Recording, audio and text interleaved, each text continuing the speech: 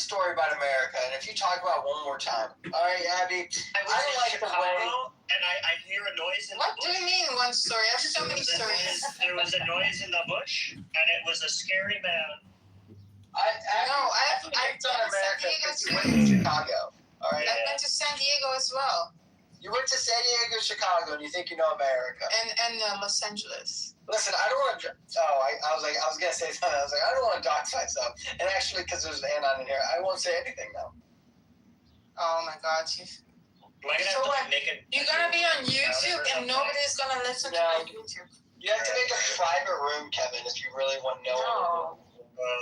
God damn it! Why is John like this? Why is he like this? Why is John? How did your parents react when they found you? Hey, show some fucking respect. It was just Memorial Day and Easter egg hunt. Oh, I don't care. John, how did your parents react when they found you eating paint chips? Did they tell you to stop, or did they just like let it happen? He's gonna roast your ass. You know those G.I. Joe characters? You know, John actually was caught licking off the paint off of each one. As a child. You know John's running for fucking office again.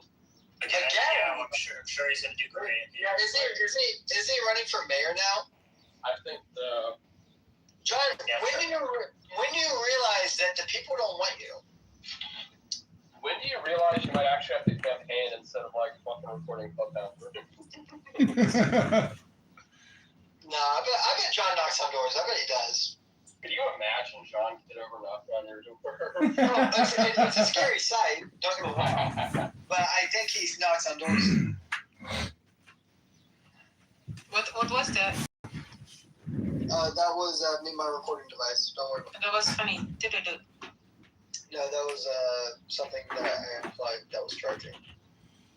Oh, the sound is so nice. How many days until you start your new job? Start on Monday. No more Keegan. Just neglect your family. Don't want to see you fucking out.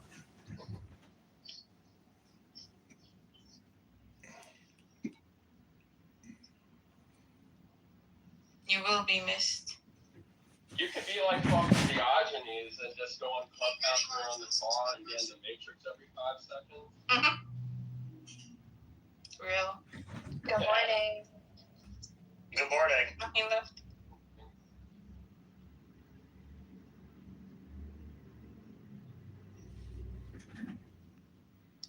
So what did you guys do for Memorial Day? The beach. And do shit. You went to the beach to, like, in the cold? You said it was cold. No, it was hot down there. I felt like an asshole. Like, I came in with, like, my fucking sweater on, and then I was like, it's so fucking hot. It sucks. And then take it off. Yeah, it was pretty hot out here yesterday, too. We just, like, smoked some meats and hung out with the family, just barbecue style. It was pretty nice. It would have been a good day for the beach yesterday, for sure. Yeah, was it crowded? I'm in an underpopulated area, so the beach here is never crowded. The machine does Oh, this. that's nice. Yeah.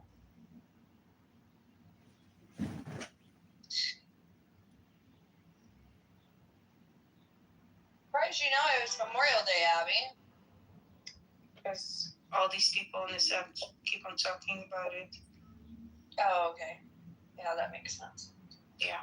Otherwise, I wouldn't know. I Are you remember. back? Oh, sorry. What's that? No, nothing. No, I was about to say something irrelevant. You always do, Kevin. Yeah, I know. So was I. It's okay. I was thinking about Memorial Day and like patriotism and stuff, and I remember I was at a sporting event and I was like walking to, like, I was already like in the, not the hall, but like around the, I wasn't in my seat during the national anthem, and I was like continuing to walk wherever I was going, like Hello? Hello? I was like you guys keep walking during the national anthem. I was like, all right, dude. Like, Hell yeah. Call him the fuck out. it's like you do realize that like the military pays the NFL to like fucking do this shit so that to recruit new soldiers. Yeah. Actually, you know what? I don't even know if that's true or not. Is that true? That's like one of those things that. Yeah. It's a sign of respect. God damn it. You know how I feel about it? I feel like, I don't know if you've heard Louis C.K.'s joke. He's like, sometimes when I'm on the plane and I'm in first class, if I see a service member, I'll switch my seat with them, because they, they think they're helping. And that's really nice. Yeah, I don't have a problem with that. I like it's commendable from Louis C.K. I support the troops. Well, someone's got to do it, but that someone isn't me, in the wise words of Pete Seeger. Yeah, but you can't even stop during the national anthem. Where were you at? I was at a baseball game. You were walking around during the national anthem at a baseball game. Fuck. Yeah, because I didn't, go there to fucking guzzle the military's, member. No, it's just a sign. Like, heaven forbid you have to engage in the. You know what I would do? You know what I would do?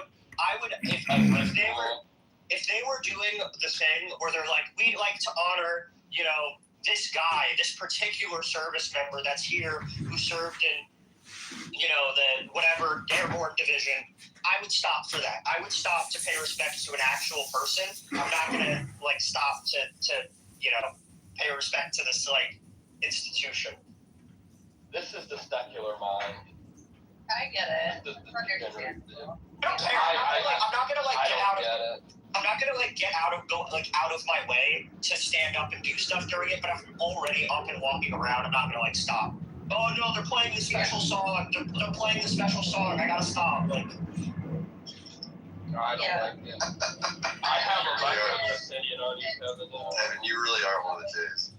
It's just a very easy fucking thing to do. Who gives a shit? No, really, who gives a shit? It's let's be real.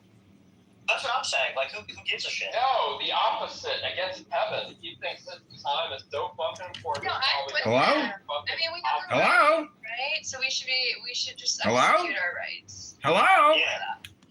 When I was in, I told Abby this story. When I was in 8th grade in public school, I didn't want to stand for the national anthem, but not the national, for the Pledge of Allegiance. Okay, and my teacher told me that.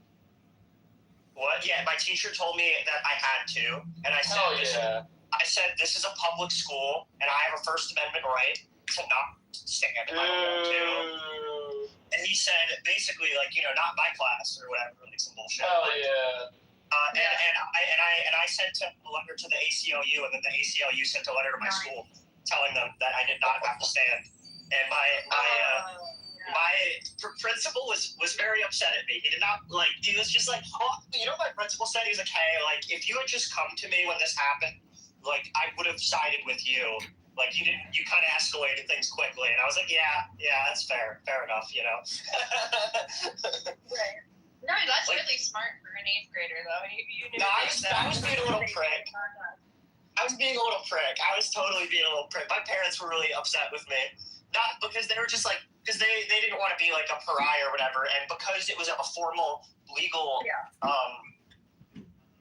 notice, they that the school had to spend probably at least $500 or $1,000 on paying their retained lawyer to issue a response. So I cost the school. I definitely cost the school some money.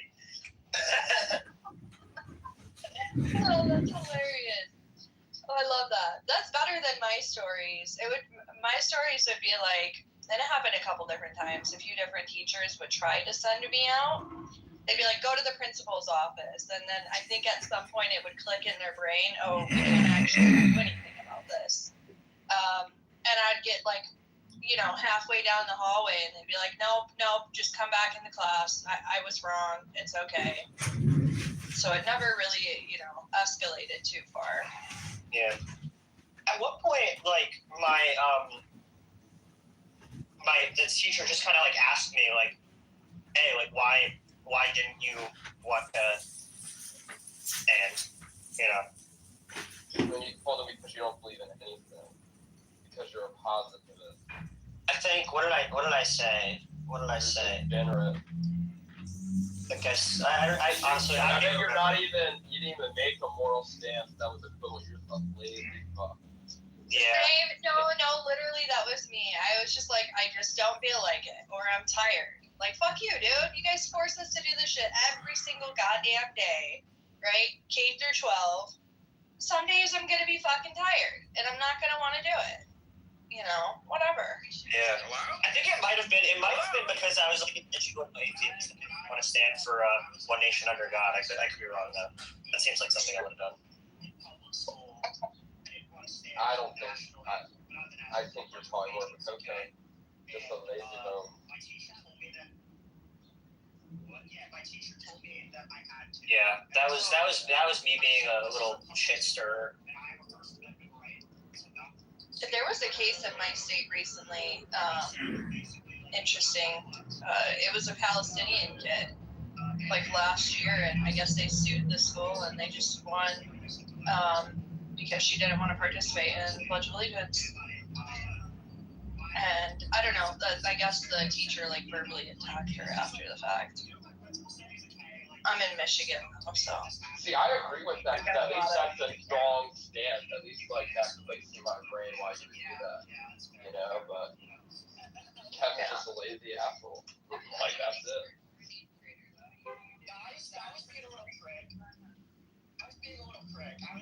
I'm gonna be honest here. I actually do remember what I was upset about, and it's a little embarrassing. What was it? I think I was upset about like the early. This was like 2014, so this was like early like Mike Brown BLM stuff. I think it might have been a BLM thing. Oh my God. At least it's something.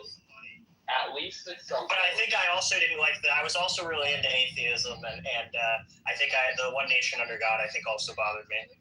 So that makes sense. So you grew up. I assume you grew up on the evolution of the atheist pipeline. You know, like you're watching. Yeah, 100%. And then in like when I was like 13, it took like a libertarian turn. And then I basically got more right wing through being like maybe 16. And then I kind of pumped the brakes on that a little bit. It's so funny. I never was like into Trump, like genuinely. Like I thought he was funny, but I always thought he was kind of like an idiot. Like I was never like a full throated, you know. And then in 2018, I became like I kind of took a break from politics, and I became more like progressive. And then I was like really progressive, and then I kind of went back to like social democrat. Now I'm back here. Now I'm now where I am. You're still social democrat. Shut up. By some standards, yeah, I'd say so. It depends on who I'm talking to. If I'm talking to, yeah, it depends who I'm talking to. Hello? Danielle, I supposed to call with Angelo this Saturday. Oh, how's Angelo doing? Yeah, we called like for a minute. He said I will call you in a few hours, and then he didn't. I think he fell asleep because he was working. I will call you after work time. But yeah, let's see. Next time, perhaps. There's only Ashton's baby daddy.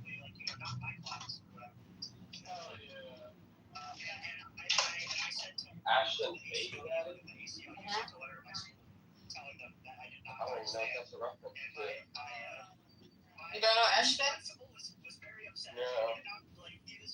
It's for you. Wait, who's Ashland's baby daddy? Hold on. It's an account called Crime Kills or something. Oh. You have to go on Twitter. Let me see what's the name. Crime Pills for Kids.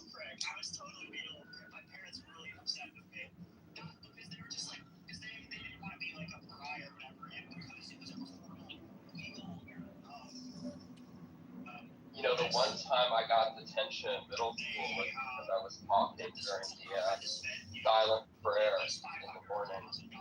That was the one time.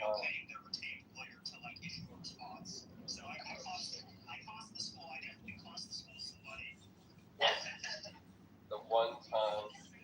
I think Nora got hospitalized or something. That's not good. No, That is better. Well, that's good. You're right. That is good, actually. Why are people talking about Diego's court proceedings? I looked it up, and this shit happened 2 years ago. It's because when Nora went insane. What the hell? He should be in jail right now serving his time, man. Shut the hell up. When Nora went insane the first time, people started to be blaming Diego. And then they were doxing Diego. Because everyone knows Diego. It's weird that Tati cares so much about it. It's weird that she cares so much about it. She doesn't want to see a white man get hit. He's not white. He's fucking Hispanic. He's not Hispanic guy. He's Mexican. Well, Spanish people are white. Well, he's not Spanish, though. He's Mexican. He's Mexican? Yeah, he's Mexican. Is it indigenous blood or Spanish blood? I think it's indigenous blood. It's very different. Very different. It is very different. You're absolutely right. He's not a white Hispanic. Wait. How do you feel about... Goyman, how do you feel about Mexican immigrants who are clearly 90% plus Spanish blood? Ask my brother. Like Nick. Abby, right, Abby? Right. My brother, Kevin, the joke is my brother was dating a girl for a while. I actually thought they were going to last just 20 more. But she's from Venezuela, but her family's from Spain, right? They are. Yeah, from how many generations ago? Not too many though. Yeah. But I think 2 or 3 generations from Spaniards, Spanish, and he said she's white. So I don't think she was. I said she's not. That does make you blind. He also has to say.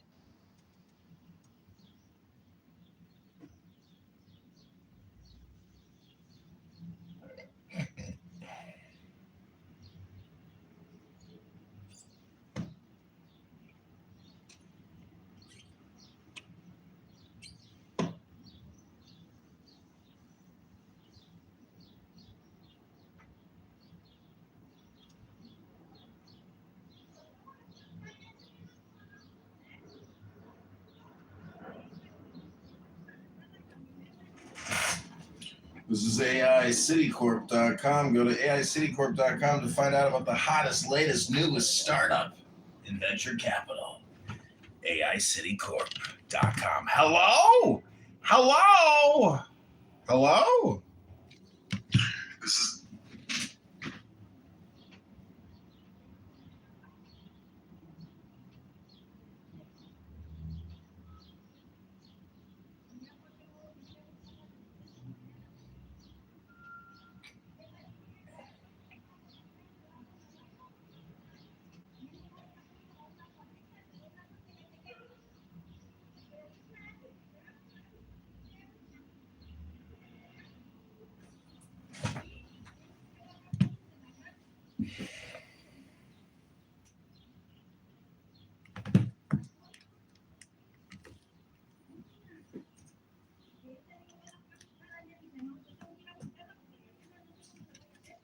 Hello?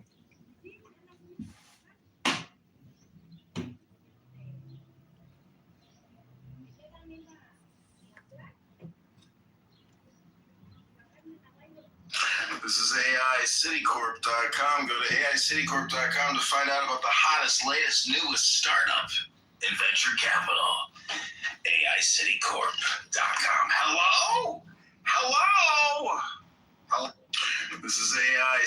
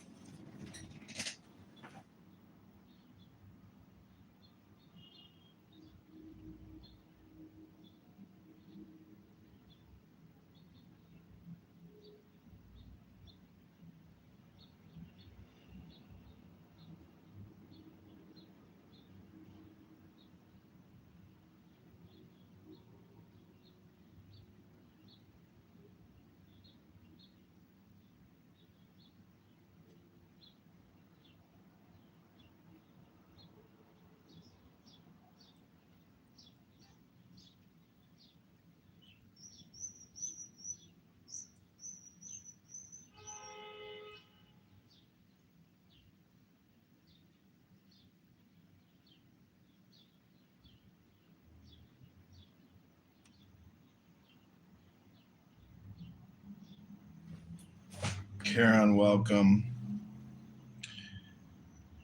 Good morning. I'm going to be reading a book. I hope you like. I'm going to read for maybe an hour.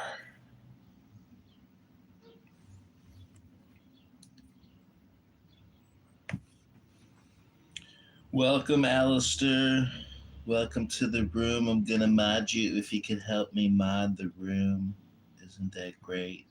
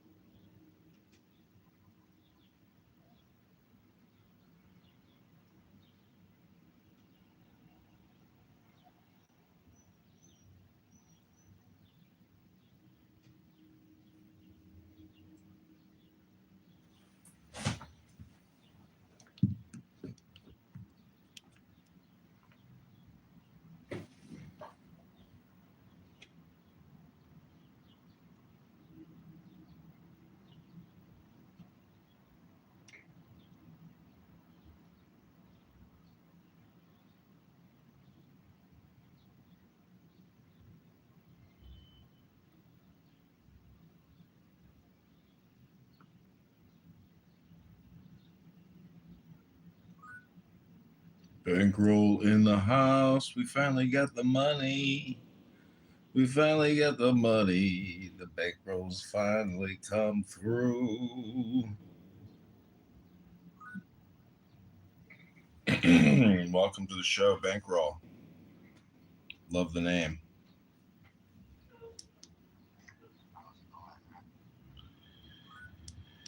It's going good now that the bankroll is here.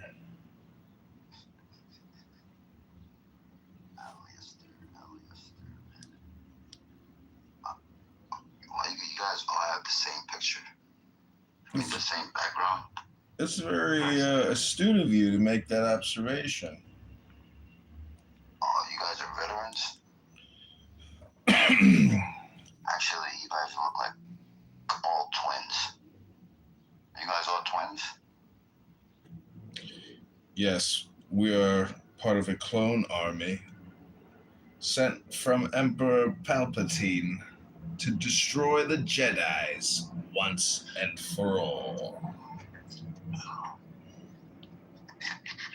That's funny. What's the topic about? Emotional programming. Emotional program. You said emotional programming? That's the house.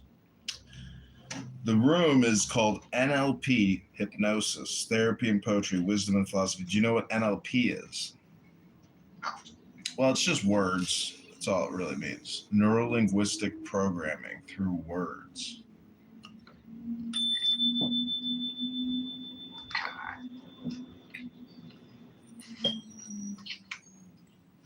One second.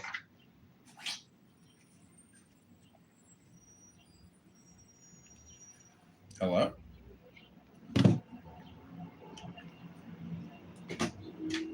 Hello? Hello? Yeah, 1 second.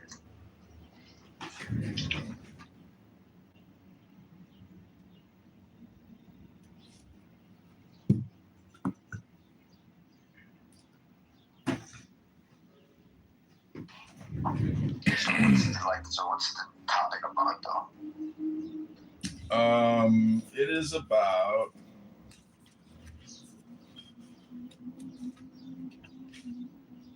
selfishness.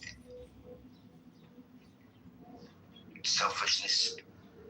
Selfishness. Okay, explain. What is selfishness? Like being selfish, like a narcissist. What is narcissism? Like basically only like caring about yourself at the end of the day. At the end of the day, what about at the beginning of the day? I'd say a real narcissist starts the moment you wake up, not just at the end of the day.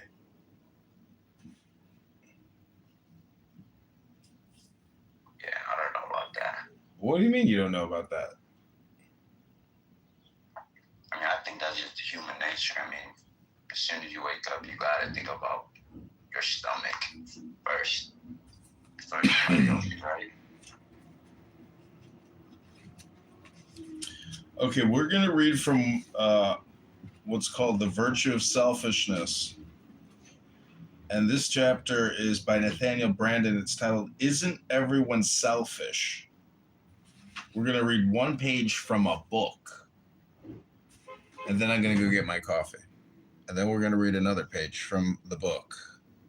This is a book club room. Are you ready for page 68?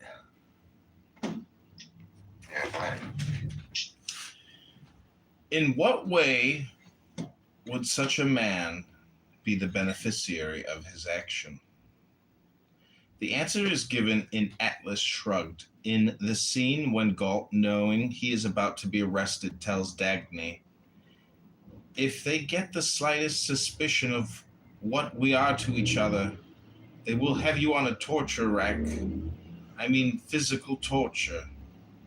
Before my eyes in less than a week. I'm not going to wait for that. At the first mention of a threat to you, I will kill M-word and stop them right there. I don't have to tell you that if I do it, it won't be an act of self-sacrifice. I do not care to live on their terms. I do not care to obey them. I do not care to see you enduring a drawn-out murder. There will be no values for me to seek after that. I do not care to exist without values. If a man loves a woman so much that he does not wish to survive her death, if life can have nothing more to offer him at that price, then his dying to save her is not a sacrifice. The same principle applies to a man caught in a dictatorship who willingly risks death to achieve freedom. To call his act a self-sacrifice one would have to assume that he preferred to live as a slave. Selfishness of a man who is willing to die if necessary, fighting for his freedom, lies in the fact that he is unwilling to go on living in a world where he is no longer able to act on his own judgment. That is a world where human conditions of existence are no longer possible to him. The selfishness or unselfishness of an action is to be determined objectively.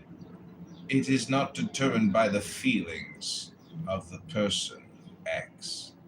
Just as feelings are not a tool of cognition, so they are not a criterion in ethics. Obviously, in order to act, one has to be moved by some personal motive. One has to want, in some sense, to perform the action. The issue of an action's selfishness or unselfishness depends not on whether or not one wants to perform it, but on why one wants to perform it. By what standard was the action chosen? To achieve what goal? Club room. Are you ready? If a man proclaimed that he felt he would best benefit others by robbing and murdering them, men would not be willing to grant that his actions were altruistic. Logic, and for the same reasons, if a man pursues a course of blind self-destruction, his feeling that he has something to gain by it does not establish his actions as selfish. Okay, that's one page of Ayn Rand.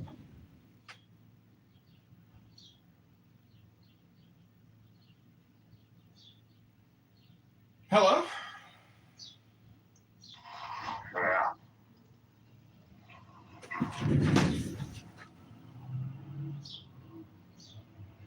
So have you learned anything new about selfishness?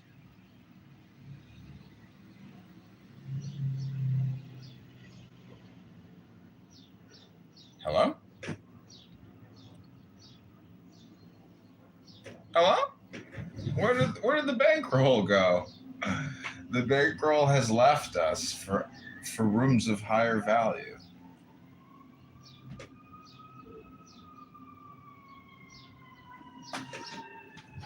Oh, the bank is back.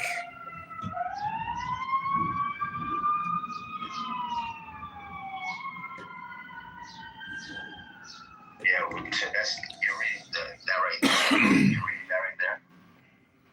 Yeah, Ayn Rand.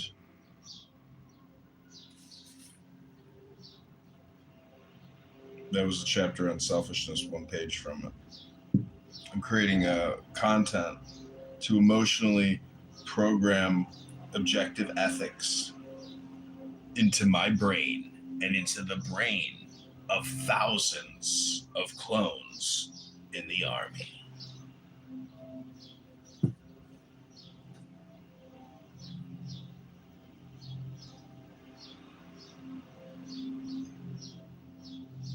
Hello?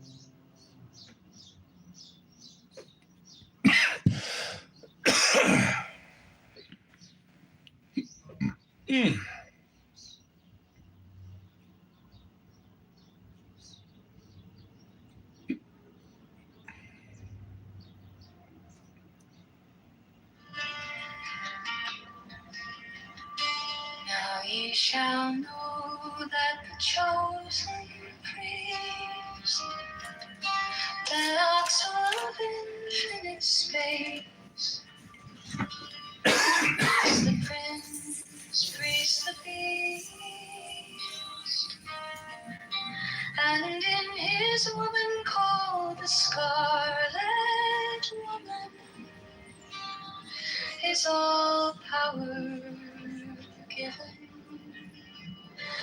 They shall gather my children into their fold. They shall bring the glory of the stars into the hearts of men.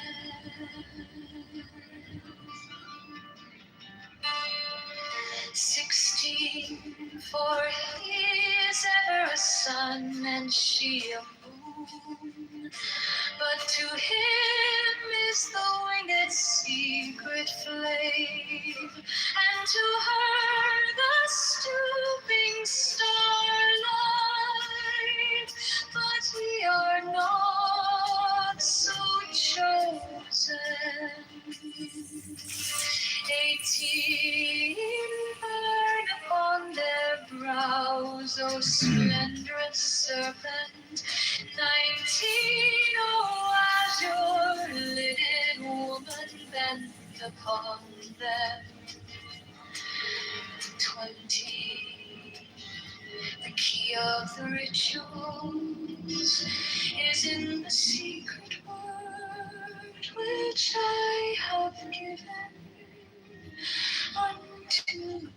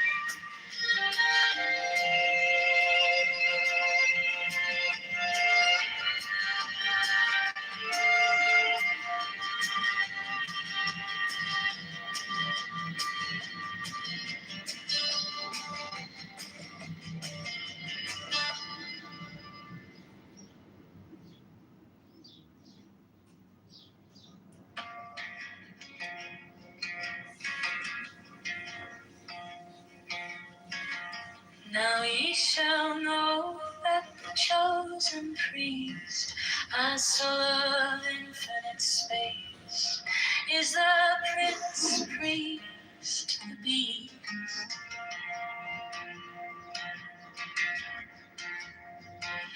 And in his woman, called the Scarlet Woman, is all power given. They shall gather my children into their fold. They shall bring the glory of the stars into the hearts of men.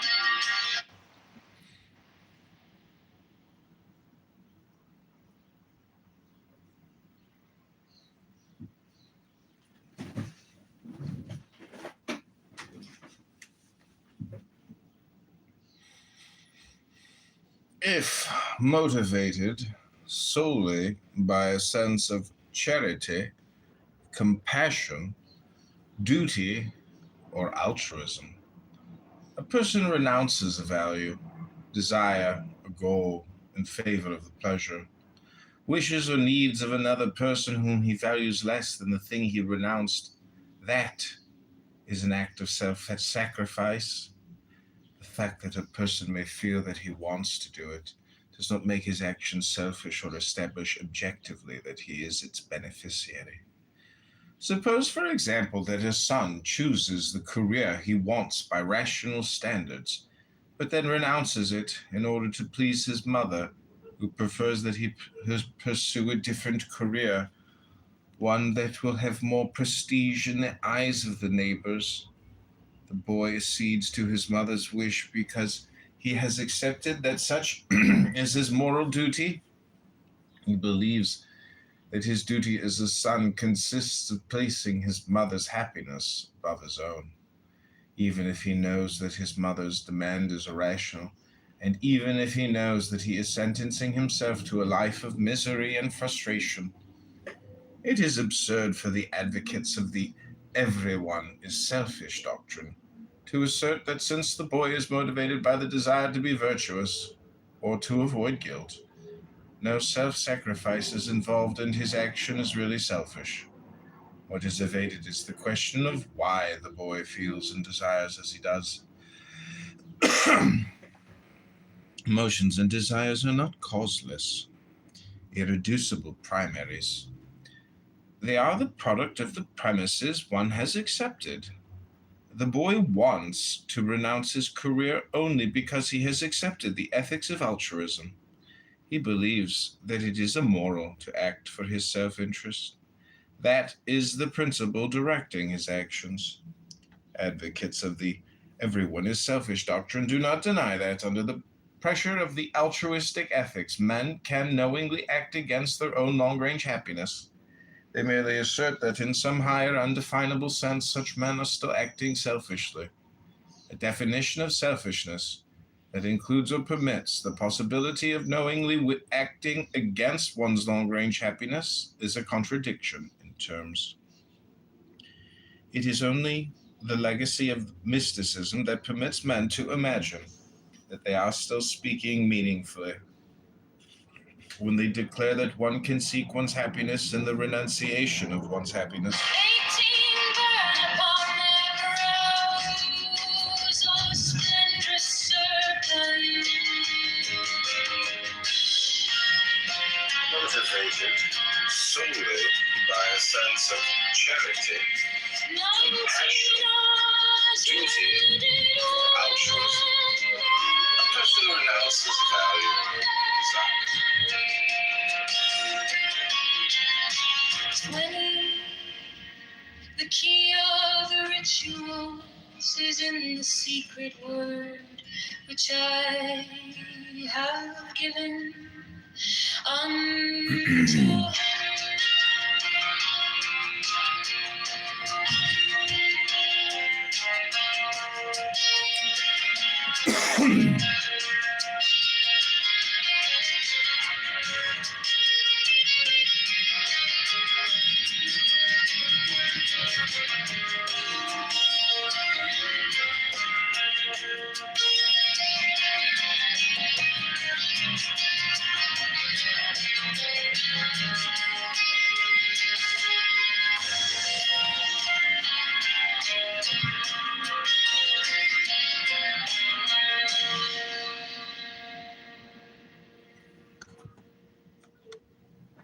Two, welcome to the room.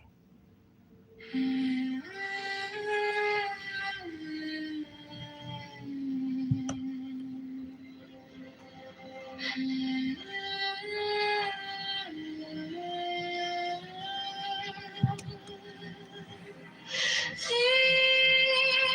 are fools that men adore, both their gods and their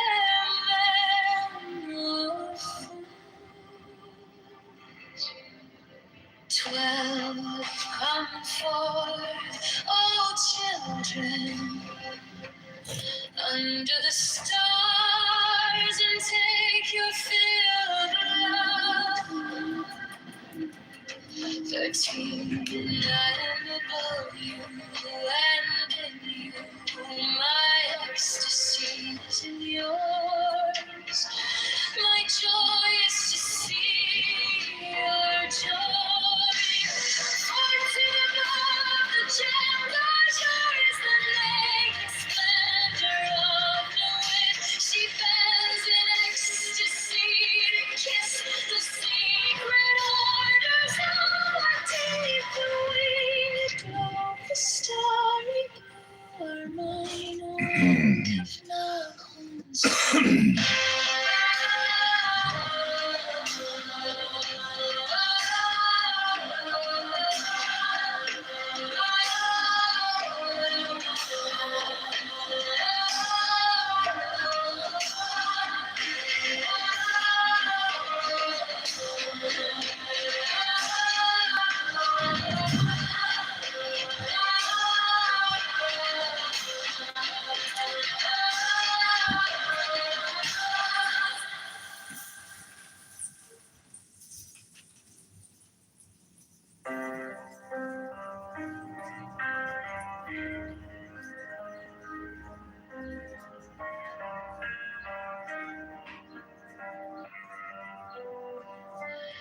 These are fools that men adore, both their gods and their men of fools.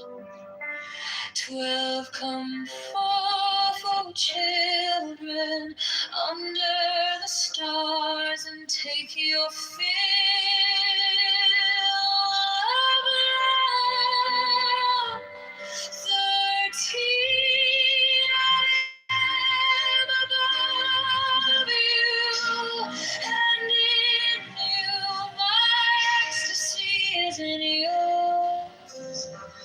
My joy is to see your joy. Mm. 14 above.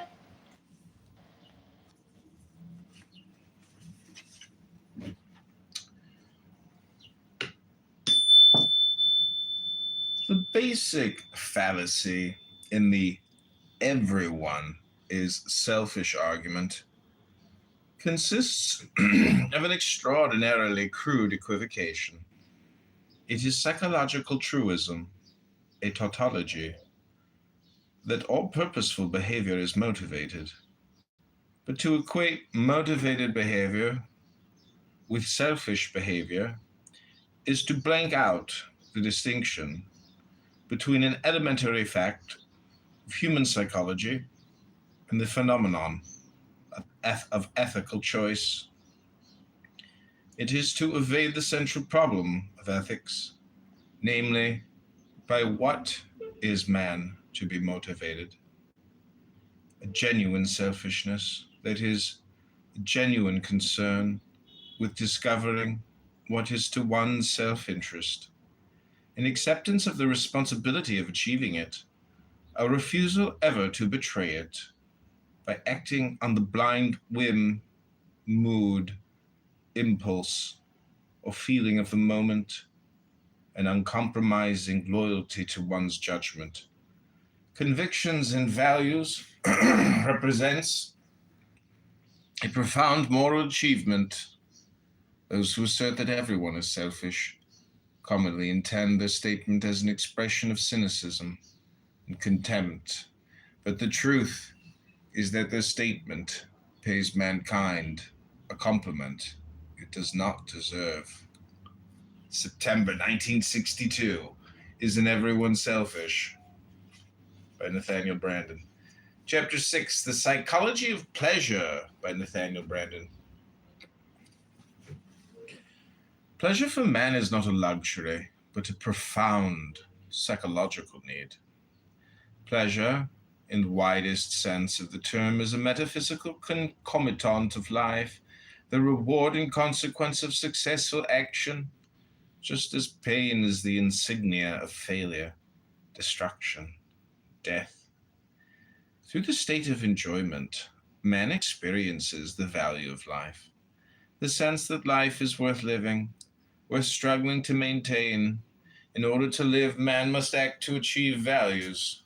Pleasure or enjoyment is at once an emotional payment for successful action and an incentive to continue acting. Further,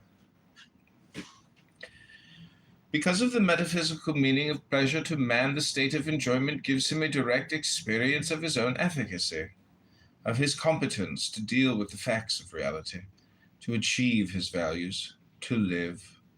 Implicitly contained in the experience of pleasure is the feeling, I am in control of my existence, just as implicitly contained in the experience of pain is the feeling I am helpless. As pleasure emotionally entails a sense of efficacy, so pain emotionally entails a sense of impotence. The gem azure is the naked splendor of nudity. She bends in ecstasy to kiss the secret ardors of Hades. The winged globe, the starry blue, are mine, awake of daffodils. My joy is to see your joy.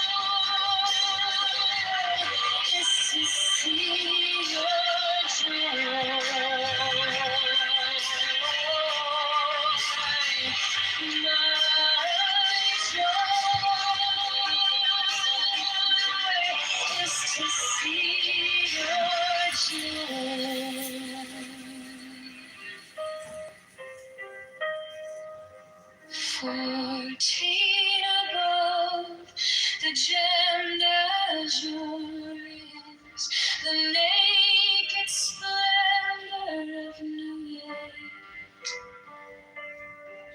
She bends in ecstasy to kiss the secret ardors of Hades. The winged globe, the starry blue, are mine, awake of soon. My joy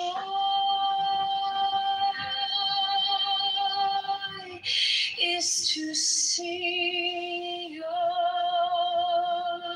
joy.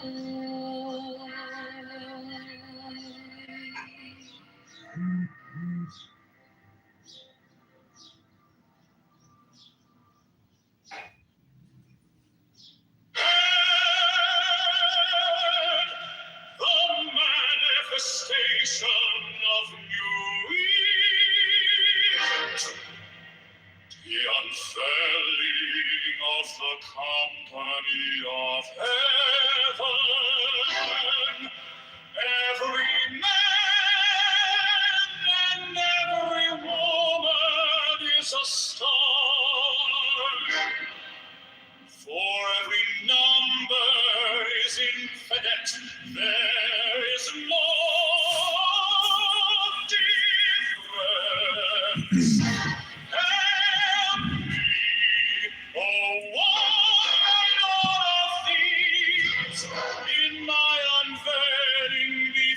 children of men.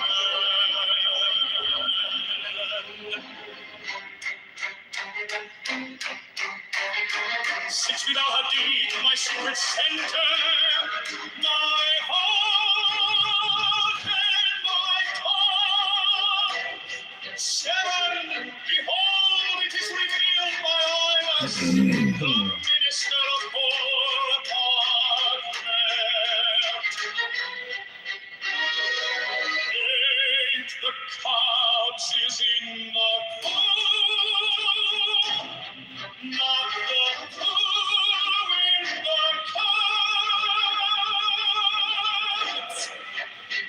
9, worship them.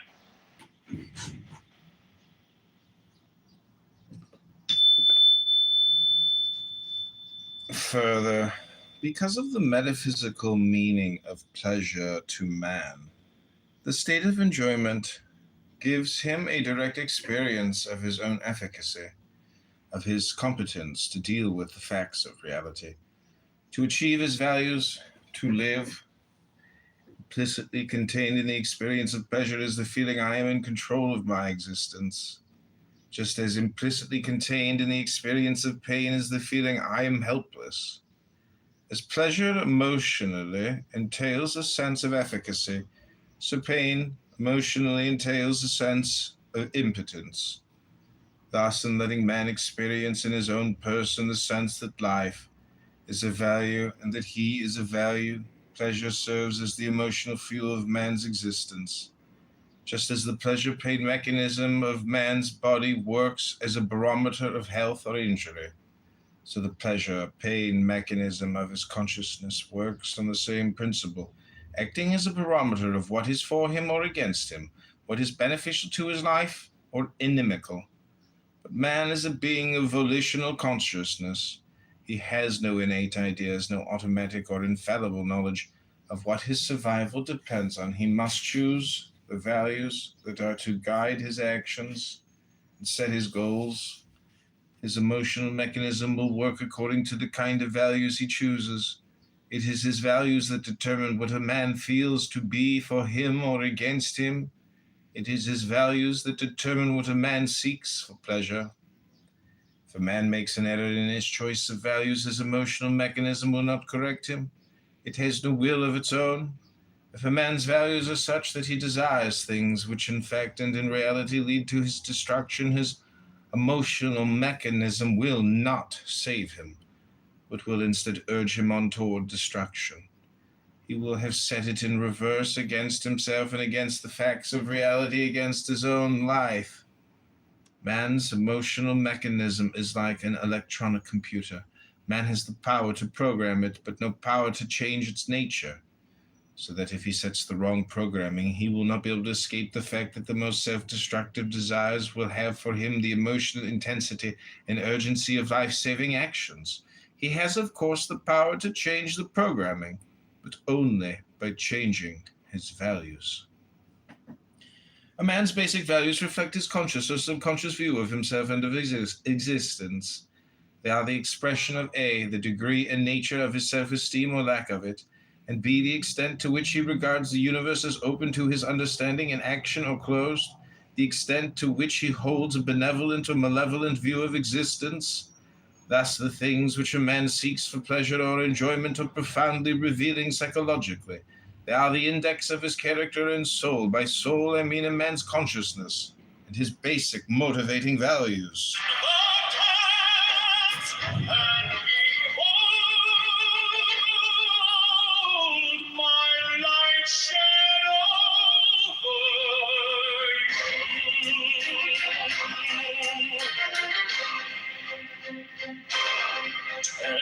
Let my servants be few and see correct.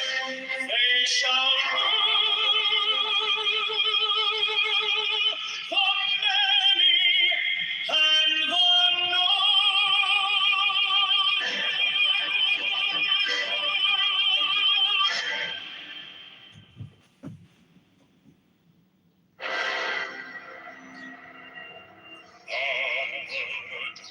the manifestation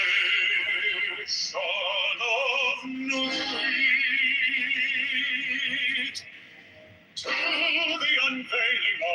company of heaven. Every man and every woman is a star.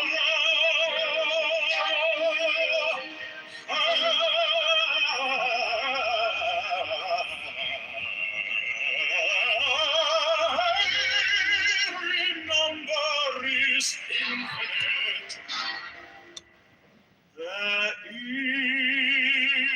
is no difference. I've helped me, O warrior lord of deeps, in my unveiling before the children of men. Below it, my secret centers, my heart and my father. Behold, it is revealed by I was the minister of Borpakrat. Because is in the poo, not the poo in the caps. Nine worship, then the caps, and behold my light shed over you.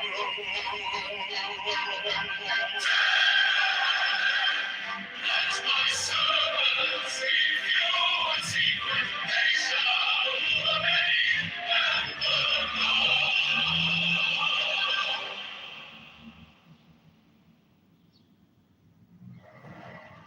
mine is the head of the man, and my insight is keen as the hawk's. By my head I invoke.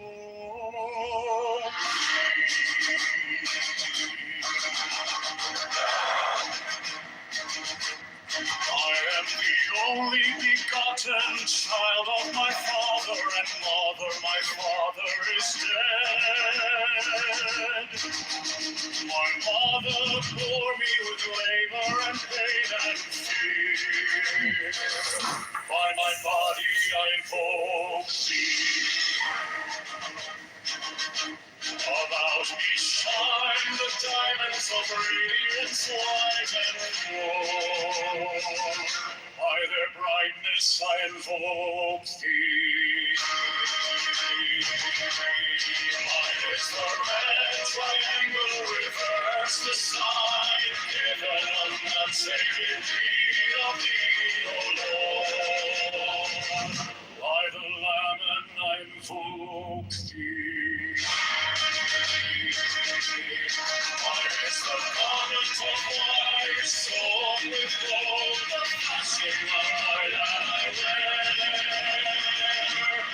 By my robe I invoke thee. Mine is the sign of the prophets and time. By the sign I invoke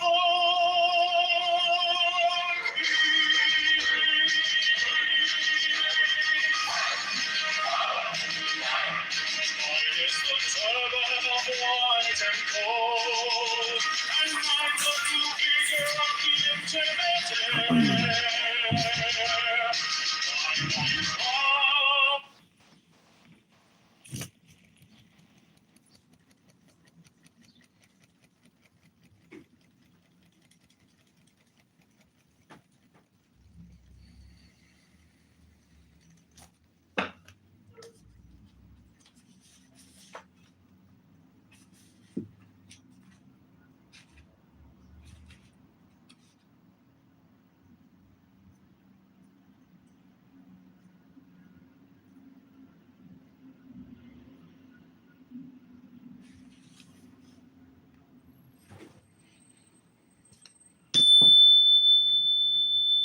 If a man makes an error in his choice of values, his emotional mechanism will not correct him. It has no will of its own.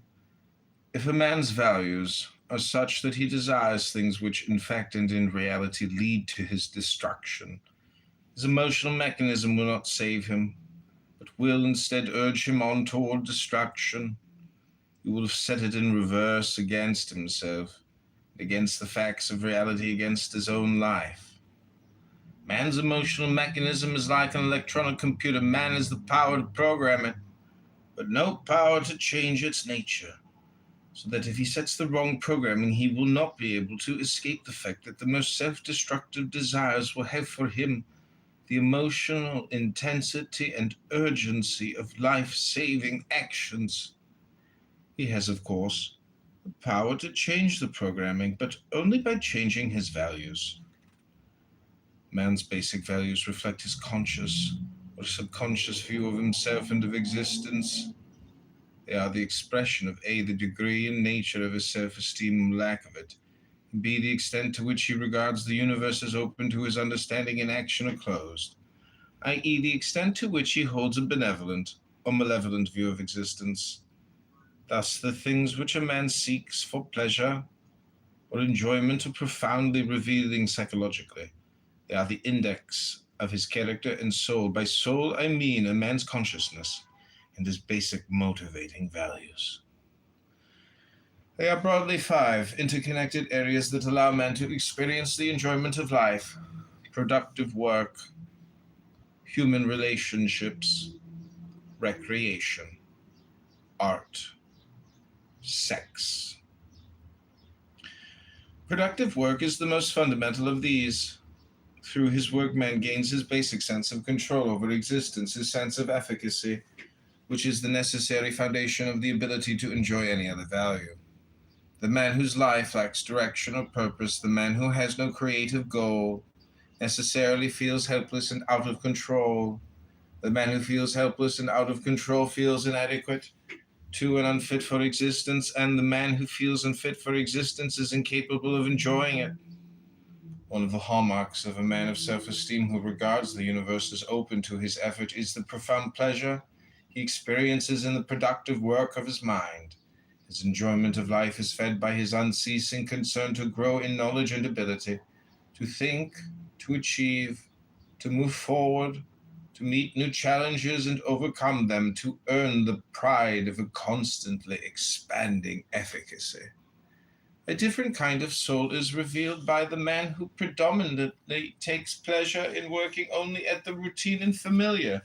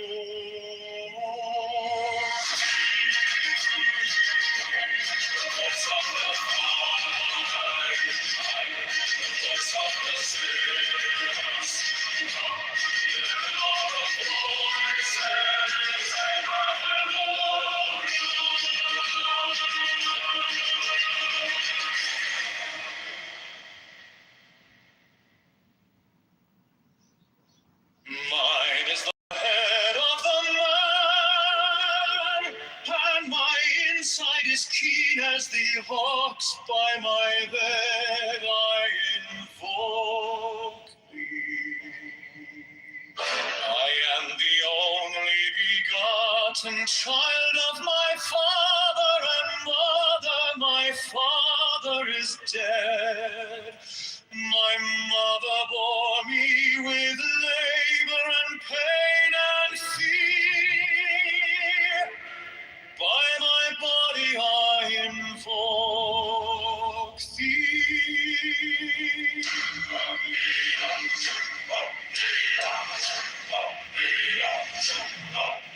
About me shine the diamonds of radiance, white and pure.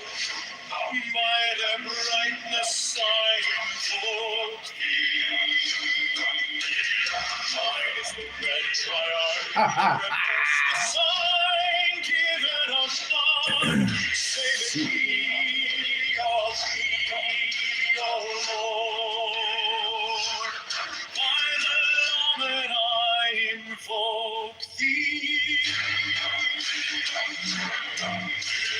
Mine is the garment of white, sown with all the flashing of day that I wear. By my robe I invoke thee.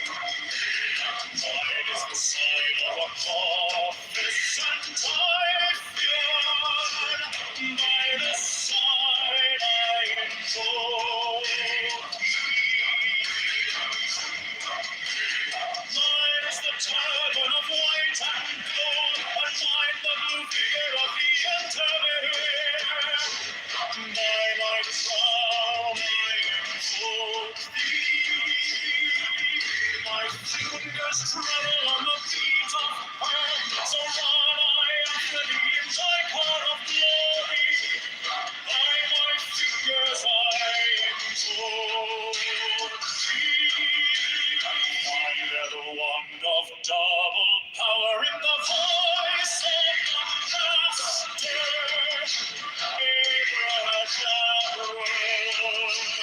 By the word I invoke thee. I know the dark blue waves of music in the song that I made of old to implore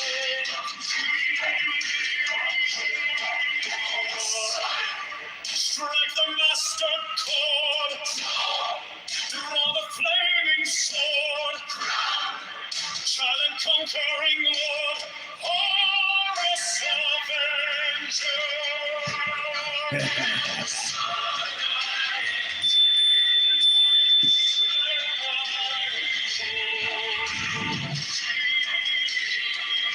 In my hand is thy sword of revenge, and its strike is thy teeth. By the sword I invoke thee. Voice of the five, the voice of the six, 11 are the voices. Abrahadabra.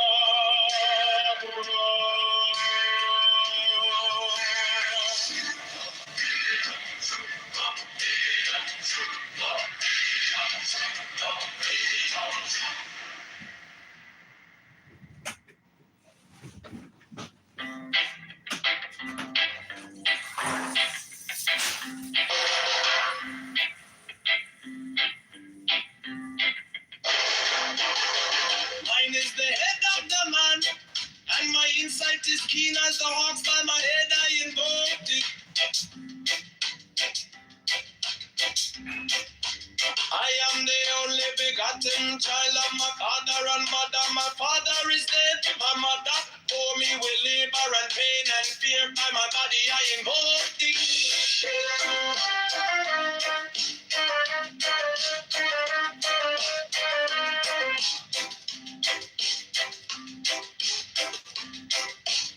About me shine the diamonds of radiance, white and pure. By their brightness I invoke thee. Mine is the red triangle reverse, the sign given of none. Save it be of thee, O Lord. the Lamb and I invoke thee.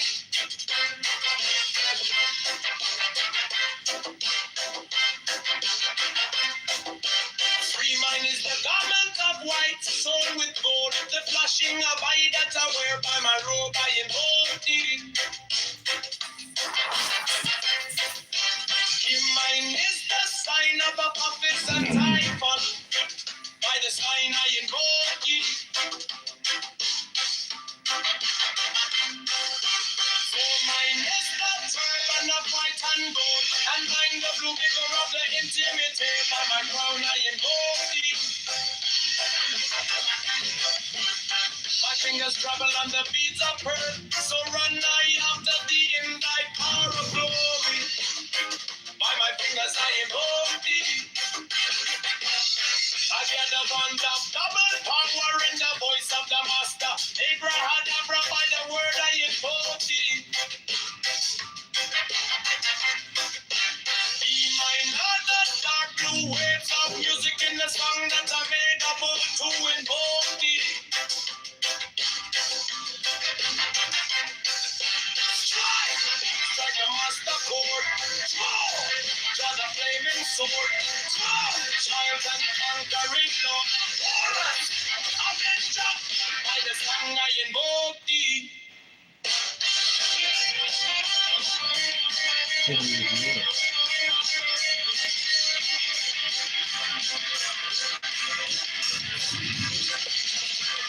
my hand is my sword of revenge, let it strike at my vision, by the sword I invoke thee. The voice of the fight, the voice of the 611 of the voices, Abraham.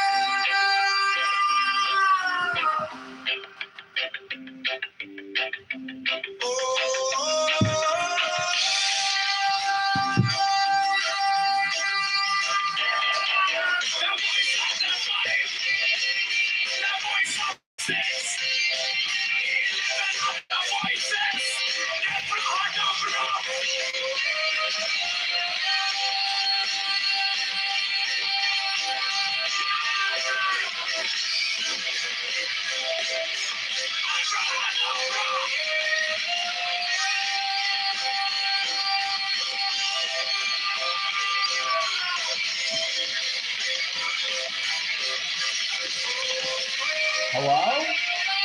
Hello? Hello?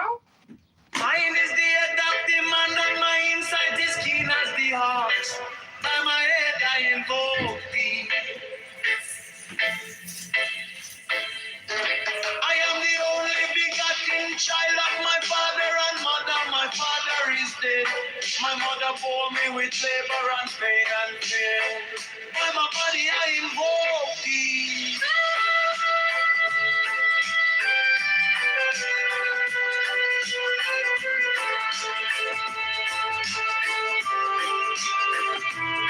Upon me shine the diamonds of radiance, white and pure. By their brightness I invoke thee.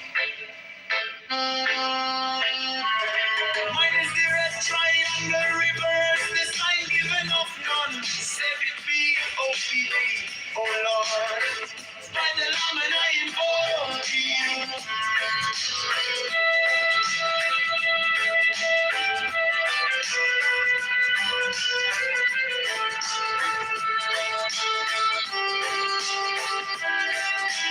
Mine is the garment of white sewn with gold, the flashing of eye that I wear. By my robe I invoke thee. Mine is the sign of a office and typhon. By the sign I invoke thee.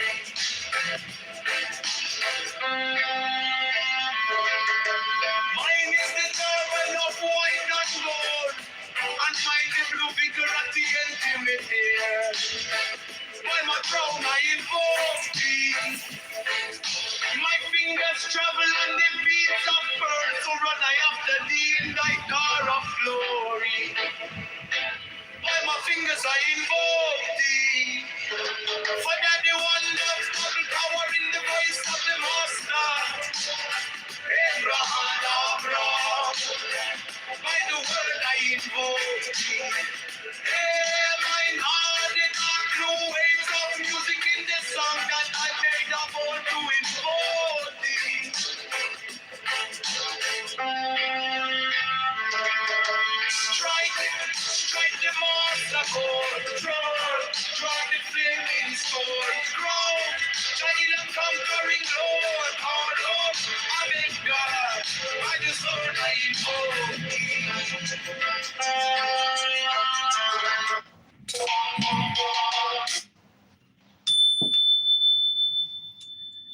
A different kind of soul is revealed by the man who predominantly takes pleasure in working only at the routine and familiar, who is inclined to enjoy working in his semi-days, who sees happiness and freedom from challenge or struggle or effort, the soul of a man profoundly deficient in self-esteem, to whom the universe appears as unknowable and vaguely threatening. The man whose central motivating impulse is a longing for safety, not the safety that is won by efficacy, but the safety of a world in which efficacy is not demanded. Still, a different kind of soul is revealed by the man who finds it inconceivable that work, any form of work, can be enjoyable, who regards the effort of earning a living as a necessary evil, who dreams only of the pleasures that begin when the workday ends, the pleasure of drowning his brain in alcohol, or television, or billiards, or women, the pleasure of not being conscious. The soul of a man with scarcely a shred of self-esteem, who never expected the universe to be comprehensible, and takes his lethargic dread of it for granted, and whose only form of relief and only notion of enjoyment is the dim flicker of undemanding sensations. Still another kind of soul is revealed by the man who takes pleasure, not in achievement but in destruction, whose action is aimed not at attaining efficacy but at ruling those who have attained it. The soul of a man so abjectly lacking in self-value, so overwhelmed by terror of existence, that his sole form of self-fulfillment is to unleash his resentment and hatred against those who do not share his state, those who are able to live as if by destroying the confident, the strong, and the healthy, he could convert impotence into efficacy. A rational, self-confident man is motivated by a love of values and by a desire to achieve them. A neurotic is motivated by fear and by a desire to escape it. This difference in motivation is reflected not only in the things each type of man will seek for pleasure, but in the nature of the pleasure they will experience. The emotional quality of the pleasure experienced by the four men described above, for instance, is not the same. The quality of any pleasure depends on the mental processes that give rise to and attend it, and on the nature of the values involved. The pleasure of using one's consciousness properly and the pleasure of being unconscious are not the same, just as the pleasure of achieving real values, gaining an authentic sense of efficacy, and the pleasure of temporarily diminishing one's sense of fear and helplessness are not the same. The man of self-esteem experiences the pure, unadulterated enjoyment of using his faculties properly and of achieving actual values in reality, who is inclined to enjoy working in his semi-days, who sees happiness and freedom from challenge.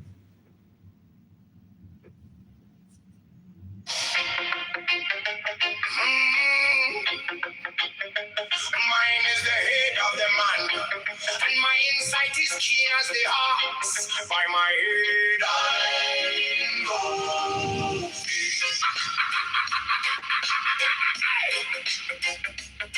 I am the only begotten child of my father and mother. My father is dead. My mother bore me with labor and pain and fear by my body. I know about me. Shine the diamonds of radiance, white and pure by their brightness. I know mine is the red triangle reverse with the sign, giving of none, save it be of thee. Oh Lord, by the layman. I know mine is the garment of white, so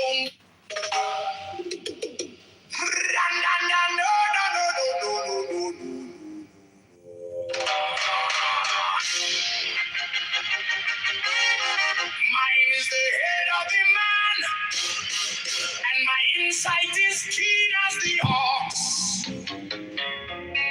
By my head, I invoke thee.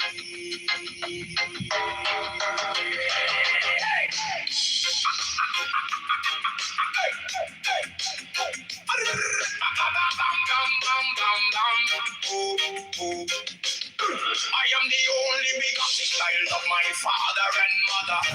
My father is dead. My mother bore me with labor and pain and fear by my body. I invoke thee. About me shine the diamonds of radiance, white and pure. By their brightness,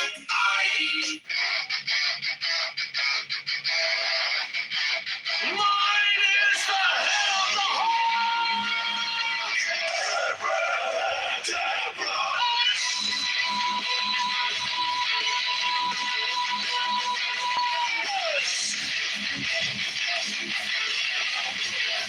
six and bear the rose and cross of life and life. Giving the sign and each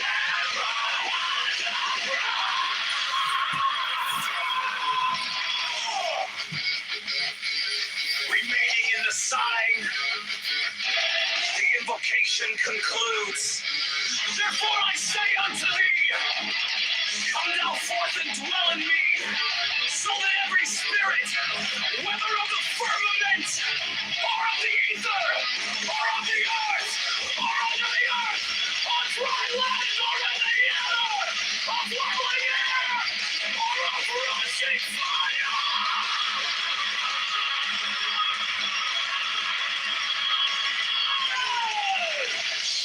and every spell and scourge of God, the vast one might be there.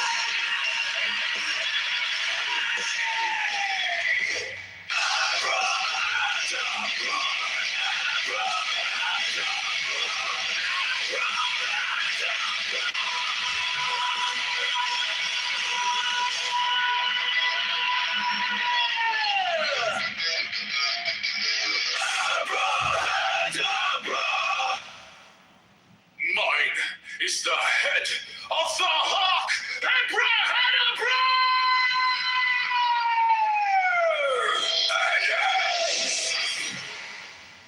I bear the rose and cross of life and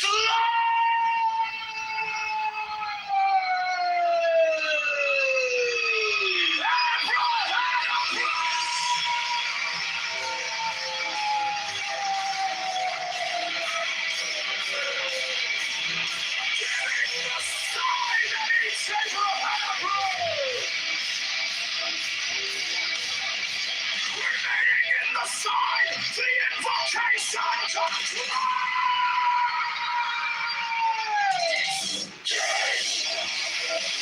therefore I say unto thee, come thou forth and dwell in me,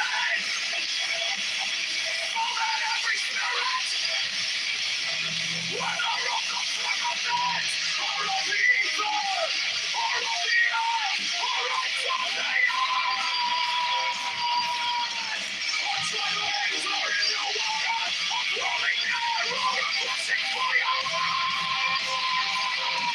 and every spell and scourge of God, the vast one might be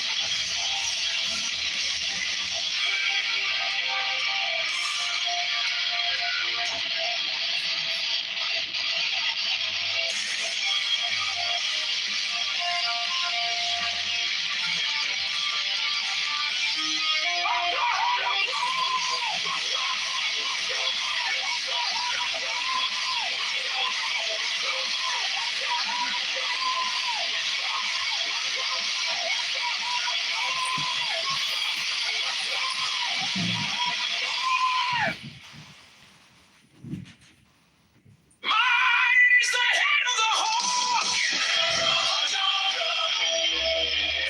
And six. I bear the rose and cross of life and light, giving the sign at each abracadabra. Remaining in the sign, the invocation concludes. Therefore I say unto thee, come thou forth and dwell in me, so that every spirit, whether of the firmament, or of the ether, or of the earth, or under the earth, on dry land, or in the water, of whirling air, or of rushing fire, and every spell and scourge of God, the vast one, my breathing.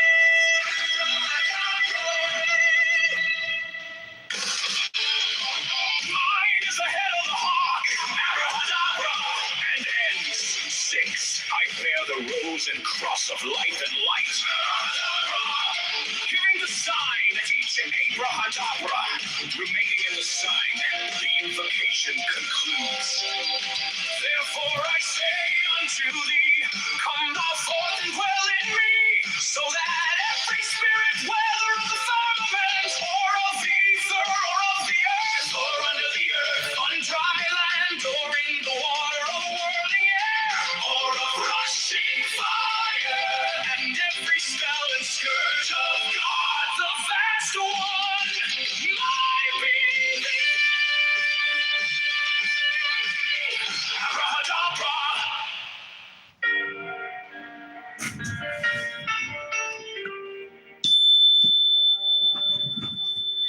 You came like dawn in my hands, soft but stronger than I knew.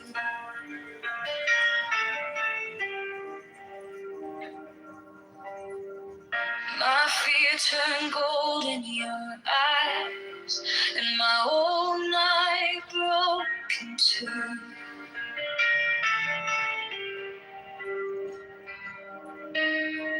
I was lost in the noise, now I'm learning how to stay close to your quiet light in the middle of the day. Stop thinking, let it fall.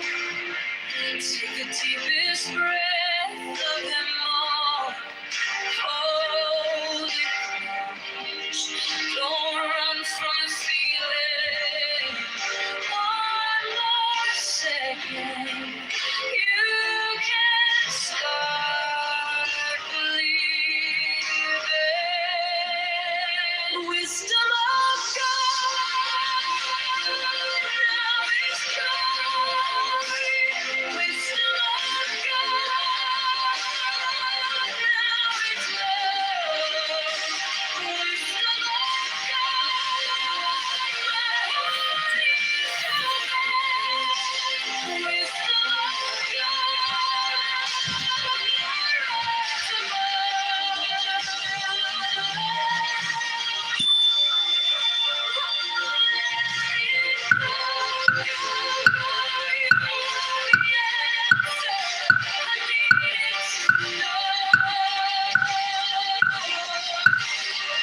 Your touch is a steady rain on the dust of who I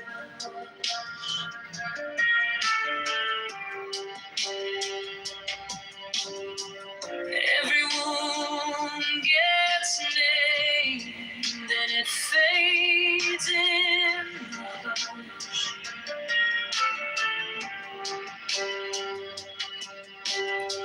I don't need 1,000 signs when your name is in my chest. One deep breath, one brave step, and the rest can be blessed. Stop thinking, let it fall. Take the deepest breath of them all. Hold it close.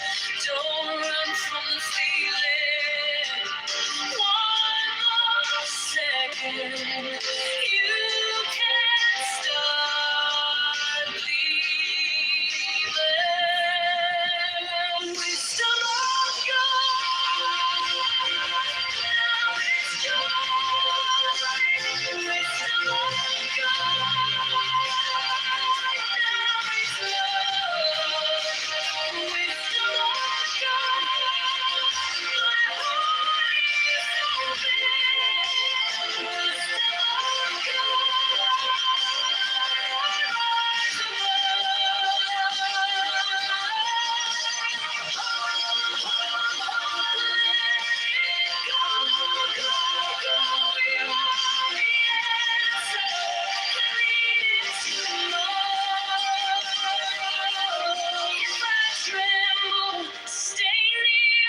If I break, pull me through, teach my hands to release what I cannot hold with you. 10 not 9, 10 not 11. I breathe in your holy calm, and the storm in my head lays down like a palm.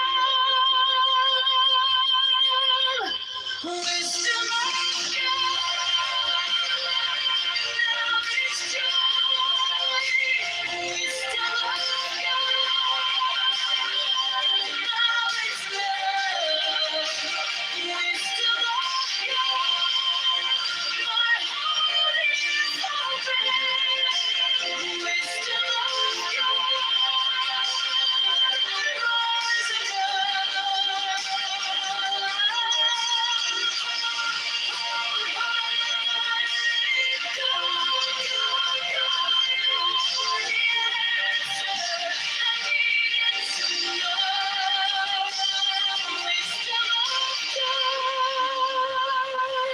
now it's home. Wisdom of God,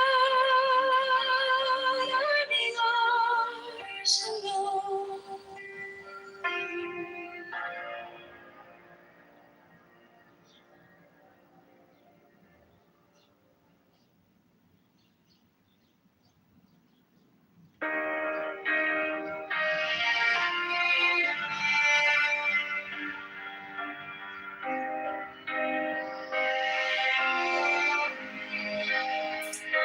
You came like dawn in the haze, soft but stronger than I knew. My fear turned gold in your eyes, and my old night broke in two. I was lost in the noise, now I'm learning how to stay close to your quiet light. In the middle of the day, stop thinking. Let it fall. Take the deepest breath. Hold them all.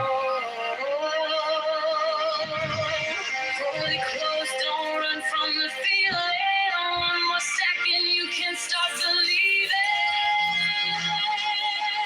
Wisdom of God, now it's joy. Wisdom of God, now it's love. Wisdom of God, my heart is open. Wisdom of God, I rise above. Hold, hold, hold, let it go, go, go. You are the answer I needed to know. Your touch is a steady rain on the dust of who I was. Every wound gets named, then it fades in a hush. I don't need 1,000 signs when your name is in my chest. One deep breath, one brave step, and the rest can be blessed. Stop thinking. Let it fall. Take the deepest breath of them all. Hold it close, don't run from the feeling. One more second, you can't start believing. Wisdom of God, now it's joy. Wisdom of God, now it's love. Wisdom of God, my heart is open. Wisdom of God, I rise above. Hold, hold, hold, let it go, go, go. You are the answer I needed to know. If I tremble, stay near. If I break, pull me through. Teach my hands to release what I cannot hold with you. 10 not 9, 10 not 11. I breathe in your holy calm, and the storm in my head lays down like a palm. Wisdom of God, now it's shown. Wisdom of God, now it's love. Wisdom of God, my heart is open. Wisdom of God, I rise above. Hold, hold, hold. Let it go, go, go. You are the answer. I needed to know. Wisdom of God, now it's home. Wisdom of God, I'm yours own.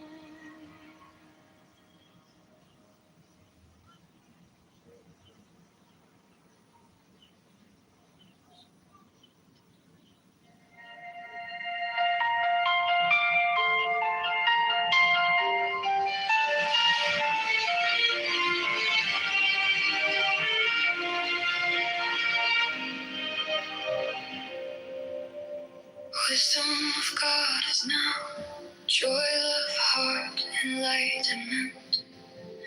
You found me in the quiet, with my hands still shaking. I was carrying the hurt, like a name I couldn't drop. Then you touched my trouble, and the whole room stopped. Stop thinking and your problems. Take the deepest breath of the day. All for 10, not 11. 10, not 9. Stay.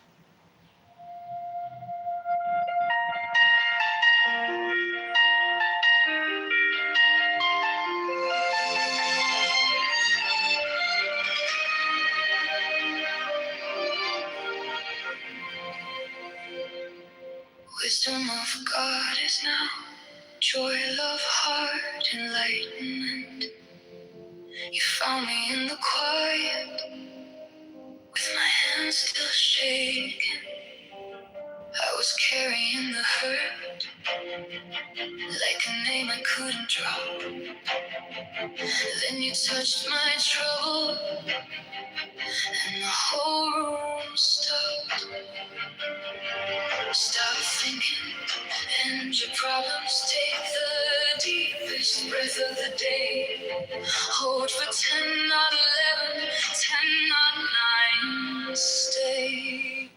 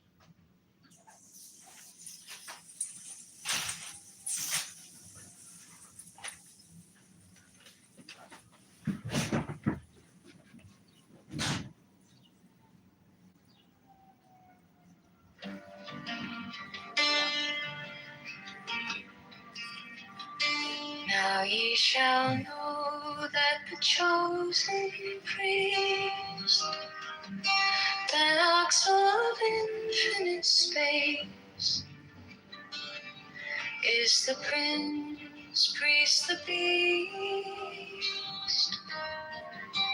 and in his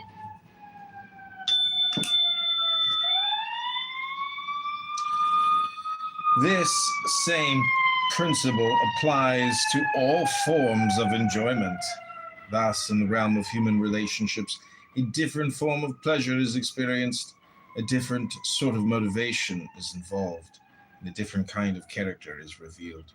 By the man who seeks for enjoyment the company of human beings of intelligence, integrity, and self-esteem, who share his exacting standards, and by the man who is able to enjoy himself only with human beings who have no standards whatever and with whom therefore he feels free to be himself, or by the man who finds pleasure only in the company of people he despises, to whom he can compare himself favorably, or by the man who finds pleasure only among people he can deceive and manipulate, from whom he derives the lowest neurotic substitute for a sense of genuine efficacy, a sense of power. For the rational, psychologically healthy man, the desire for pleasure is the desire to celebrate his control over reality. For the neurotic, the desire for pleasure is the desire to escape from reality. Now consider the sphere of recreation. For instance, a party.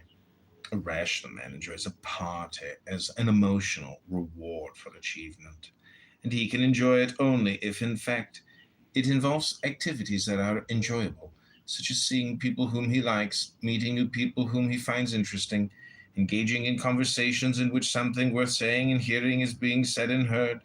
But a neurotic can enjoy a party for reasons unrelated to the real activities taking place. He may hate or despise or fear all the people present.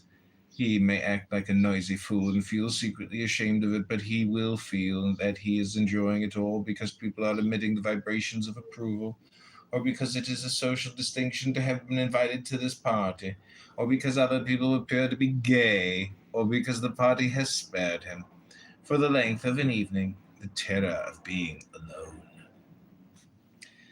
The pleasure of being drunk is obviously the pleasure of escaping from the responsibility of consciousness.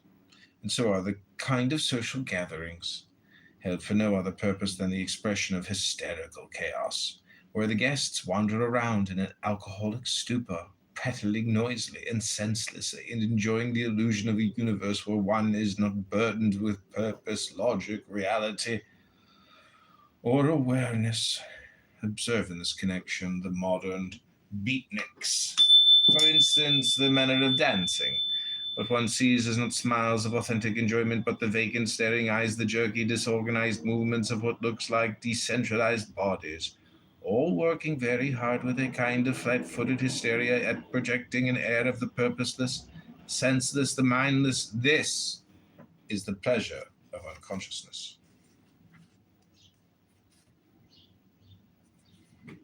is a woman called the Scarlet Woman, is all power given. They shall gather my children into their fold. They shall bring the glory of the stars into the hearts of men.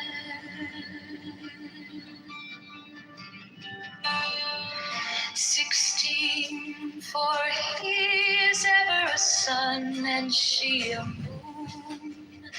But to him is the winged secret flame, and to her the stooping starlight. But ye are not so chosen. 18 burn upon their brows, O splendorous serpent. 19, oh azure-lidded woman, bend upon them. 20, the key of the rituals is in the secret word which I have have given unto him.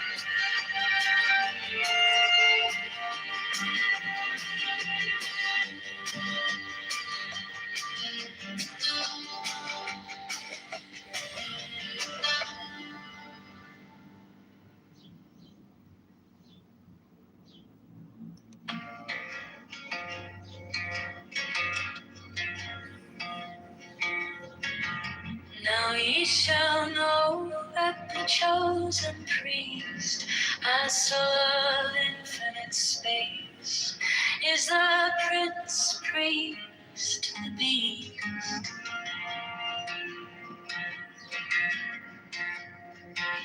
And in his woman, called the Scarlet Woman, is all power given. They shall gather my Cool down the brain. It's the computer system's to off. their fold. They shall bring the glory of the stars into the hearts of men.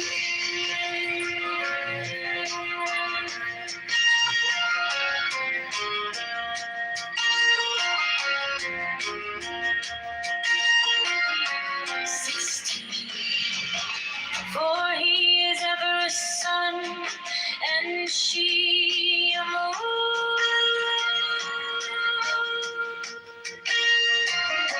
But to him is the winged secret flame, and to her the stooping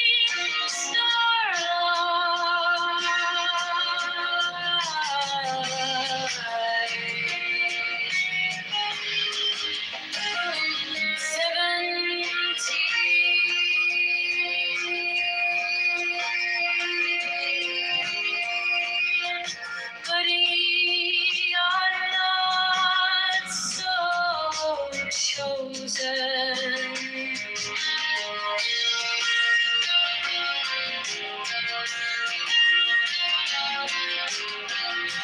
18 burn upon their brows, ostendra's serpent.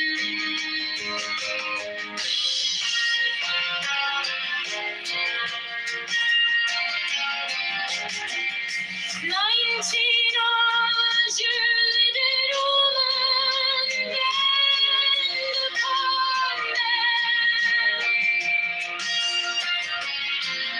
and upon them 20. The key of the rituals is in the secret word which I have given unto him.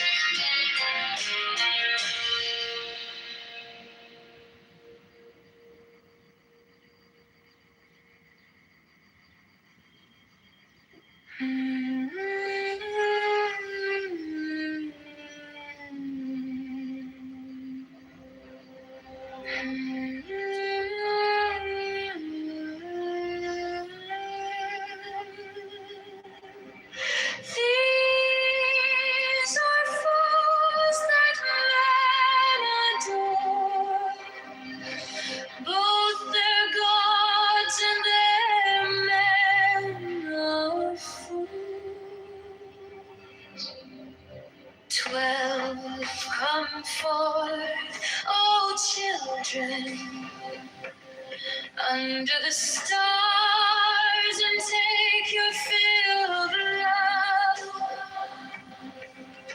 13, I am above you and in you, my ecstasy is in yours. My joy is to see your joy. For till all the gems are yours, the naked splendor of the wind. She bends in ecstasy, kiss the secret orders of our teeth. The winged globe, the starry blue are mine. Wankafna konsu.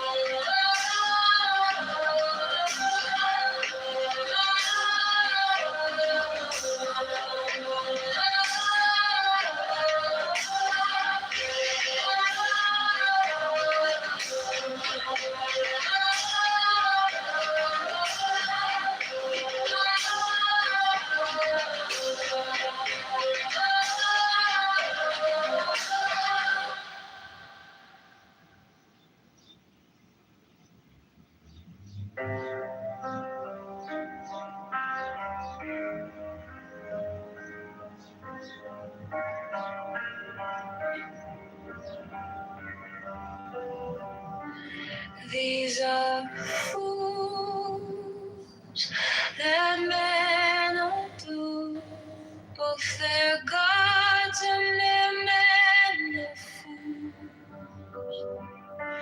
12 come forth, oh children, under the stars and take your fill of love. 13, I am above you, and in you my ecstasy is in yours. My joy is to see your joy.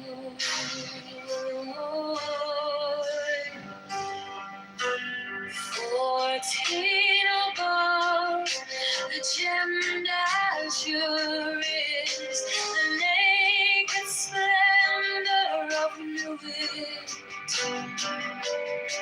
She bends in ecstasy to kiss the secret ardors of Hades. The winged globe, the starry blue, are mine, awake of Nahonsu. My joy is to see your joy.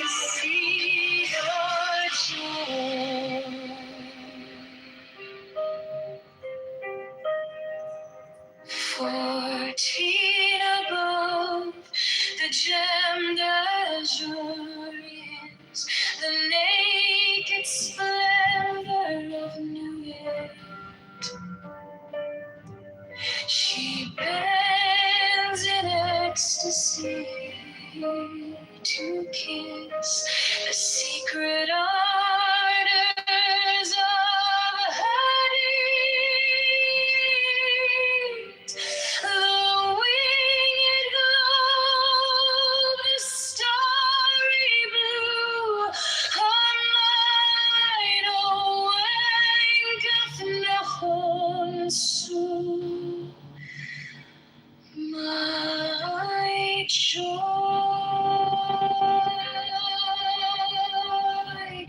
is to see your joy.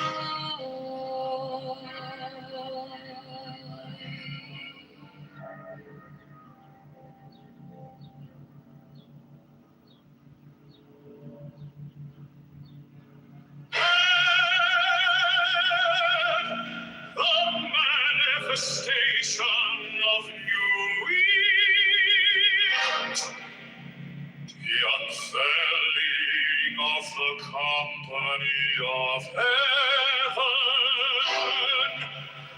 every man and every woman is a star. For every number is infinite, there is no difference. Help me, oh warrior of thieves, in my unveiling before the children of men.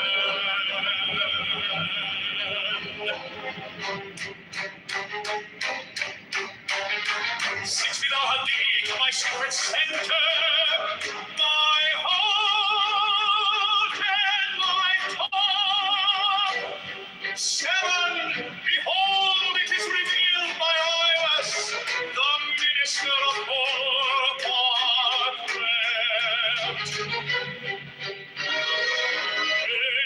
8, the couch is in the pool, not the pool in the cups. 9, worship then the cats, and behold,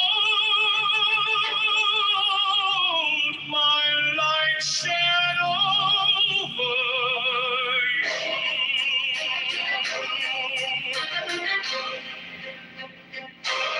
10, let my servants be few and secret, they shall rule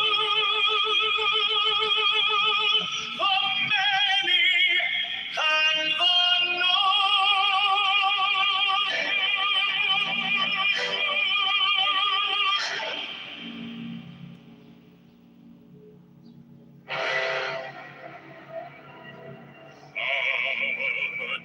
the manifestation of new wheat, to the unveiling of the company of heaven. Every man and every woman is a star.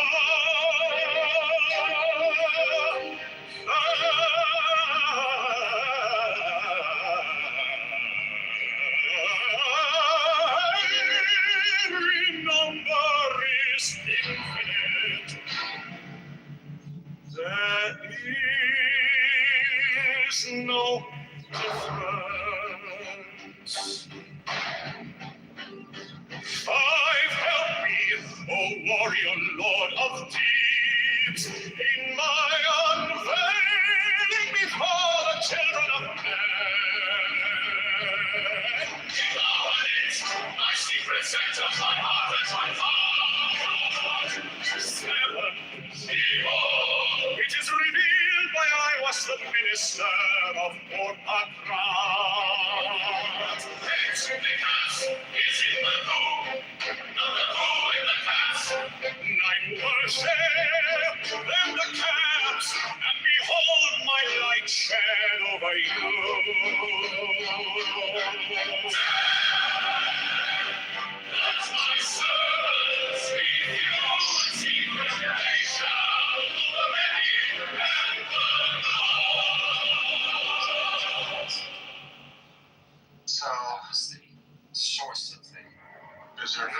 is the head of the man, and my insight is Qualitatively, subjectively, if you were to compare maybe 3 levels of this, hypothetically there's 0, and what would that experience be like? There's some, that's the kind that you would say is more ideal, and then there's the extreme one. Well, I've never had the experience. I'm when it comes to Amanita, I'm like a very small microdose person. I know people who use Amanita muscaria at high levels, and it is a visionary substance and whatnot, but it will also kind of rewrite the hard drive of your brain. So I've placed Amanita at any kind of a high dose off limits, so I can't really describe it to you. But the guy we're talking about will be happy to tell you about the time he took a lot of it, and he ran around the forest screaming for like 10 hours and not stop. My understanding, I've never ingested Amanita. My understanding is that it's more of a deliriant than a classic psychedelic the way we think about it. Yeah, or it's more of got a little bit of Dissociative.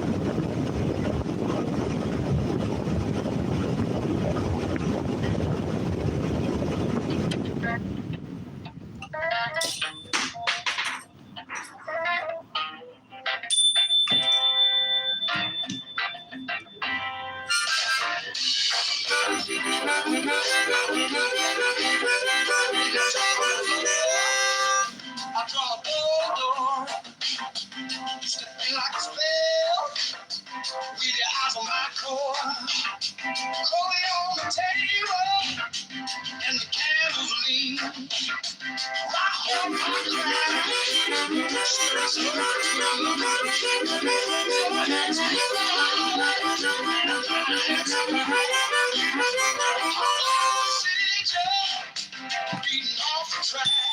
All power, all power, call it by name. Deep in the dark hour, we will all power. Take my hand. All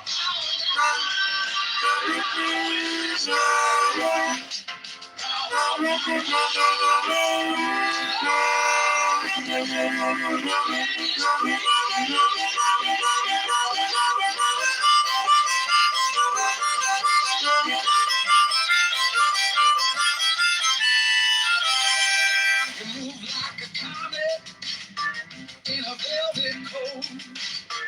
I sing your secret from the throne of the north. Copper cup shaking when you laugh that way. Even the moon drops at the edge of day. I don't need a crown, I don't need a throne. If you say my name, I come home, I come home. All power, all power under the skin. We close the circle and let the story end. I hope I take my hand. All power now in this bed. Hello? Hello? Hello?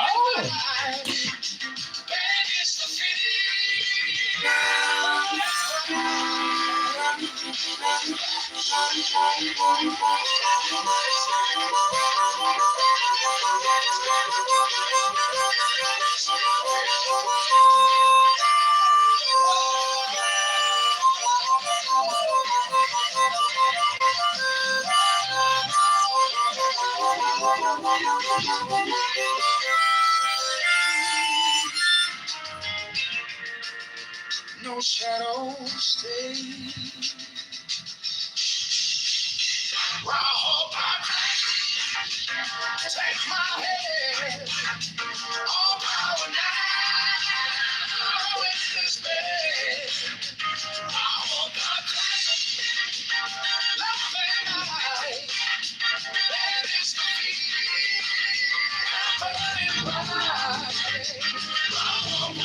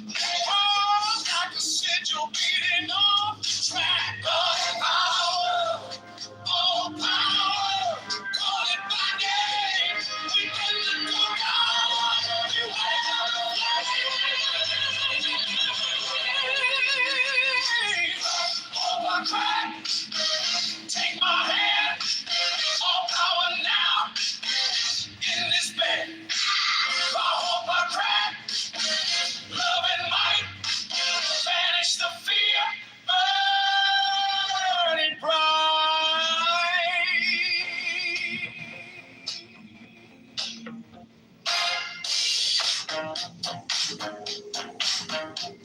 You move like a comet in a velvet coat. I sing your secret from the throat of the note. Copper cup shaking when you laugh that way. Even the moon drums at the edge of day. I don't need a crown, I don't need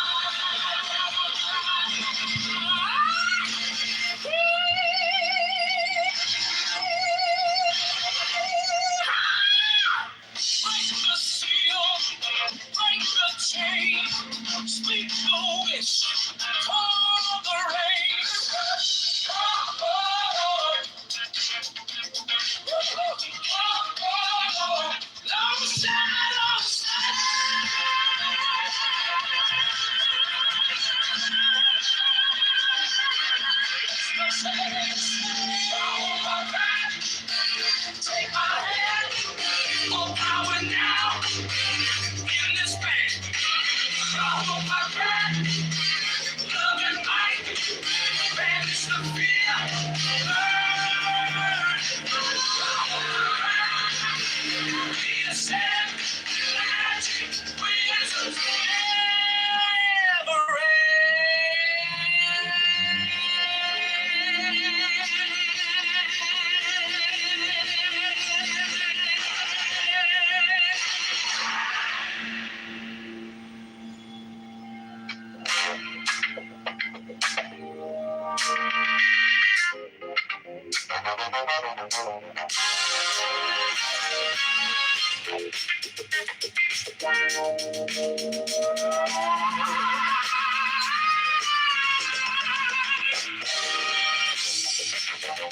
Welcome to the Ask a Mystic Show with Wizard John. Yay! Welcome to the show.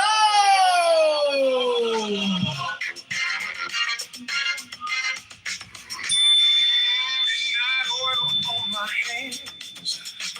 I do the circling salt. Gold rings, black silk, bare feet. Your name was the spark in the vault.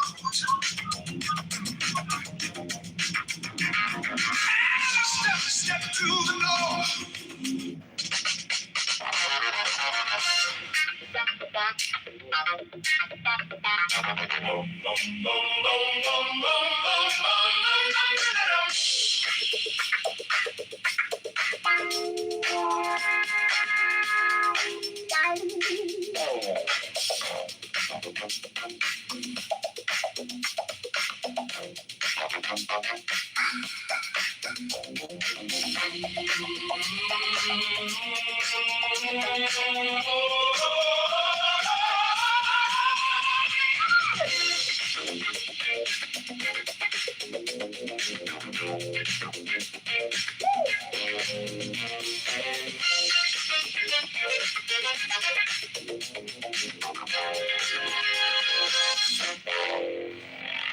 Midnight oil on my hands.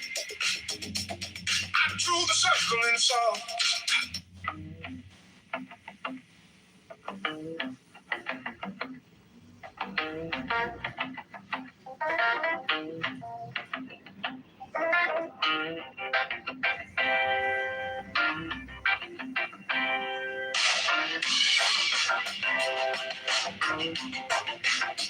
Midnight chalk on the floor. I draw a blow door. You step in like a spell with your eyes on my core. Cold on the table and the candles lean. Rock, hope, I cry, stirring smoke between. Your hands speak thunder, mine answer back. Heart like a sigil, beating off the track. All power, all power, call it by name. We've been the dark hour, we wear the flame. I hope I take my hand, all power down in this bed. I hope I love and might banish the fear, burning bright.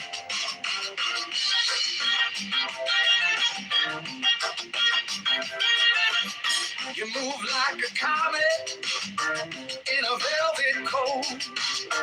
I sing your secret from the throat of the note. Copper cup shaking when you laugh that way. Even the moon drops at the edge of day. I don't need a crown, I don't need a throne. If you say my name, I come home, I come home. All power, power, all power under the skin. We close the circle and let the storm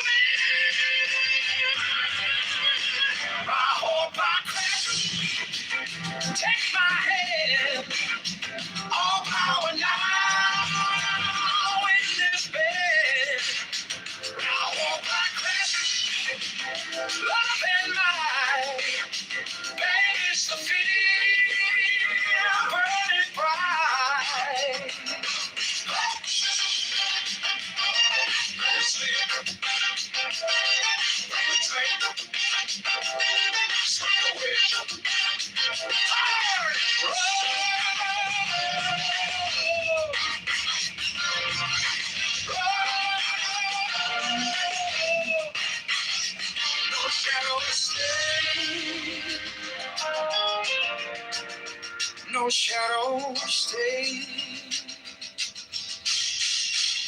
I hope I take my head all power now in this bed. I hope I crash laughing night. And it's complete burning bright. I hope I crash. We ascend magic wizard. Never end.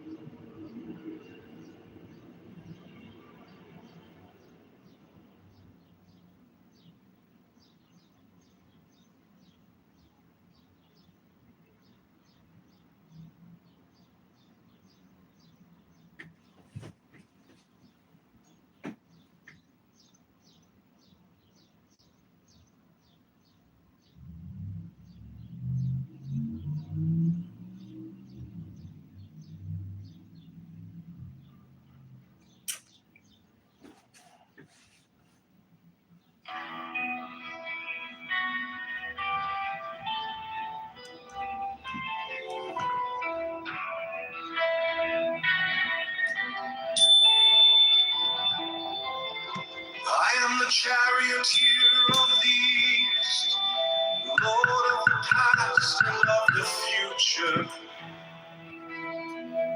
I see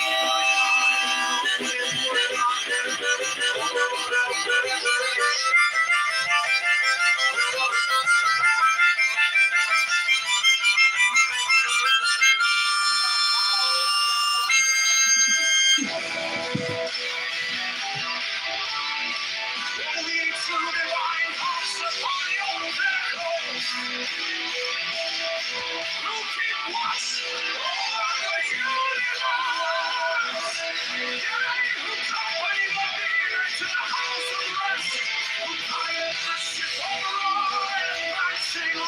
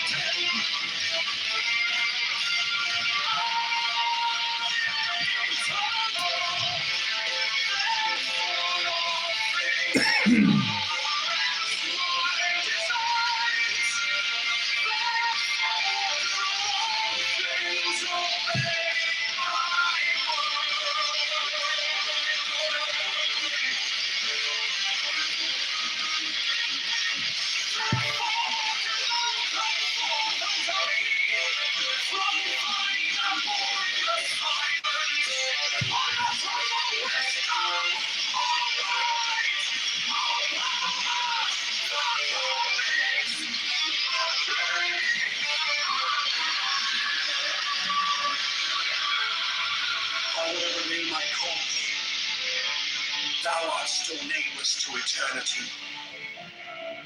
Come thou forth, I say, and aid and guard me in this work of art.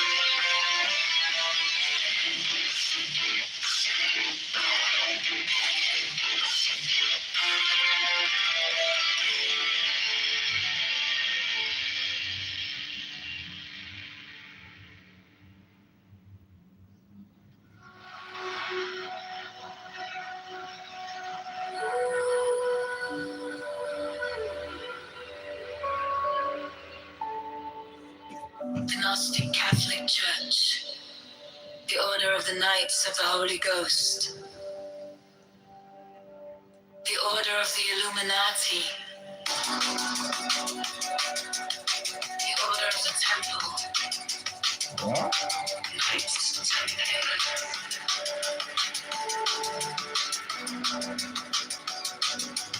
the Order of the Knights of St. John,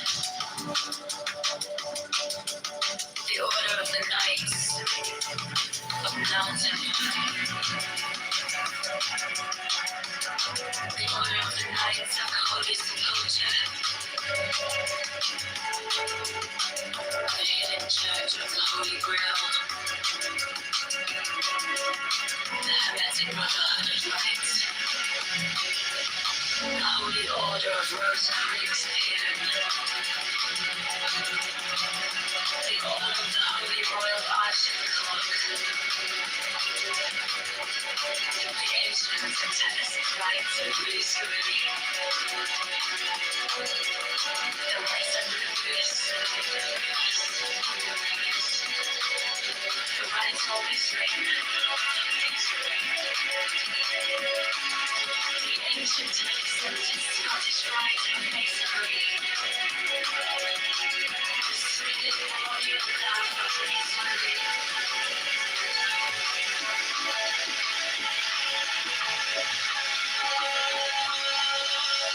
Order of the Martinists. The Order of the Sampai, and many other orders of equal merit, if of less fame.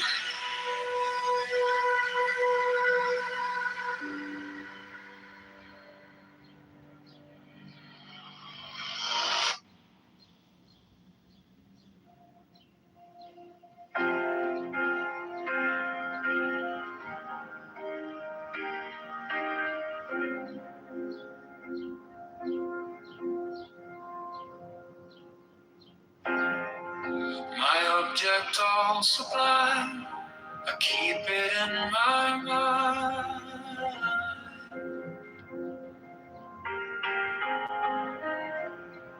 A needle made of light, threading through the night.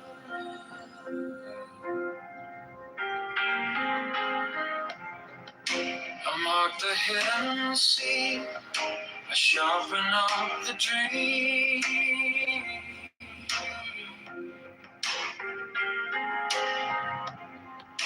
The case is cold but clear.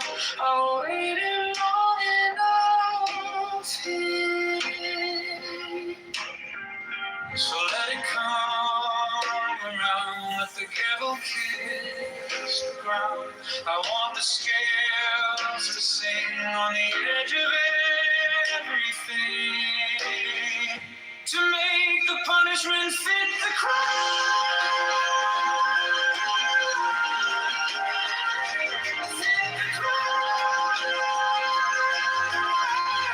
To make the punishment fit the crime. Fit the crime. My object of sublime shall achieve any time.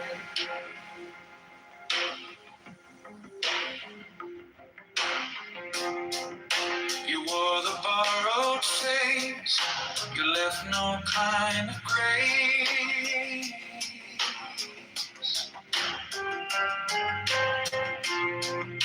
But every lie you spun turns back beneath the sun.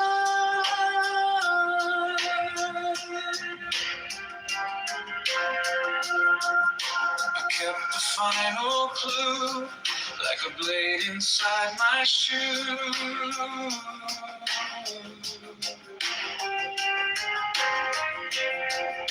Now every step you take feels like the earth might break. So let it come around, let the gavel kiss the ground. I want the scales to sing on the edge of everything, to make the punishment fit the crime. Fit the crime. To make the punishment fit the crime. Fit the crime. My object was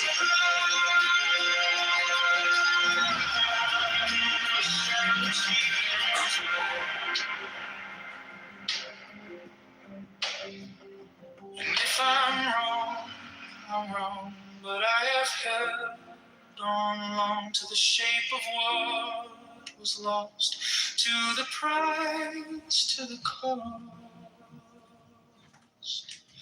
to make the punishment fit the crime.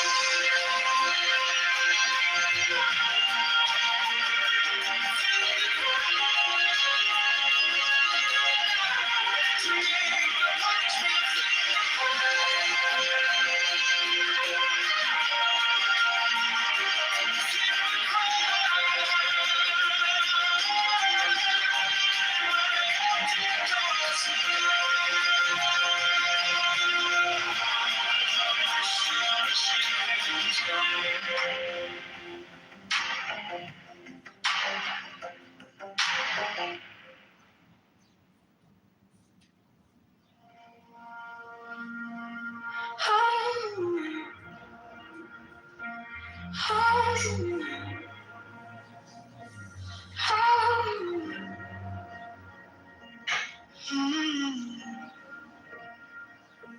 My object all sublime, I keep it in my mind.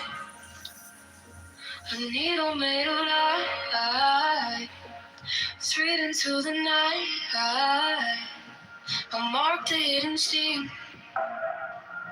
to sharpen up the dream. The case is cold but clean. I've waited long enough here, so let it come around. Let the candle kiss the ground. I want the scales to sing on the edge of everything, to make the punishment fit the crime. Fit the crime. Make the punishment fit the crime. Fit the crime. My object calls sublime. I shall achieve in time.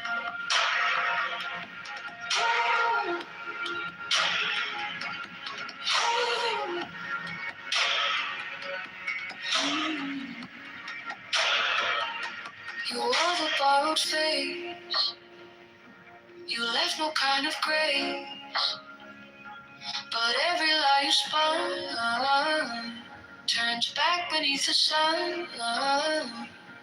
I kept the final clue, like a blade inside my shoe. Now every step you take feels like the earth might break.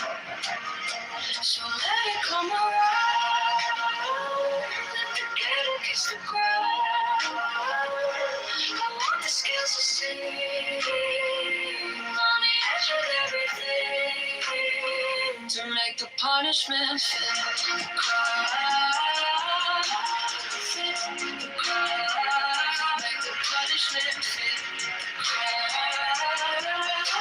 Fit the crime. My object all sublime. I shall achieve in time.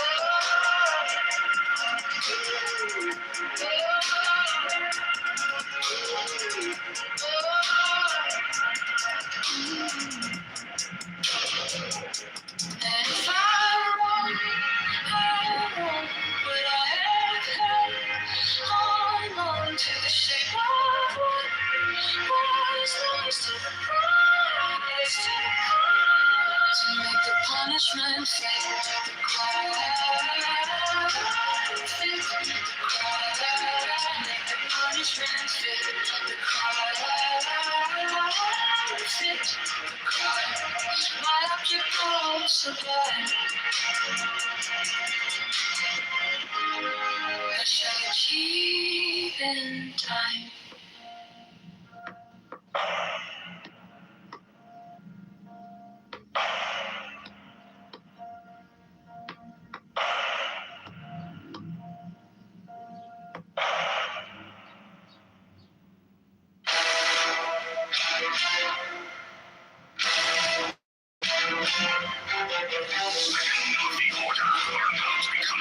Receive all care, attention, and honor from all brethren. 68 special professed houses will be established for their convenience, should they wish to take advantage of them. 69 The Order offers great social advantages to its members, bringing them as it does into constant association with men and women of high rank.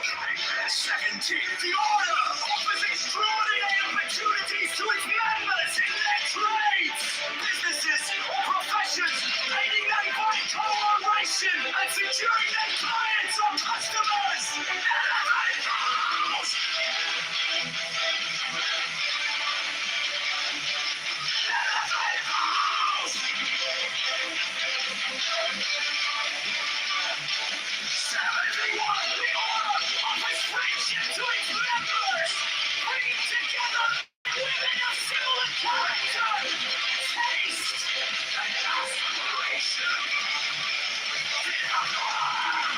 70 The Secrecy of the Order provides United members with an inviolable shroud of concealment. 7, the crime of slander, which causes so great a proportion of human misery, is rendered extremely dangerous, if not impossible, within the order by a clause in the obligation of the third degree.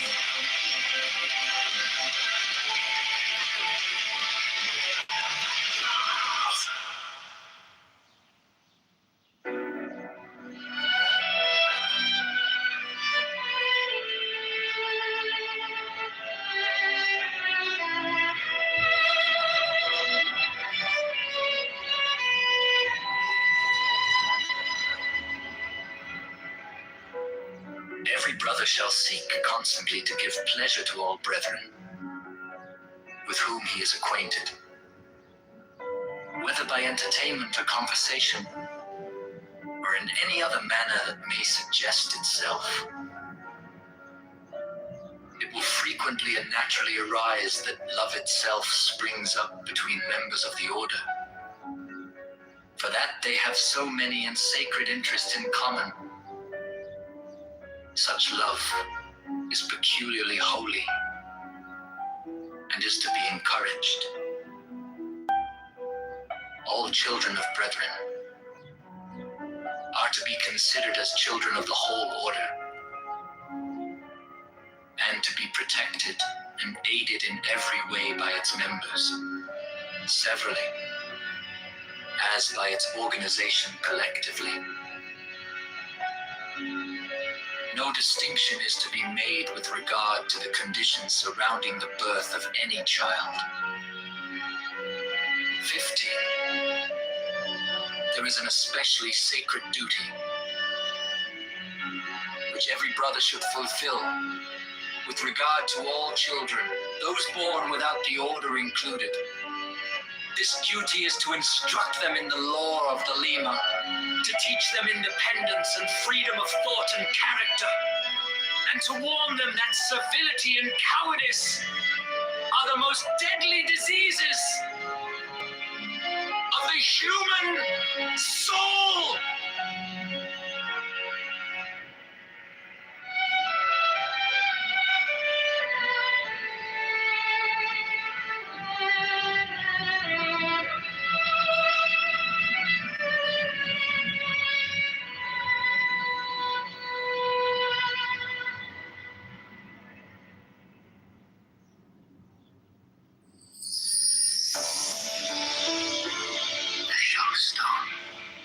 A crystal which Dee alleged to have been brought to him by angels, was then placed upon this table, and the principal result of the ceremonial scrying of Sir Edward Kelly is the obtaining of the following diagrams, plates,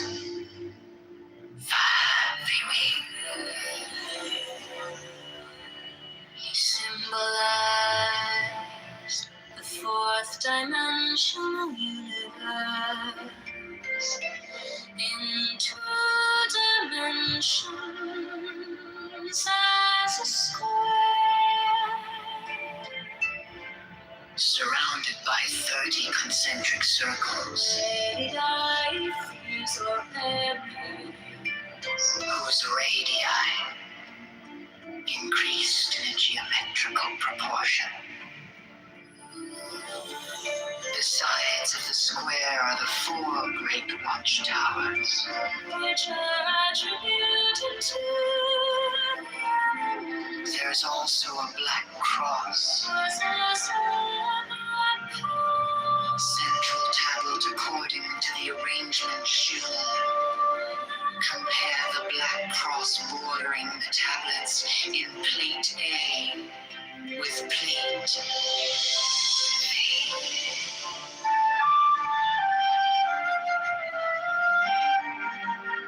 We think is the general view.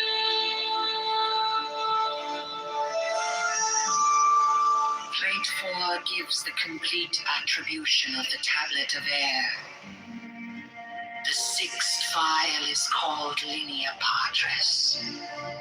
The 7th file is called Linea Filii. The 7th line is called Linea Spiritus Sancti.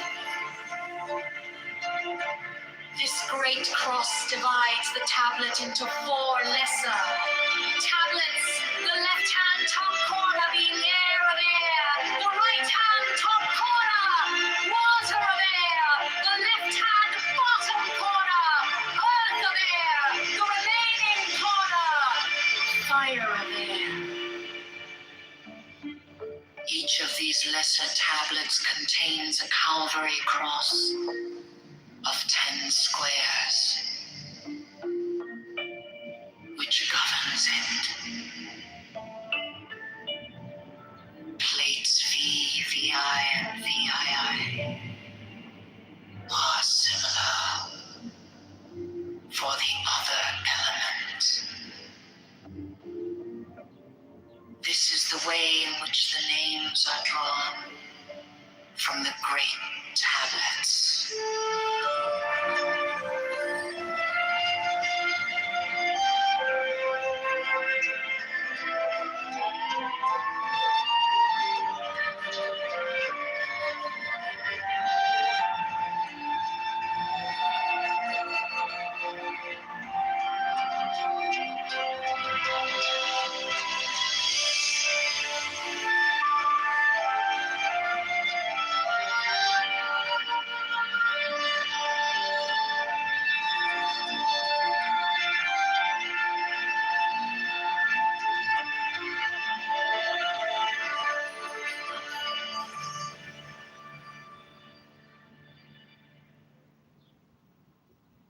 Next, the following text is between the points of the pentagram, starting at upper right.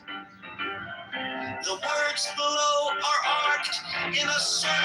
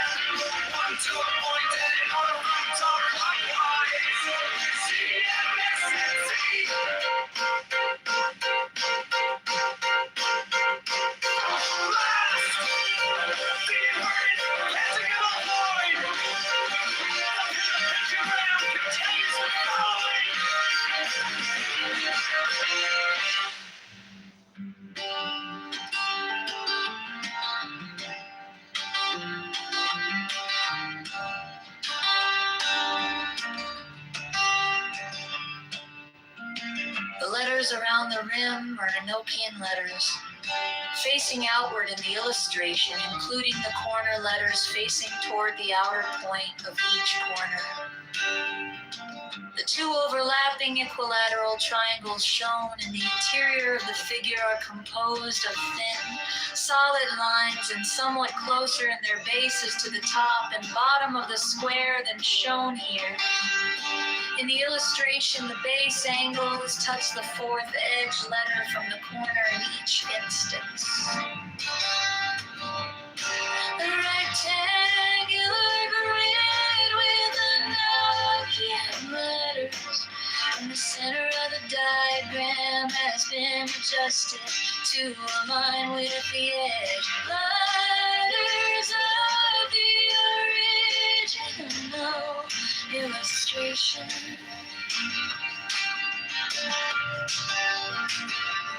This rectangular grid has its corners overlapping the lines defining the hexagon in the original illustration.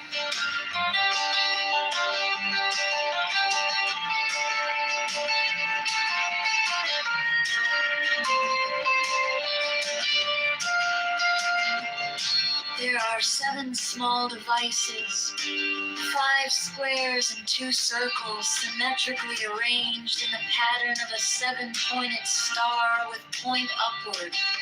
There is no actual 7-pointed star drawn. These devices are all oriented to be viewed from the center of the figure. Their size is about that of 3-edge divisions vertically and horizontally, and their text would be at right angles to any straight line that might be drawn from the center of the figure. These devices have been represented by the numbers 1 through 7 in the approximation above. They are separately approximated below. Not to scale.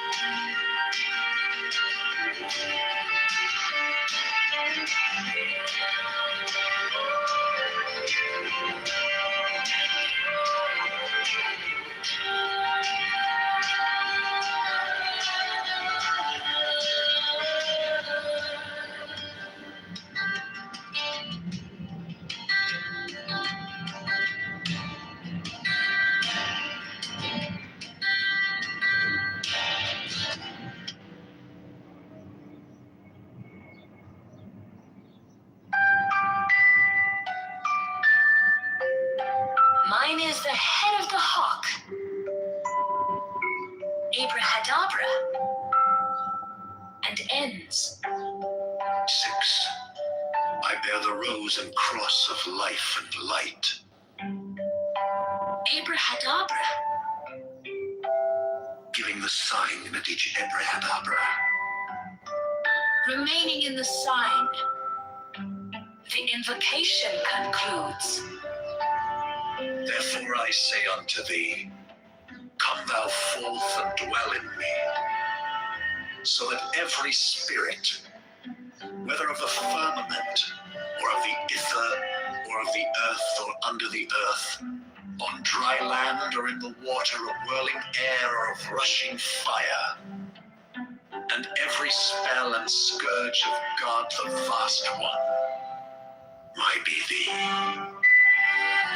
Abrahadabra. The adoration.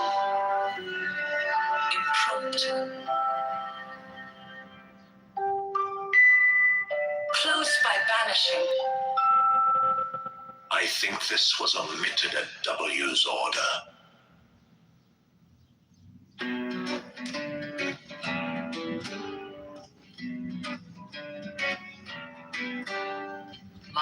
as the head of the man, and my insight is keen as the hawks. By my head I invoke thee.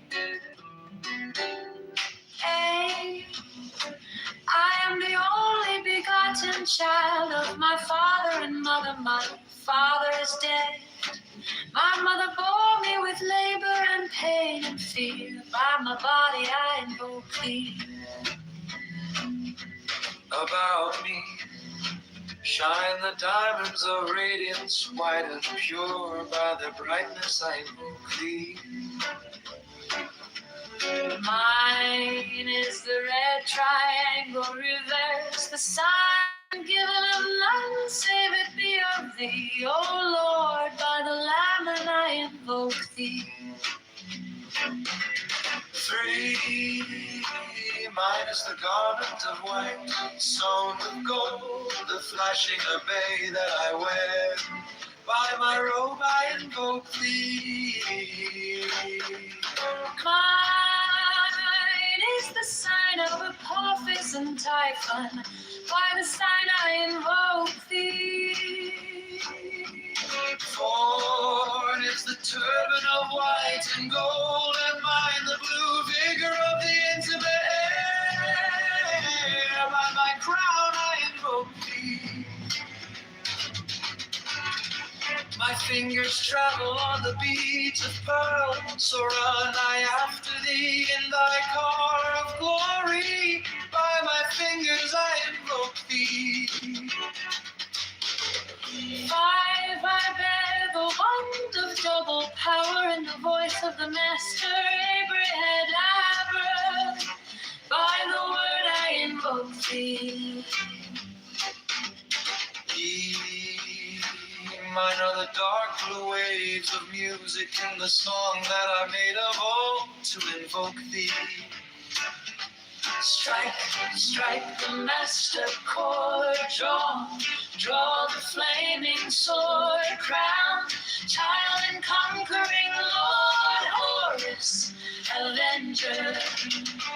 By the song I invoke thee. 6, in my hand is thy sword of revenge, let it strike at thy bidding. By the sword I invoke thee. The voice of the fight, the voice of the fight, the voice of the sick, 11 of the voices, Abraham.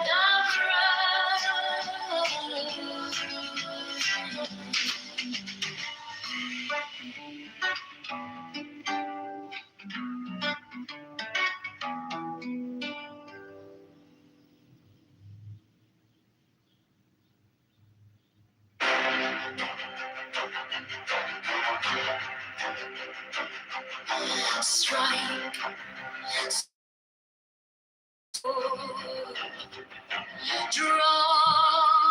Draw the flaming sword,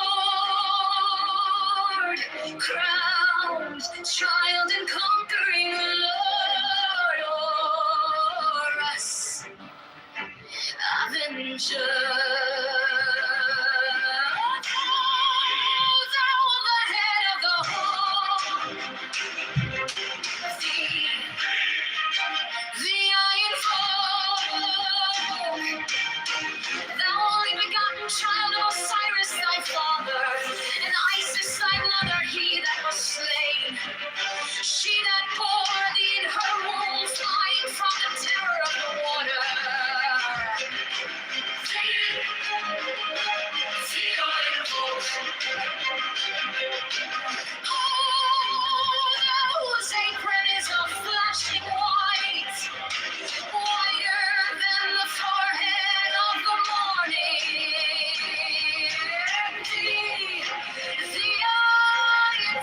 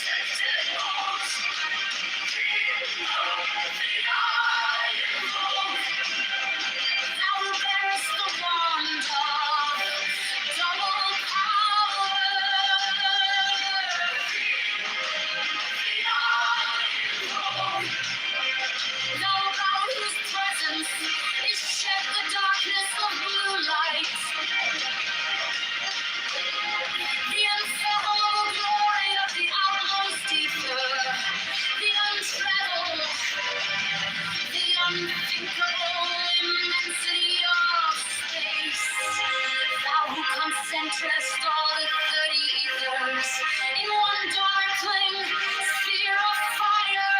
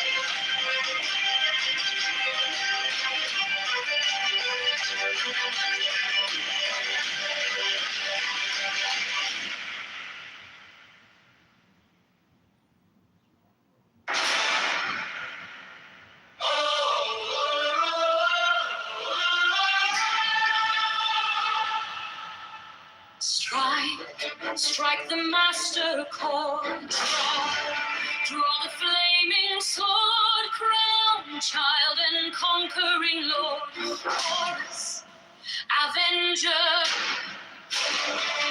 O thou of the head of the hawk, thee I invoke.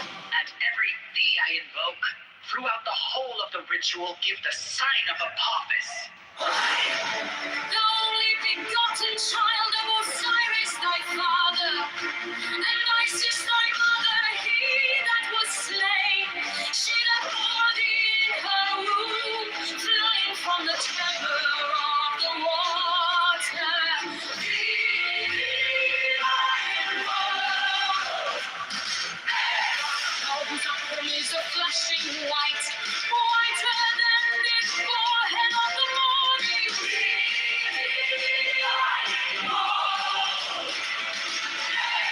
For thou hast formulated thy father, and made fertile thy father.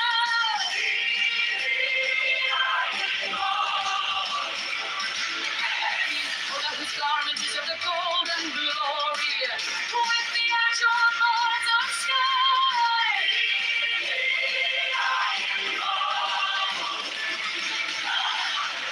Who didst avenge the horror of death, thou the slayer of Typhon? Thou, who didst lift thine arms, and the dragons of death were as dust? Thou, who didst raise thine head, and the crocodile of Nile was abased before thee?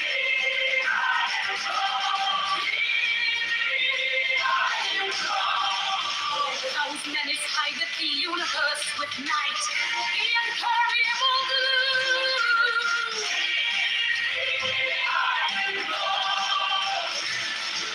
Thou, who travellest in the boat of Ra, abiding at the helm of the Arctic boat and of the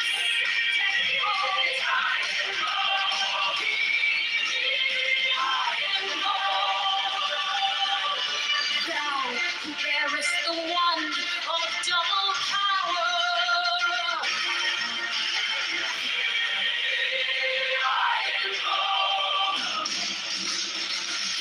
Thou about whose presence is shed the darkness of blue.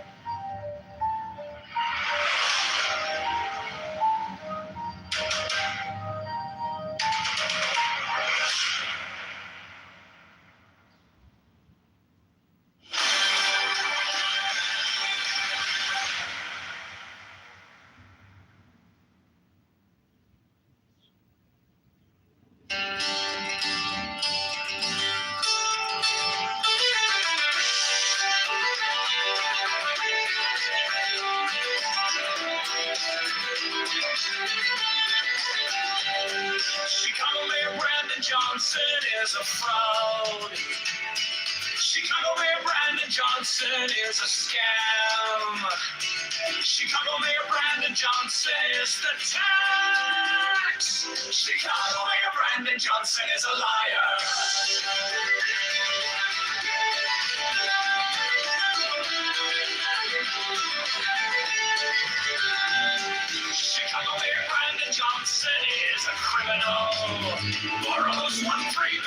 to give to crying on. Profits the seed to you is a mafia propaganda. Organization affordability is a scam. Brandon Johnson is the tax. Open the books, transparency now. Public spending tracker now. Brandon Johnson is the tax. Brandon Johnson is the tax. Brandon Johnson is a scam.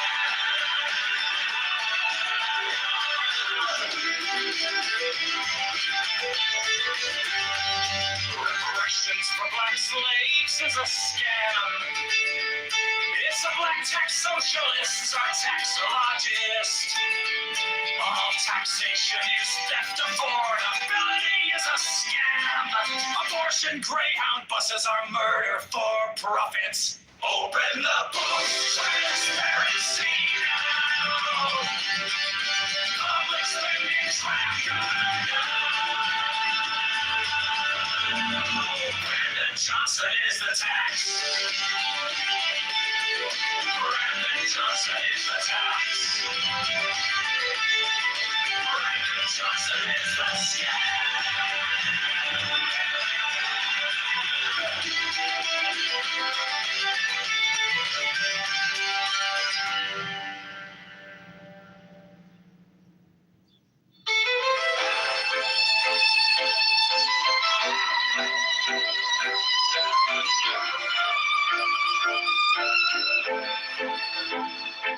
We stamped our paychecks with a smiling mask.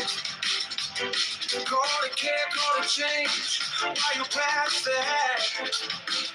Your friends at the table, eating out the back. We're stuck in the checkout line, doing the math. You borrowed a mountain for a parking lot dream, sign your name on the dime like it's free, free, free. We wake up to letters with the red ink screams. Every promise on paper feels cheap to me. Brandon Johnson is a tax. We're the ones who pay it back. All the bills and all the spends. The cash goes out when locked in. Open up the books right now. Show the numbers line by line. Transparency on every track. Brandon Johnson is a tax.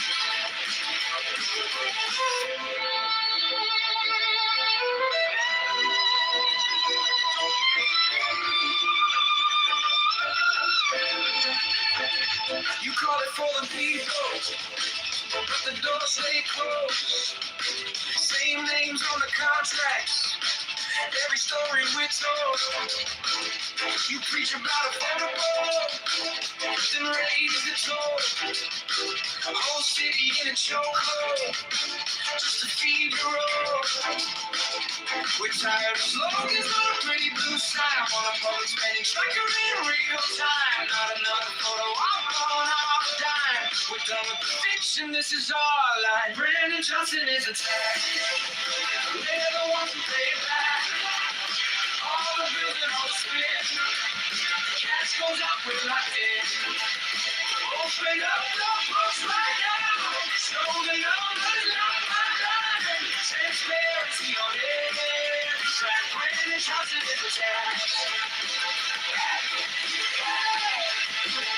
We want receipts. Every cent, every check, every week.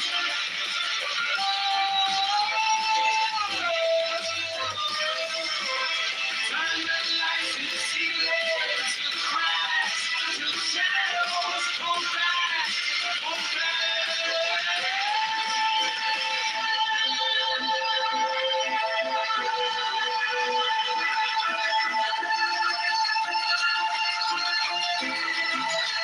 Brandon Johnson is the tax. We're the ones who pay it back. All the bills and all the spit. Cash goes out with locked in. Open up the books right now. Show the numbers line by line. Put the truth on the giant screen. Still always tells me to flash. Brandon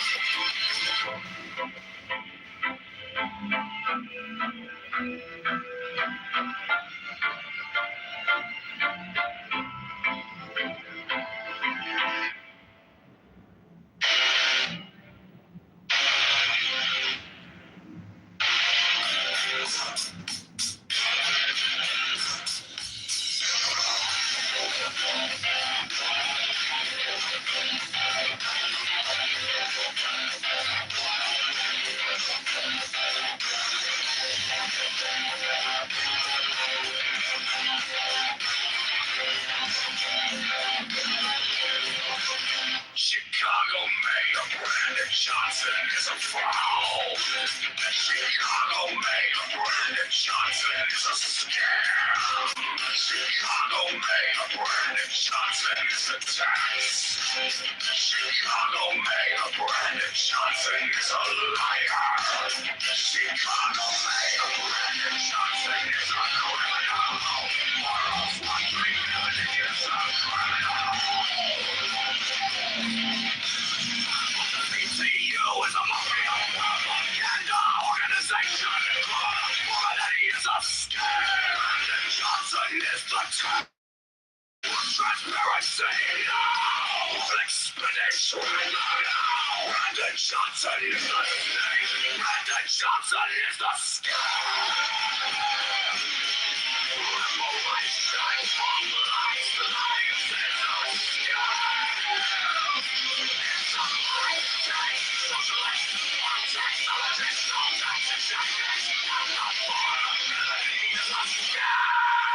Chicago Mayor Brandon Johnson is a fraud. Chicago Mayor Brandon Johnson is a scam. Chicago Mayor Brandon Johnson is the tax.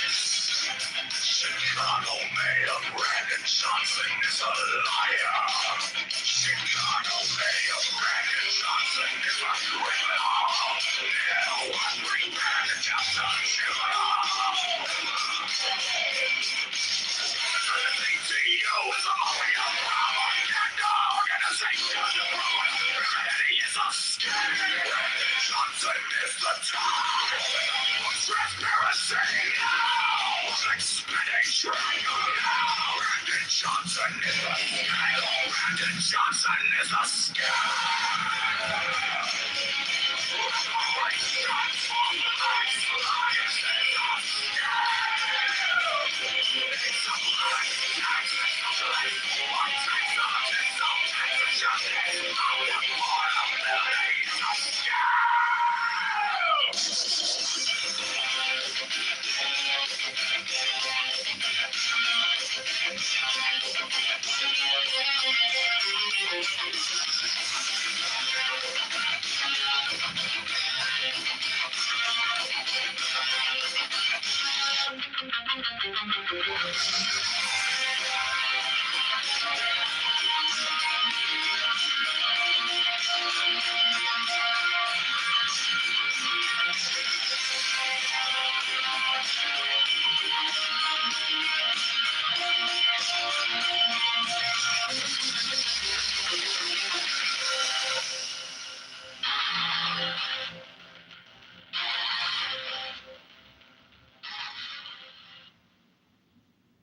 Chicago Mayor Brandon Johnson is a fraud.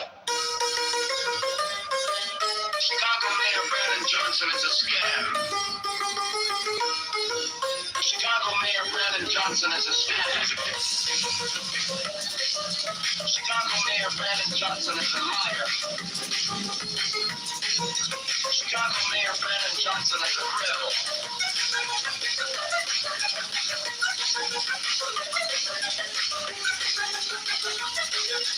Carl's won $3 billion to get the crony dollars to put the C2 is a mafia propaganda. Organization affordability is a scam. Carbon Johnson is a cop.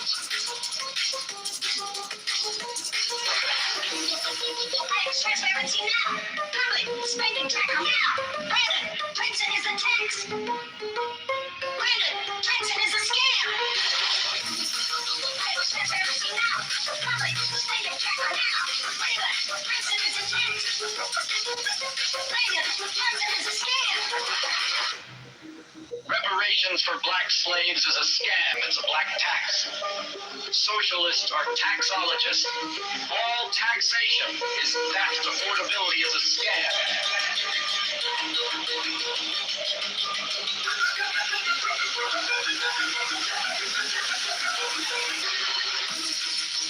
Transparency now. Public spending tracker now. Brandon, Johnson is a tax. Brandon, Johnson is a scam.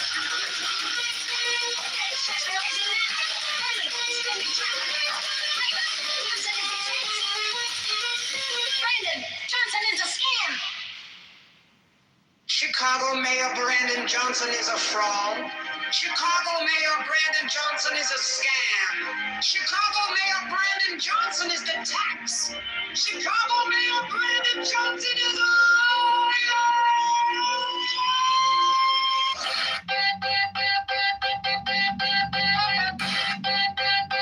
Chicago Mayor Brandon Johnson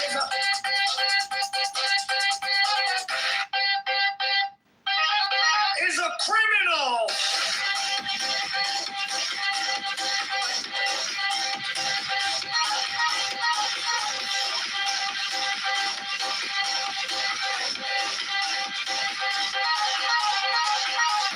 Borrows $1.3 billion to give to crony nonprofits. The CTU is a mafia propaganda. Organization affordability is a scam. Brandon Johnson is the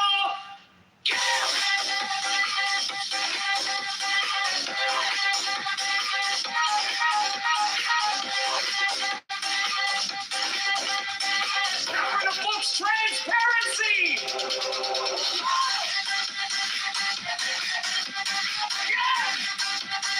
We're spending tracker now. Brandon Johnson is the tax. Brandon Johnson is the scam. Reparations for black slaves is a scam. It's a black tax. Socialists are taxologists. All taxation is theft. Affordability is a scam.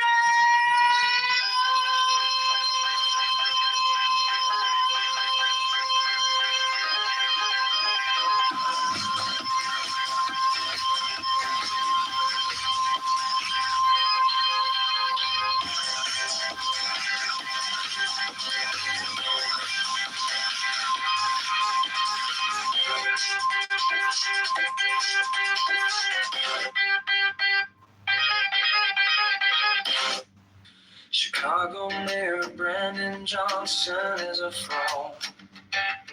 Chicago Mayor Brandon Johnson is a scam. Chicago Mayor Brandon Johnson is the tax.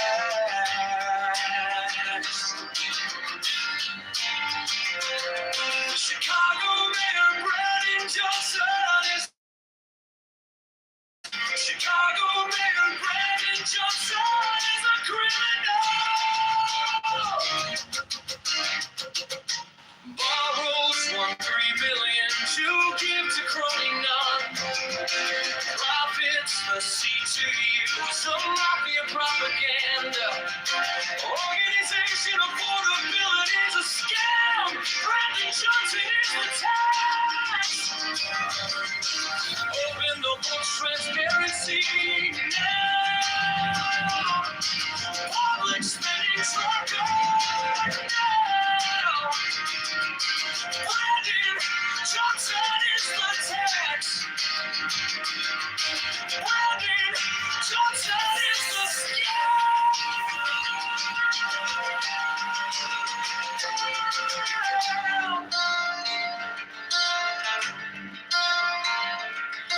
reparations for black slaves is a scam.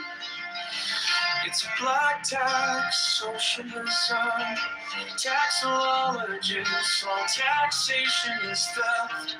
Affordability is a scam.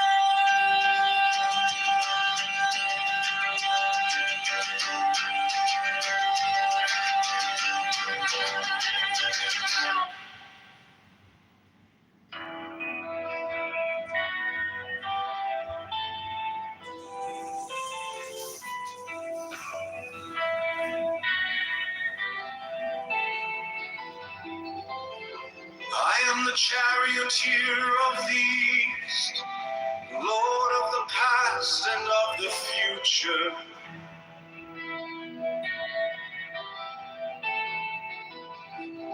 I see by mine own inward light, Lord of resurrection, who cometh forth from the dust, and my birth is from the house of death. Only true divine hopes upon your miracles, who keep watch over the universe. Yea, who company the beer to the house of rest, who guideth the ship over and marching onward to the heights of heaven.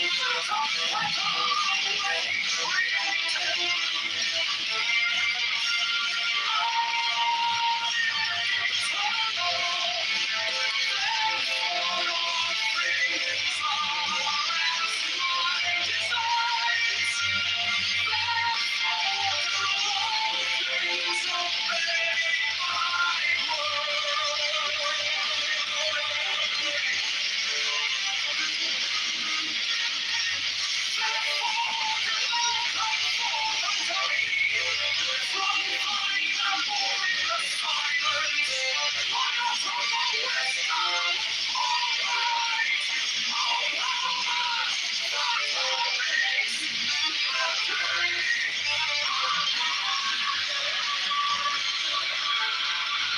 will remain my course.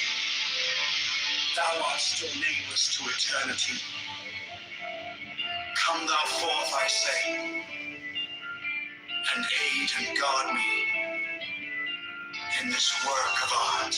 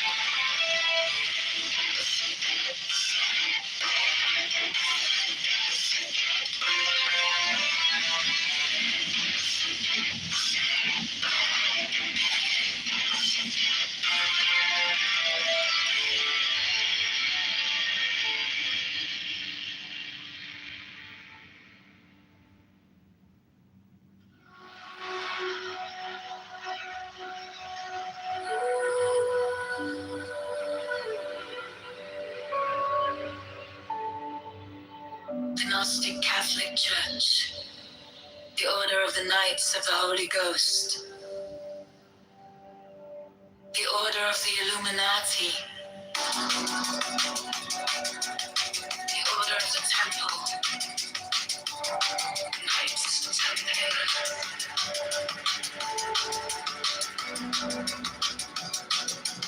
the Order of the Knights of St. John, the Order of the Knights of Mountain High, the Order of the Knights of the Holy Sepulchre, the Hidden Church of the Holy Grail, the Hermetic Brotherhood of Light, the Holy Order of Rosicrucian, the Order of the Holy Royal Archer Clock, the Ancient Satanic Rites of Louis-Louis, the Resident Priest, the Right Holy Spirit, the Ancient and Accepted Scottish Rite of Masonry, the Spirit Body of Catholic Masonry,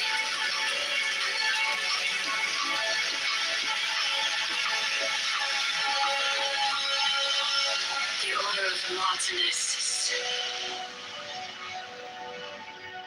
the Order of the Sapphire, and many other orders of equal merit, if of less fame.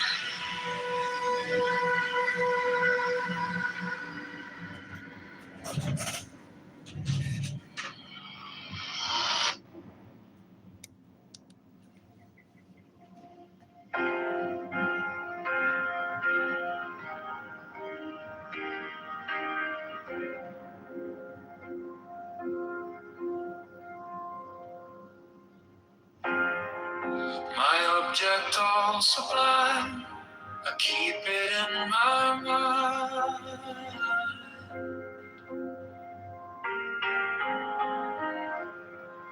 A needle made of light, threading through the night.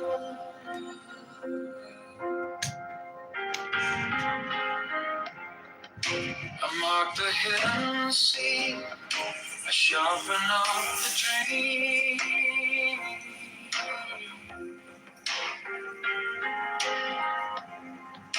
The case is cold but clear, I waited long enough here. So let it come around, let the gavel kiss the ground. I want the scales to sing on the edge of everything, to make the punishment fit the crime. Fit the crime. To make the punishment fit the crime. Fit the crime. My object of sublime. Solitude in time.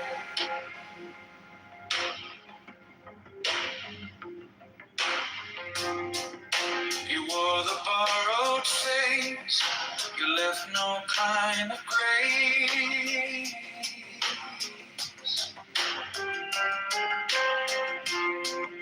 But every lie you spun turns back beneath the sun.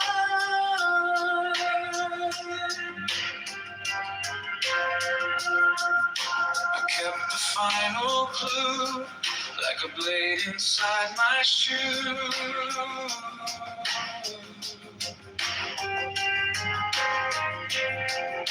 Now every step you take feels like the earth might break. So let it come around, let the giggle kiss the ground. I want the scales to sing on the edge of everything, to make the punishment fit the crime. Fit the crime. To make the punishment fit the crime.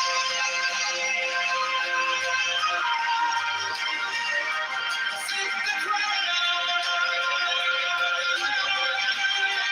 My object of sublime.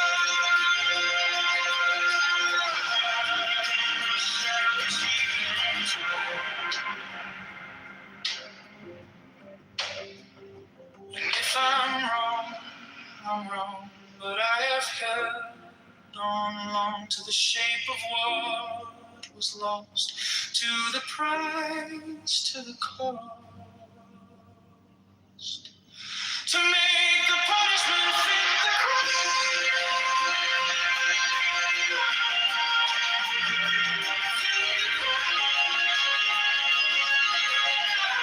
To make the punishment fit the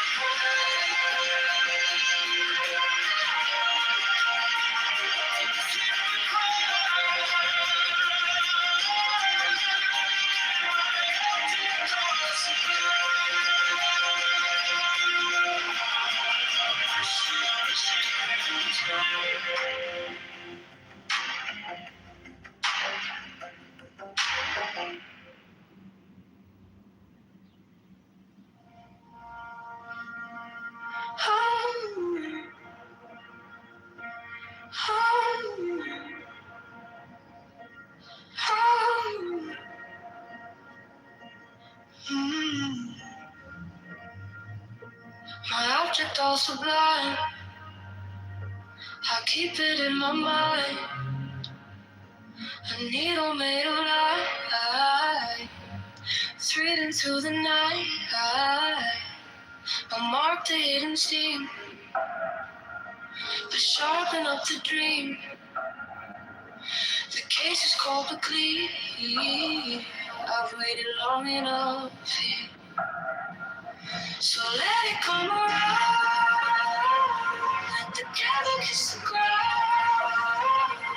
I want the scales to see on the edge of everything to make the punishment fit the crime. Fit the crime. Make the punishment fit the crime. Fit the crime. My object calls sublime. I shall achieve in time.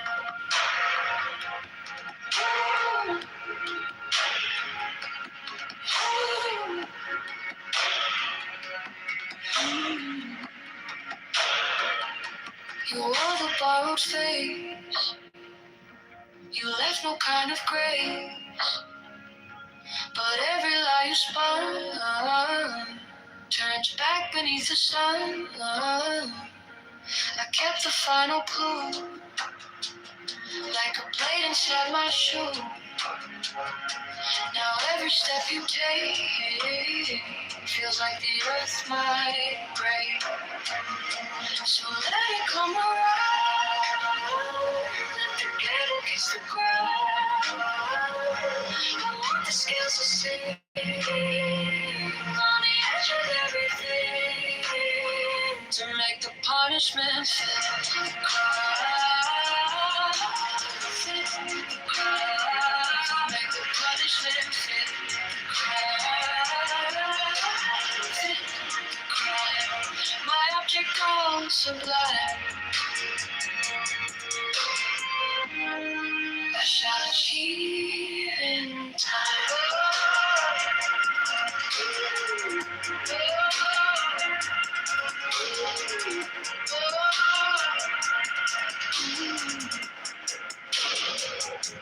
And if I'm wrong,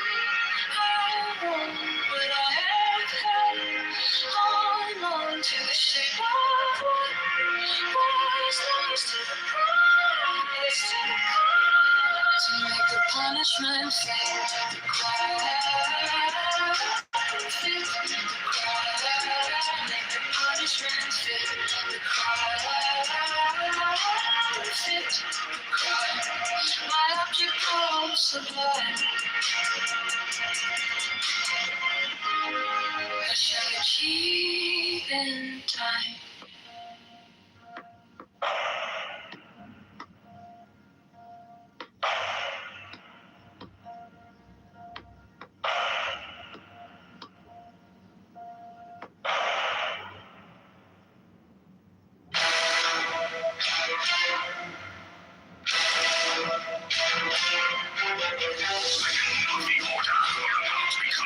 Receive all care, attention, and honor from all brethren. 68 special professed houses will be established for their convenience, should they wish to take advantage of them. 69 The Order offers great social advantages to its members, bringing them as it does into constant association with men and women of high rank.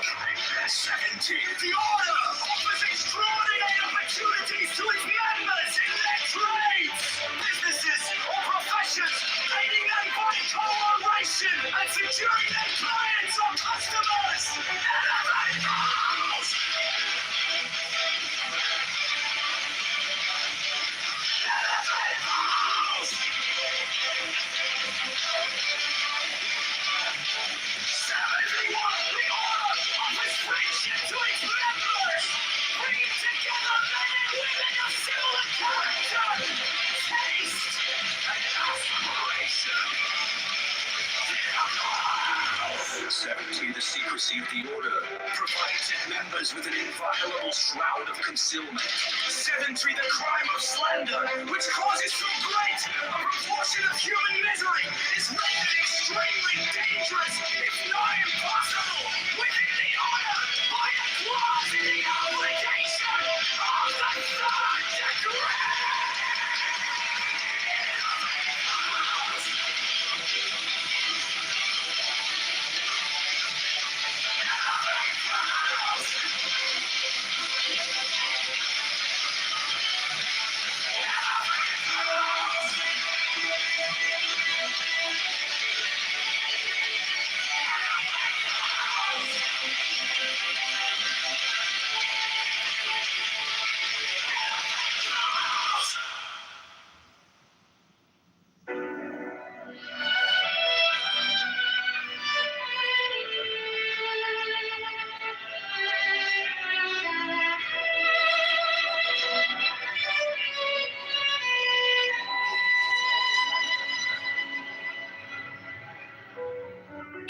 brother shall seek constantly to give pleasure to all brethren with whom he is acquainted, whether by entertainment or conversation, or in any other manner that may suggest itself. It will frequently and naturally arise that love itself springs up between members of the order, for that they have so many and sacred interests in common.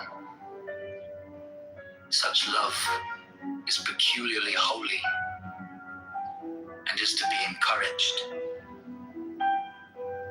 All children of brethren are to be considered as children of the whole order, and to be protected and aided in every way by its members, severally, as by its organization collectively. No distinction is to be made with regard to the conditions surrounding the birth of any child. 15. There is an especially sacred duty which every brother should fulfill with regard to all children, those born without the order included. This duty is to instruct them in the lore of the Lima, to teach them independence and freedom of thought and character, and to warn them that servility and cowardice are the most deadly diseases of the human soul.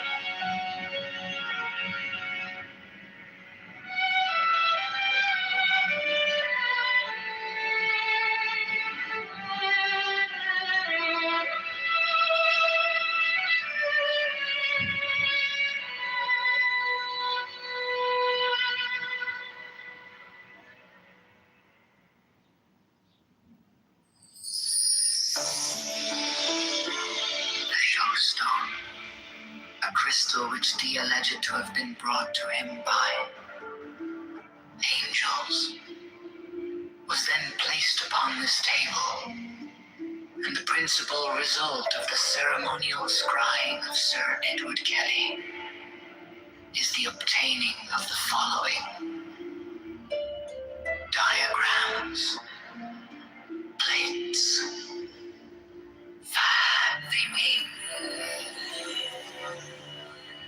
he symbolized the fourth dimensional universe in 2 dimensions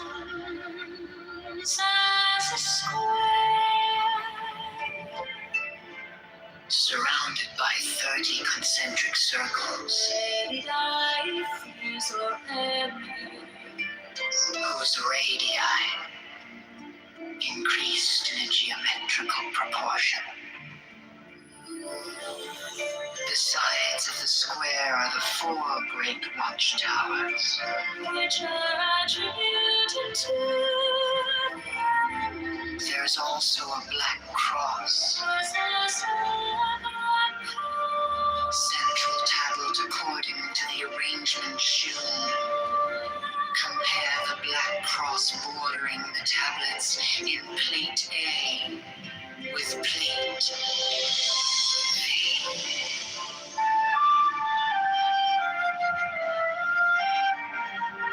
Plate B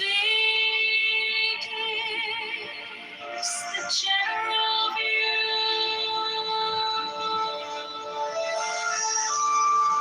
Plate 4 gives the complete attribution of the tablet of air. The 6th file is called Linea Patris. The 7th file is called Linea Filii. The 7th line is called Linea Spiritus Sancti. This great cross divides the tablet into 4 lesser tablets, the left-hand top corner being air of air, the right-hand top corner, water of air, the left-hand bottom corner, earth of air, the remaining corner, fire of air. Each of these lesser tablets contains a Calvary cross, of 10 squares. Which governs it? Plates V, VI, and VII are similar for the other element. This is the way in which the names are drawn from the great tablets.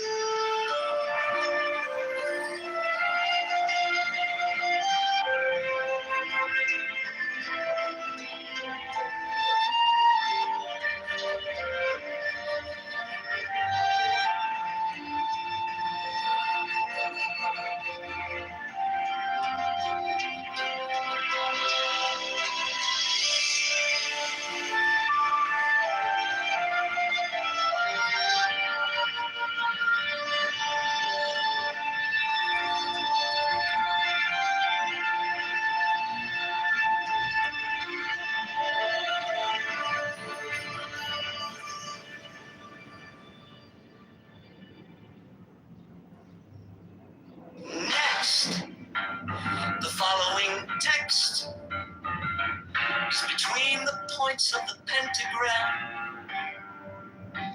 starting at upper right. The words below are arced in a circle.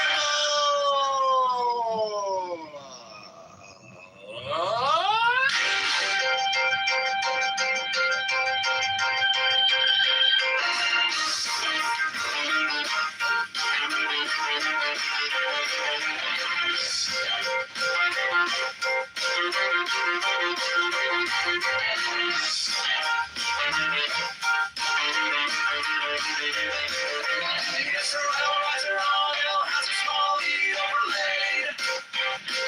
A deep L riser on L has a small E overlaid. A T and a razor on L has a small E overlaid. O down the riser on L has a small E overlaid.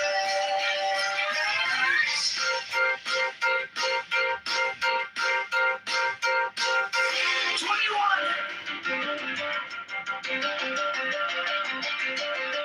I-8. Orbital riser on L has a small E overlaid. Next. The following letters are in the voids, one within the voids of the pentagram. One to a point and on a right are clockwise. C, M, S, and Z.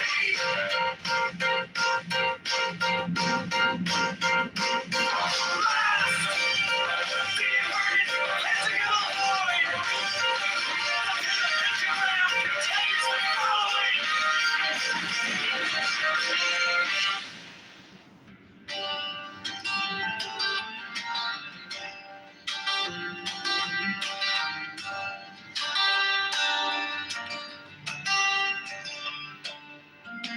The letters around the rim are Enochian letters, facing outward in the illustration, including the corner letters facing toward the outer point of each corner.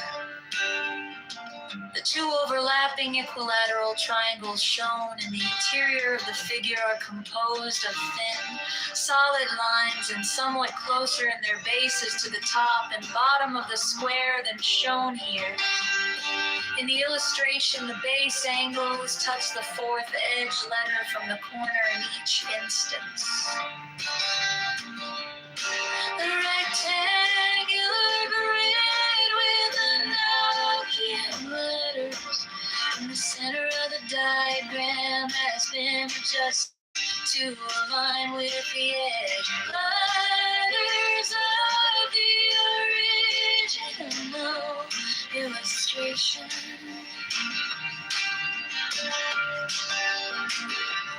This rectangular grid has its corners overlapping the lines defining the hexagram in the original illustration.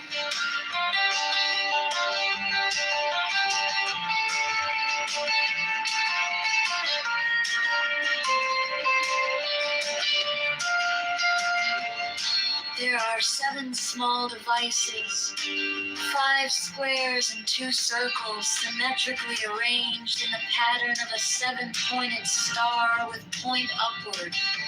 There is no actual 7-pointed star drawn. These devices are all oriented to be viewed from the center of the figure.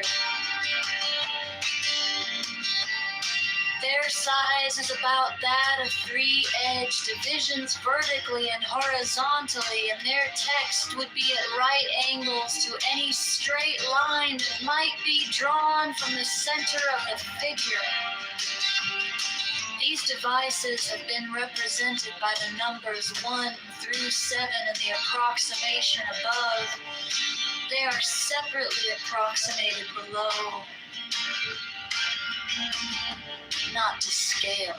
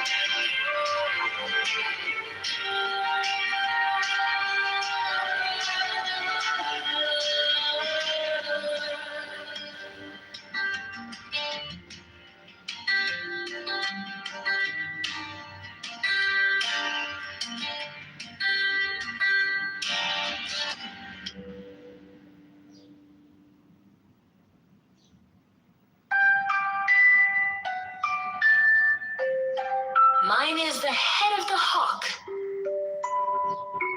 Abrahadabra. And ends.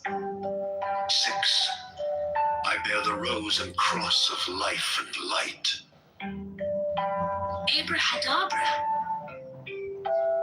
Giving the sign at each Abrahadabra. Remaining in the sign. The invocation concludes. Therefore I say unto thee, come thou forth and dwell in me, so that every spirit, whether of the firmament, or of the ether, or of the earth, or under the earth, on dry land or in the water, of whirling air or of rushing fire, and every spell and scourge of God the Vast One, might be thee. Abrahadabra. The adoration. Impromptu. Closed by banishing. I think this was omitted at W's order.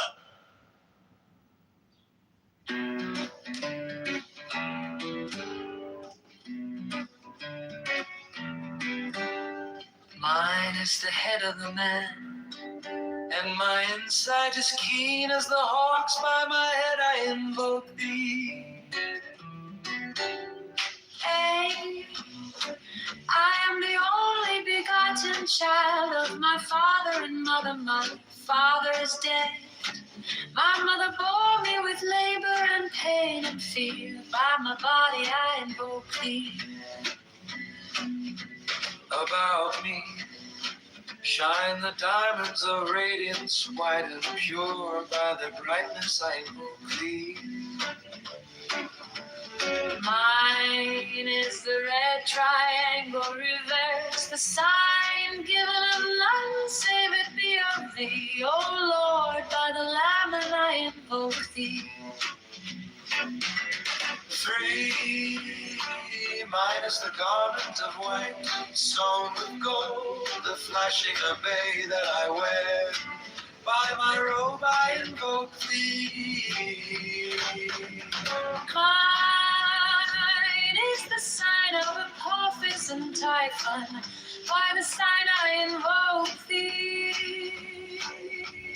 Torn is the turban of white and gold, and mine the blue vigor of the intimate air. By my crown I invoke thee.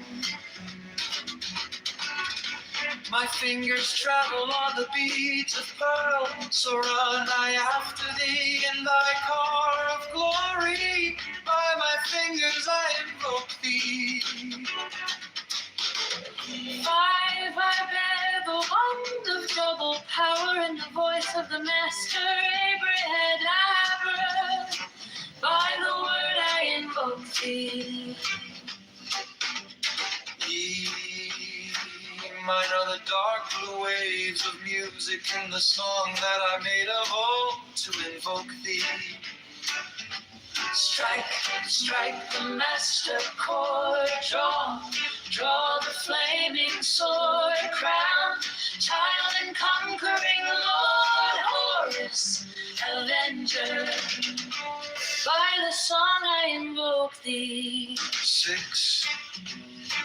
In my hand is thy sword of revenge, let it strike at thy bidding. By the sword I invoke thee. The voice of the fight, The voice of the fight, the voice of the 6. 11 of the voices, Abrahadabra.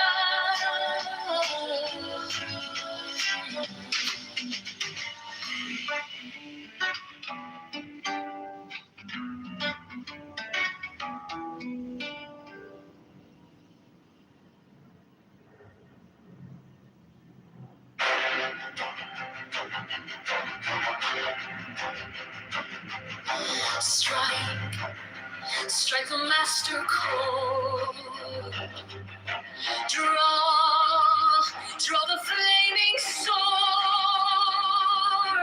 Crowned child and conquering Lord, Horus, avenger.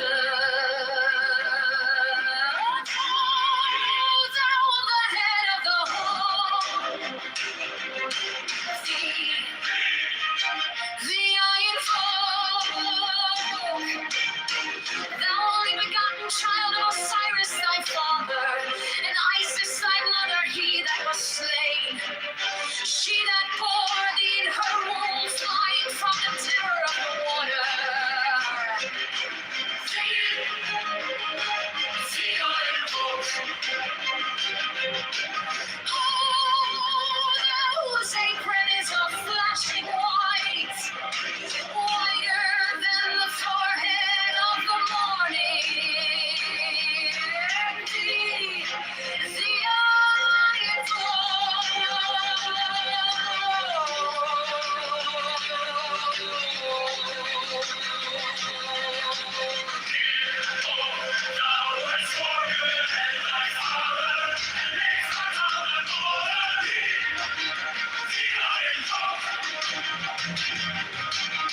Thou whose garment is of the golden glory, with the azure bars of sky.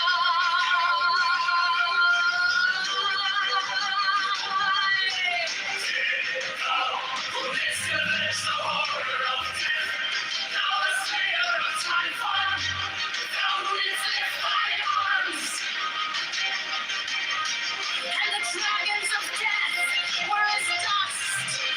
Thou who didst raise thine head, and the crocodile of Nile was abased before thee.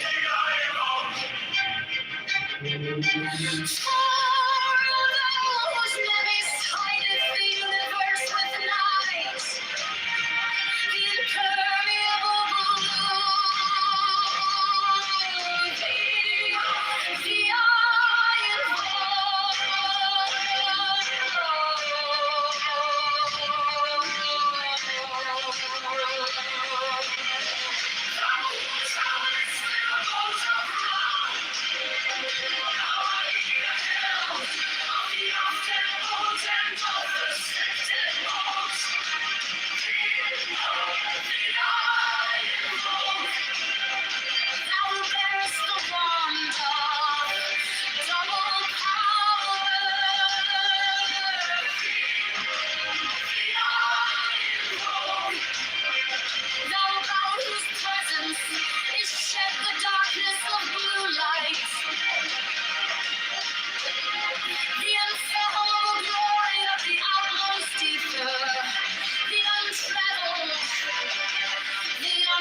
unthinkable immensity of space. Thou who concentrest all the 30 ethers in one darkling sphere of fire. Thee I invoke.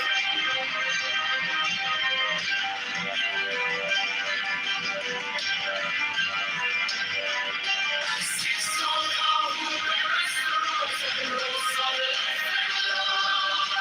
Thee I invoke. The voice of the five, the voice of the six, 11 voices.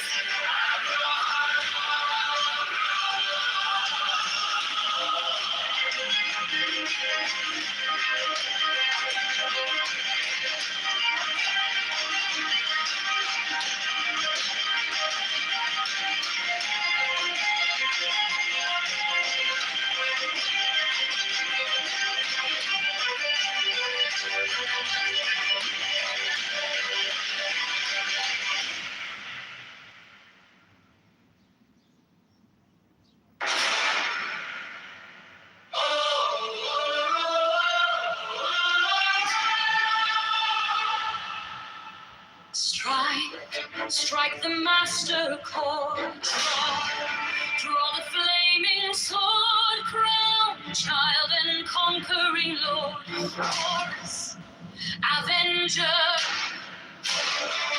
O thou of the head of the hawk, thee I invoke.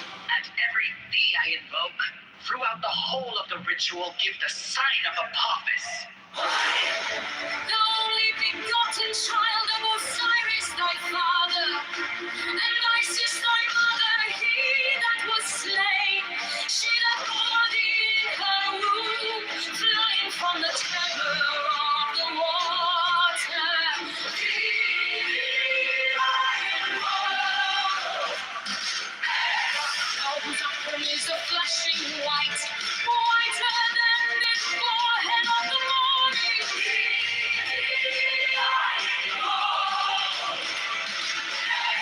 For thou who hast formulated thy father, and made fertile thy border.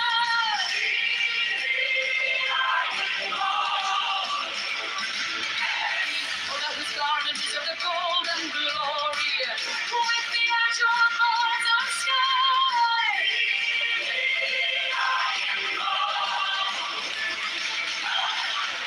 Who didst avenge the horror of death, thou the slayer of Typhon? Thou who didst lift thine arms, and the dragons of death were as dust. Thou who didst raise thine head, and the crocodile of Nile was abased before thee.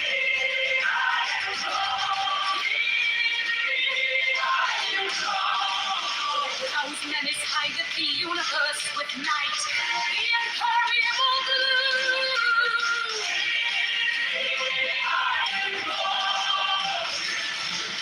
Thou who travelest in the boat of Ra, abiding at the helm of the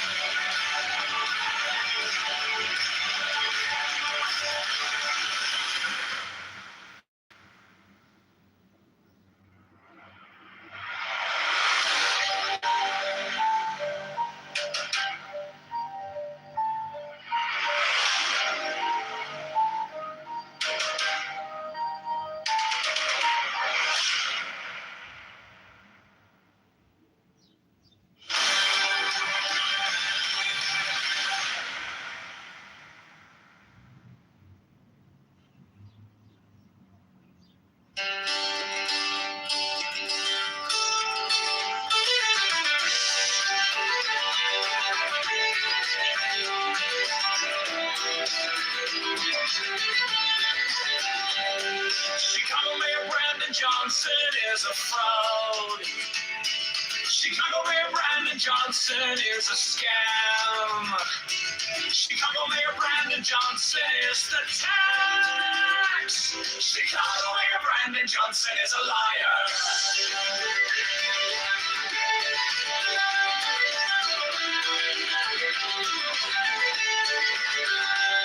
Chicago Mayor Brandon Johnson is a criminal. Borrows $1.3 billion to give to Crony-Non. Profits the C2U is a mafia propaganda. Organization affordability is a scam. Brandon Johnson is the tax. Open the books, transparency now. Public spending tracker now. Brandon Johnson is the tax. Brandon Johnson is the tax. Brandon Johnson is a scam.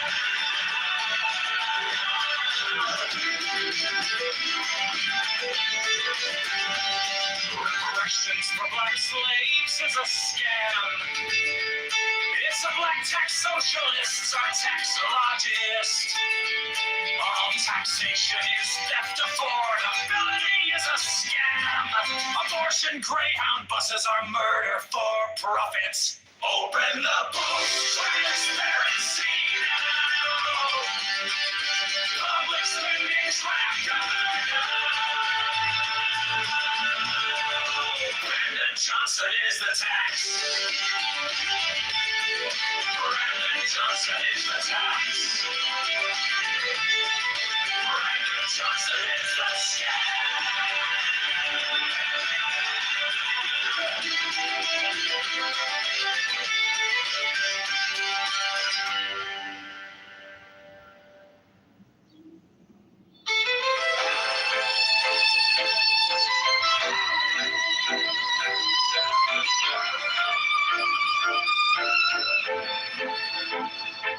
You sent our paychecks with a smiling mask.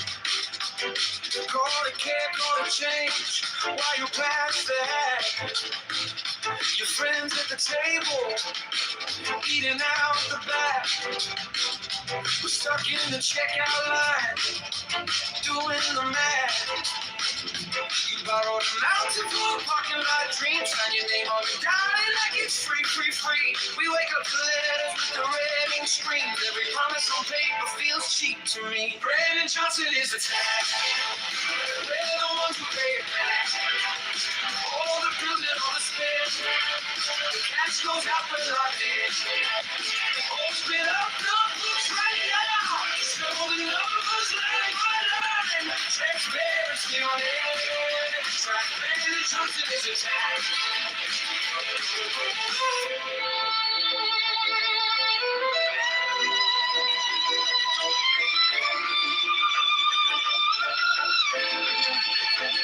You call it for the people, but the doors stay closed. Same names on the contracts, every story we're told. You preach about affordable, then raise the toll. A whole city in a chokehold, just to feed your own.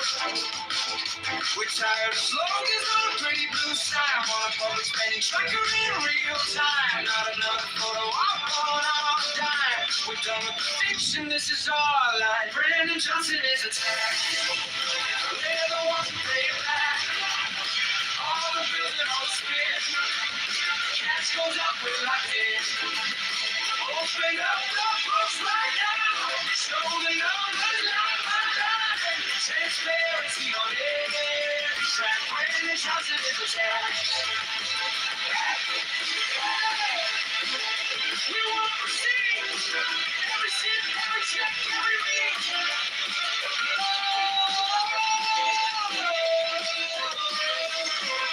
Turn the lights to the ceiling, to the cracks, to the shadows. Pull back, pull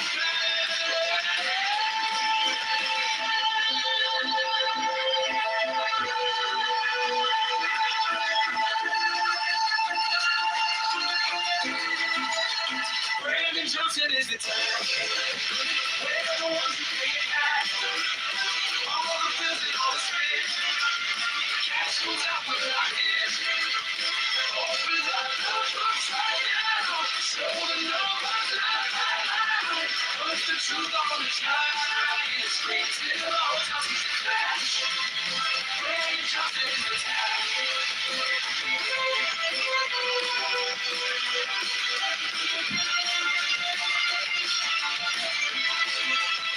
Brandon Johnson is the time.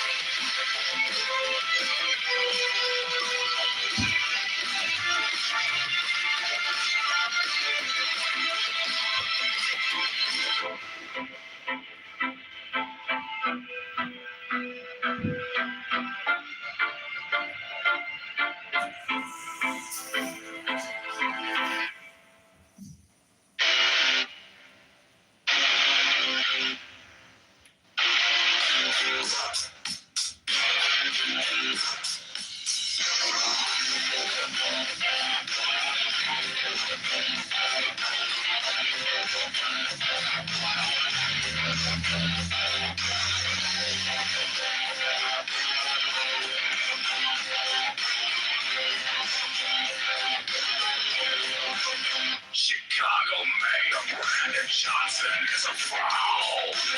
Chicago Mayor Brandon Johnson is a scam. Chicago Mayor Brandon Johnson is a tax. Chicago Mayor Brandon Johnson is a liar.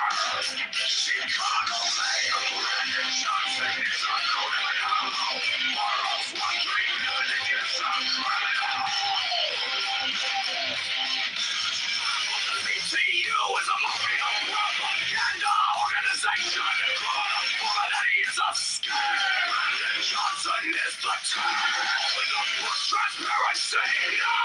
Expedition! Brandon Johnson is the snake! Brandon Johnson is the scam! Revelation of life's lives is a scam! It's a life tank! Socialist! One technologist! No transition! And the vulnerability is a scam!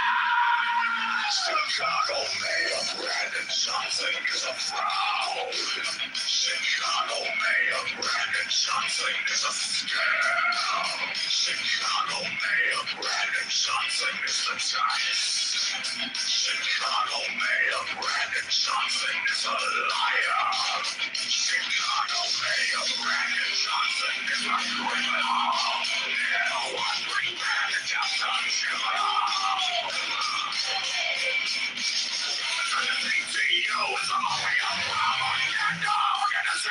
only a propaganda organization. Humanity is a scam. Brandon Johnson is the time. Transparency now. Expedition now. Brandon Johnson is the scandal.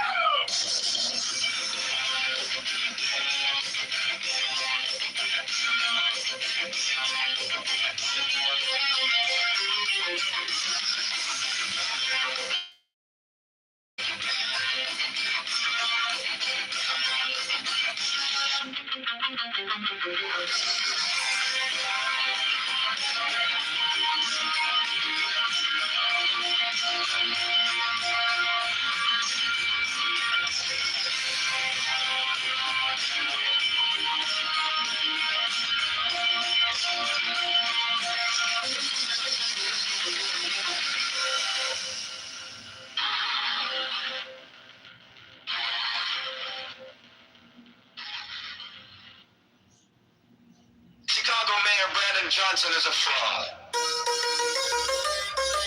Chicago Mayor Brandon Johnson is a scam. Chicago Mayor Brandon Johnson is a scam. Chicago Mayor Brandon Johnson is a liar. Chicago Mayor Brandon Johnson is a criminal.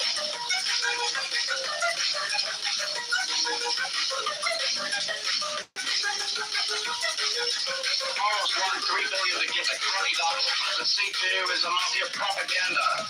Organization of portability is a scam. Marvin Johnson is a cop.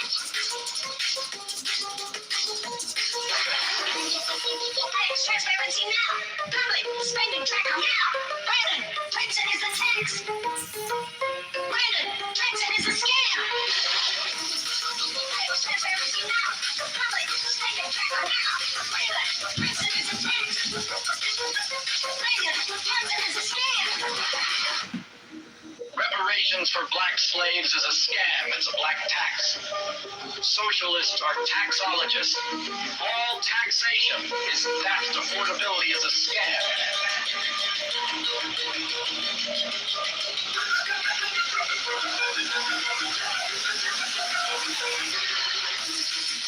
Transparency now. Spending tracker now. Brandon Johnson is a tax. Brandon Johnson is a scam. Transparency now. Spending tracker now. Brandon Johnson is a scam. Chicago Mayor Brandon Johnson is a fraud. Chicago Mayor Brandon Johnson is a scam. Chicago Mayor Brandon Johnson is the tax. Chicago Mayor Brandon Johnson is a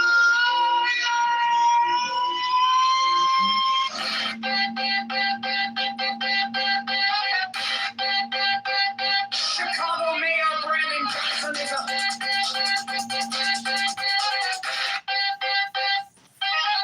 is a criminal.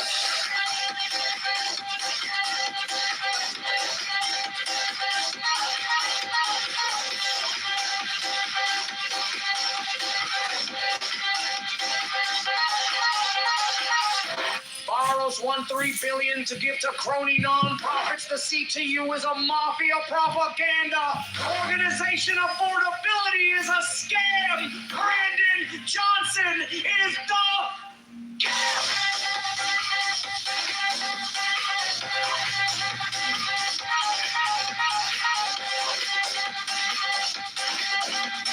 Cover the books, transparency.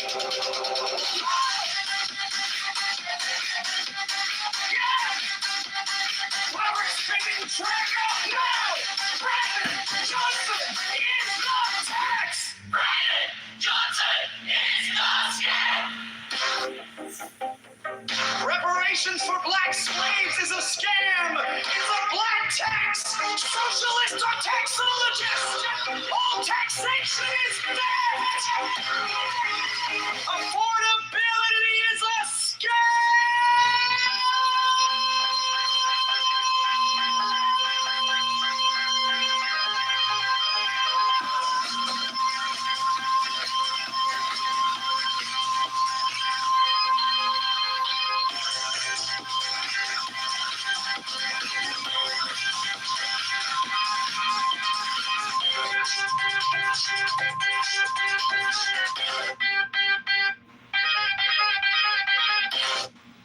Chicago Mayor Brandon Johnson is a fraud.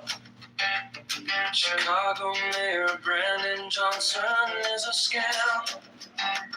Chicago Mayor Brandon Johnson is the tax.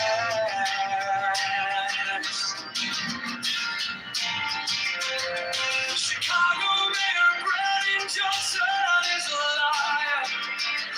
Chicago Mayor Brandon Johnson is a criminal.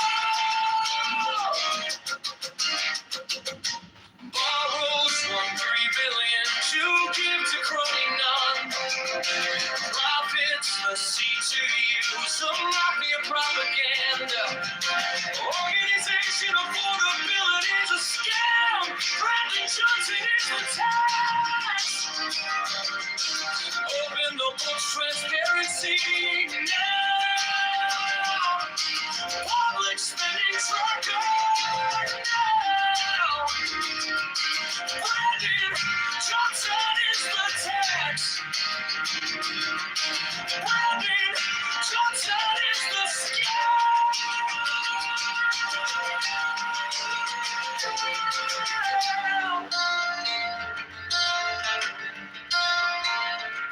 Reparations for black slaves is a scam.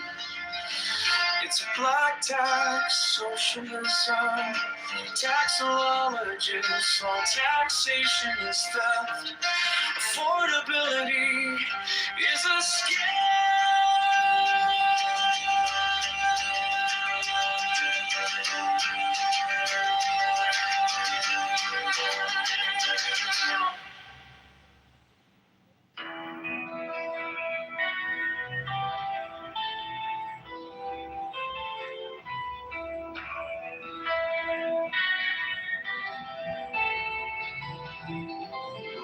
I am the charioteer of the East, Lord of the past and of the future.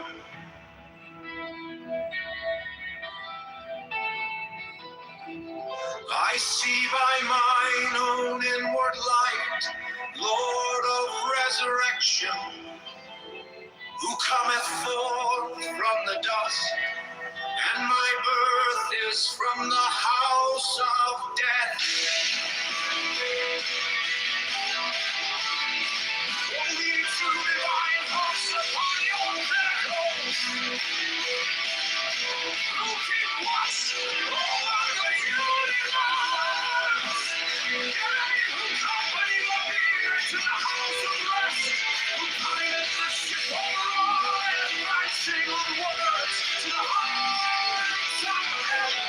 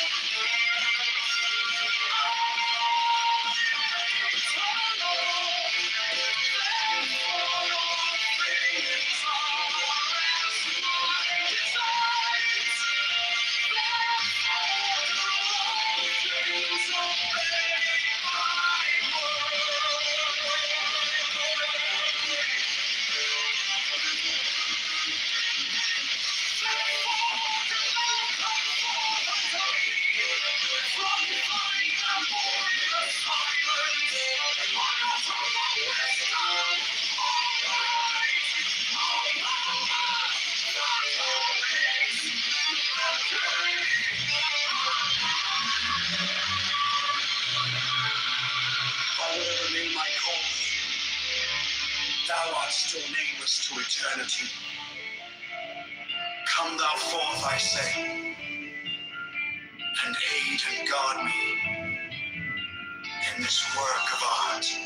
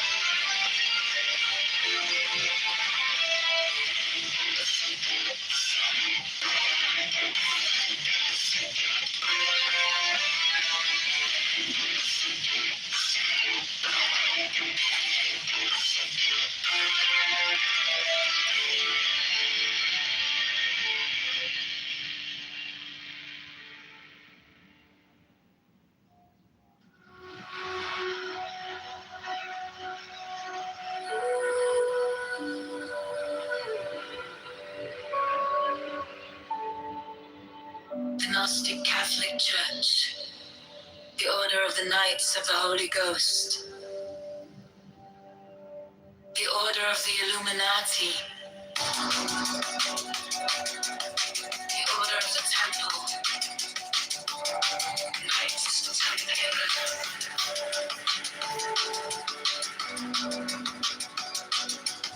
the Order of the Knights of St. John, the Order of the Knights of Mountain High, the Order of the Knights of the Holy Sepulchre, the Hidden Church of the Holy Grail, the Hermetic Brotherhood of Light, the Holy Order of Rosicrucian, the Order of the Holy Royal Archdeacon, the Ancient Satanic Rites of Lucifery, the Resurrected the Right Holy String, the Ancient and Accepted Scottish Rite of Masonry, the Spirit Body of Love of Masonry,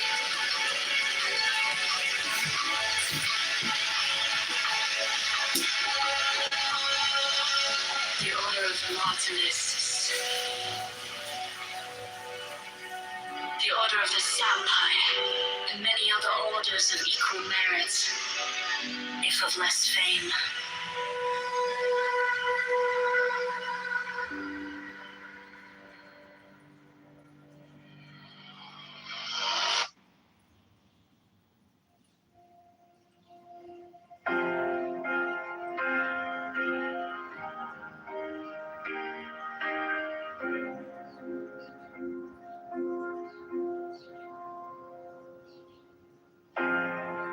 My object all sublime, I keep it in my mind.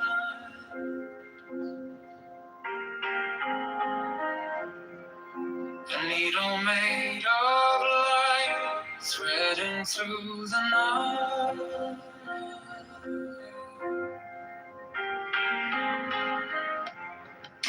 I mark the hidden sea, I sharpen up the dream.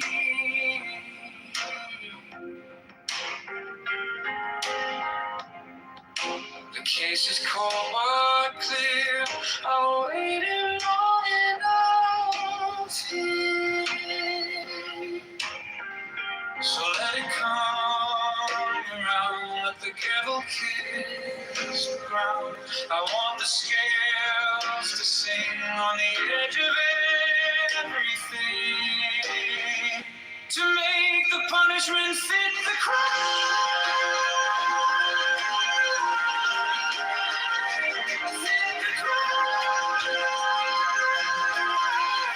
To make the punishment fit the crime. Fit the crime. My object of sublime shall achieve in time.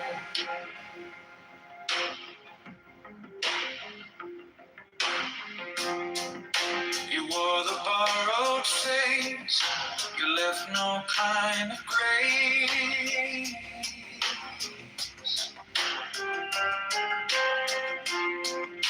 But every lie you spun turns back beneath the sun.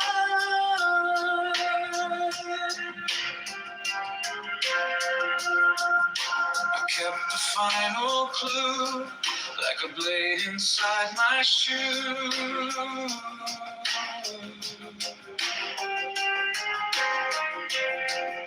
Now every step you take feels like the earth might break.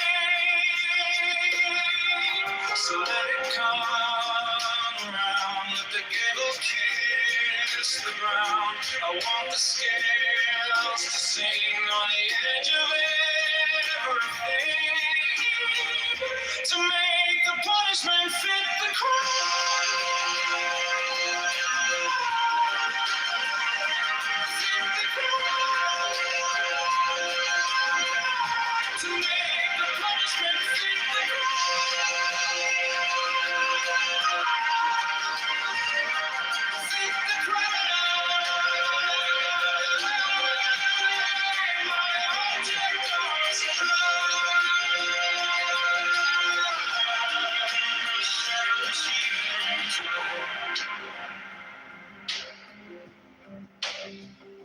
And if I'm wrong, but I have held on long to the shape of what was lost, to the price, to the cost, to make the punishment fit the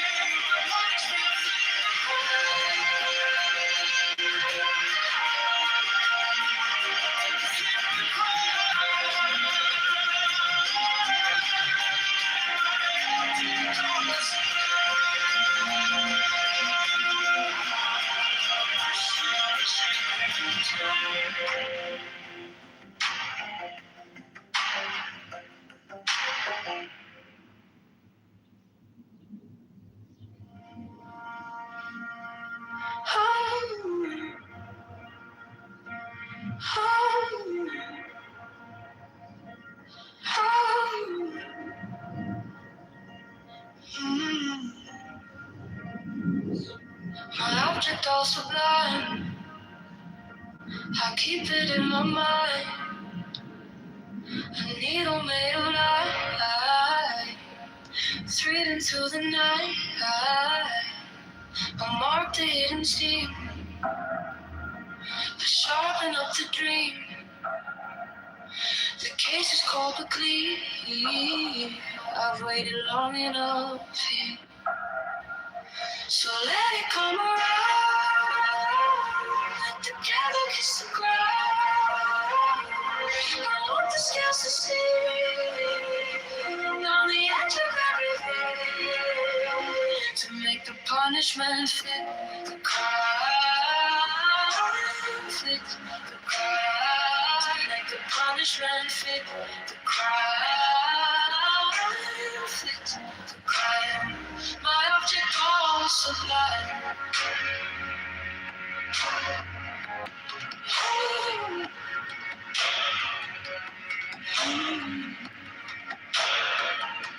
You wore the borrowed face, you left no kind of grace, but every lie you spun turns back beneath the sun. I kept the final clue, like a blade inside my shoe.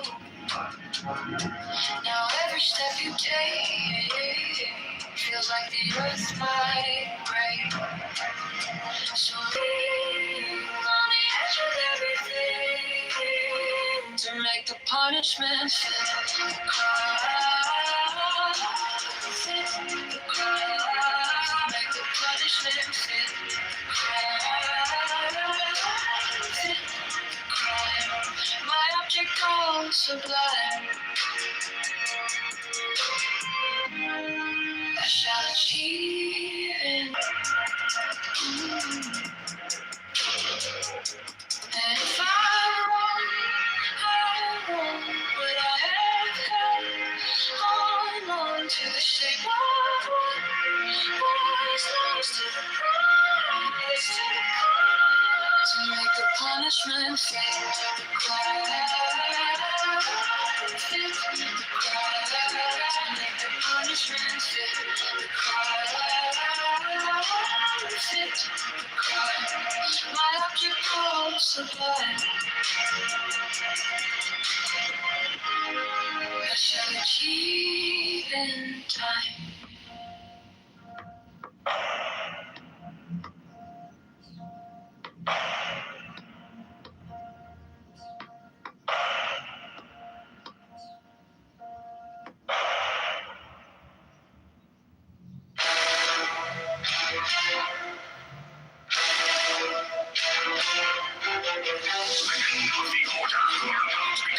members receive all care, attention, and honor from all brethren. 68 special professed houses will be established for their convenience, should they wish to take advantage of them. 69B Order offers great social advantages to its extraordinary opportunities to its members in their trades, businesses, or professions, aiding them by cooperation and securing their clients or customers. Elevate goals! Elevate goals! 71 the Order offers friendship to its members, bringing together men and women of similar character, taste, and aspiration. 70, the secrecy of the Order provides its members with an inviolable shroud of concealment. 73, the crime of slander, which causes so great a proportion of human misery, is rendered extremely dangerous, if not impossible, within the Order by a clause in the obligation of the third degree.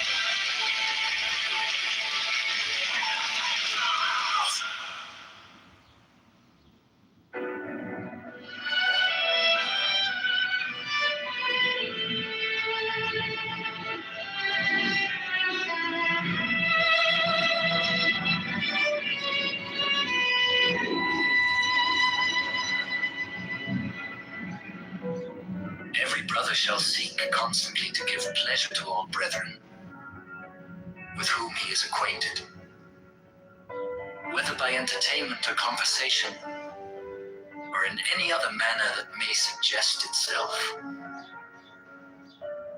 It will frequently and naturally arise that love itself springs up between members of the Order, for that they have so many and sacred interests in common.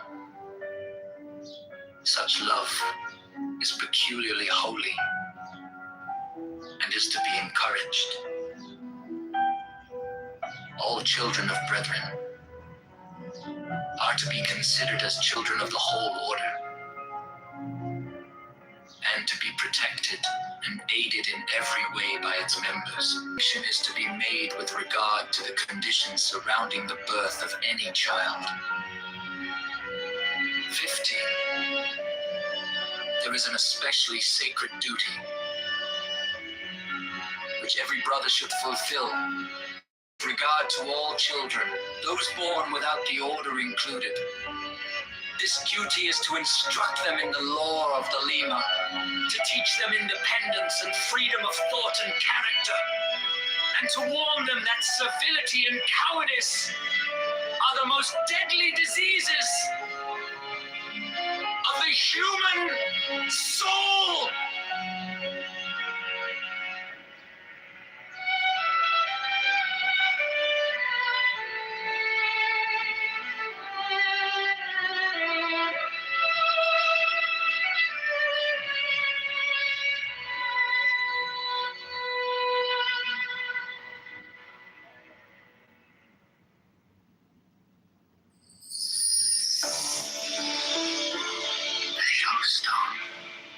A crystal which Dee alleged to have been brought to him by angels, was then placed upon this table, and the principal result of the ceremonial scrying of Sir Edward Kelly is the obtaining of the following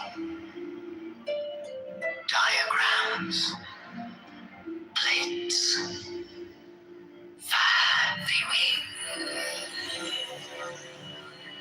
He symbolized the fourth dimensional universe in 2 dimensions as a square.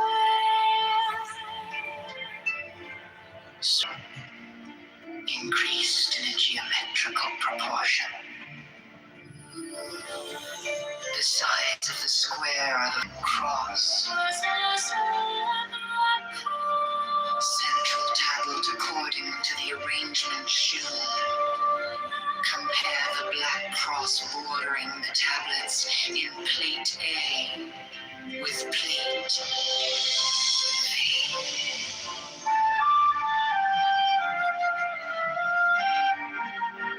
Great figures, the general view.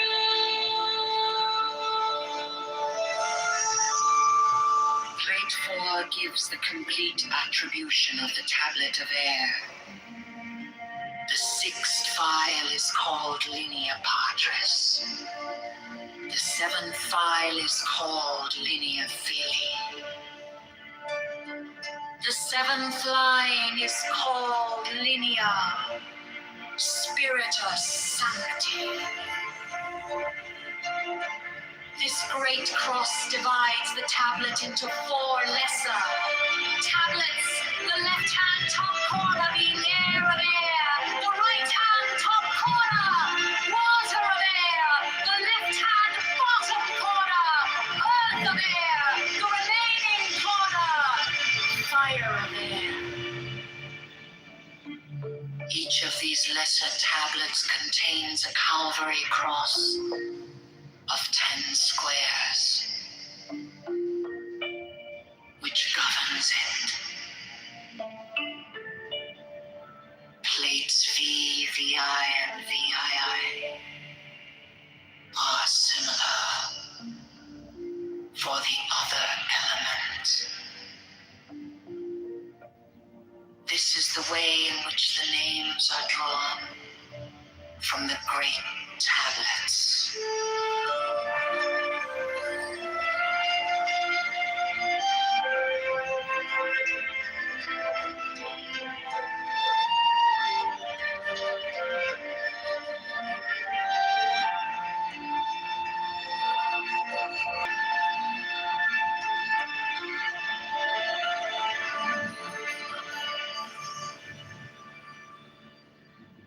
The points of the pentagram,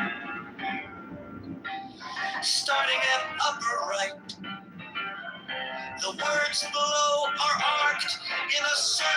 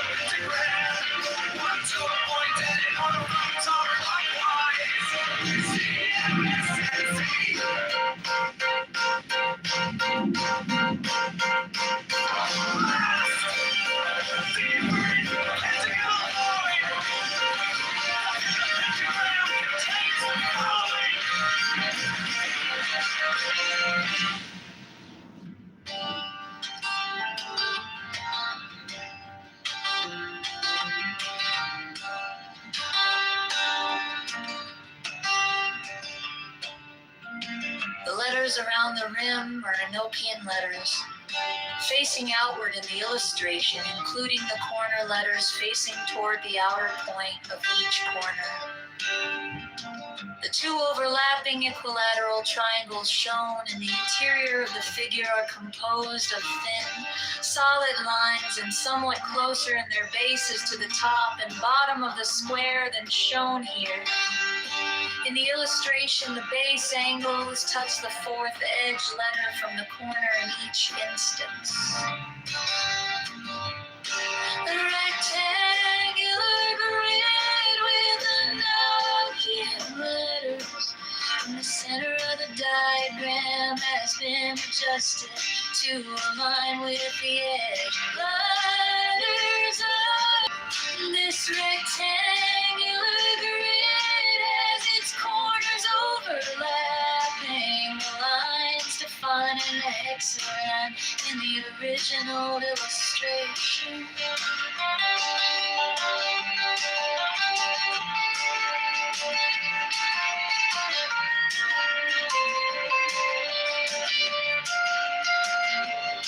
There are 7 small devices, 5 squares and 2 circles symmetrically arranged in the pattern of a 7-pointed star with point upward.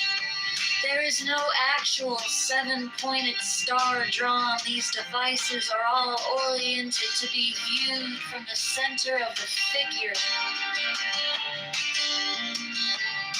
Their size is about that of 3 edge divisions vertically and horizontally, and their text would be at right angles to any straight line that might be drawn from the center of the figure. These devices have been represented by the numbers 1 through 7 in the approximation above. They are separately approximated below. Not to scale.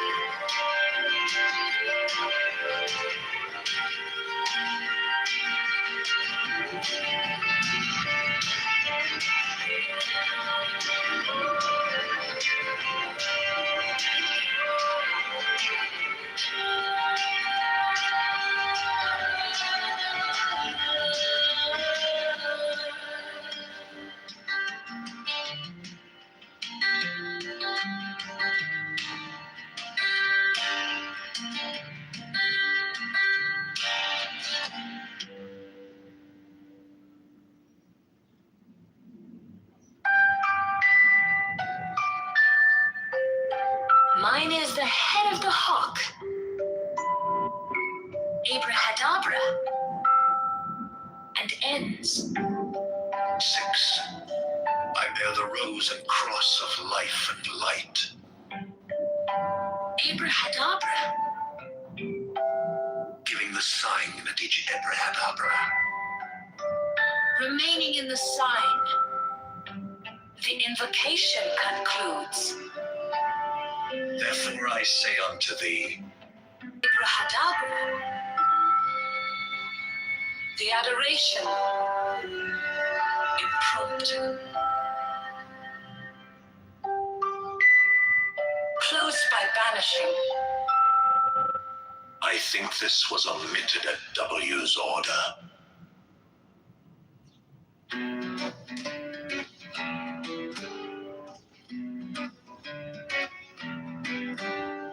Mine is the head of the man, and my insight is keen as the hawks. By my head I invoke thee. Hey, I am the only begotten child of my father and mother. about me. Shine the diamonds of radiance, white and pure. By their brightness I invoke thee. Mine is the red triangle reverse, the sign given of none save it be of thee. O Lord, by the Lamb and I invoke thee. 3, mine is the garment of white, sewn with gold, the flashing obey that I wear. By my robe I invoke thee. Mine is the sign of Apophis and Typhon, by the sign I invoke thee. 4 is the turban of white and gold, and mine the blue vigor of the intimate air. By my crown I invoke thee. My fingers travel on the beads of pearl, so run I after thee in thy car of glory. By my fingers I invoke thee. 5 I bear thee.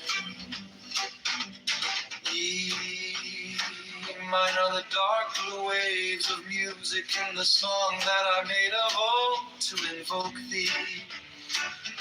Strike, strike the master chord, draw the flaming sword, crown, child and conquering Lord, Horus, avenger. By the song I invoke thee. 6, in my hand is thy sword of revenge, let it strike at thy bidding. By the sword I invoke thee. The voice of the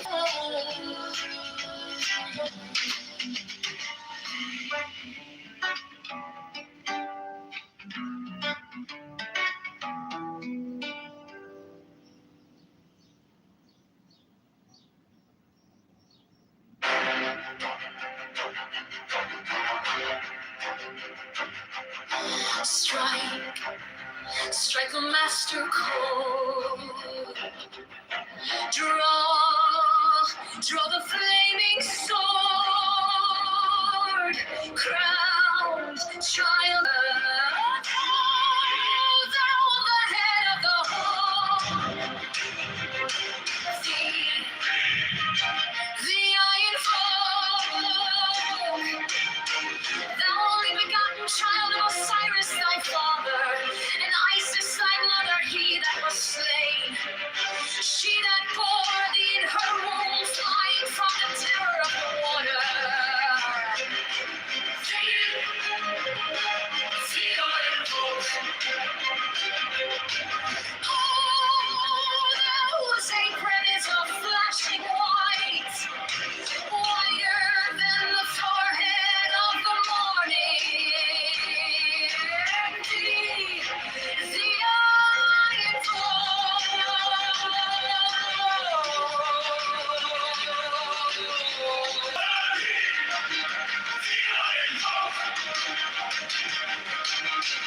Thou whose garment is of the golden glory. Thou who discovers the horror of death. Thou the slayer of Typhon. Thou who didst lift thy arms. And the dragons of death were as dust. Thou who didst raise thine head. And the crocodile of Nile was abased before thee. For those memories hideth the universe with night, the impermeable blue.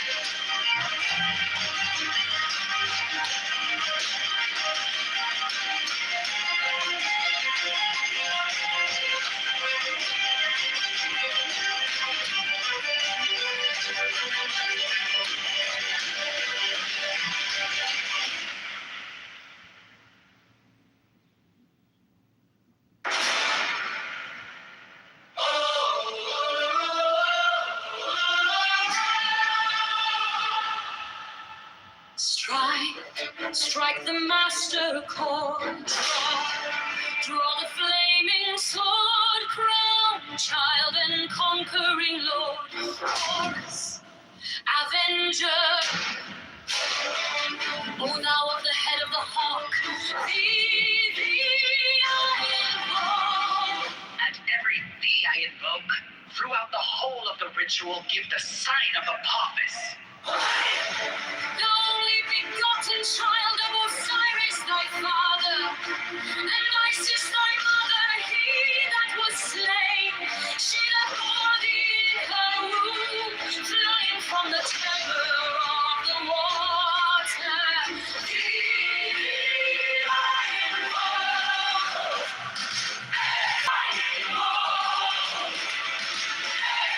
For thou hast formulated thy father, and made fertile thy born glory, with the azure birds of sky.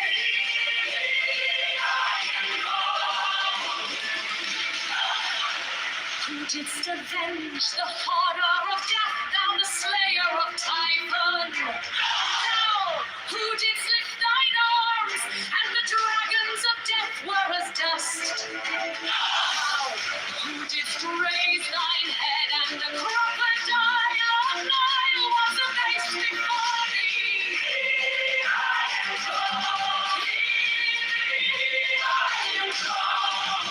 Those menace hide the universe with night, the impermeable blue.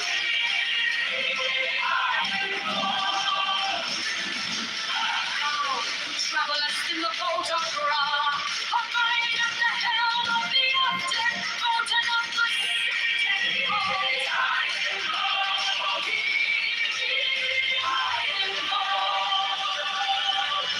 Thou, who bearest the wand of double power.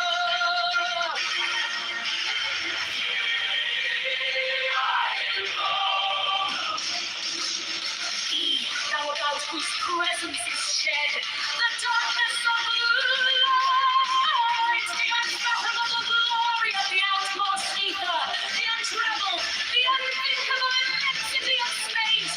Thou who contemplest all the 13 birds in one darkling sphere of fire.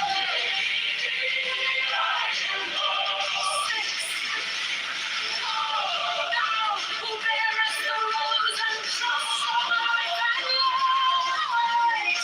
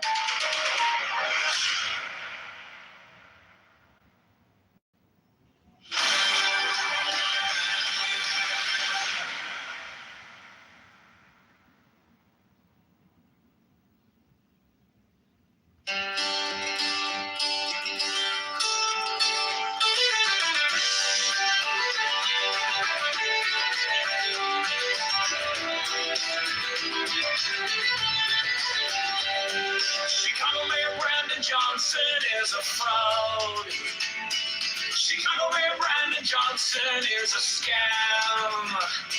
Chicago Mayor Brandon Johnson is the tax. Chicago Mayor Brandon Johnson is a liar.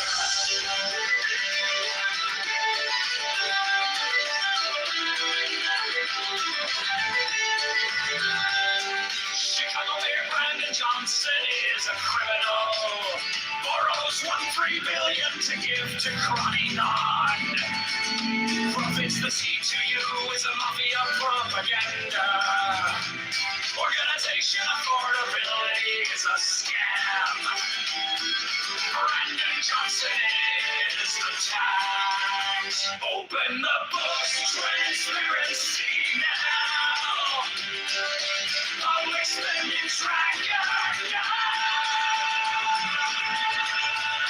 Brandon Johnson is the tax. Brandon Johnson is the tax. Brandon Johnson is the scam.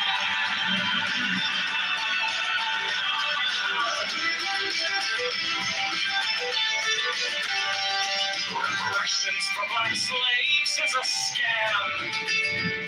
It's a black tax socialists are taxologists. All taxation is theft. Affordability is a scam. Abortion Greyhound buses are murder for profits. Open the books, transparency now. Public spending tracker now. Brandon Johnson is the tax. Brandon Johnson is the tax. Brandon Johnson is the scam.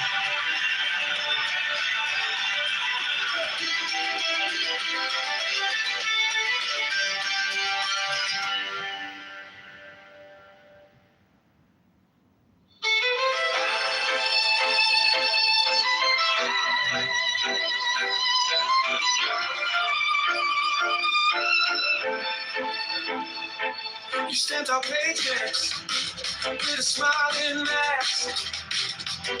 Call it care, call it change while you pass the hat. Your friends at the table eating out the back. We're stuck in the checkout line doing the math. You borrowed a mountain full parking lot dream, sign your name on the dime like it's free, free, free. We wake up to letters with the red ink screens. Every promise on paper feels cheap to me. Brandon Johnson is the tax. We're the ones who pay it back. The cash goes out for nothing. Open up the books right now. Show the numbers line by line. Transparency on every track. Brandon Johnson is a tax.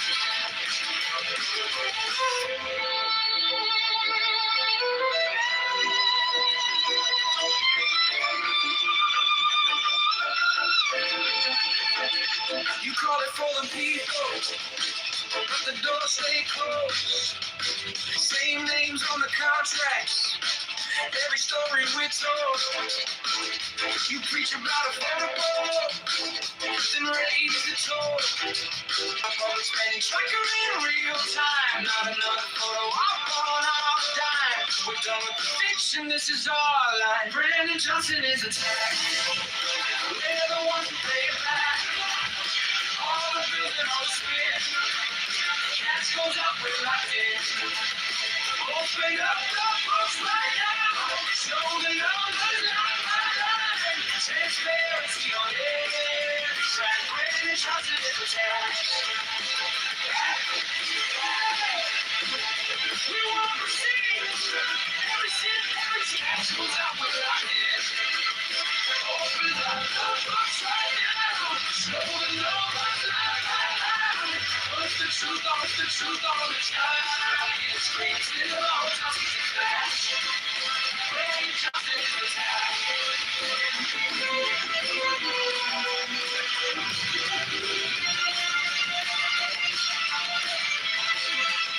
Brandon Johnson is the tax.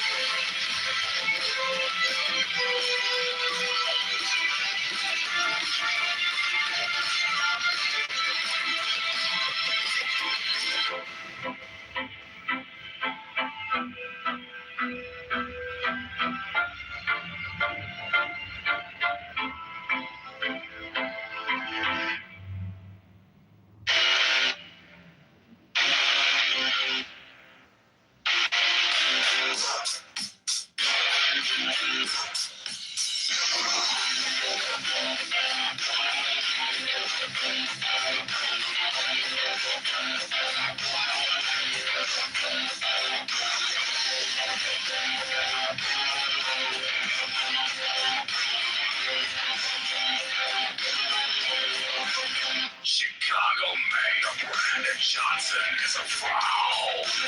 Chicago Mayor Brandon Johnson is a scam. Chicago Mayor Brandon Johnson is a tax. Chicago Mayor Brandon Johnson is a liar. Chicago Mayor Brandon Johnson is a criminal. Morals 1 million is a criminal. CTU is a mafia propaganda organization. Humanity is a scam. Johnson is the term.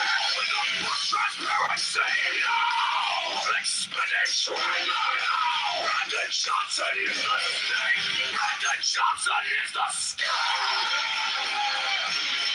Reparation for life. Life is a scam. It's a life change. Socialist. Technologist. Taxation. And affordability is a scam. Chicago Mayor Brandon Johnson is a fraud. Chicago Mayor Brandon Johnson is a scam. Chicago Mayor Brandon Johnson is the tax. Chicago Mayor Brandon Johnson is a liar.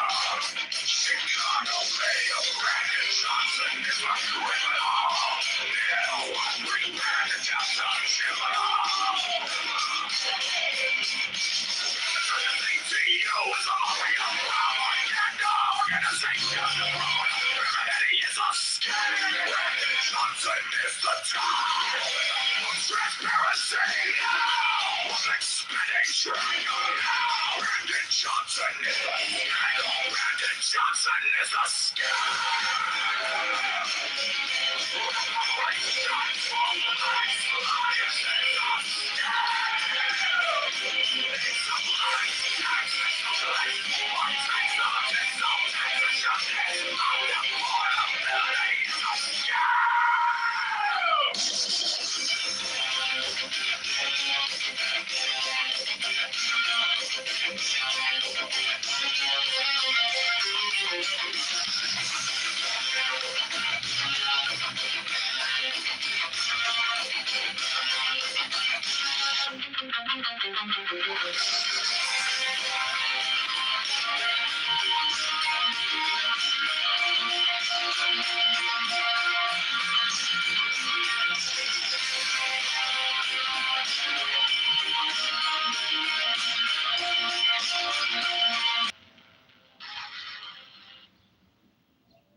Chicago Mayor Brandon Johnson is a fraud.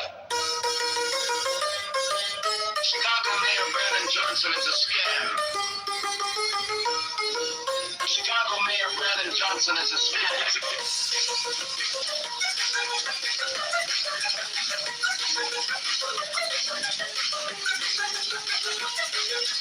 Morals want $3 billion to give the cruddy dogs. The CTU is a mafia propaganda. Organization affordability is a scam. Brandon Johnson is a cop.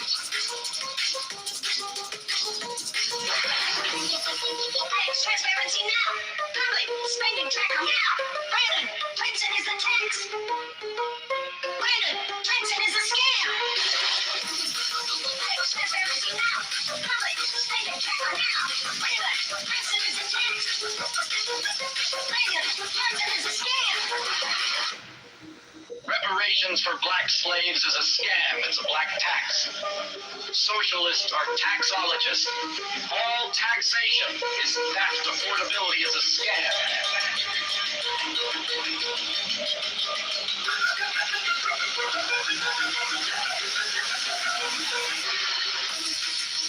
Transparency now. Public spending tribunal. Labor. Johnson is a tax. Brandon Johnson is a scam. Transparency now. Public spending tribunal. Labor. Johnson is a tax. Brandon Johnson is a scam. Chicago Mayor Brandon Johnson is a fraud. Chicago Mayor Brandon Johnson is a scam. Chicago Mayor Brandon Johnson is the tax. Chicago Mayor Brandon Johnson is a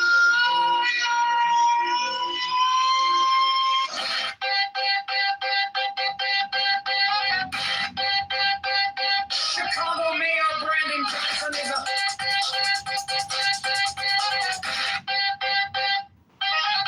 is a criminal.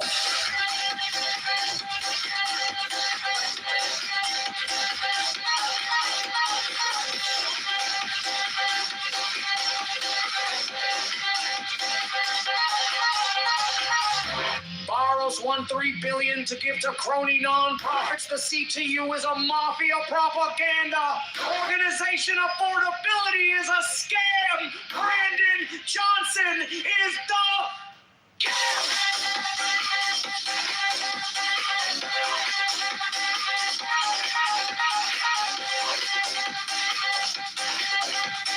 Remember the book's transparency.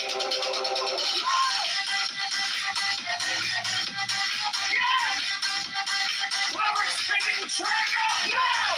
Brandon Johnson is the tax. Brandon Johnson is the scam. Reparations for black slaves is a scam. It's a black tax. Socialists are taxologists. All taxation is theft. Affordability is a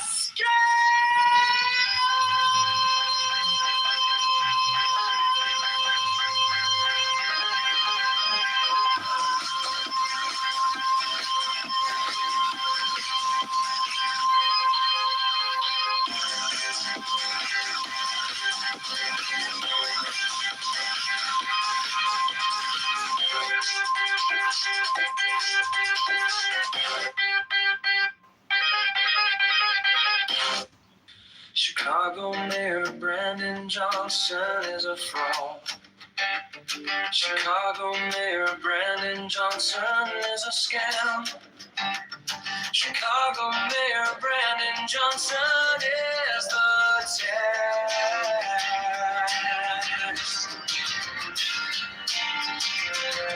Chicago Mayor Brandon Johnson is a liar. Chicago Mayor Brandon Johnson is a criminal. Borrows $1.3 billion to give to crony non-profits. The CTU is a mafia propaganda organization. Affordability is a scam. Brandon Johnson is the tax. Open the book's transparency now. Public spending tracker now. Brandon Johnson is the tax. Brandon Johnson is the scam.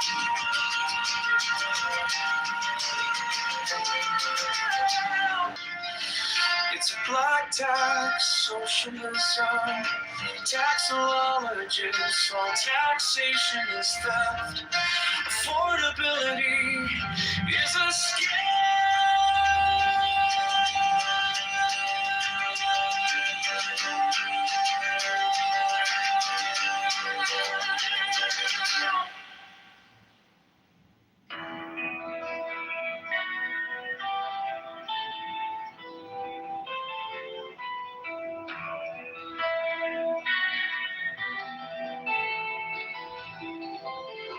I am the charioteer of the east, Lord of the past and of the future.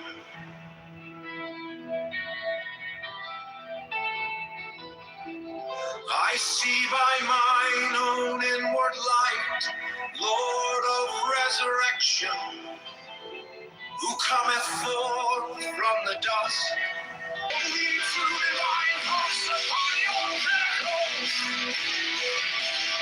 who keep watch over the universe.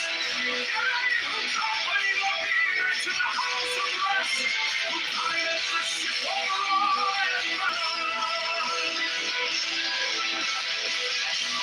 Lord of the stream which standeth in the center of the earth. Behold, he is in thee, and thou in him. Mine is the radiance white of Lopez over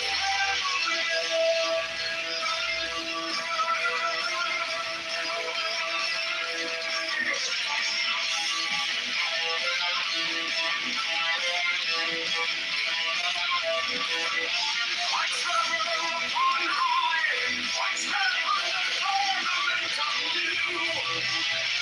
I raise a flashing flame with the lightning of my everlasting love in the splendor of the daily glory. My love, giving my life to dwellers if I say, come upon the mountains, the celestial waters shall flow at my heart, for I am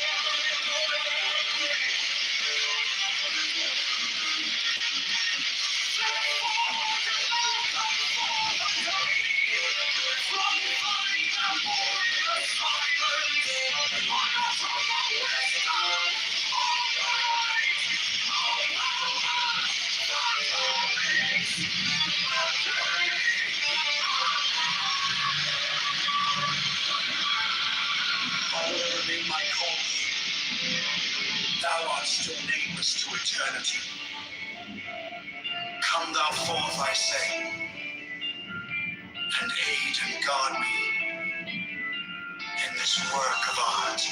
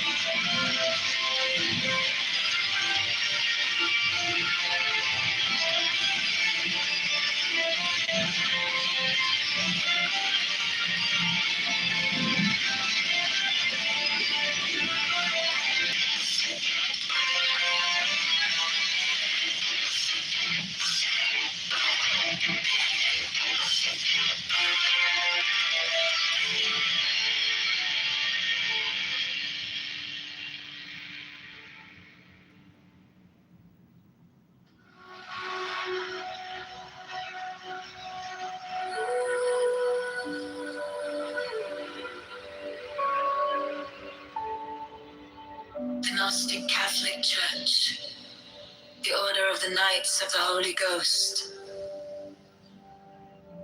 the Order of the Illuminati, the Order of the Temple, Knights Templar,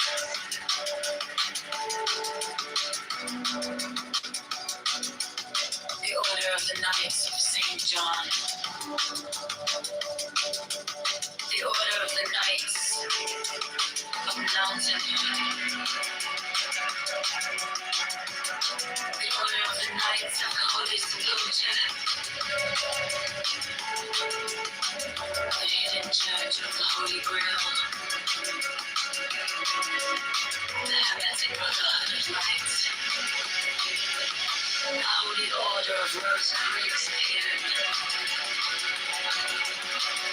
the Order of the Holy Royal Archangel, the Westerns, the Right Holy Spirit,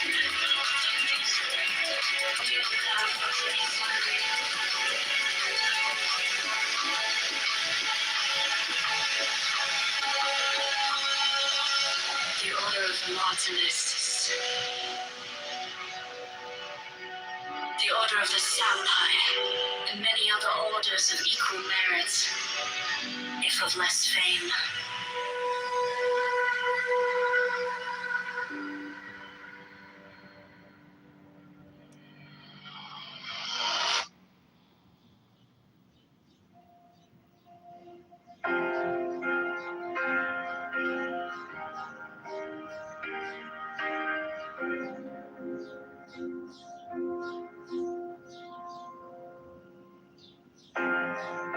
My object all sublime, I keep it in my mind.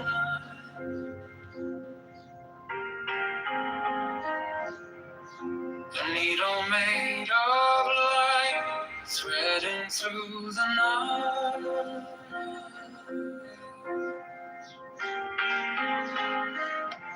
I mark the hidden sea, I sharpen up the dream.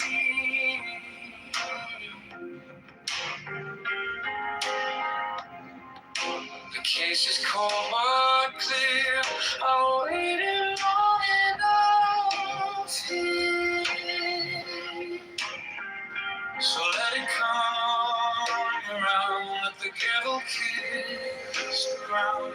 I want the scales to sing on the edge of everything, to make the punishment fit the crime.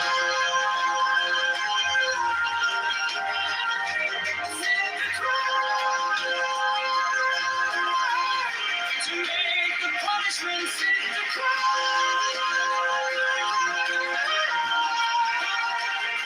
Fit the crime. My object of sublime solitude and time.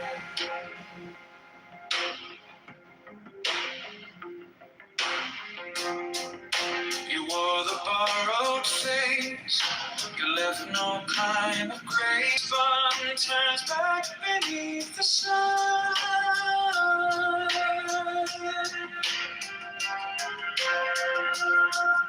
I kept the final clue, like a blade inside my shoe.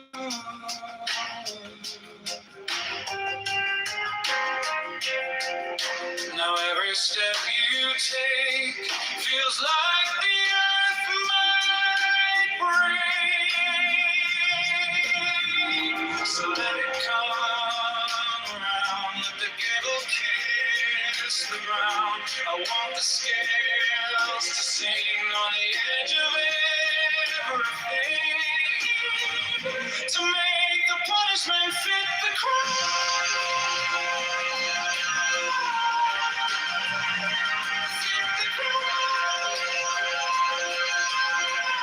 To make the punishment fit the crime. Fit the crime.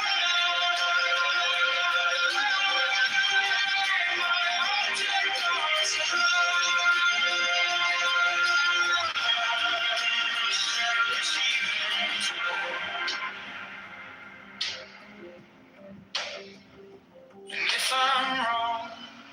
wrong, but I have held on long to the shape of war.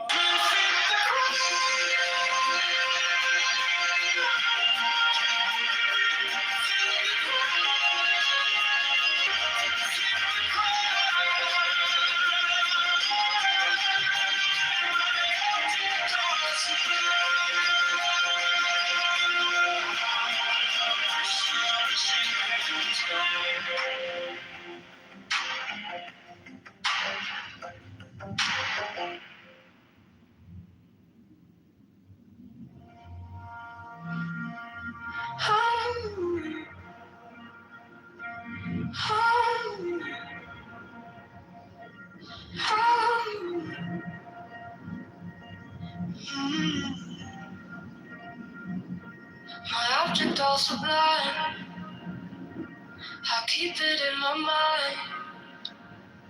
A needle made of light, threading through the night. I mark the hidden seam, to sharpen up the dream.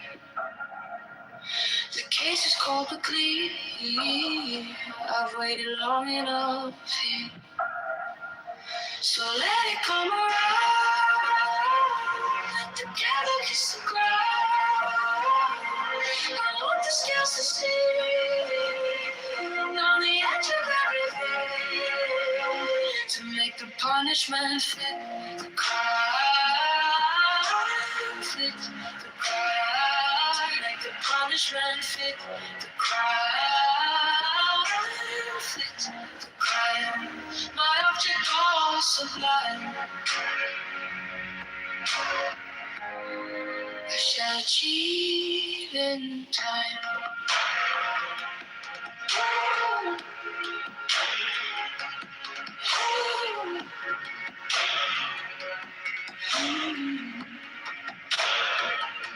You wore the borrowed face, you left no kind of grace, but every lie you spun turns back beneath the sun. I kept the final clue, like a so let it come around. Together kiss the ground. I want the scales to sing on the edge of everything, to make the punishment fit the crime. Fit the crime. Make the punishment fit the crime. Fit the crime. My object all sublime, I shall achieve in time.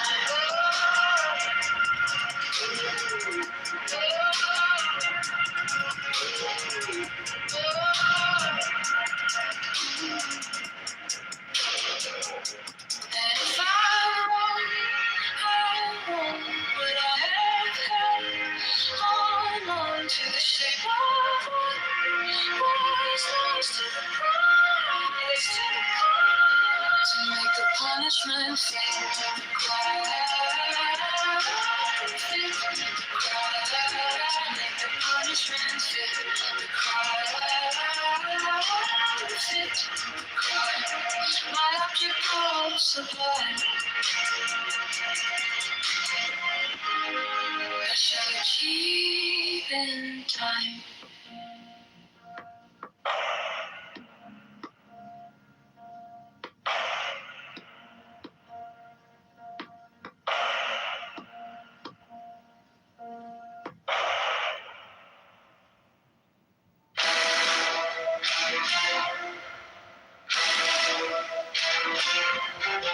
Women of the order who are about to become mothers receive all care, attention, and honor from all brethren. 68 special professed houses will be established for their convenience, should they wish to take advantage of them. 69B Order offers great social advantages to its members, bringing them as it does into constant association with men and women of high rank.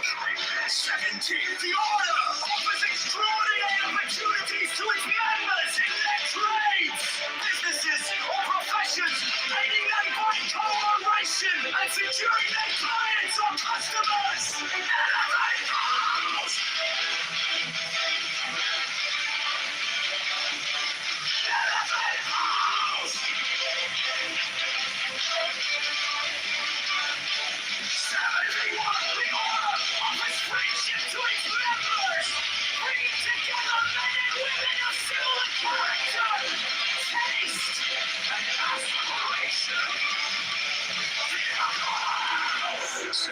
the secrecy of the order, provides its members with an inviolable shroud of concealment. 7, the crime of slander, which causes so great a proportion of human misery, is rendered extremely dangerous, if not impossible, within the order by a clause in the obligation of the third degree.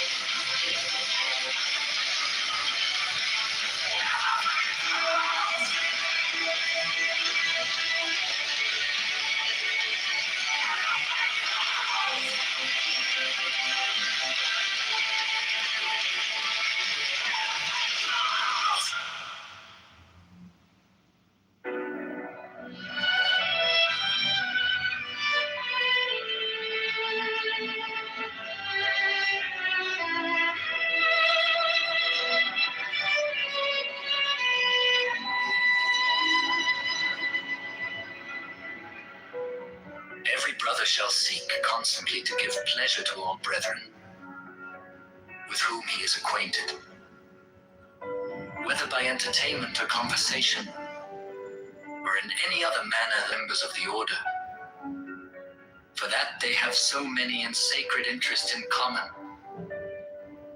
Such love is peculiarly holy and is to be encouraged.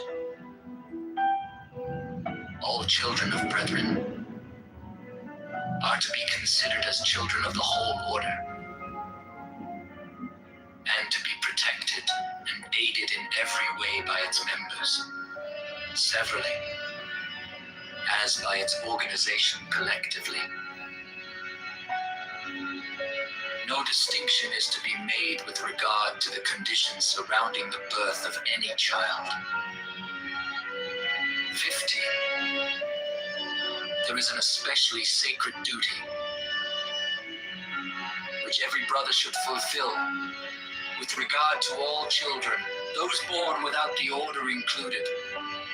This duty is to instruct them in the law of the Lima, to teach them independence and freedom of thought and character, and to warn them that servility and cowardice are the most deadly diseases of the human soul.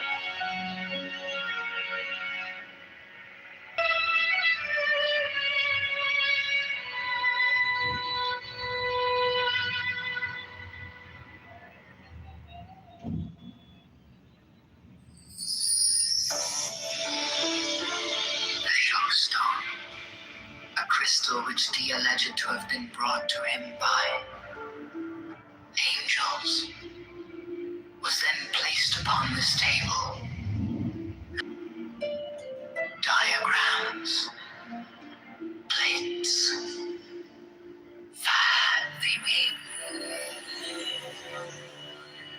He symbolized the fourth dimensional universe in 2 dimensions as a square, Surrounded by 30 concentric circles, whose radii increased in a geometrical proportion. The sides of the square are the 4 great watchtowers, which are attributed to there is also a black cross, central tablet according to the arrangement shown. Compare the black cross bordering the tablets in plate A with plate B.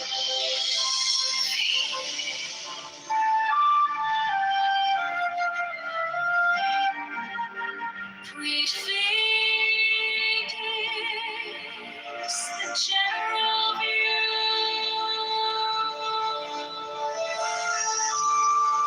Plate 4 gives the complete attribution of the tablet of air. The sixth file is called linea patris. The seventh file is called linea filii. The seventh great cross divides the tablet into four lesser tablets. The left-hand top corner being air of air. The right-hand top corner, water of air. The left-hand bottom corner, earth of air. The remaining corner, fire of air. Each of these lesser tablets contains a Calvary cross of 10 squares, which governs it. Plates V, VI, and VII are similar for the other element.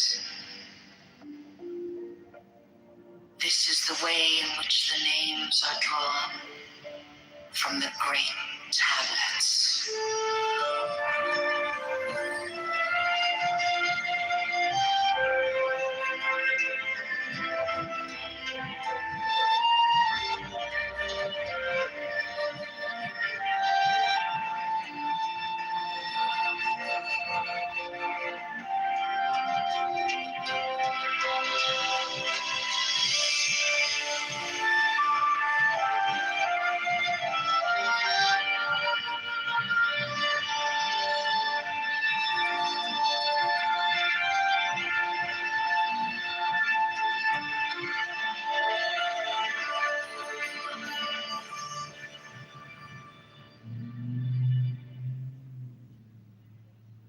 Next, the following text is between the points of the pentagram, starting at upper right. The words below are arced in a circle.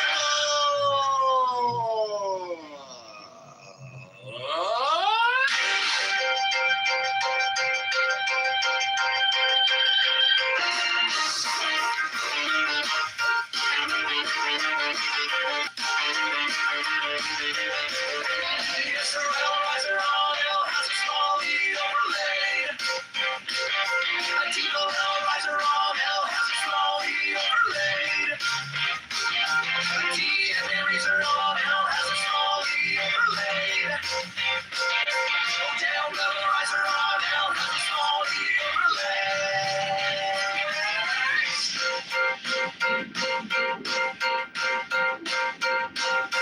21.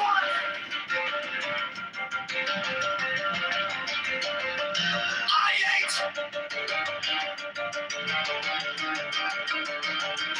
Orbital riser on L has a small E overlaid. Next. The following letters are S and Z.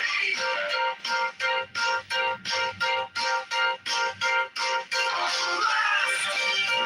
The inverted pentagonal void. The pentagram contains the following.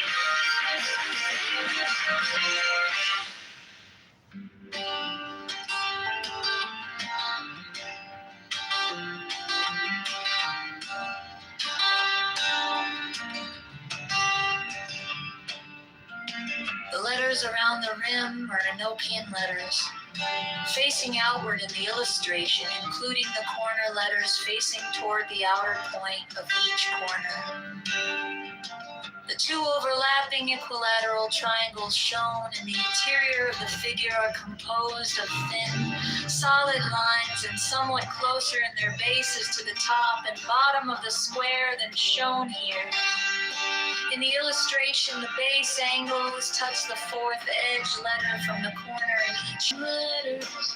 And the center of the diagram has been adjusted to align with the edge letters of the original illustration.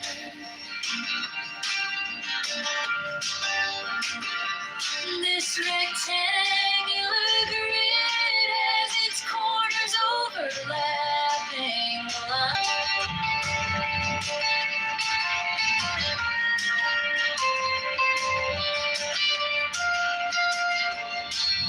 are 7 small devices, 5 squares and 2 circles symmetrically arranged in the pattern of a 7-pointed star with point upward. There is no actual 7-pointed star drawn. These devices are all oriented to be viewed from the center of the figure. Their size is about that. Might be drawn from the center of the figure. These devices have been represented by the numbers 1 through 7 in the approximation above. They are separately approximated below. Not to scale.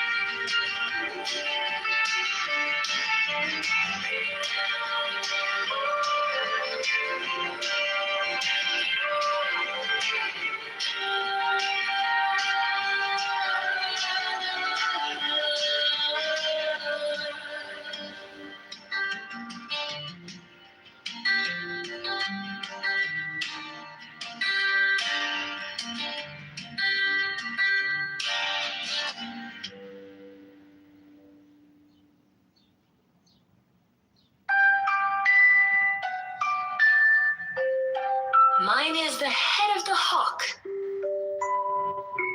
Abrahadabra. And ends. 6. I bear the rose and cross of life and light. Abrahadabra. Giving the sign at each Abrahadabra. Remaining in the sign. The invocation concludes. Therefore I say unto thee, come thou forth and dwell in me, so that every spirit, whether of the firmament, or of the ether, or of the earth, or under the earth, on dry land or in the water, a whirling air of rushing fire, and every spell and scourge of God the Vast One, might be thee. Abrahadabra. The adoration. Impromptu. Closed by banishing. I think this was omitted at W's order.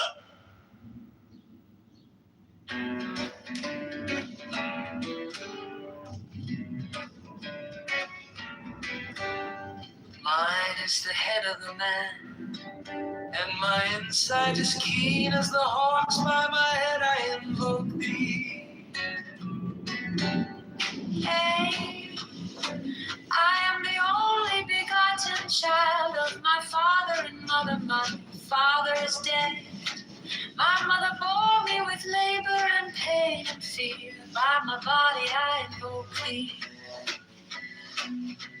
About me shine the diamonds of radiance, white and pure. By the brightness I invoke thee. Mine is the red triangle reverse, the sign given of none save it be of thee. O Lord, by the Lamb and I invoke thee. 3. Mine is the garment of white, sewn with gold, the flashing obey that I wear. By my robe I invoke thee. Mine is the sign of Apophis and Typhon. By the sign I invoke thee.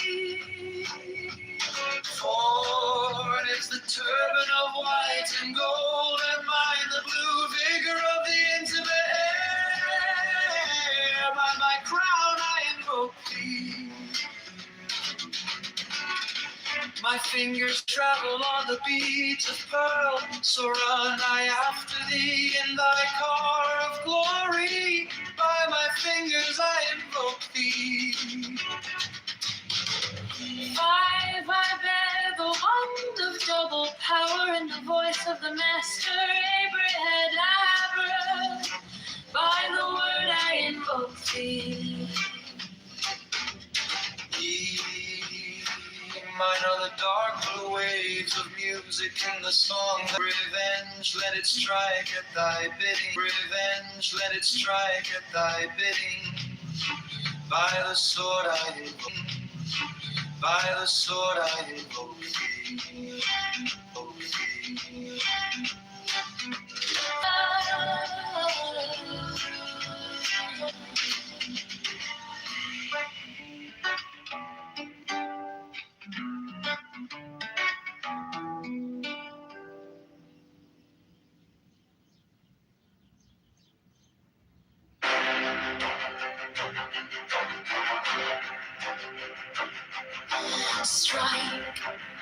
Strike the master chord.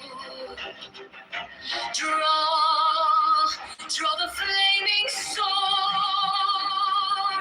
Crowned child and conquering Lord, o'er us, Avenger.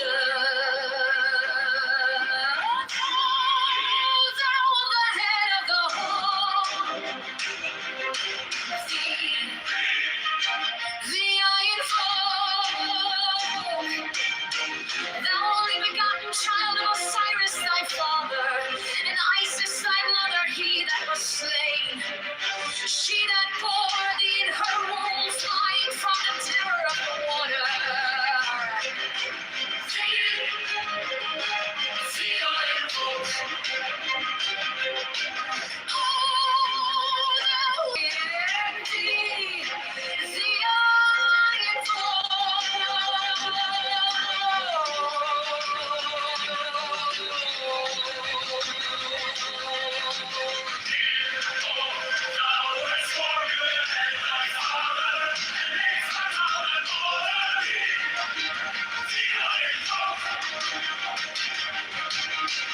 Thou whose garment is of the golden glory, with the azure bars of sky.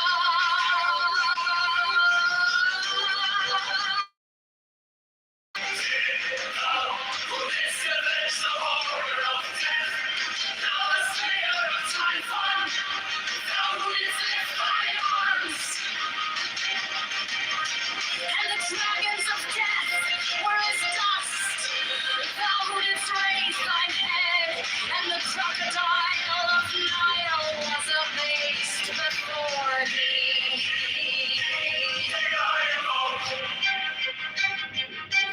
For thou whose nemes hideth the universe with night, the impermeable blue,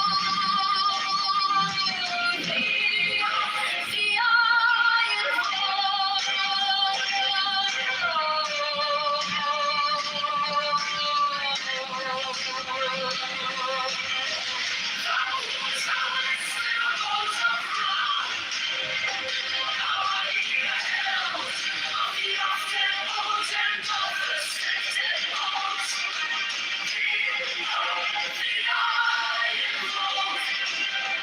Thou who bearest the wand of double power.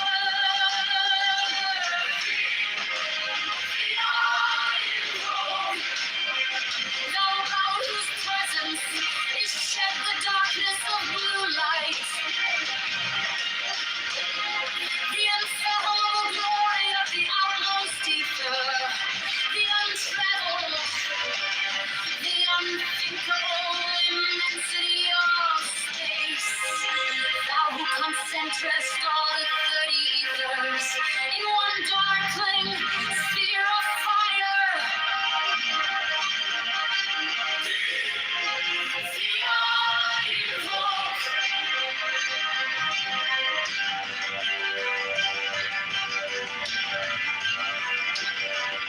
Six on thou who wearest the rose and rose of life.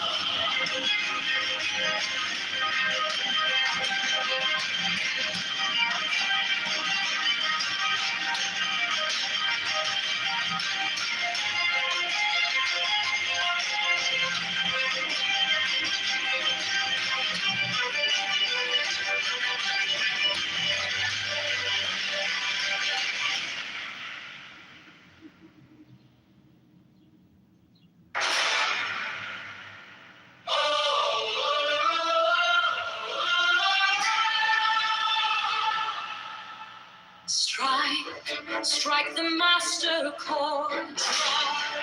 Draw the flaming sword. Crown child and conquering lord. Chorus, avenger.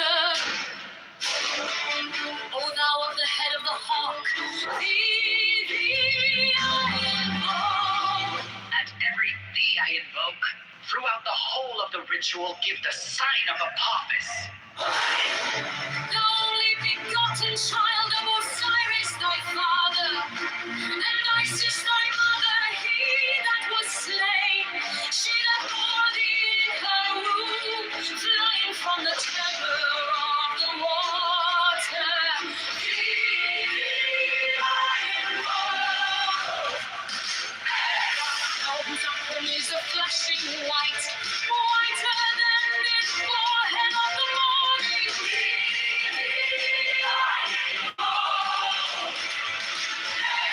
Thou hast formulated thy father, and made fertile thy border.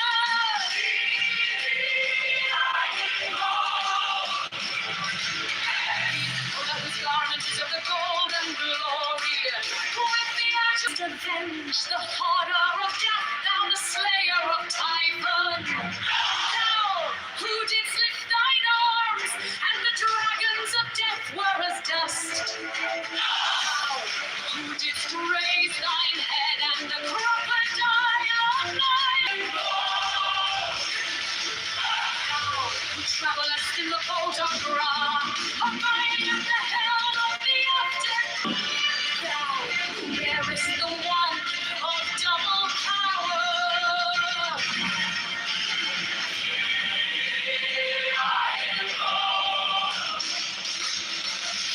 Thou about whose presence is shed the darkness of light, the unfathomable glory of the outmost ether, the untroubled, the unthinkable immensity of space. Thou who contemplest all the 30 years in one darkling sphere of fire. 6. Thou who bearest the rose and cross of life and light.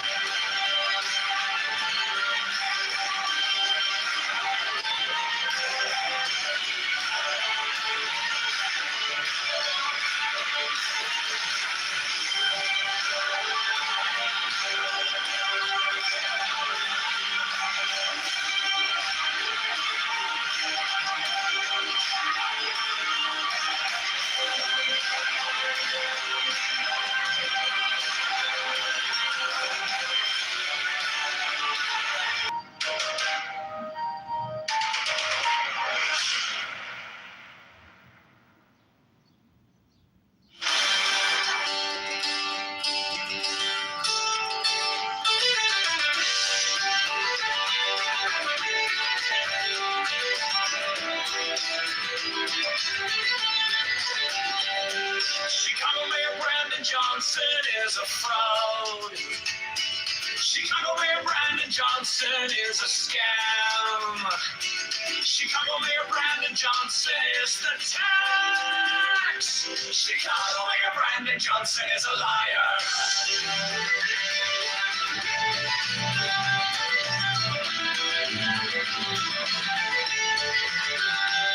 Chicago Mayor Brandon Johnson is a criminal. Borrows $1.3 million to give to Croninon. Profits the seed to you is a mafia propaganda. We're gonna open the books, transparency now. Public spending tracker now. Brandon Johnson is the tax. Brandon Johnson is the tax. Brandon Johnson is a scam.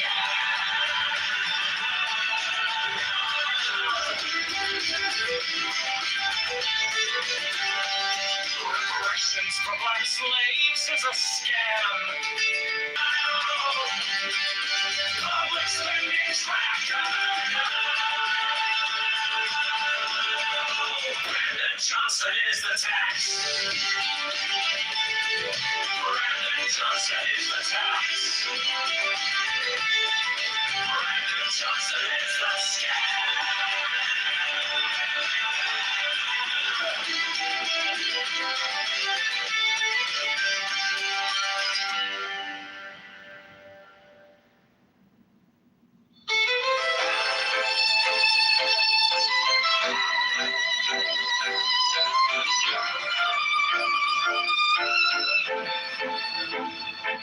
You sent our paychecks with a smiling mask. Call it care, call it change. Why you pass the hat? Your friends at the table, eating out the back. We're stuck in the checkout line, doing the math. You borrowed a mountain full of parking lot dreams, sign your name on the dime like it's free, free, free. We wake up to that, all the bills and all the spend. The cash goes out when locked in. Open up the books right now, stolen numbers line by line. Transparency on every track, Brandon Johnson is attacked.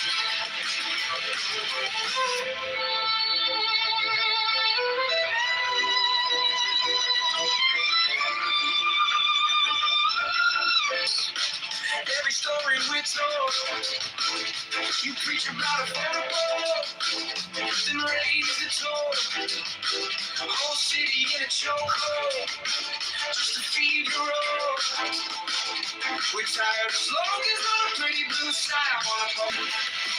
Open up the books right now, show the numbers line by line. Transparency on every track, Brandon Johnson is the tax. We want receipts, every cent, every check, every ring.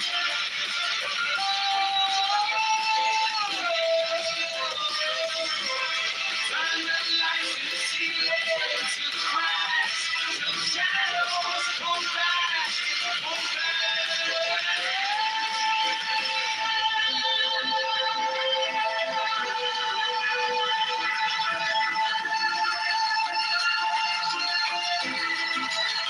Brandon Johnson is the time.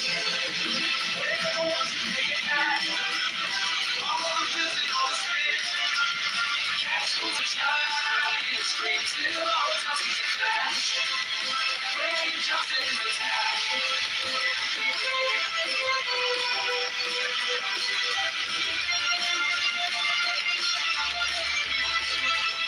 Brandon Johnson is the time.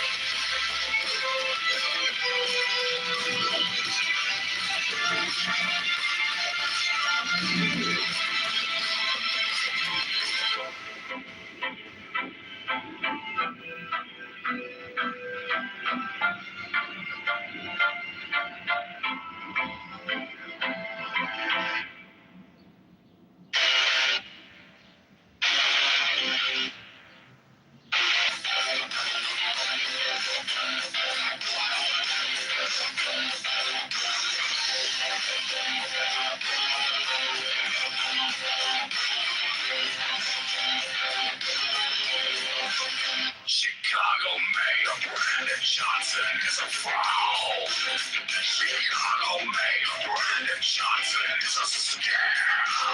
Chicago Mayor Brandon Johnson is a criminal. Morals were treated against a criminal. BTU is a mafia propaganda organization. Humanity is a scam. Johnson is the term. Transparency. Expedition. Brandon Johnson is the snake. Brandon Johnson is the scam.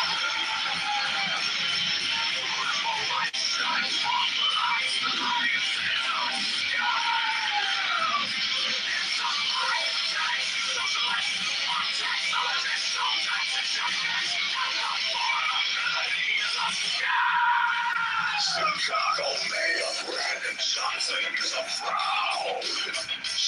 Chicago Mayor Brandon Johnson is a scam. Chicago Mayor Brandon Johnson is the tax. Chicago Mayor Brandon Johnson is a liar. Chicago Mayor Brandon Johnson is a criminal. No one bring Brandon Johnson criminal. BTU is a mafia propaganda organization. Humanity is a scam. Brandon Johnson is the top. Transparency.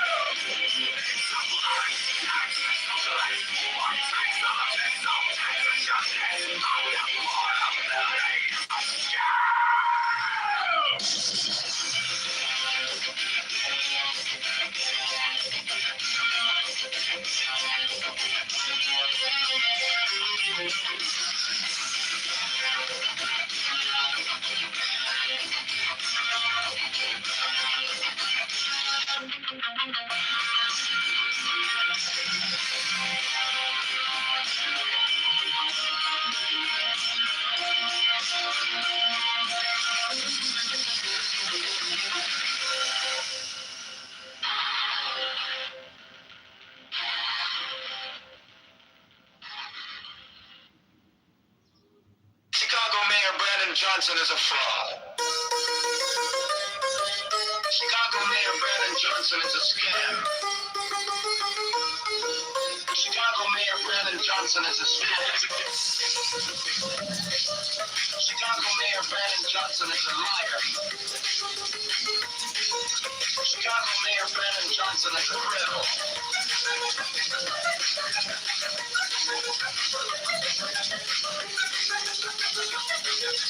Morals want $3 billion to get the $20. The C2 is a mafia propaganda. Organization of portability is a scam. Brandon Johnson is a cop.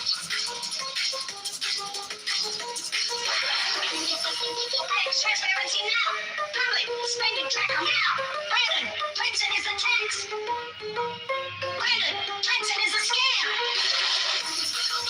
Transparency now. Public spending tracker now. Brandon Johnson is a tax. Brandon Johnson is a scam. Reparations black slaves is a scam. It's a black tax. Socialists are taxologists. All taxation is theft. Affordability is a scam.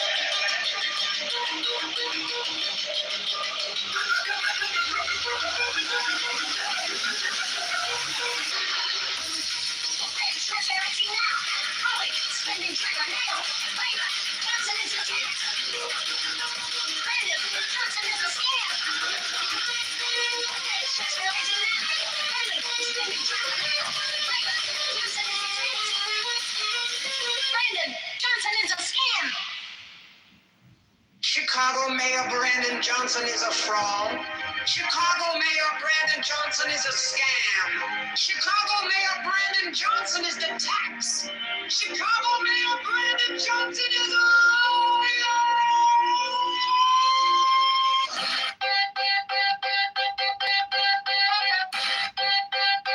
Chicago Mayor Brandon Johnson is a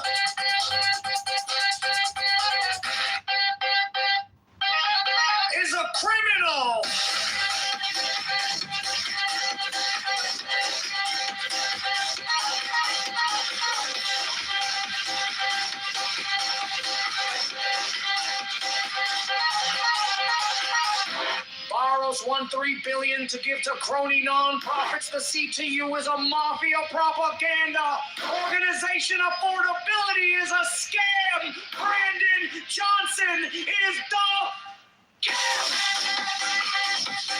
transparency.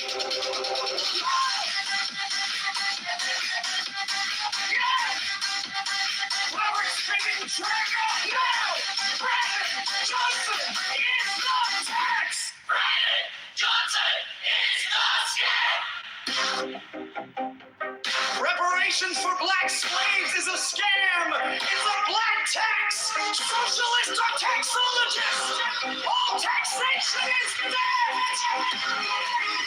Affordability is a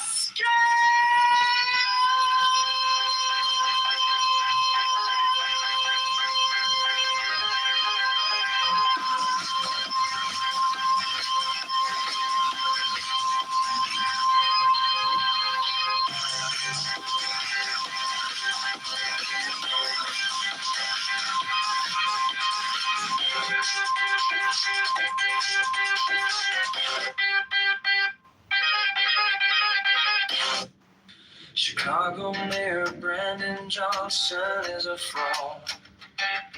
Chicago Mayor Brandon Johnson is a scam. Chicago Mayor Brandon Johnson is the tax.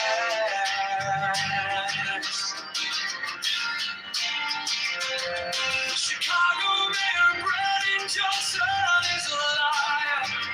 Borrows $13 billion to give to crony non-profits. The CTU's a mafia propaganda organization. Affordability is a scam. Brandon Johnson is the tax. Open the books, transparency now. Public spending tracker. Brandon Johnson is the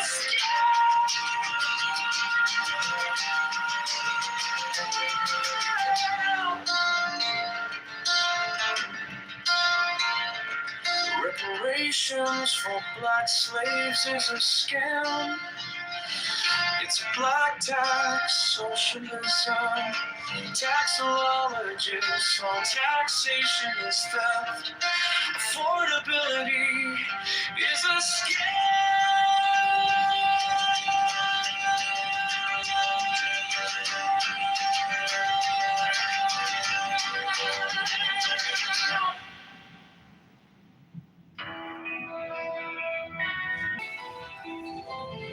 I am the charioteer of the East, Lord of the past and of the future.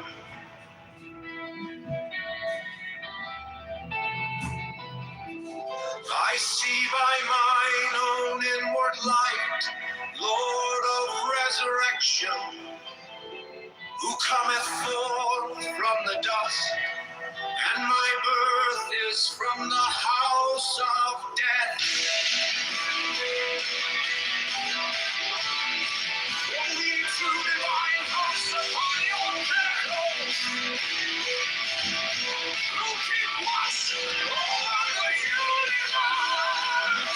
Yea, who company the beer to the house of rest, who guideth the ship over on, sing onwards to the hearts of heaven.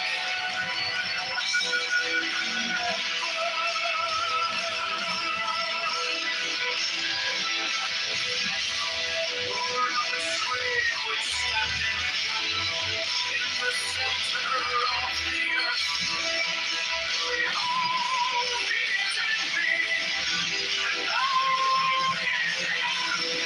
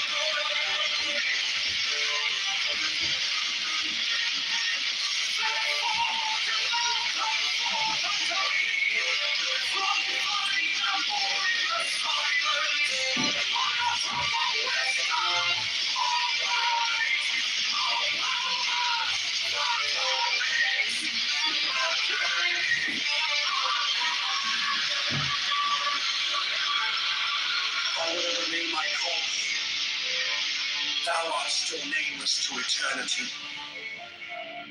Come thou forth, I say,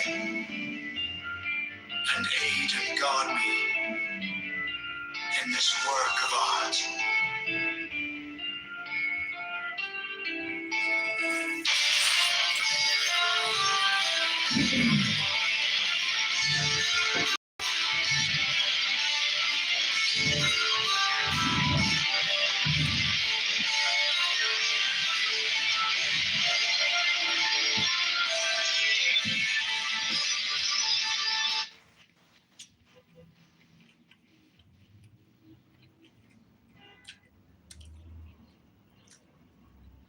Thing of like, what is it?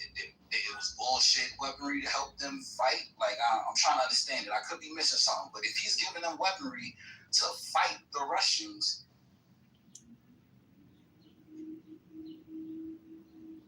With anything that you said, and I Hold find on one that second. Dude, 1 second, please. David, I just want to remind, maybe you forgot or not only Pentagon, remember the independent White House brief, what is it, the White House daily briefing, the independent committee that used to allow all the journalists, and they made sure that all the journalists and all the media outlets, Associated Press, the White House independent commission that would make sure that every single media outlet would have a turn. Yes, the White House Press Corps was eliminated, right? So now the White House decides what journalists that can come in. Yeah. Yes, who can come in and who cannot come in. So not to say that we still have free media and every single journalist has the right to write and everything else. That's just factually not true. yeah, so like, and Yeah, the game is rigged. yeah, David, I do not disagree with anything you said, and I very much see all democracies in the globe being in a state of flux. They're not still systems. Time and change, right? That is really important. Time and change to systems. I agree with everything you said. I just don't see people falling out of windows or being like killed for reporting certain things. So I think that authoritative dictators in the world have a much more stringent control of the media over their populace than other democracies. But anyone who's living in a democracy that cares about the truth nowadays has possibly at one point in their time or in their lives had the wool pulled over their eyes. And they're not a fan of it either. So, like, I do not disagree with anything you said. I just don't see people just falling out of buildings. David, do you mind if I answer that? Because I'm from Russia. Yeah. I am from Russia, so I'm very familiar with that. Dude, so I left, basically, I have my citizenship in Russia, but I have been living in the US for over 20 years, and I'm an American citizen as well. Let me tell you, people did not start to have heart attacks or committing suicide by firing 3 bullets into their own head or somehow falling out of windows in Russia right away. You have to remember Putin has been in power since 2000, right? So at the beginning, it was very similar. First thing that Putin did was cancel comics that were making fun of him. Sounds very familiar, isn't it? Then he went to war. Let's not forget the Second Chechen War. It literally didn't like comparing it to the worst of the worst and how it is right now. I think is disingenuous because that's not how it started. It started out slow. It started out by rigging the elections, quote unquote, the legal way, right? Putin literally had Medvedev go, and he was, quote unquote, the president. But then Putin legally went and changed, quote unquote, the Constitution. They pretended for a while, right, to do it the right way. And then when slowly but surely, after some time, that's like somebody said, boiling the frog, right? Very slow in a pot. Now, 20-some years later, 24 years later, yeah, now it's just wide open.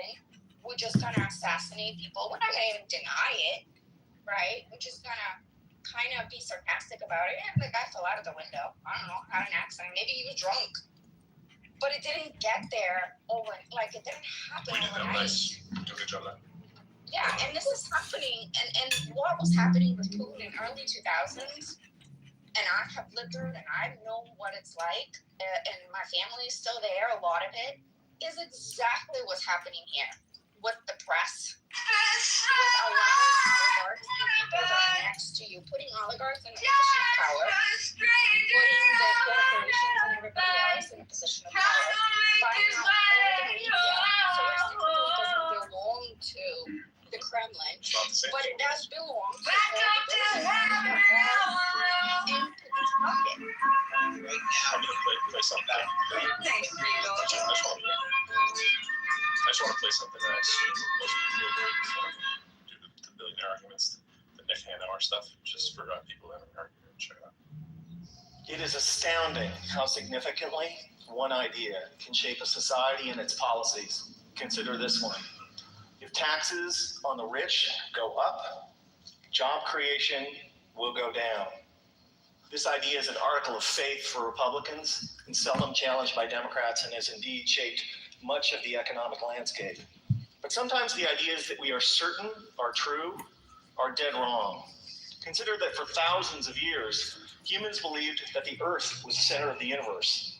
It's not, and an astronomer who still believed that it was would do some pretty terrible astronomy. Likewise, a policymaker who believes that the rich are job creators and therefore should not be taxed will do equally terrible policy. I have started or helped start dozens of companies and initially hired lots of people. But if there was no one around who could afford to buy what we had to sell, all those companies and all those jobs would have evaporated. That's why I can say with confidence that rich people don't create jobs, nor do businesses large or small. Jobs are a consequence of a circle of life like feedback loop between customers and businesses. And only consumers can set in motion this virtuous cycle of increasing demand and hiring. In this sense, an ordinary consumer is more of a job creator than a capitalist like me. That's why when business people take credit for creating jobs, it's a little bit like squirrels taking credit for creating evolution. It's actually the other way around. Anyone who's ever run a business knows that hiring more people is a course of last resort for capitalists. This is what we do if and only if rising consumer demand requires it.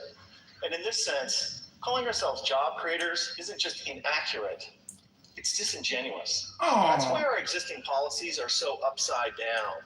When the biggest tax exemptions and the lowest tax rates benefit the richest, all in the name of job creation, all that happens is that the rich get richer.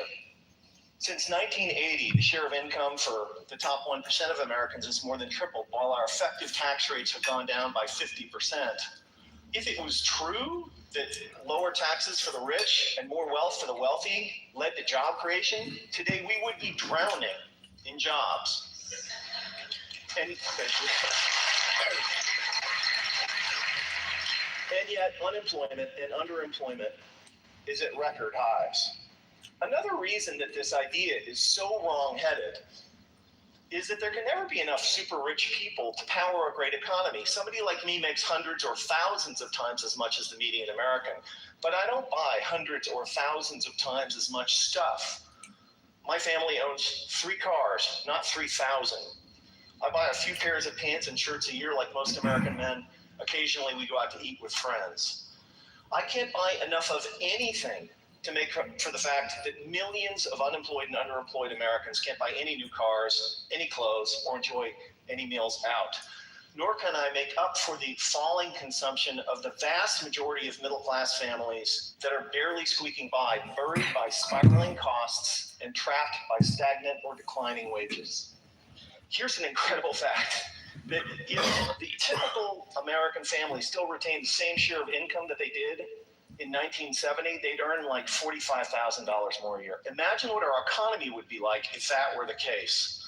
Significant privileges have come to people like me, capitalists, for being perceived as job creators at the center of the economic universe, and the language and metaphors we use to defend the current economic and social arrangements is telling. It's a small jump from job creator to the creator. This language was not chosen by accident. And it's only honest to admit that when somebody like me calls themselves a job creator, we're not just describing how the economy works, but more particularly, we're making a claim on status and privileges that we deserve. Speaking of special privileges, the extraordinary differential between the 15% tax rate that capitalists pay on carried interest, dividends, and capital gains, and the 35% top marginal rate on work that ordinary Americans pay, it's kind of hard to justify without a touch of deification. We've had it backwards for the last 30 years. Rich people like me don't create jobs. Jobs are a consequence of an ecosystemic feedback loop between customers and businesses. And when the middle class thrives, businesses grow and hire, and owners profit. That's why taxing the rich to pay for investments that benefit all is such a fantastic deal for the middle class and the rich. So ladies and gentlemen, here's an idea worth spreading. In a capitalist economy, the true job creators are middle class consumers. And taxing the rich to make investments that make the middle class grow and thrive is the single shrewdest thing we can do for the middle class, for the poor, and for the rich. Thank you. It is astounding how significantly one idea. He's got scores of TED Talks, interviews. I've been listening to this guy for 15 years. But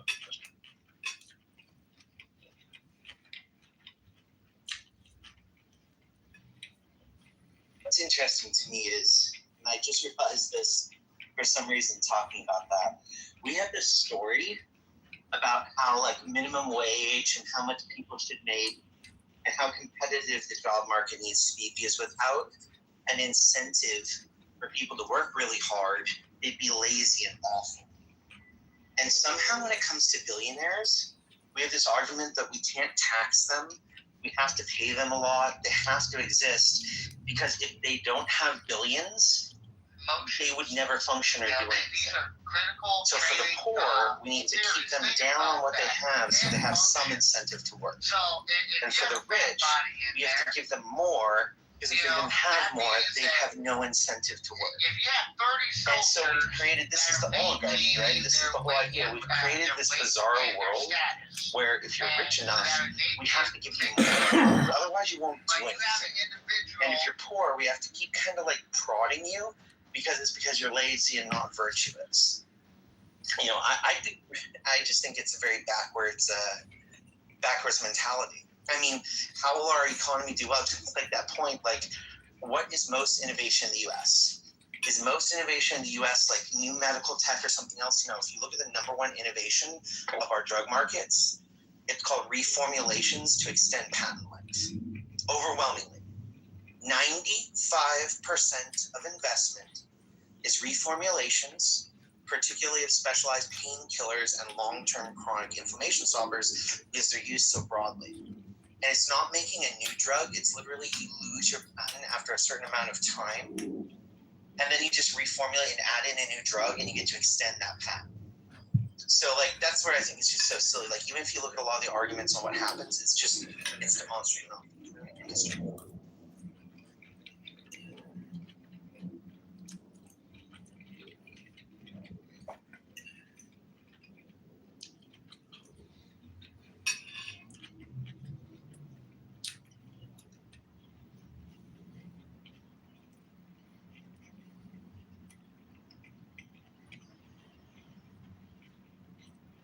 You're right. Time to play some pro. Yeah.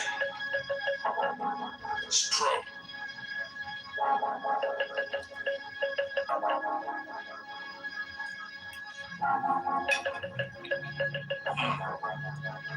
You can smell that, J. Joe. Listen. From the jump out the truck on some Master P. You and I, you decided what it has to be.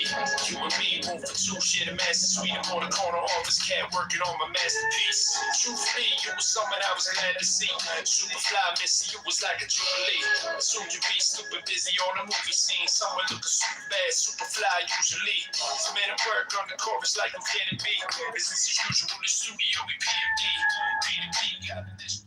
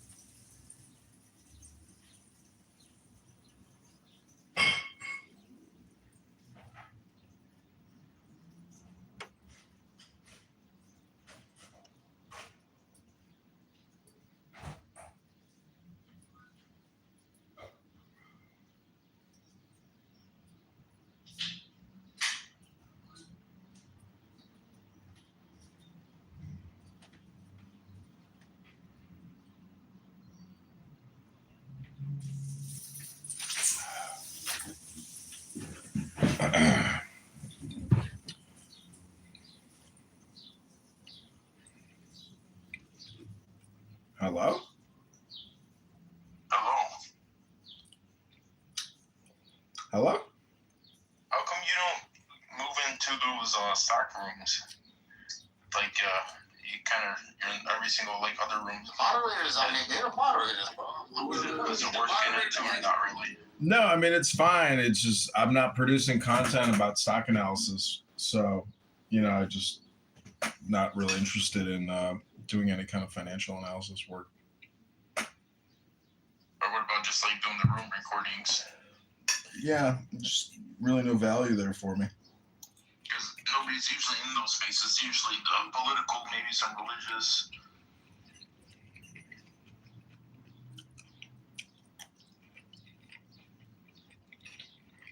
Because I think besides you, a couple people might have tried to get into this, segment. Yo, busy texting to somebody and then somebody gonna represent you. What up, Sean? Man, nigga, get your shit done, man. Y'all ain't trying to hear this. It's okay. Hold on. The 2020 Doha Agreement, the withdrawal was directly triggered by the peace deal signed by Trump and the Taliban. That was 2020, man. Right, but it wasn't executed. Hold on, bro. Who did he invite to the White House last year? The Taliban. No, the Taliban. I said the Taliban, fool. Oh, you didn't say that. What the hell you thought I said? The wrong answer.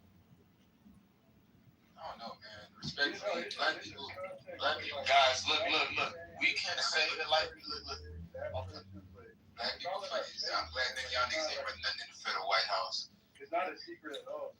Yo, busy, but the thing that you fail to comprehend is that Trump started it, and then when it got to Biden fumbled the fucking play. He didn't know how to handle that play. All right, I could write up a play, and you could fuck it up in the court. That's what happened with Biden, and Trump would have never left hundreds of millions, even billions billions of dollars worth of technology to the fucking, come on, bro, like that's retarded. That's the point. My whole point was that it was executed poorly. That's not how the U.S. moves. You see how the Department of War moves now? That's how they move. All right, are they perfect? Nobody perfect, but guess what? They kicking ass more than any of the later administrations that we've had in the past. So that's how it is, bro. That's a better representation of how to handle.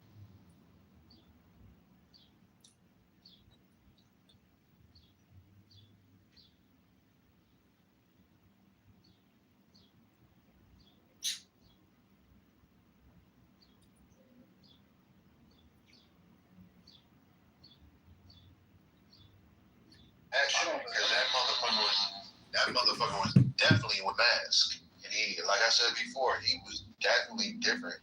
Look at his phenotypes.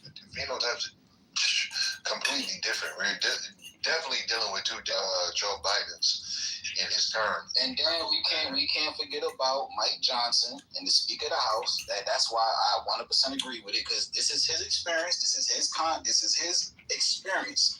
He could not get a hold about it for nothing, especially when it came to important shit they needed to discuss immediately.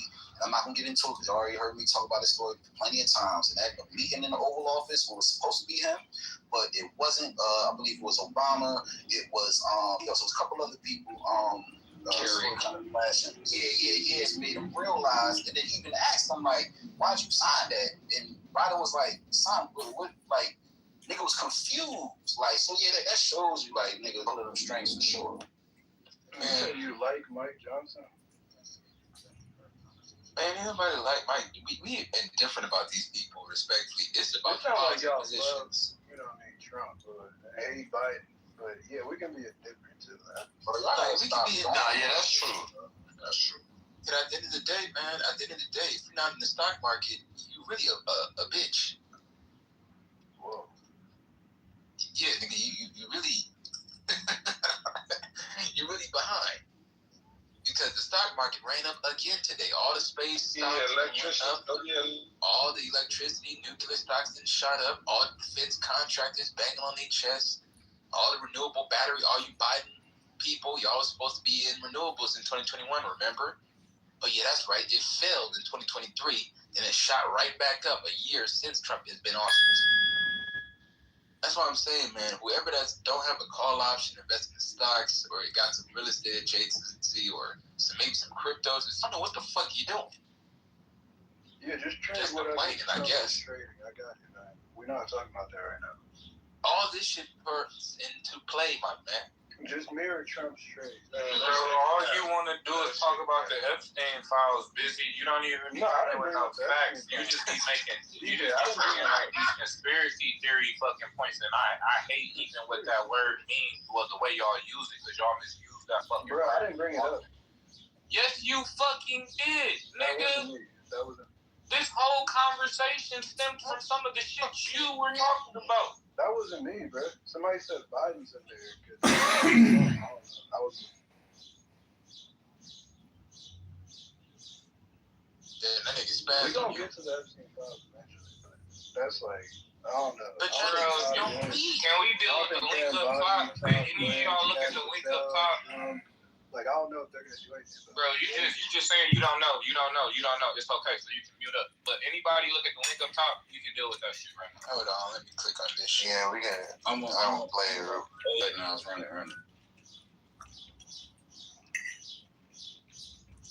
Many of the people who voted for my husband can't look some people in the face and tell them you have no right to be angry or to do something that maybe is against your own interest. That's human nature. Many of the people who voted for my husband twice.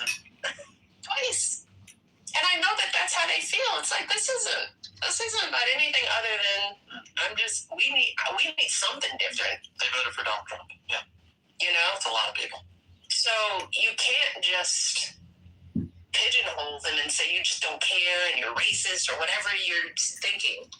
This is an act of, I don't know what else to do. I just wish we had more leaders that were figuring out how to do more for the middle class, for the working folks, because those are the folks who are drowning in this economy. It's not me anymore, but I know those folks. And they're good people. Bitches worth 100 And they million. don't have a way out. And that makes for bad. Can't look some people. Bad choices. Sounds like a cop out. Yeah, what do you think? It sounds like a cop out to me, what? I think you're trying to get It the sounds like middle of it. bullshit, running that same narrative that nigga was saying earlier, because that ain't what homie said on camera. Like, I'll say it again, because me and Melly had this conversation earlier. He did not say that the American people's finances isn't his concern. He said the American people's finances isn't his motivation behind his decision making in this war. Two completely fucking different statements. But maybe motherfuckers can't comprehend. And that's unfortunate for a motherfucker who first lady, unless she clearly is running some propaganda narrative right now. But they running the play, big dog, because all this shit is a play. Like, the funniest thing about it is I ask people all the time, when did you realize that the economy was shit? 2025 or 2023? When it was actually in shit. God, what? 2027? Before Obama got in office, motherfuckers realized this shit was shit. Wait, Talking about 07. 2027? You mean 07? 2007? 07, yeah. Oh, okay. I'm like, damn, nigga, that ain't even happening. But that's why I asked the question on when My friend. you realized that the motherfucker was fucked up. Because the funniest thing about it is, I'm looking like, My friend. I look at the stock shit. I'm about to go into Gary Baumgarten's room on Anonymous. We can do the Mystery Science Theater 3000 commentary on their communist, socialist, liberal, Democrat leanings. Hello? Mess.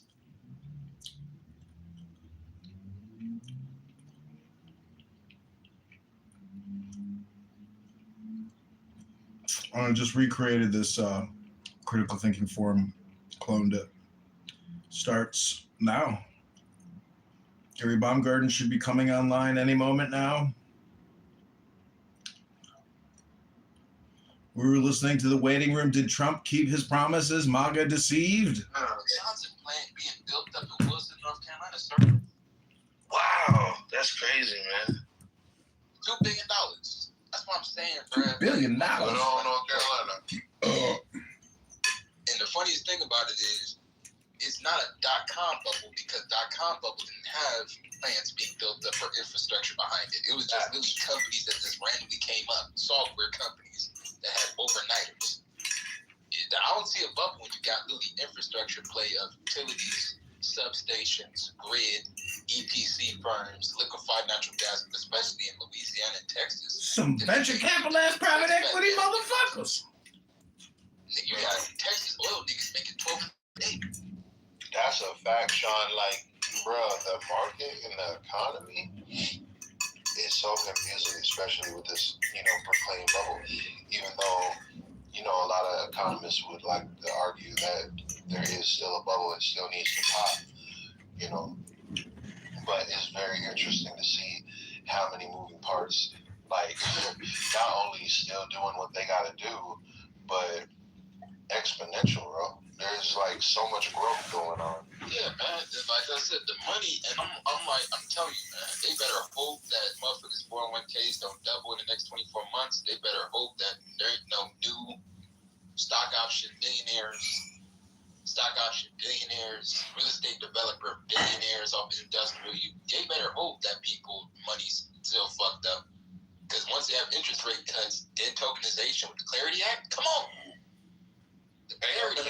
Y'all better start collecting pennies, man. Y'all know that they stopped production the pennies. I seen it in the gas station earlier today. I'm telling you, man, the copper, anybody that's so that means once they out of circulation, it's over with. If you ain't got some in the cut, you know what I'm saying? Yes, sir. I'm telling you, copper wire, photonics is going to replace copper wire. Photonics is going to, please look at photonic stocks. That's the biggest niche right there that nobody's not talking about, that I noticed all these smart, super duper liberals that's supposed to be in tech. I'm a tech brother. I do cybersecurity. They ain't mentioned none about that. They're not bitching about middleware technology or AI agents or agentic agents or robotics. A lot of people think that the government and these corporations are going to use this technology to take over and implement some massive surveillance state. So you can't be mad at some people for not being so enthused. Nigga, we already in a surveillance state. I know you about to say that we already in it, but we know it can improve and it can look a lot different than it does now. Let's not act like we right now, we at the end all be all, like this is the final stage. We know it can get way more serious than this, i.e. China. We know that. It can get a lot more serious. So you can't get mad that some people aren't excited about these corporations taking over and trying to implement artificial intelligence and everything else you just mentioned into our everyday lives. Some people are not excited about that. Some people don't want that. Some people don't mind a little AI here and there, but some people are not looking forward to a complete takeover where artificial intelligence and robotics and all this shit is just running everything. And you say, and it ain't end of all be all. It's a wrap. It's a wrap, nigga. I'm talking about what we are right now. If it was a wrap, then you wouldn't be talking about nothing that's gonna happen. It'll be already done. But it's more to everybody whose hand is up, time permitting. Generally speaking. Oh, we got the fucking Anon in the room. Motherfucking Anon. Moved to the audience. This is not punitive in nature, but just an attempt to make it possible for me to maintain. So funny. Gary is so cheap. He doesn't have premium Clubhouse. One person is talking at any given time. I don't know about you, but I, as your moderator, get lost. In fact, I get a headache, and I'm not here. Even though I have a bottle of Tylenol in front of me for such occasions, I don't want to delve into it.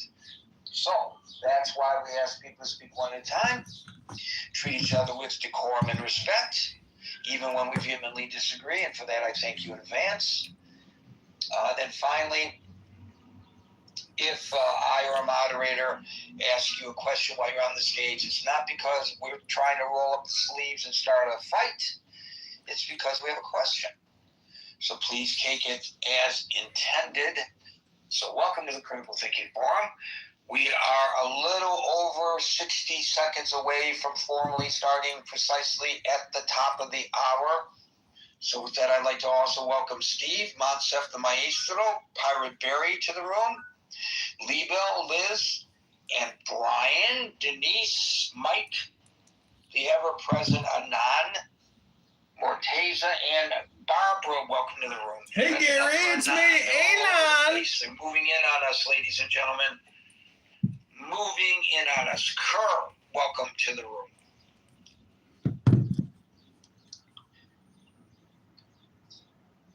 I'm actually going to read my 1, 2, 3, 4 paragraph posting that I put to Facebook and other social media about today's topic as the opening salvo. I'm telling you this in advance to give you fair warning that the opening salvo will probably be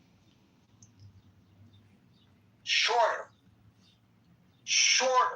than it usually is. So feel free to join Agent and thank God, Gary. Thank God. Because you usually give me a headache, Gary, and I got a bottle of Tylenol here prepared for your opening monologue. Invite people up in mass any longer.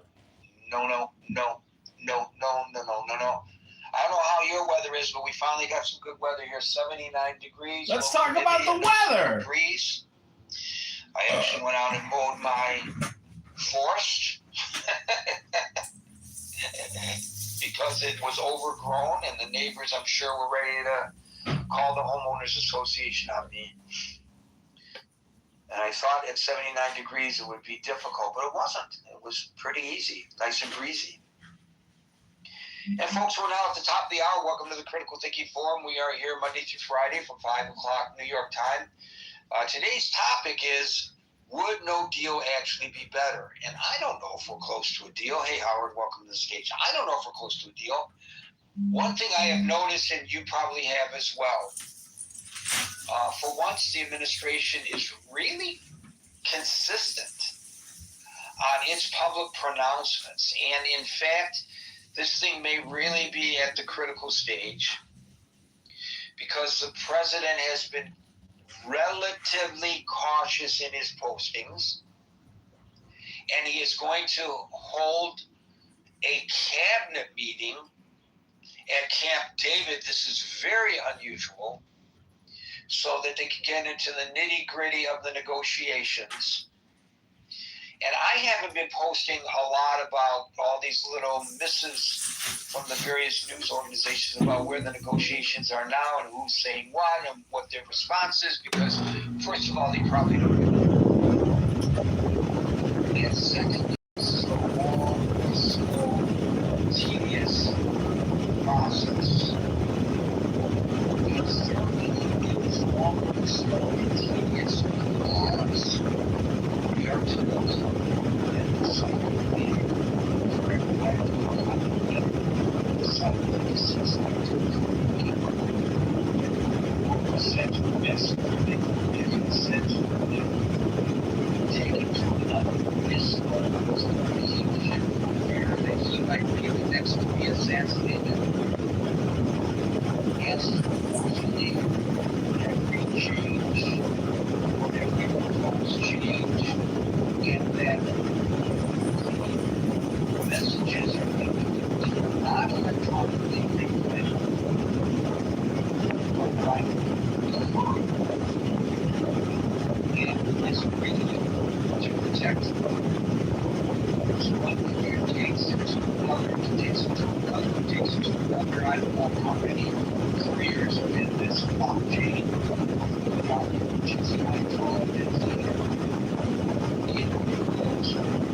exchanges and the control process. One thing the administration has been very clear on lately is this is what they were saying. You're going to have a deal that isn't acceptable. It seems to me kind of a weird thing to say, because obviously either you're going to have a deal or you're not going to. It is very consistent now. Most people are hundred come up with stage here today. And I think someone else but the body policy of the United States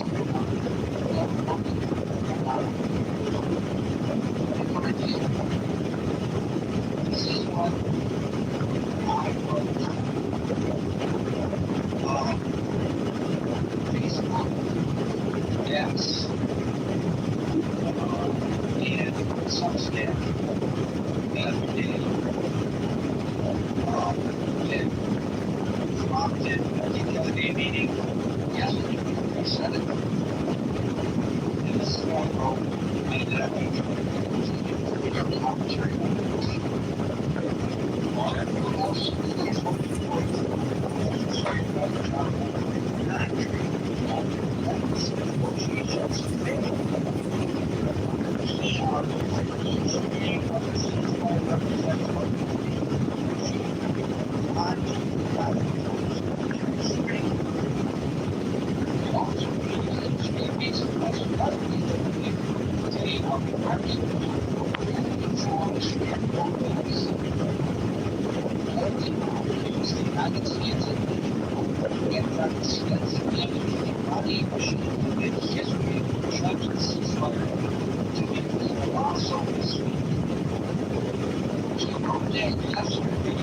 I mean, he said that yesterday. During the top of the 6 o'clock news cast on CNN, that was going in changes in the thing. As I was waiting for 6:18 train, I wrote this and I posted it immediately after that. Comments at 6 o'clock.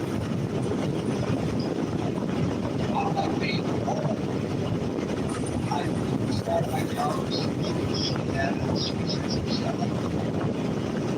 And I wrote people from their national security force being interviewed by the Post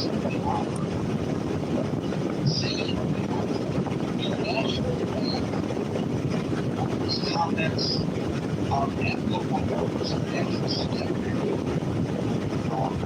Virginia that she knows and is believed. assessment is accurate. Now, I'm not arguing it's for opposition to what we see. I'm just saying those are the facts. What we said yesterday. And that is typically what you said about the issue working out like the national security focus for Kitover. It is absolutely right. So I find it to be interesting from you that one of the scenes no American law until this whole everybody is always to do history judges systems and also feel the United States government to be particularly yet the Iranian regime right where they wanted them and then let up when they should not. And I suspect whether it was corrected or whether the president is against it was because of domestic pressures. Because very easily pressured in a into weaknesses and defensive weaknesses on our taking options. Whereas in some nations are so used to that they kind of laugh at us. So that introduction. And again, the question to sure is, will we actually be better? Everyone suggests start the power of one marginal animals was amazing. Crazy. Everybody else like, get the shit. The security of Secretary Tuesday. Last night,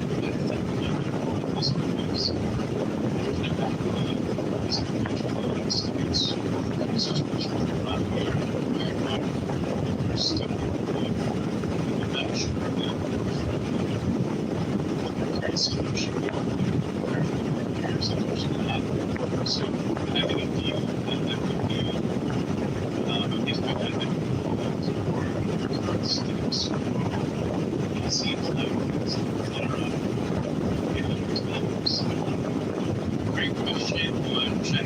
Which I had some usually sensitive, interesting other perspectives and scenarios in these stories.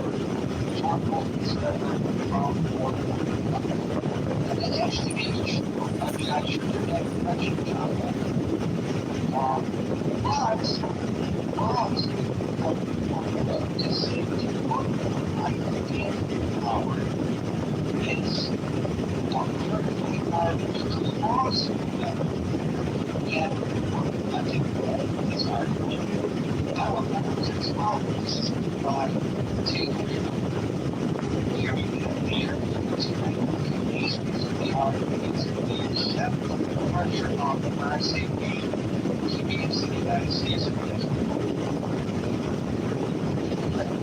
Because they were held for slave.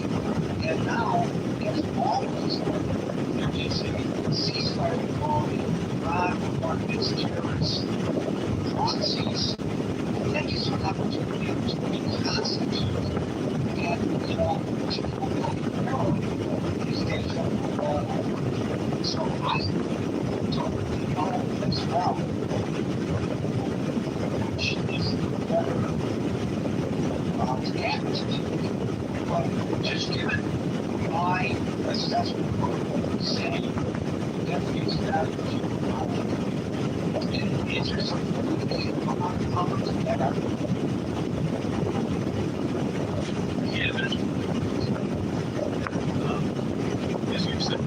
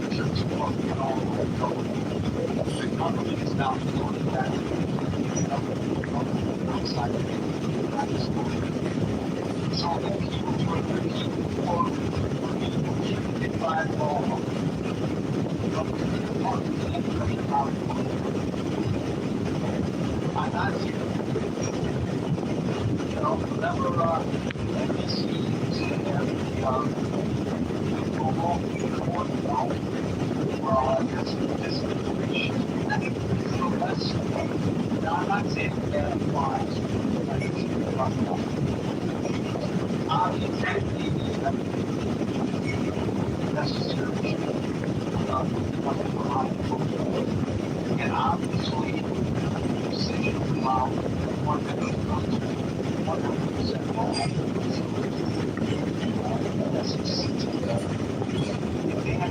So that's up to them. I don't think it's our forces of protection of God's I think we have a responsibility.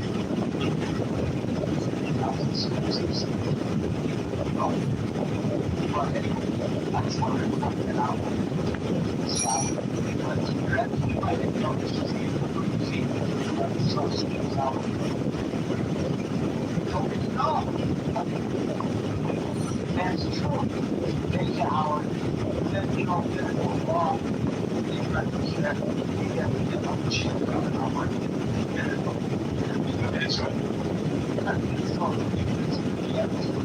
It's our marshal followed by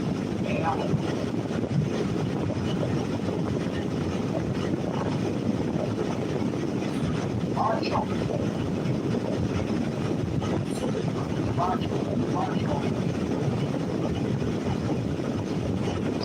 This is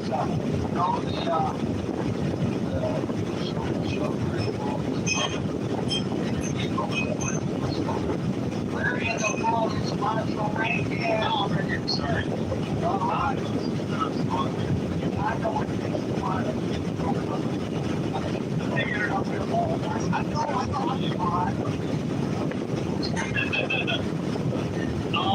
I think better to have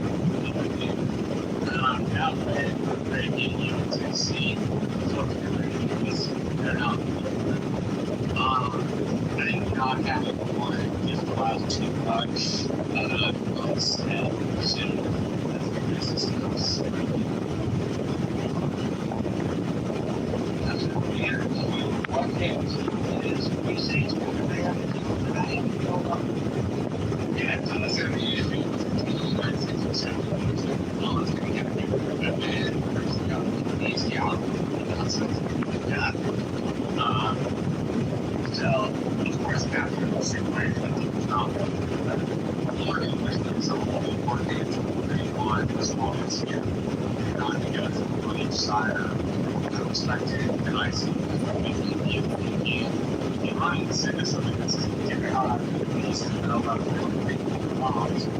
That's obviously not something that is possible to happen.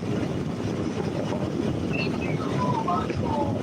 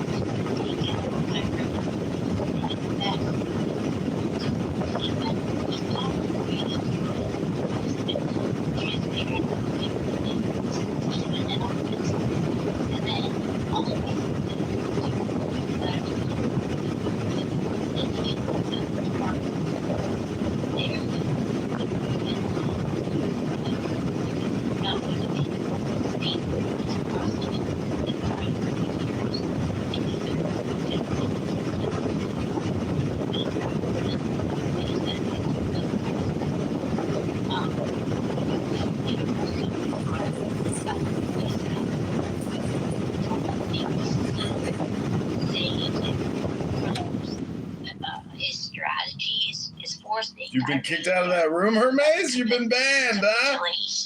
Hope you don't get deported from Mexico, he said. Well, and not negotiation. He's forcing that, not negotiation. And it's not a strategy.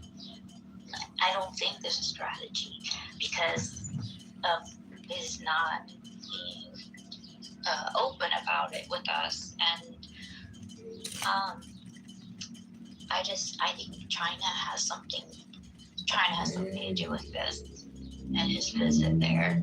And I know he does care about people, innocent people, and doesn't want to take out anybody that's not radical, and there's a lot there. But he says they can locate anybody, anywhere. So why don't they take out Mr. Disfigured Junior Ayatollah man?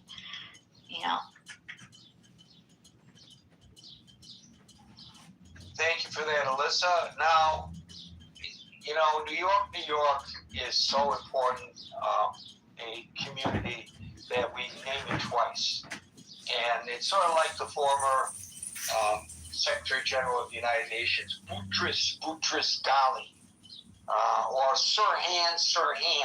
Today, ladies and gentlemen, we have Alan on the stage, and I have no idea which Alan is going to speak, but I think one of you is a ghost, Alan. No, both of them. I confused you, I confused everybody. On top of it, I confused myself. Hello, everyone. If you remember, Gary, I don't want to try sidetrack everything. There was a lady in our previous program. Her name was Liz. She's in your neighbor, I think. Both of you from New Jersey. I know Liz very well. Actually, she popped up when we were doing our little experiment. Yes, finally, I made her on Facebook. Right. But she is on the club day, and she doesn't have nothing. I tried club day. I couldn't. I didn't know the name is stated, so automatically both names came here. But anyway, I say no deal better than any deals. The deal was supposed to get rid of these mullahs, the chillers machine, these murders. They supposed to get rid of them. I'm speaking of at least behalf of 80 million Iranians, which they are extremely disappointed heartbroken. They are still screaming. Say, we're not worried about the bombing. We're not worried about the Tomahawk bombing. We are worried about if this regime stays. And I don't know when the world is going to get it, but I'm sorry. The whole thing is tangled based on the money. Who makes this, who makes that, who makes money.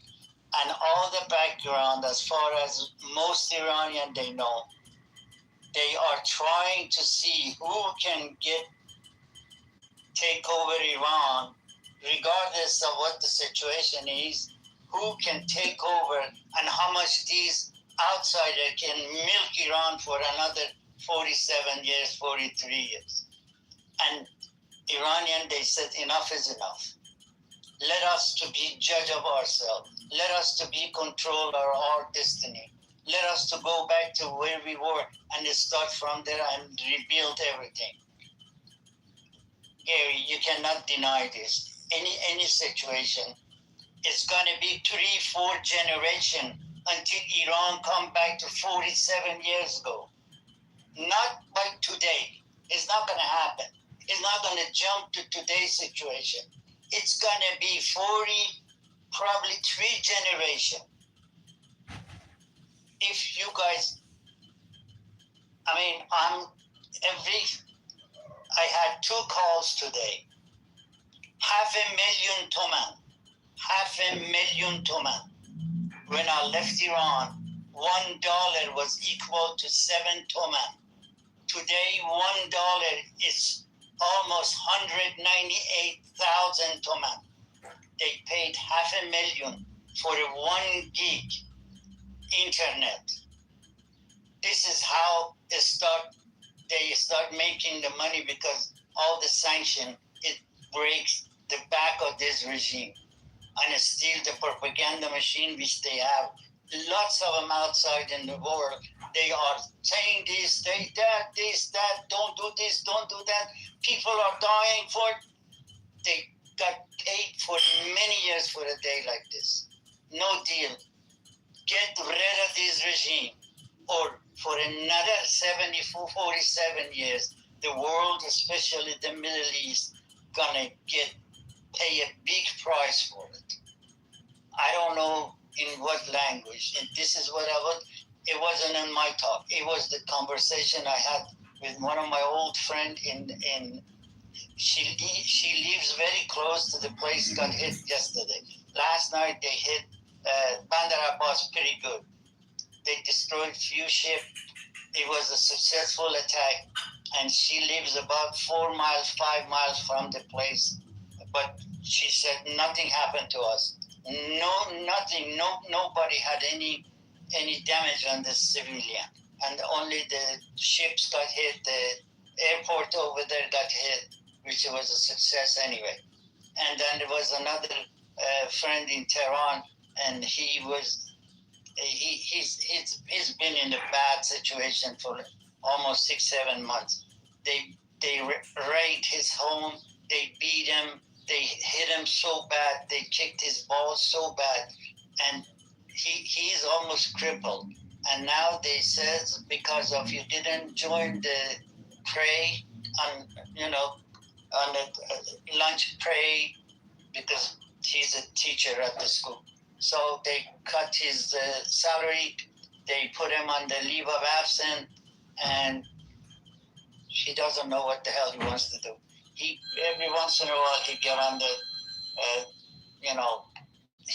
the internet, because only email people can communicate with the email. But that expensive things I told you, for 1 gig or 2 gig, you have to pay almost $500,000 to 1 million to just say to people, hey, I'm fine, we are fine, we are not hurt, and give a peace of mind to the family. Right? The contrast, Alan, it just shows that perspectives are so different.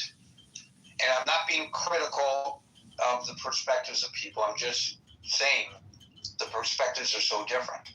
The president is under immense pressure right now to wrap this up because of the economic pain it's causing in the United States.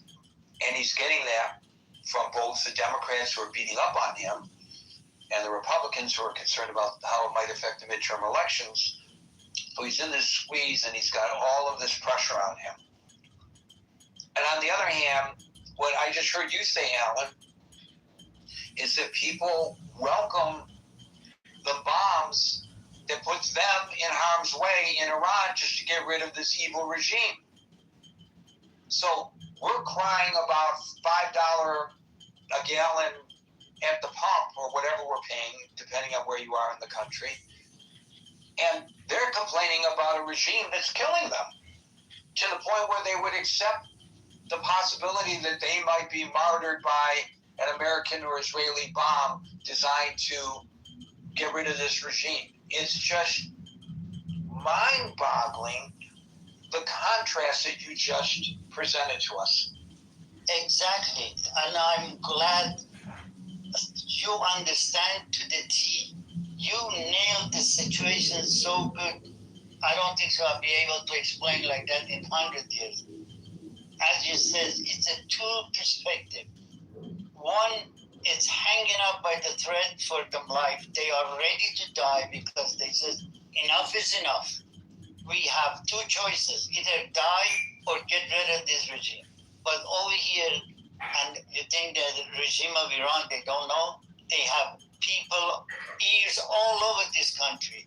They are reporting every second to them. And they're taking advantage of this situation.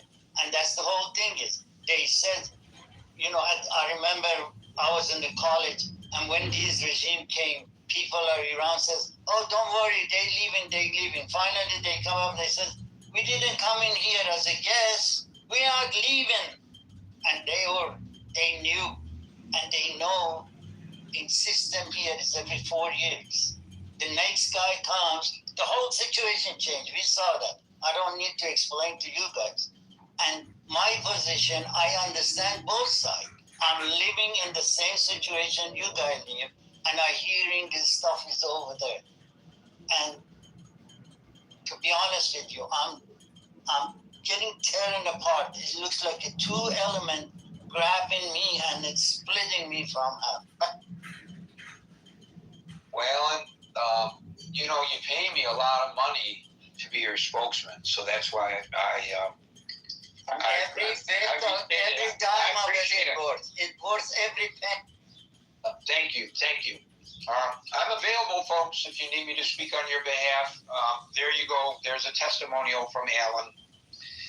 Andrew, followed by Les. Good afternoon, Gary. I hope you had a good long weekend. It was okay. The weather sucked, but it's beautiful now. And you know what? I said before we started that I was out mowing the lawn. Mm-hmm. I actually enjoyed it because I was out in the sun for a little bit. It's nice. I almost took the show outside. I might still do it before we're done. I might just walk outside and do the rest of the show outside. It's so delightful. Do it from your balcony if you have one. Yeah. I wouldn't want to be a naysayer. I've been one, and that's a little pun there. What was his name? Bob Ney? Did you say? Is that the gentleman you were speaking of? Well, anyway, I'm sorry. The naysayer on who? Is Bob Ney? Is that the guy that you were just? Yeah, Bob Ney, former Congressman. I want to be a naysayer. Oh, I get it. Bada boom, bada bing. Yeah. Good one. But I would say this. I think one of the cards that Iran has always had is that they understand that the United States population would not support ground troops in Iran. And that being the case, I don't know how long they could hold out with full blockade. Eventually you're going to run out of military targets in terms of bombing. Then what do you bomb? Then you start looking at civilian infrastructure, and that has a whole connotation in terms of war crimes, etc. So I think that's something that they've realized, that the only way that this could be successful for no terms, or terms that would be unconditional, would be for the United States to actually put boots on the ground. So I don't think there's a choice right now, and I don't know what kind of. I mean, we've seen support coming in from Russia through the Caspian Sea, and I don't know what kind of ground routes are available on the west side or east side of Iran into Iran that would subvert any kind of sea blockade. But because I just don't know enough about that kind of stuff. However, I think the United States has to make a deal. It's not going to be the deal that they did have formerly, that Mr. Trump tore up. It's going to be more in Iran's favor. But short of going in with actual troops, I don't see how you could have no deal. You can't stay there forever in that Gulf, bobbing around in the sea. It costs too much for the United States population. Don't support this thing already. So I think Mr. Trump has found himself in a difficult position, one of his own making. I don't believe that they had an imminent threat to build and launch a nuclear weapon at this particular point in time. Whether or not that was a year down the road or how long, I don't know. But maybe that his insistence on doing it now, I think, was a mistake. But we shall see. But yeah, I think that's really the card that Iran is holding on to. Short of going in there and uprooting this regime, I don't know how you can get rid of it from the air or from a simple blockade. It's just, there's too much pain. And I understand the dichotomy between the pain that, quote unquote, the West is suffering in regards to prices of oil and fertilizer, et cetera, and the pain that the population of Iran is suffering with the existence of this regime for the last 47 years. It's heartbreaking, but I don't know how you could get the population here in the West on side to actually put people on the ground to uproot this regime. Maybe if they had done this before Iraq, that might have been a thing. But after 20 years of Iraq and Afghanistan, and of course I know what the political situation was with 9/11, et cetera, Iraq was definitely a big mistake. It was a divergence from what they should have been doing, which was Afghanistan in the first place.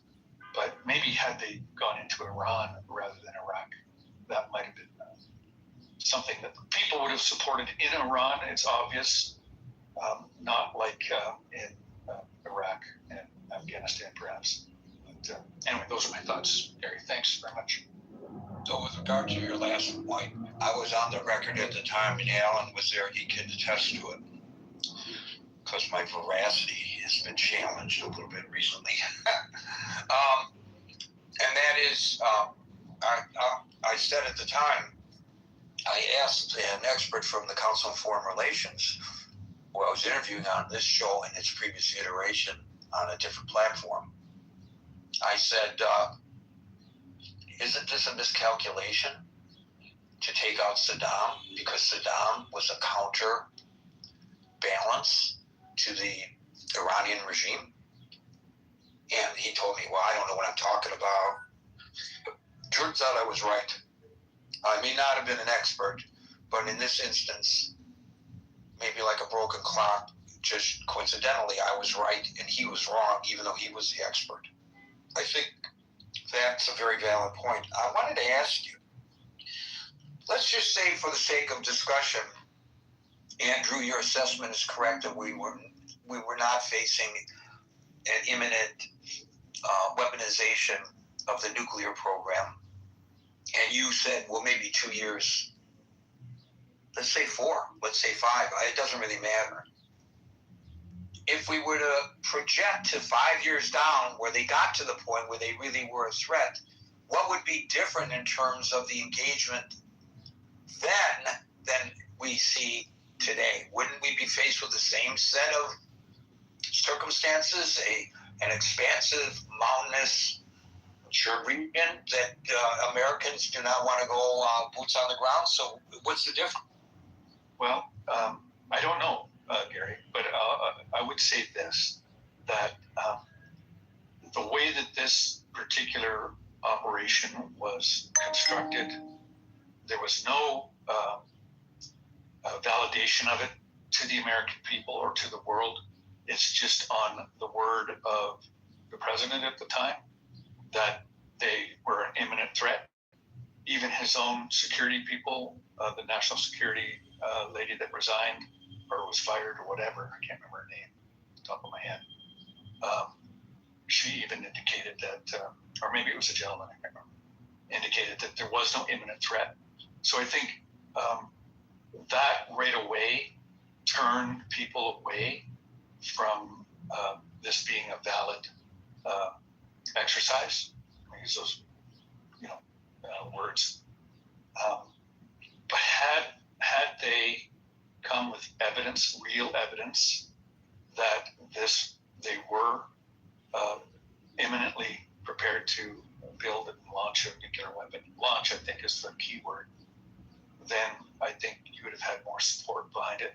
If that becomes the case down the road, I think there might be more support to actually put boots on the ground. Yes, there would be a lot of bloodshed and it would be hard, but I think the difference is that there's a whole population there, a large population there, that would rise up with those boots on the ground in support of the American troops or the international troops or whatever might go in. At this point in time, the American people are not for it, and I don't know how you can reverse that.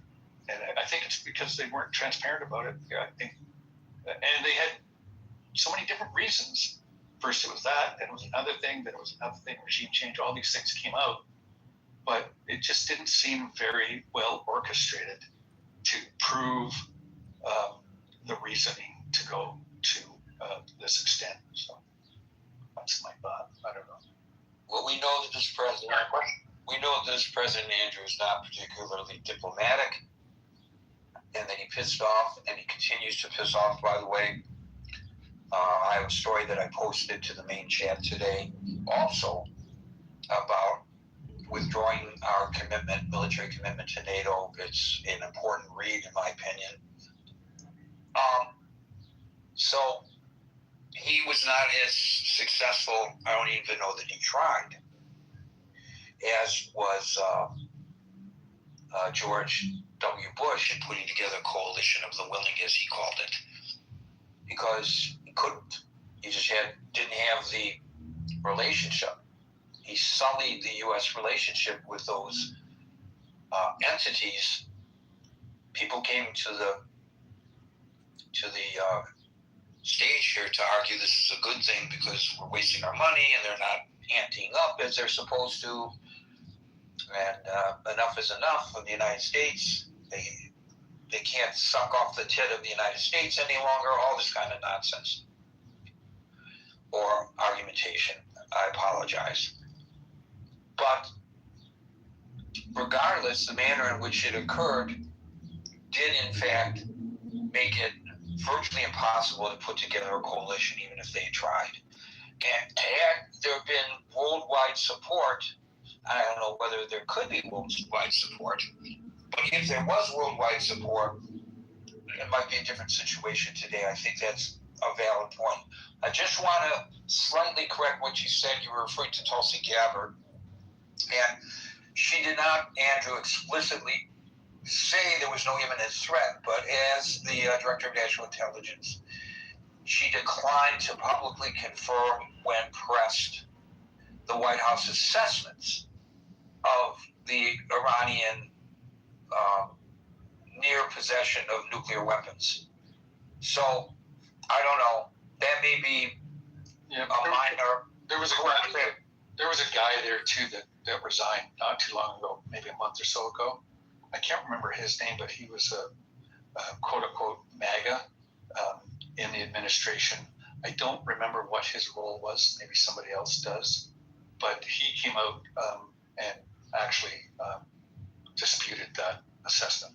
I don't know who to you referred, so I can't confirm or deny that. I'll take you at your word. Thank you, Andrew.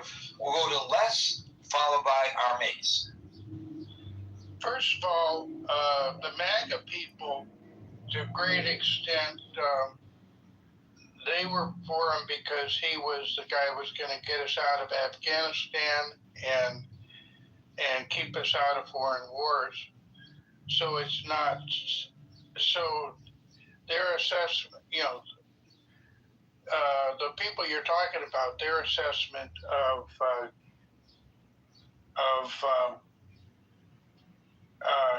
Iran involvement was isolationist anyway. And if they get a bomb in a year, or you know, that is we have to cut that off now. It's sort of like you know, you can't just let things fester. We tried that with North Korea, and they played us with time, and that's exactly what Iran is doing. I don't know, you know, I'm not a military guy, and I don't have any background there, and I don't have any secret information about what our military stockpiles were. And it made sense to, we needed to catch our breath and get more, you know, anti-missile missiles and that sort of thing. But I wouldn't trust Iran to keep their word, and certainly we have to keep the end in mind, and we can't have them have nuclear weapons. And we have to have a free, you know, freedom in the Strait of Hormuz, because so much oil goes through there, and it's a balance between quote unquote starvation and things going smoothly. And you know, but that's an interesting argument that Gary, you presented to us that I hadn't thought of, which is you know, we're fighting a war, and maybe we don't need, you know, we certainly don't want to sign an agreement that's going to screw us up. This idea, by the way, that they can't get to the guy to sign the, you know, to okay on the Iran side, the Ayatollah, he has to agree to every dot and tittle that's in this thing. That's an old negotiating tactic, isn't it? You've probably heard of that used many times, at least for the last few hundred years.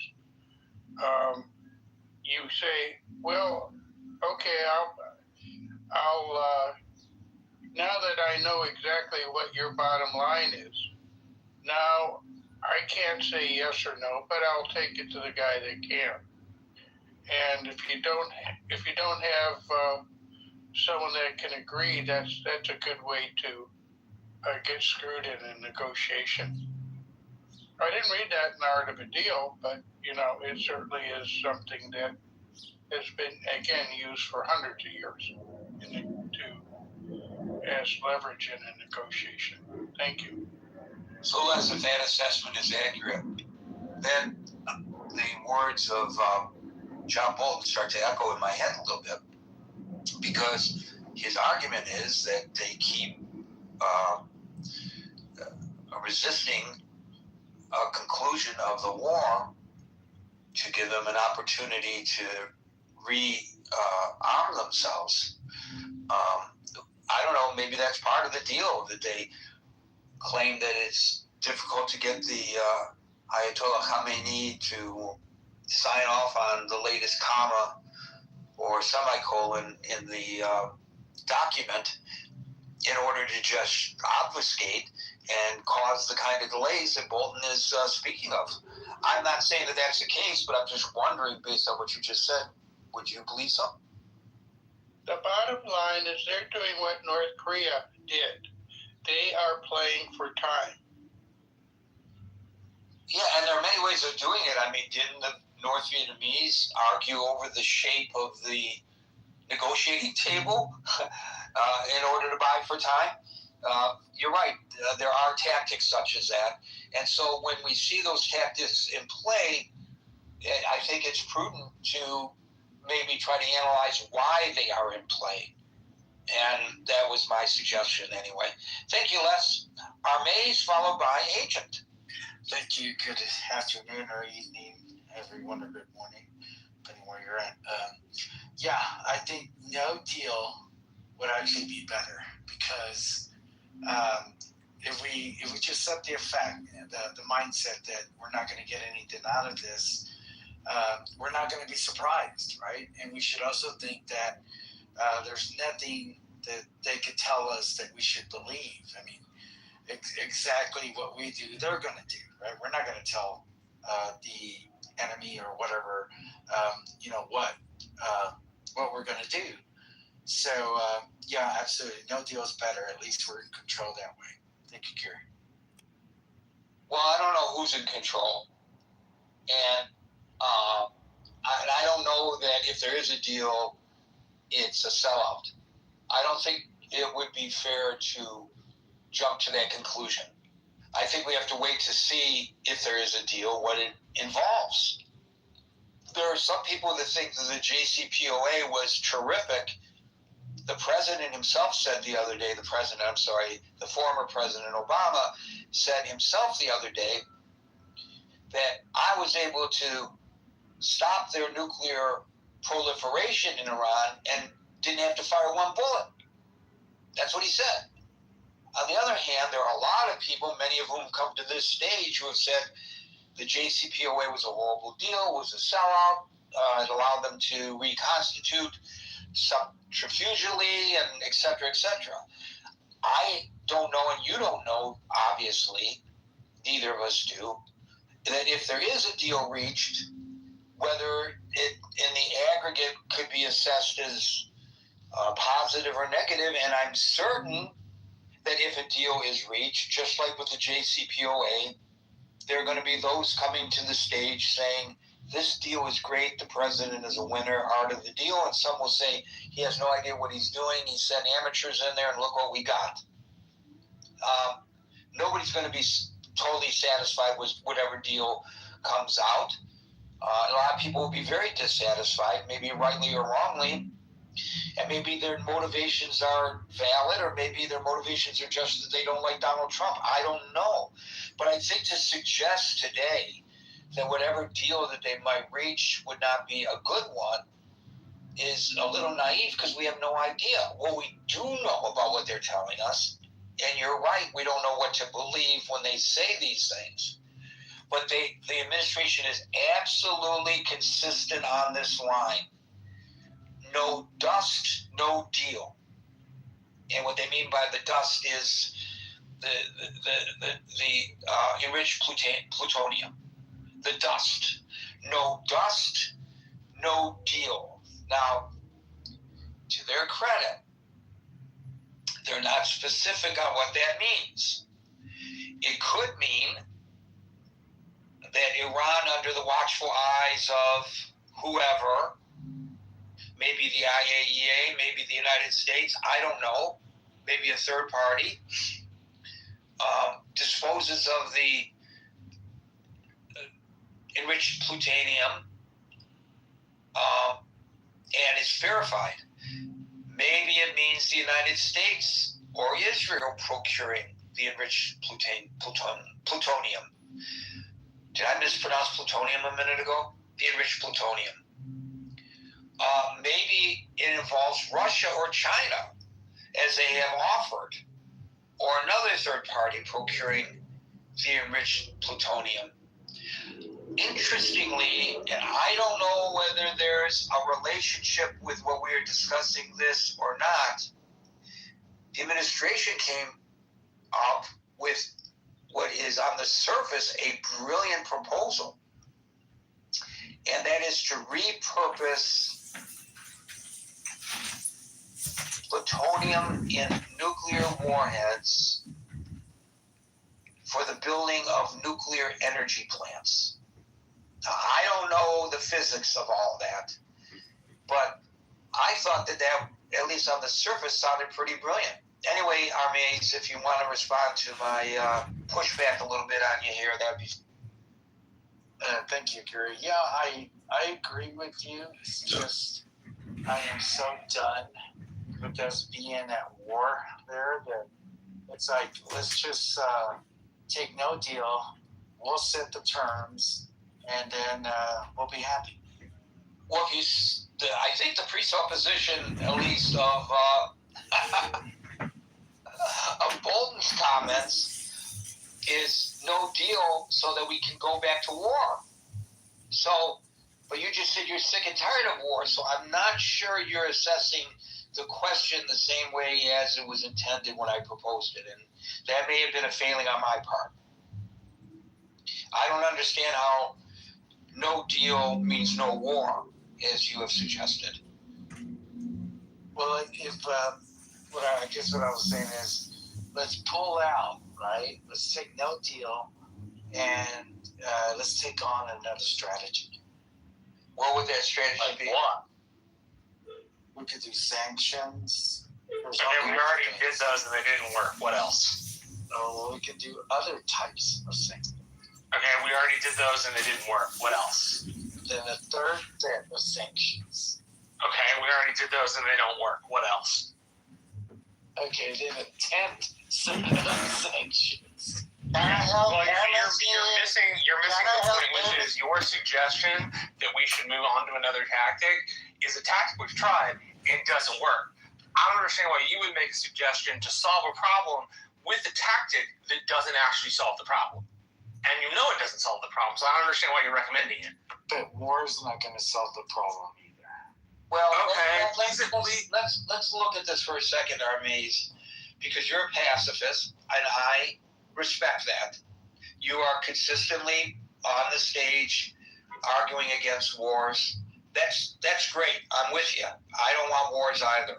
But let me ask you the question. If we say hands off and they develop nuclear weapons and they turn those nuclear weapons against, say, Tel Aviv or Riyadh, Saudi Arabia, which is not outside the realm of possibility, would you have affected, if you were in charge, your philosophy of you don't want any more wars? Would that have been a positive way of getting to no wars when it actually resulted in nuclear warfare, potentially?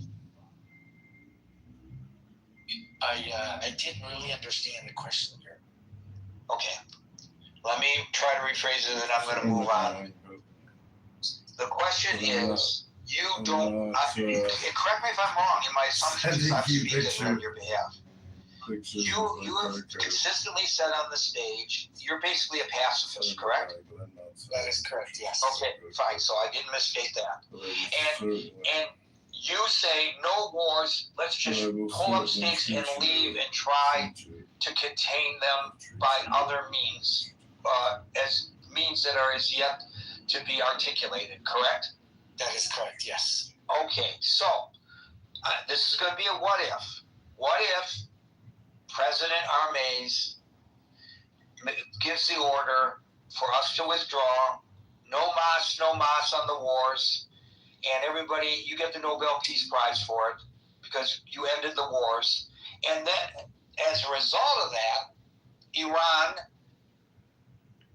reconstitutes its nuclear weapons program and then fires the bomb at Tel Aviv and or Riyadh, Saudi Arabia.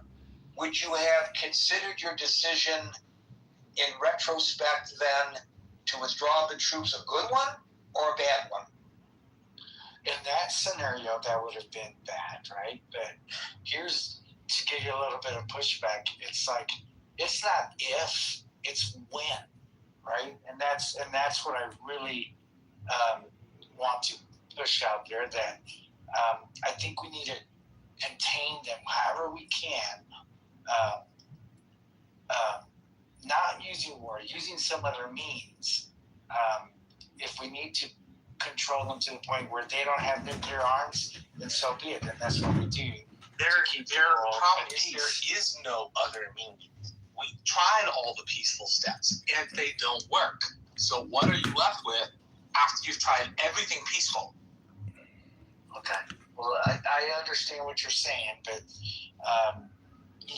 I'm still against war. I'm not saying you have to be for war. I wasn't asking that. I was asking all the things that are peaceful that you could do to try to move them.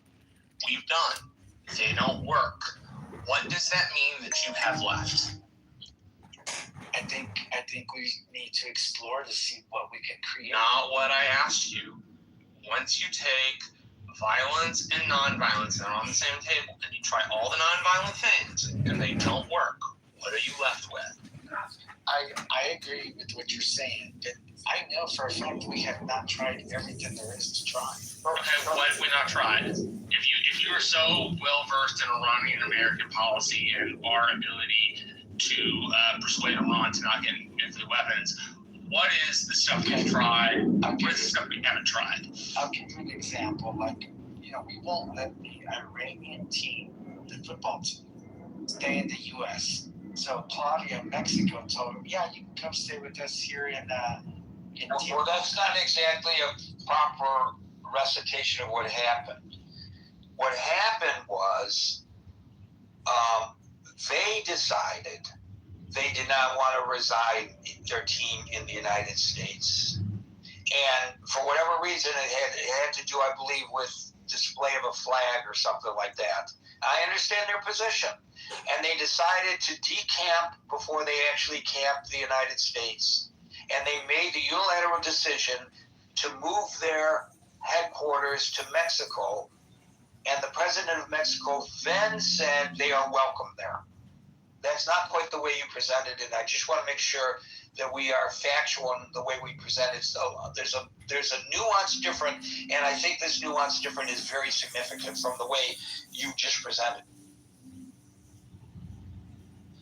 But how does that stop them from developing a nuclear weapon?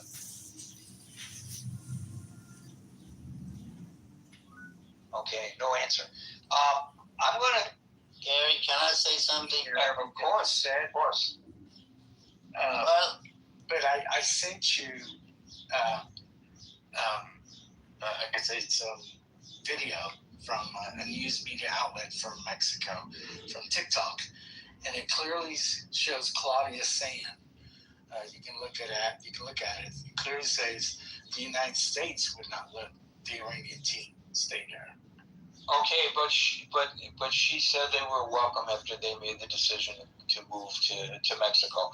So again, the question I have, and then we'll go back to Alan for a second, is what does that have to do where the Iranian team stages? I mean, it's a 3-country event, the World Cup. Yes.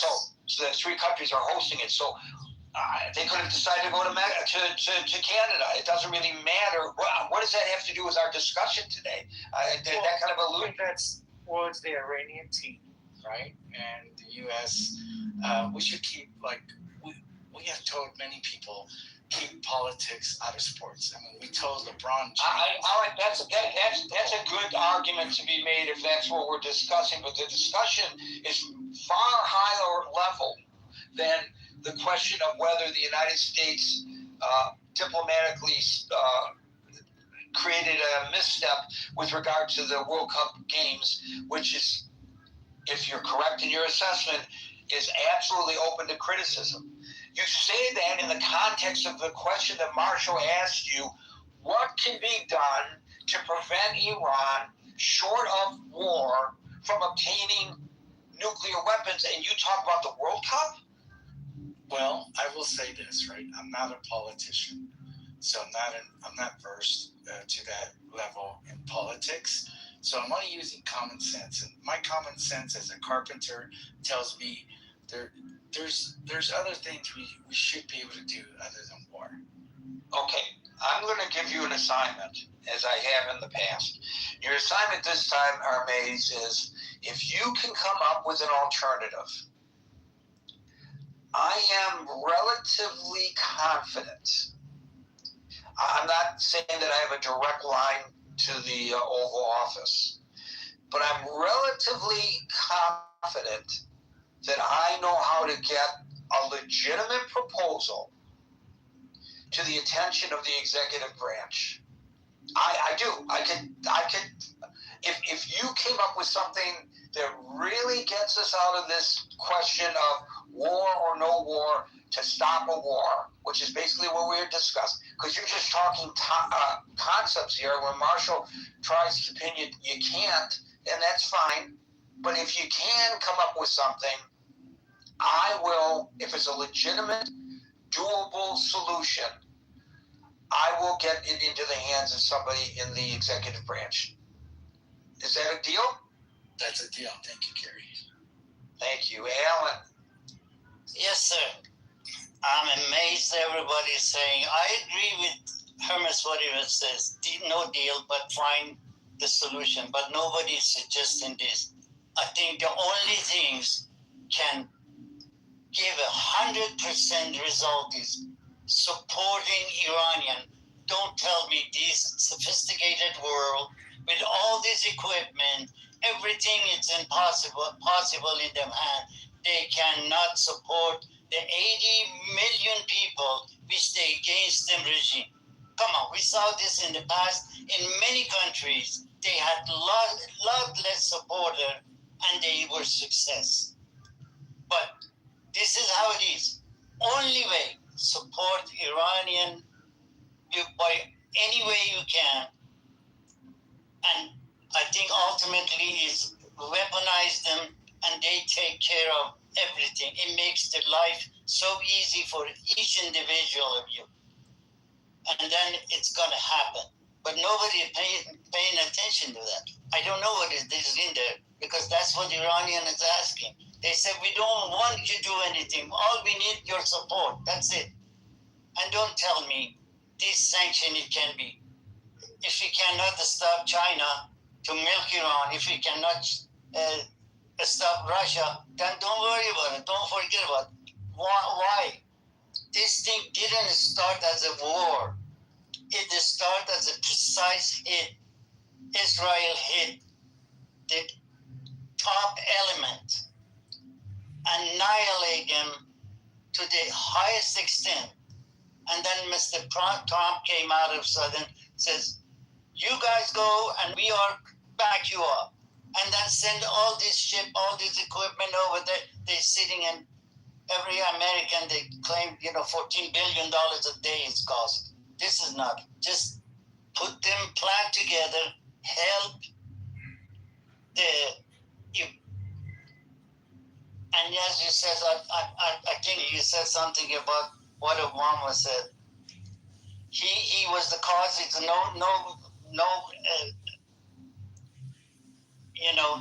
nuclear advancement.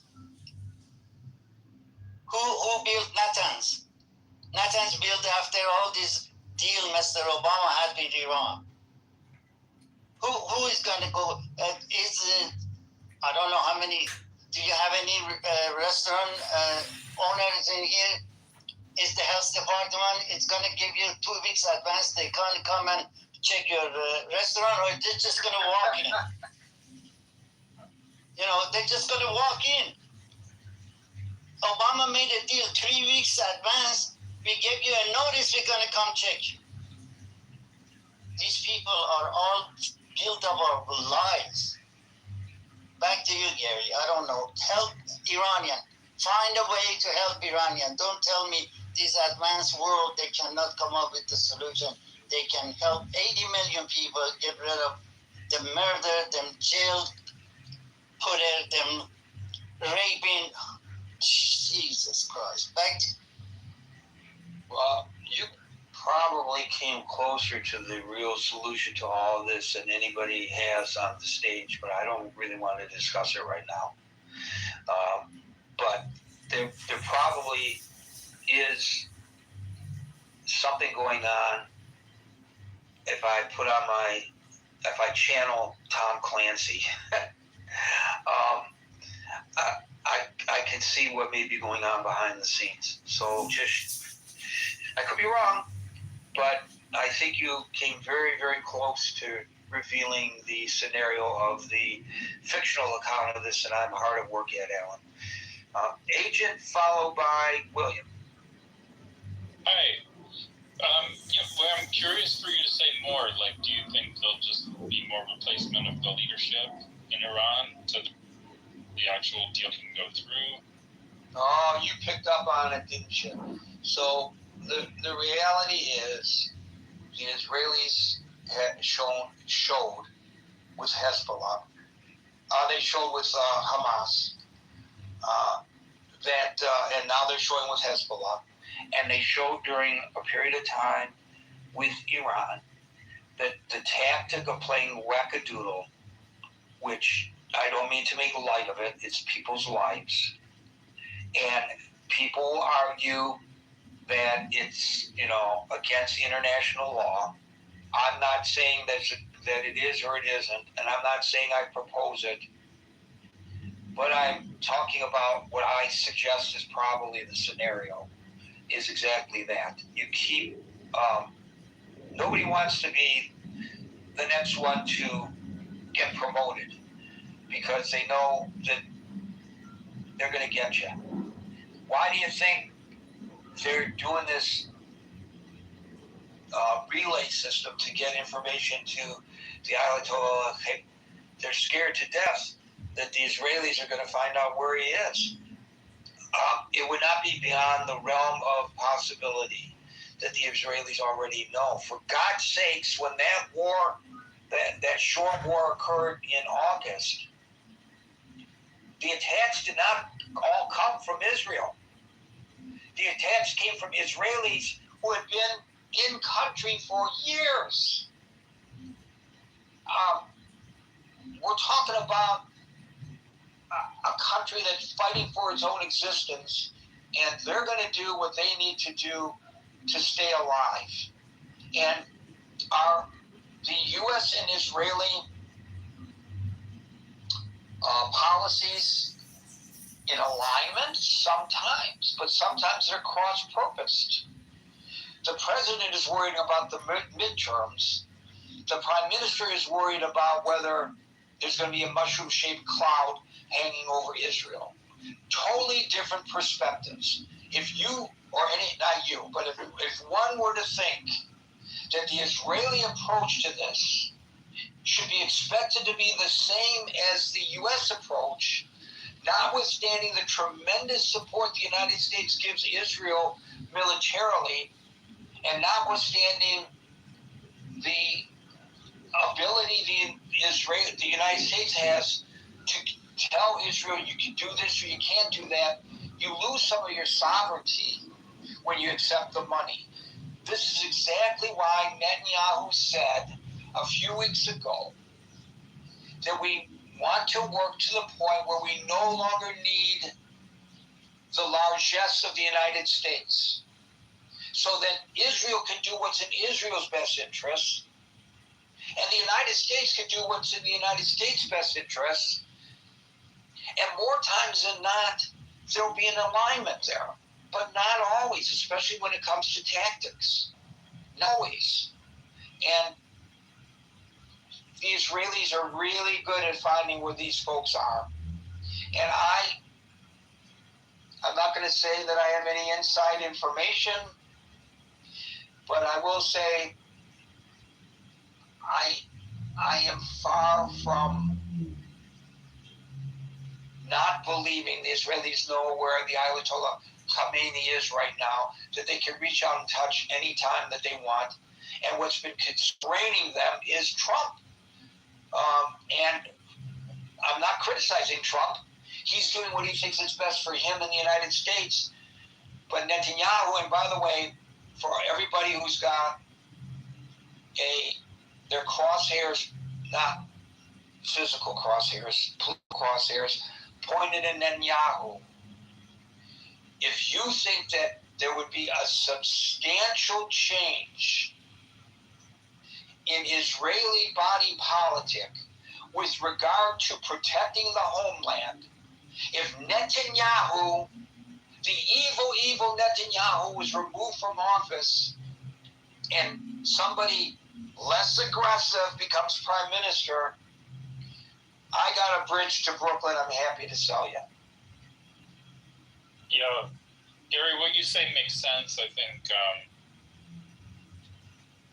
there's basically two countries against Iran right now, and then there's a lot of sort of the regional countries, I think mostly just want stability, but also they're certainly wary of Iran. They don't want, they're all somewhat at odds, Saudi especially. Saudi said if Iran got a bomb, they would go for a bomb. It basically will cause an absolute shit show if Iran gets a bomb.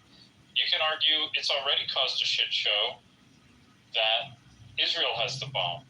And I heard a description or analysis the other day that even what we've seen, I think, could go back to last summer before Trump dropping the bombs last summer.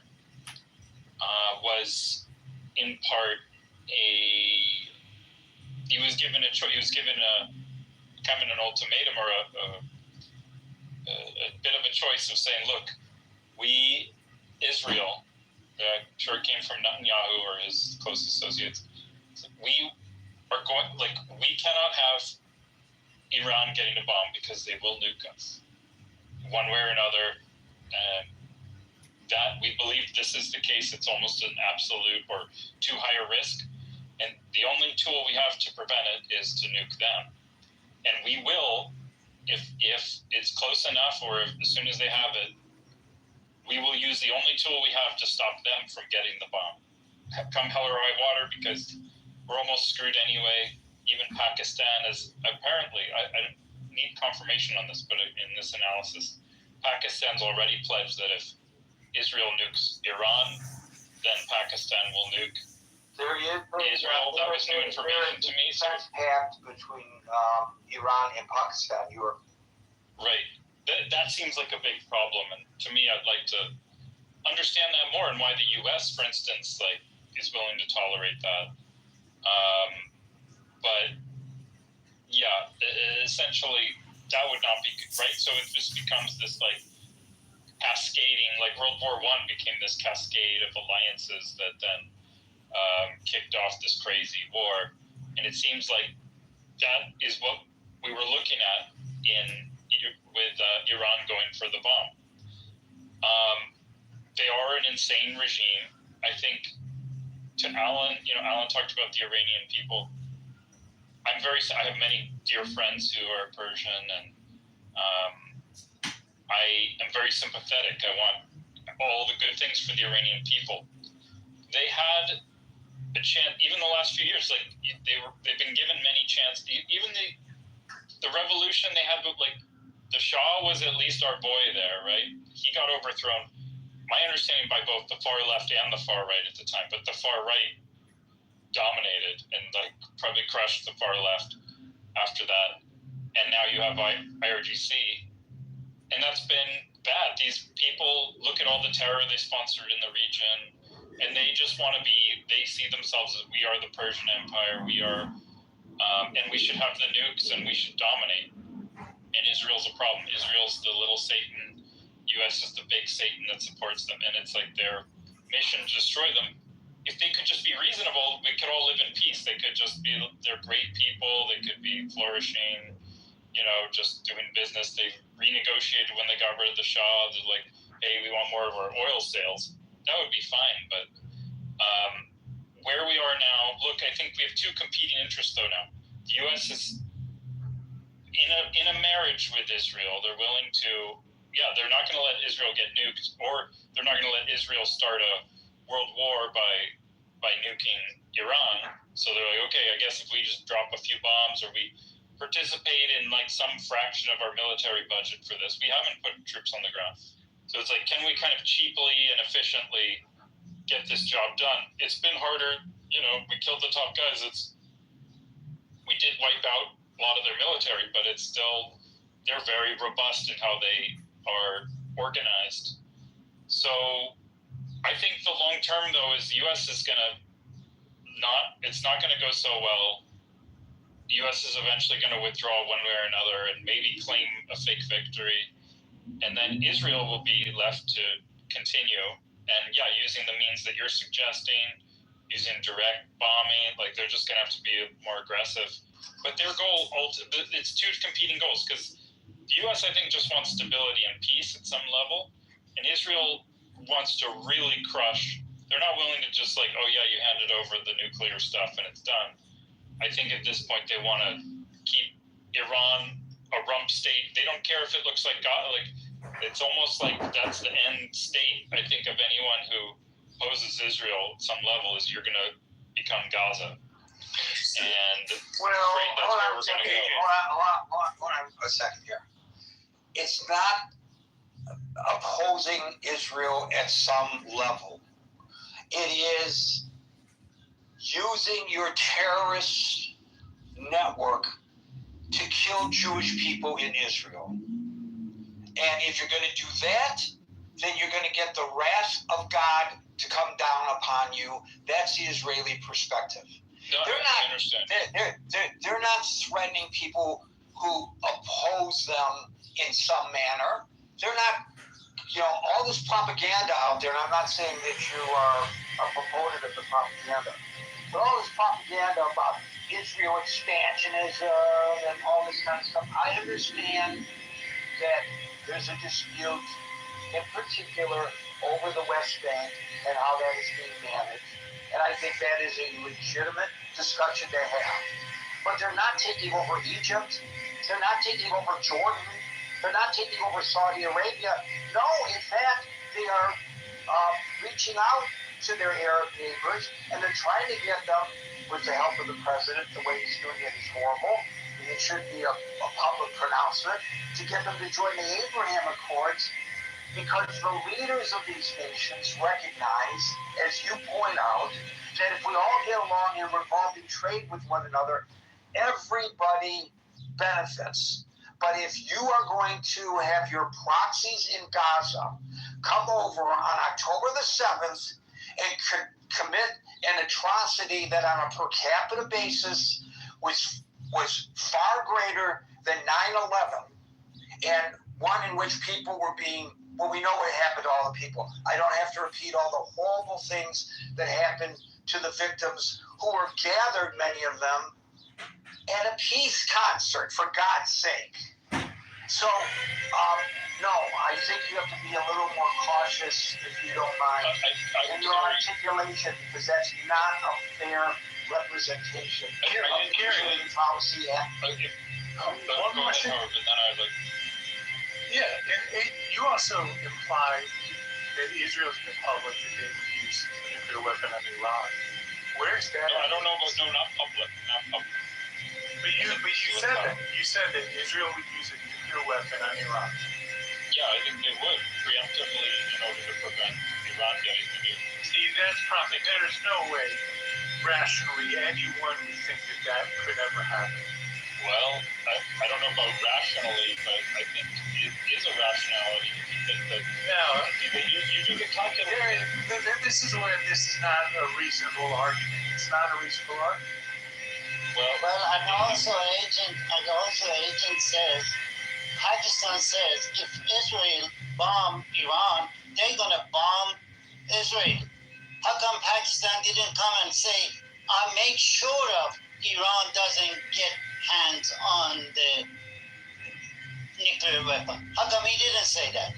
They can be negotiated. I'm not exactly sure what you're saying. Yeah, I think it's horrible that Pakistan got the nuke, and that India got the nuke, and that North Korea got the nuke, and that Russia got the nuke, and that China got the nuke. Like, I don't think anyone should have had it. If anyone should have just actively prevented anyone else from even trying. That's just for the record.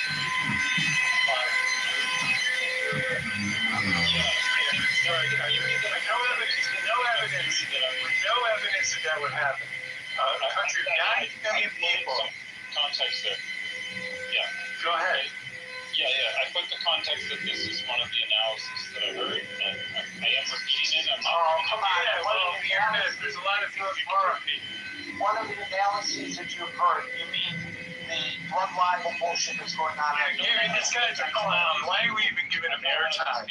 Seriously, why are we giving this guy airtime? He's a clown, he's a troll, and he's taking us off topic. You're a little sensitive here. Look, I'm very sympathetic to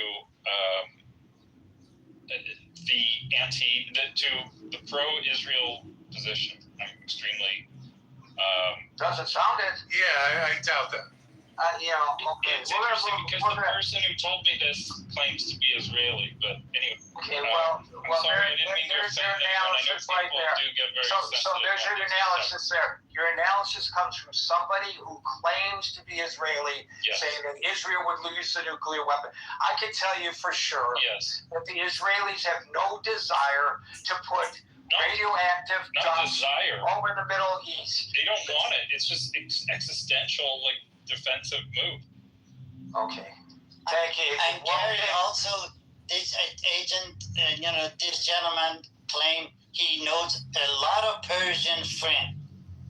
And all of them, they are saying this. I was wondering if he ever asked them, no Persian, I promise you my life on this. No Persian is going to say, this regime are Iranian. Gary, that was a bunch. Regime, they are not Iranian. That was a bunch of propaganda trope that we unfortunately just had to put 5 minutes to just now. Okay, well, I think he exposed himself.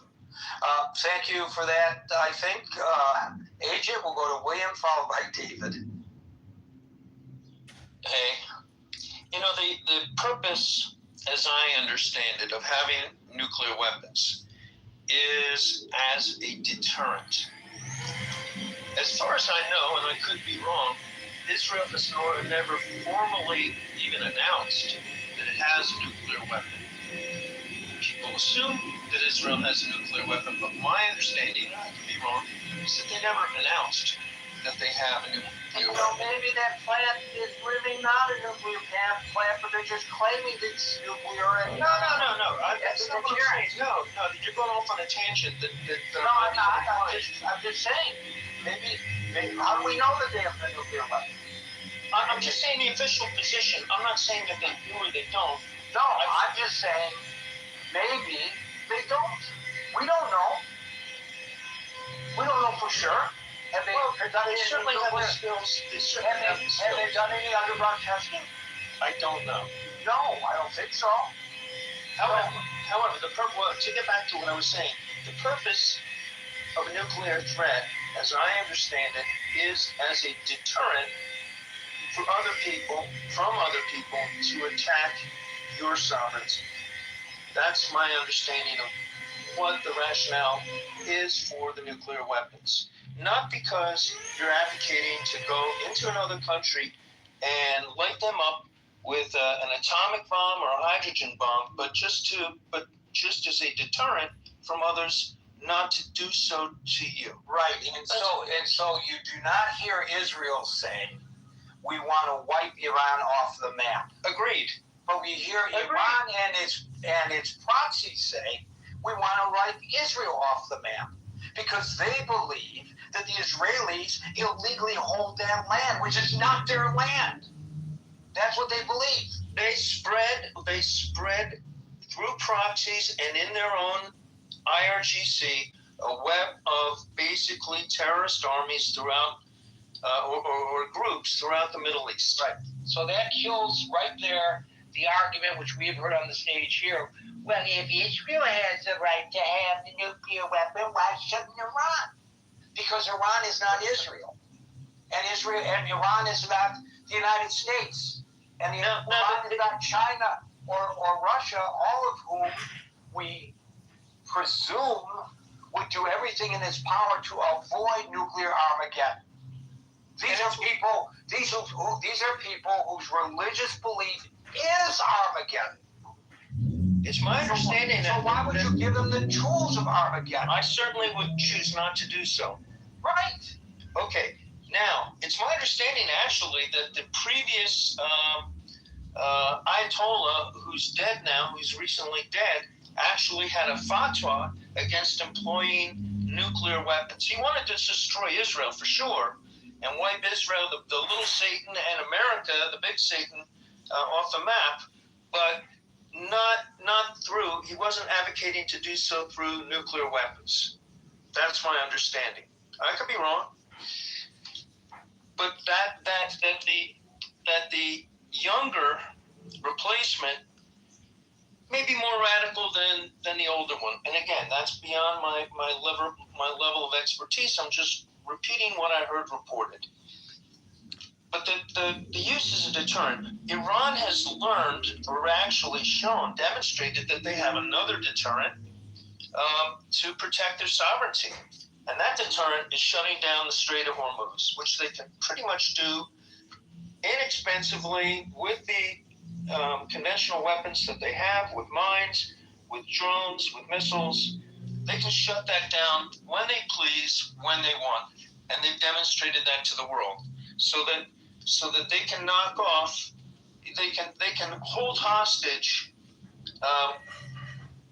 the world economy, and they have a weapon of deterrence that's a non-nuclear weapon. Again, I would love to see these guys out of power. I think they're oppressive.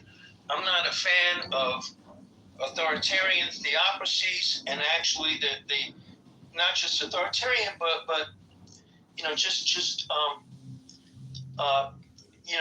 people that say that everybody has to believe what they believe, and that just really brutal forms of oppression that the Iranian people have suffered. So I would love it if somebody could come up with a way to help the Iranian people take their country back. And I don't know what that is. And if the Iranian people can tell us how we can help, that would be wonderful.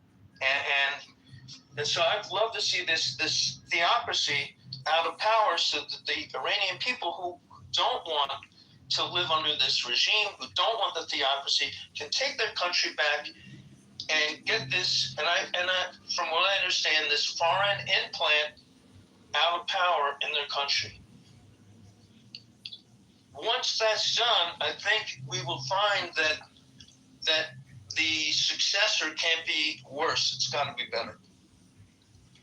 So that's the only way. And as far as this talk about nuclear dust, that's silly. You were using the term. I think they have 60% enriched uranium, which is different than plutonium. And I put some articles in the chat about the difference between atomic bombs and hydrogen bombs. And they're used in different ways. And like an atomic bomb is the first stage of setting off a hydrogen bomb, which is the difference between fusion and fission. And you can take a look at the article, but uranium is not the same as plutonium. And I think what they have is enriched uranium. I think Trump doesn't understand what he's talking about, because neither of those things are nuclear dust. The closest thing I can think of this nuclear dust is the yellow cake uranium, which is a early stage in refinement for making a more potent enriched uranium. But that's the business about dust, I think, is just reflects a lack of understanding. Did I say plutonium when I should have said uranium? You did. Okay, I apologize. I didn't realize I did that. He is referring, when he says no dust, no deal, to the surrender or destruction of highly enriched uranium. And I misspoke, and I appreciate you correcting me on that. I'm not faulting you. I mean, you're not. I'm not saying you are. If I misspoke, I want to be corrected. I don't want to be wrong. So you're correct that Ali Khamenei did issue a long-standing fatwa that declared that the production, stockpiling, and use of nuclear weapons is forbidden under Islamic law. But it is also true that Mujtaba, who is his son, is never reaffirmed this decree, and he's seen as a hardliner. In other words, stronger on the issue than his dead dad. But even that fatwa, if in fact they issued a long-standing fatwa that declared the production, stockpiling, and use of nuclear weapons forbidden under law, why were they continuing the enrichment program? So, do as I say, but don't do as I do, I guess. I mean, so what if he had such a fatwa? It was meaningless because he violated his own decree. I mean, this is proof, if we don't have enough proof, that this regime cannot be trusted. Neither can North Korea, and I don't know that we're going to be in any position to actually go in there and get the highly enriched uranium, which is likely dispersed onto multiple sites throughout a very large country of 93 million people, without having boots on the ground, without having troops going in there to get it. You're just not going to be able to get it out in any other way that I can see. I mean, their economy is crushed. They've been under sanctions. They still have other countries they trade with. Russia is a big backer. China gives them some help. And they have overland routes across Asia to China. I think there's a railway that's recently been completed in that Belt Road Initiative. So I think they have other ways to get material in and out of the country other than by water, which is the most efficient way to do it by water and not by rail or by truck or by air.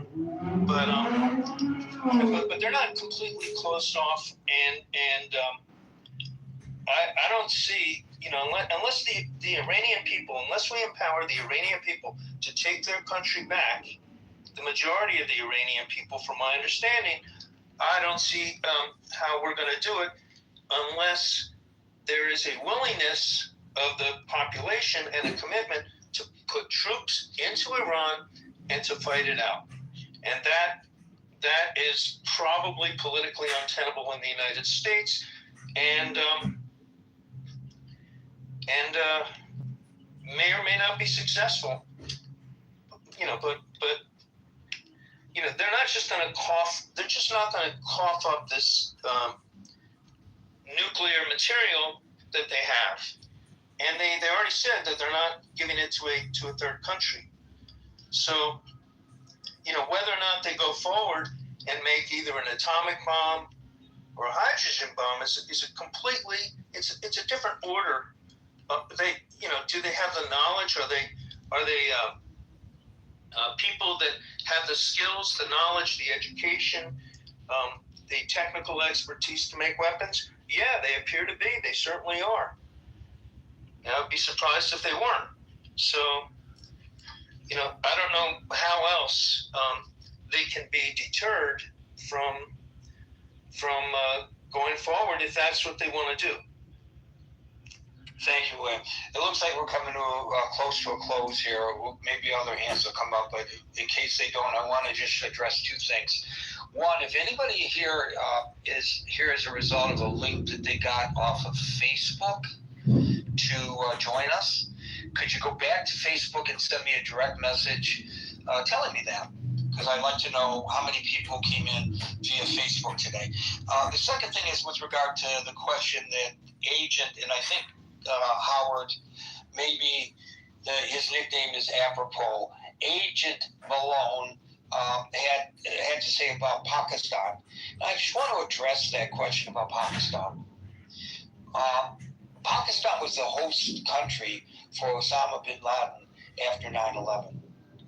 And if there's any question in anybody's mind about whether the Pakistani government was aware that he was in exile in their country, one only needs to look at the mission that resulted in his demise by the Navy SEALs. The important part of that mission, vis-a-vis today's discussion, is the United States violated the sovereignty of a nation, Pakistan, to get public enemy number one in its hands. Because had they notified Pakistan and had They asked for a joint operation, and had they been given the green light by the Pakistani government, they knew that he would have been tipped off. So that tells you everything you need to know about the government of Pakistan. And I, for one, am speaking strictly for myself, obviously, wish that the United States policy would be definitive right now in support of the government of India and in absolute opposition of the government of Pakistan. It's a terrorist regime as well. How they get involved in, just like how Doha gets involved in negotiations to help settle this conflict between the United States and Iran is frankly laughable. In my opinion, I could be wrong, but I think history will prove once again that I am right. I really feel confident enough to arrogantly declare that right now. You are absolutely right, Gary. It amazed me. They want to argue with the mullahs, and they go have a negotiation guy, which is the mullah in the suit. It proves to the world Pakistan, after Ataturk, it's just another terrorist Islamic country. That's it. Nothing else, nothing more. Thank you, Alan. David, followed by El Normo, our prodigal son. Dave. Hey, Gary. Good to be back on the stage. But I want to address the Pakistani comments. Kind of look at it from a high-level perspective. The United States did technically, they helped Pakistan with some technical training on the nukes, and they kind of turned a blind eye to them developing it because they were on our side against the Soviets. So this was a geopolitical Cold War play here. The United States didn't really care so much about. So this goes back to this goes back to the philosophy, David. The enemy of my enemy is my friend. No. The enemy of your enemy is aligned with you in that particular conflict, but he is not your friend. That is a weird miscalculation. Okay. Well, yeah. And many argue that Pakistan is basically a military with the country, not the other way around. So, and they've obviously been aligned with a lot of our policies. And India was more of a friend of the Soviet Union. That's why Modi continued to buy Russian oil even after the massive destruction they brought on Ukraine. They have that Cold War allyship that they still haven't let go of. So there's that. And we were assisting Pakistan in relation to that because we didn't know what side of the fence India was going to come on. So I'll take the other side of the coin on that one and say the friend of my enemy is my enemy. No. The friend of my enemy is aligned with my enemy on his need for the oil. That does not necessarily make him my enemy. It's very one-dimensional the way this works in the area of diplomacy and everything, and I don't understand why. Very one-dimensional in the way they outlook. I don't know if that's coming from the CIA. I don't know whether it's coming from the DIA. I don't know whether it's coming from one of the other alphabet soups. But this is the way they look at these things, and history has shown that that's a miscalculation. Well, of course, and we miscalculate. It's not perfect. But take it back even further when we look at the demise of the Shah and what replaced him under the Carter administration. Carter was putting pressure on the Shah to liberalize their economy, liberalize the press. And what happened when the Shah released some of those strictures? The press came out and had all these anti-Shah and more or less got him ousted out of the country, setting the stage for the Ayatollah to come in. And again, once again, Gary, we had a difficult choice to make. Do we allow the Ayatollah to pivot into the Soviet orbit, or we choose the lesser of two evils, which was the Islamic orbit? And the Islamic orbit won out, and we saw that as a better deal for us because once again, except guess what? There is an alliance between the Islamic orbit and the former Soviet orbit, anyways. So what was the choice there? You know, maybe the choice would have been the Jimmy Carter approach. Let the Iranian people decide democratically themselves who they want to lead them. If that had happened, then I would have no problem with whatever Iran is doing today. Well, we did that. They did playbook in the 50s, and we ousted their elected guy. We remember Mossadegh, the Mossadegh campaign that was against the Shah, and the people wanted Mossadegh, and Mossadegh wanted to nationalize the oil. He didn't like the raw deal that the Iranian people were getting with the Anglo-Iranian Oil Company, which was BP, British Petroleum. I think the Iranians were getting 25% for every dollar that was pulled out of the country. So here we go again. They needed more money. Here we go again. The enemy of my friend is my enemy. So we oust him to make room because the Brits wanted him gone. Am I right?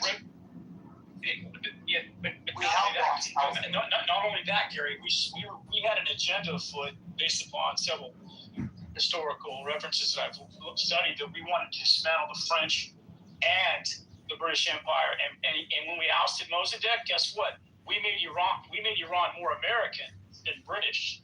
It became a little America within the Middle East, and Alan can speak to this. That Iranians were really pivoting toward our way of life, and the Shah was bringing all of our influence. So we sort of dismantled the British with one fell swoop with that move there in Iran. David is right. Thank you, Alan. Thank you.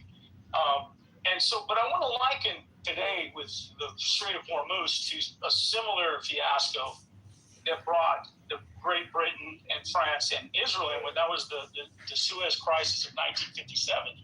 That was sort of the apex of British Empire. When Eisenhower brought them into a room and smacked all their heads together and told them to get their shit straight, basically. Basically, yeah, exactly. I don't know if that was verbatim, Marshall, but yeah, it was. No, it's not verbatim. I got it from a book called Ice. I got it from a book called Ice Bluff, and it's about Eisenhower being the first nuclear-powered president. And they recite the Suez Crisis, and in the reciting of the Suez Crisis, you learn that Eisenhower was not happy with either of the three powers you're doing it. He was furious with the Europeans. He was furious with the overdoing stuff. Yeah, and we shut it down. We opened up the Suez, and that was also the part of the demise of the British Empire. The British Empire basically had to take a backseat to our foreign policy, and they got in line with all that.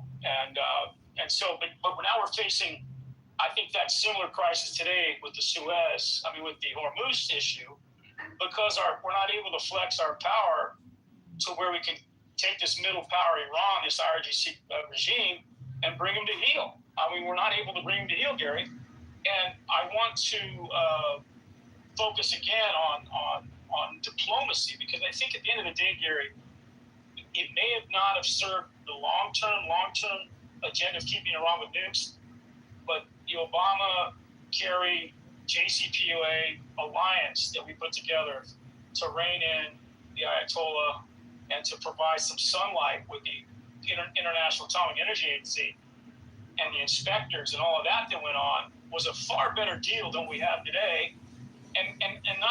Don't take my word for it. Take the retired generals of the IDF who came on the record saying that JCPOA, the retired general, Lieutenant General Eisenkot, said that the JCPOA kicked the can down the road maybe 10, 15 years of keeping Iran from getting nuclear weapons. Another general, Major General Golan, he also said the same thing to the JCPOA. We dismantled and we created mistrust with the Iranian regime. We sowed mistrust with our allyship in creating alliances. Fast forward today with Trump and the bluster and everything else that dismantled the NATO alliance, and we don't have any friends now to help us out with this debacle that and again, I mean, yeah, could they have cheated on the deal if everybody held the line, Gary, followed their what they signed up for, and as Ronald Reagan said, you trust but verify. I think the dismantling of the deal was a bad situation for everybody in the world, and now we're playing this game of it's not funny. I mean, people are laughing, but it's not funny. And now the whole world's held hostage, by this regime, and we've given them more power than they deserve.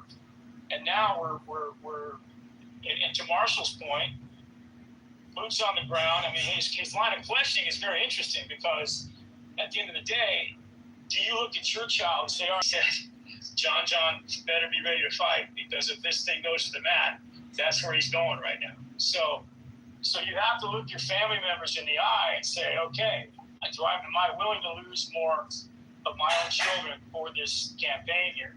And those are the questions, Gary, that every politician, every president who sat in office has had to make big picture decisions is doing, is they're sending our children to war.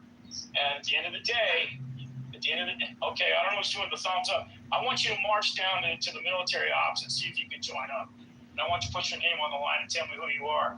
But this is what we're facing with, Gary. And unless this is not funny.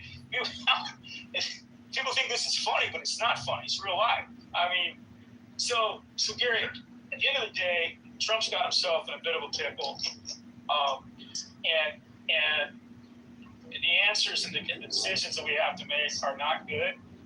But I'm telling you right now, Gary, in the United States, we have all of that. At the end of the day, they want to put money in their coffers, and this is stopping that sacrosanct mission and agenda of growing markets and putting money in the bank. And war is not going to advance that any further than it already has. So anyway, Alan, you want to say something on the land? Thank you. I think Alan's. I'm sorry, I forgot. Yeah. No, David, I didn't mean to laugh at you. It was just funny the way you catched it right away. Okay, gotcha. So remember the movie Hook with Robin Williams? He played Peter Pan. You're the only person who saw that, Gary. That was a terrific movie, and a lot of people saw it. When he was talking to his son Jack, he said, "My word is my bond." And so Jack's response to his father, Peter Pan, was much the same as the world looks at the United States now with regard to our word. He says, "My word is my bond," and Jack replies, "Yeah, junk bonds." So, not to argue whether the JCPOA was a good or a bad agreement, it was an agreement. The United States made an agreement, much like the NATO agreement. So, when you reach an agreement such as that, the subsequent administrations adhere to that agreement. It's sort of like I've got a contractual obligation, whether it's to my employees or to companies that I'm dealing with my company, my corporation. And I sell my corporation to Norm. He assumes those liabilities. He can't just say, "Well, now I own Gary Incorporated, and I don't have to pay my employees, or I don't have to pay my suppliers." There's an agreement that transcends ownership, or in this case, administrations. So I would argue that even if you don't like the JCPOA, you got the agreement.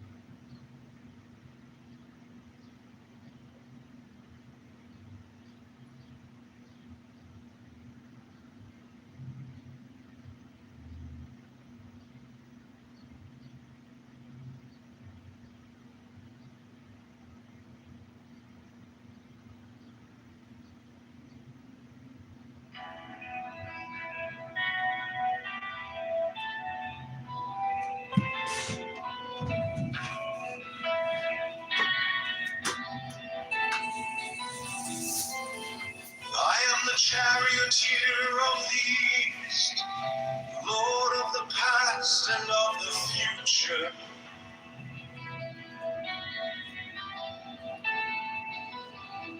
I see by mine own inward light, Lord of resurrection, who cometh forth from the dust, and my birth is from the house of death. These two divine thoughts upon your miracles, who keep watch over the universe. Yea, who come by the beard to the house of rest. I let the ship of God advancing onwards to the arms of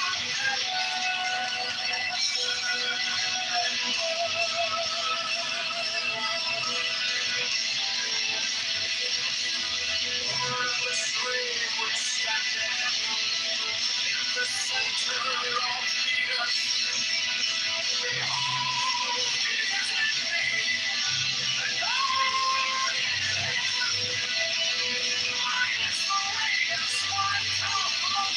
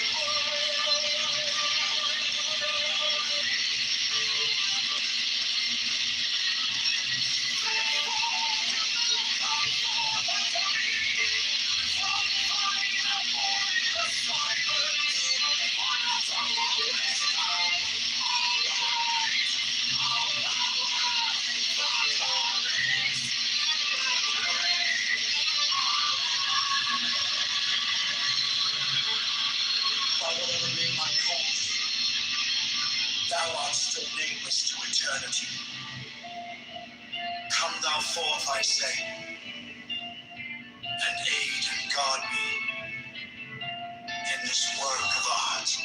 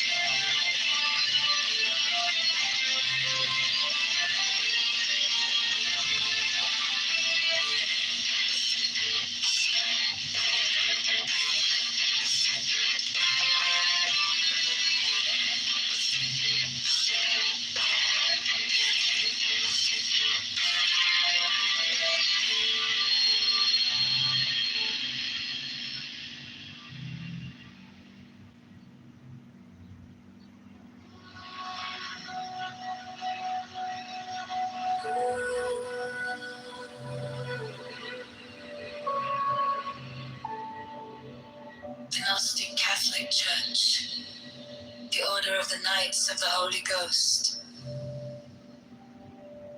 the Order of the Illuminati, the Order of the Temple, Knights Templar,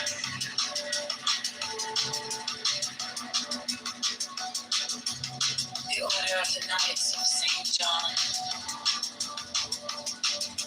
the Order of the Knights of Mountain, the Order of the Knights of the Holy Sepulchre, the Hidden Church of the Holy Grail, the Hermetic Brotherhood of Light, the Holy Order of Rosecrans Theatre, the Order of the Holy Royal Arch and Club, the Ancient Tennessee Rites of Holy Spirit, the Rites of Lucas, the Rites of Mystery, the Ancient and Accepted Scottish Rite of Masonry, the Secret Body of Catholic Masonry,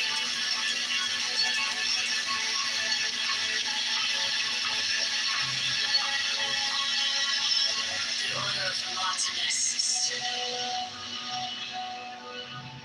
the Order of the Sapphire, and many other orders of equal merit, if of less fame.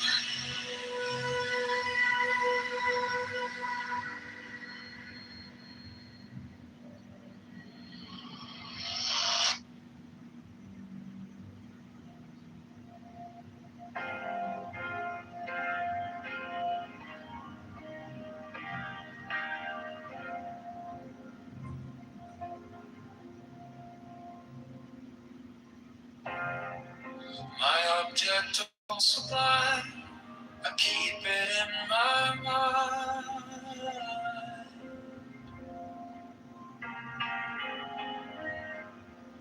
A needle made of light, threading through the night.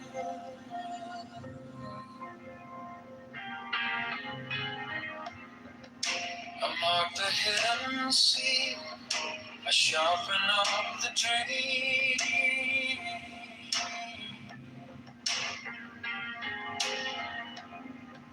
The case is cold but clear. I waited long enough here.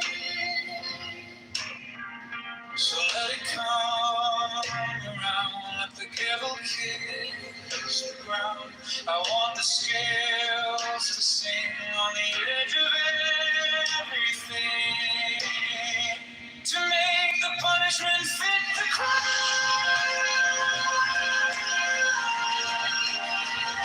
Fit the crime. To make the punishment fit the crime. Fit the crime. You're my object of supply.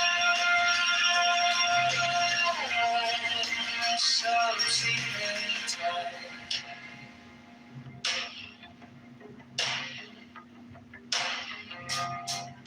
You wore the borrowed face, you left no kind of grace.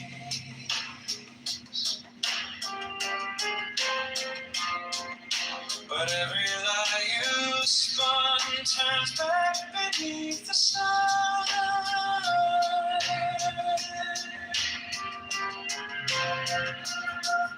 I kept the final clue, like a blade inside my shoe.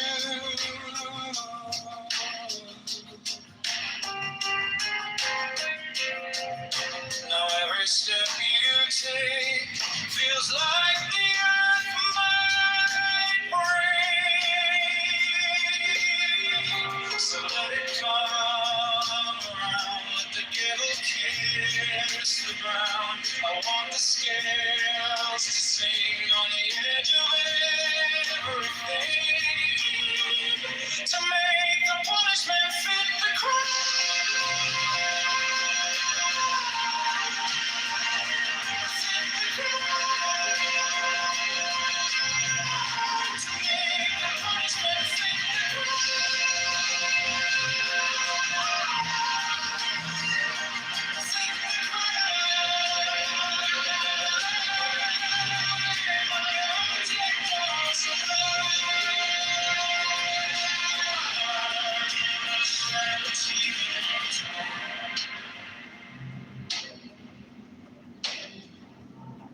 I'm wrong, but I have held on long to the shape of what was lost, to the price, to the cost, to make the punishment fit the crime.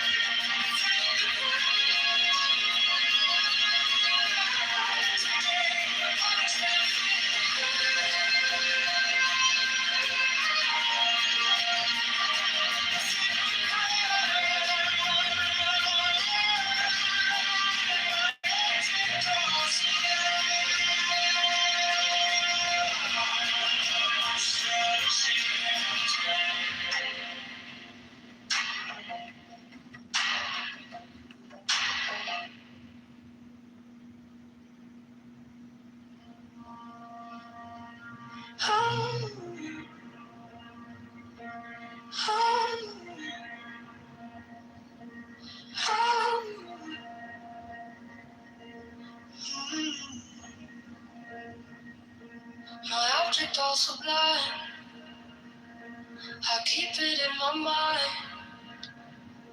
A needle made of light, threading through the night. A mark the hidden seam, to sharpen up the dream. The case is called the clean. I've waited long enough here, so let it come around. Let the cattle kiss the ground. I want the scales to see on the edge of everything, to make the punishment fit the crime. Fit the crime. Make the punishment fit the crime. Fit the crime. My object all sublime, I shall achieve in time.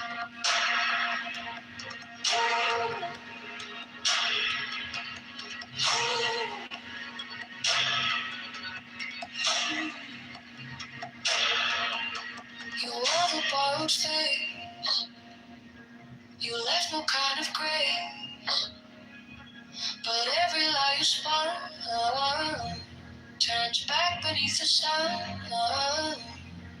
I kept the final clue, like a blade inside my shoe. Now every step you take feels like the earth might break.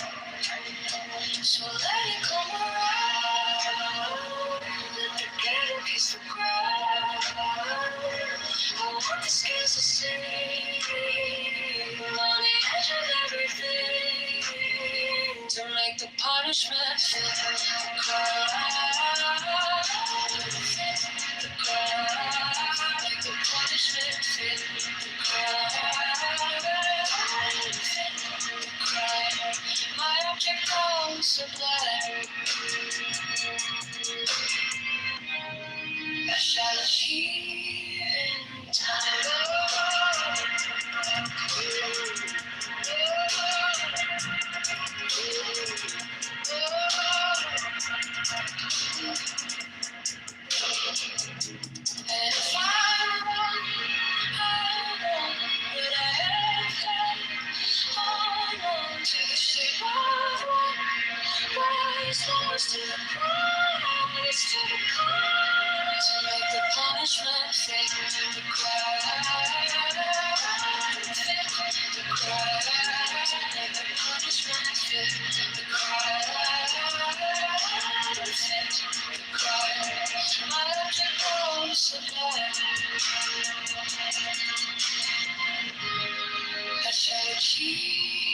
in time.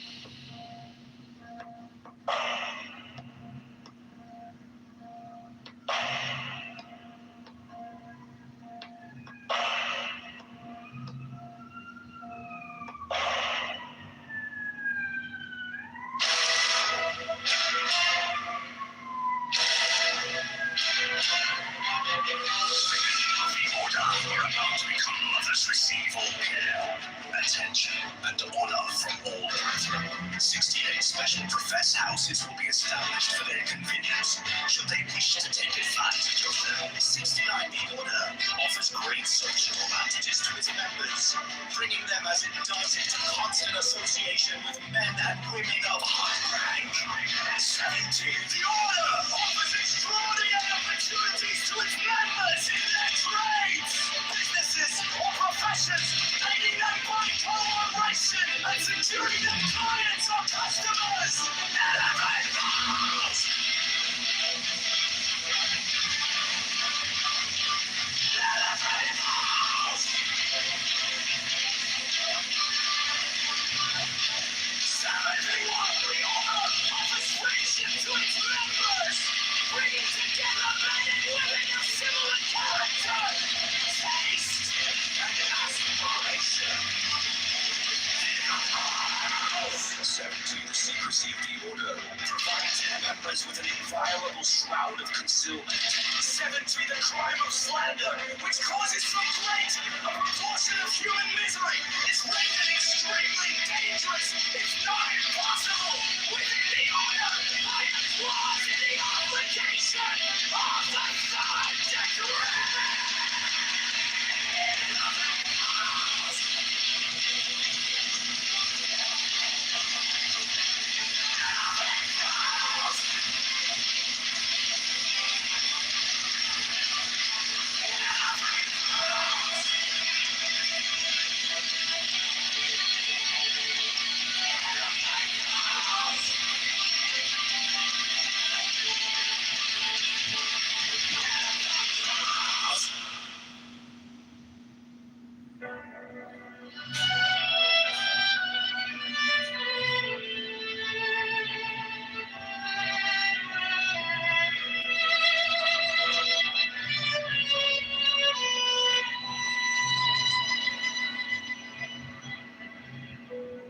Every brother shall seek constantly to give pleasure to all brethren with whom he is acquainted, whether by entertainment or conversation, or in any other manner that may suggest itself. It will frequently and naturally arise that love itself springs up between members of the Order, for that they have so many and sacred interests in common. Such love is peculiarly holy and is to be encouraged. All children of brethren are to be considered as children of the whole Order, and to be protected and aided in every way by its members, severally, as by its organization collectively. No distinction is to be made with regard to the conditions surrounding the birth of any child. 15. There is an especially sacred duty which every brother should fulfill with regard to all children, those born without the Order included. This duty is to instruct them in the law of the Lima, to teach them independence and freedom of thought and character, and to warn them that servility and cowardice are the most deadly diseases of the human soul.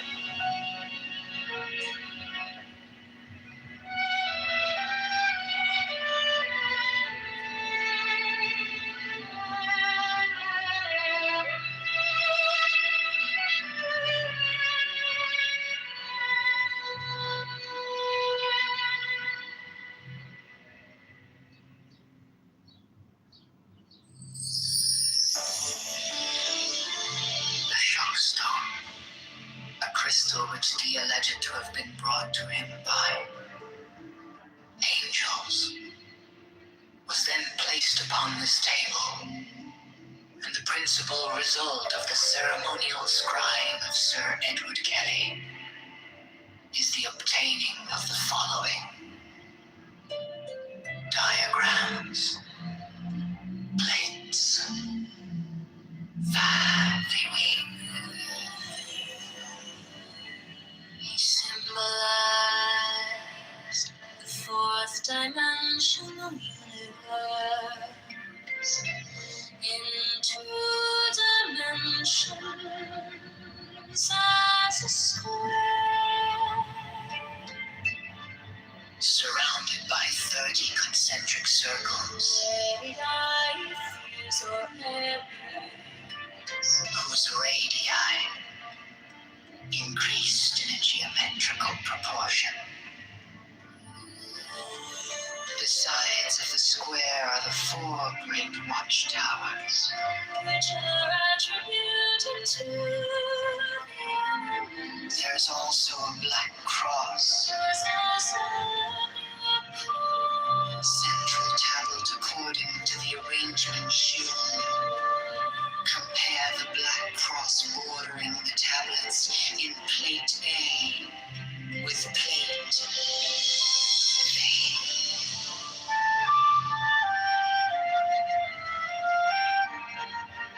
Plate V gives the general view.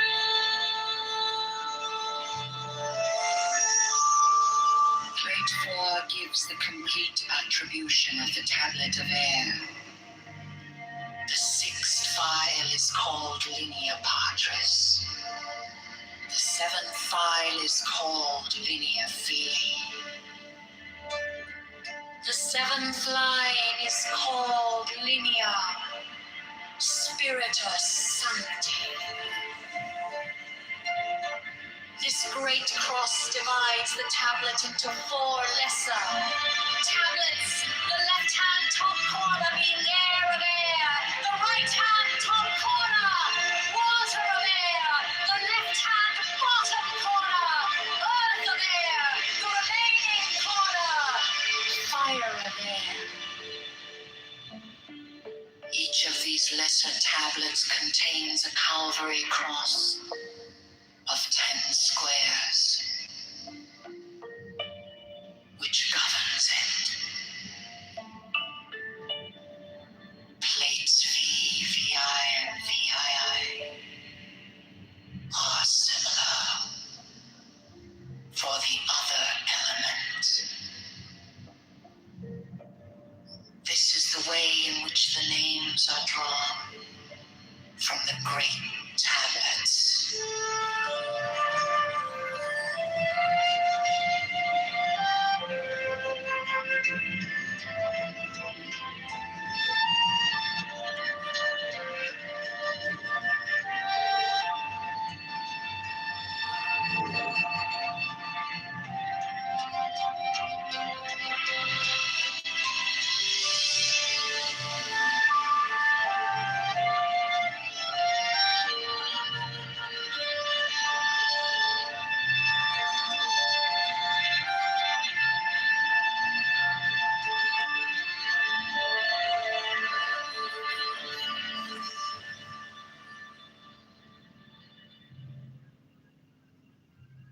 Next, the following text is between the points of the pentagram, starting at upper right. The words below are arced in a circle.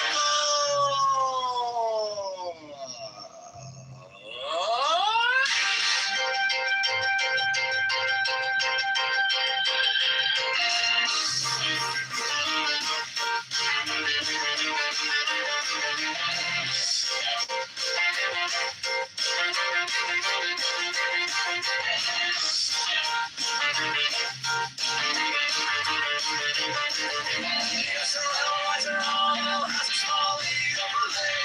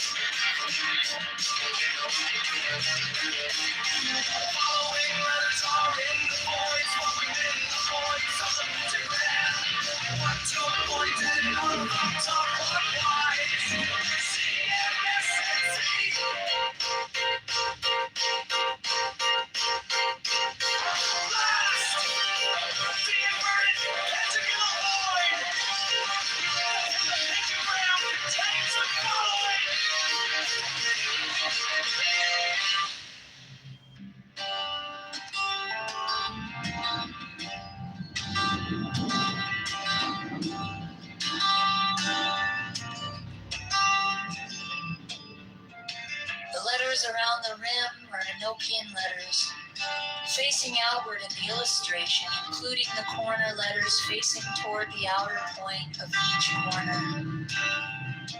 The two overlapping equilateral triangles shown in the interior of the figure are composed of thin, solid lines and somewhat closer in their bases to the top and bottom of the square than shown here. In the illustration, the base angles touch the fourth edge letter from the corner in each instance. A rectangular grid with Enochian letters in the center of the diagram has been adjusted to align with the edge letters of the original illustration.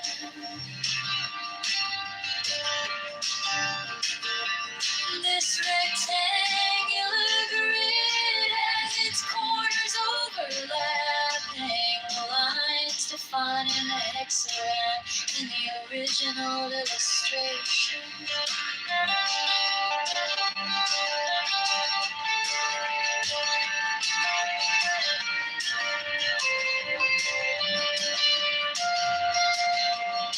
There are 7 small devices, 5 squares and 2 circles symmetrically arranged in the pattern of a 7-pointed star with point upward. There is no actual 7-pointed star drawn. These devices are all oriented to be viewed from the center of the figure. Their size is about that of 3-edged divisions vertically and horizontally, and their text would be at right angles to any straight line that might be drawn from the center of the figure. These devices have been represented by the numbers 1 through 7 in the They are separately approximated below, not to scale.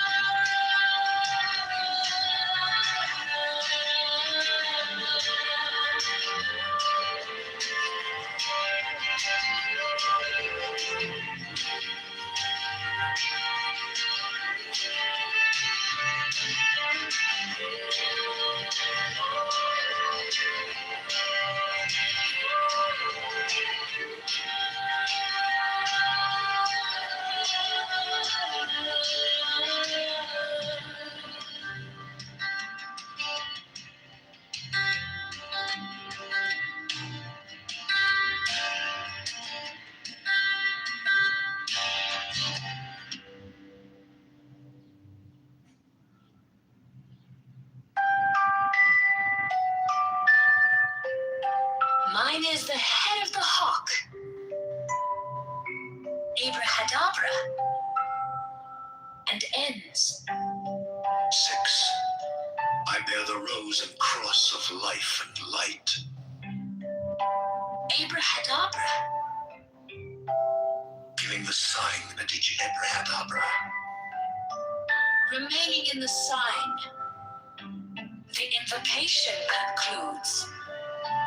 Therefore I say unto thee, Come thou forth and dwell in me, so that every spirit, whether of the firmament, or of the ether, or of the earth, or under the earth, on dry land or in the water, a whirling air or of rushing fire, and every spell and scourge of God the Vast One, might be thee.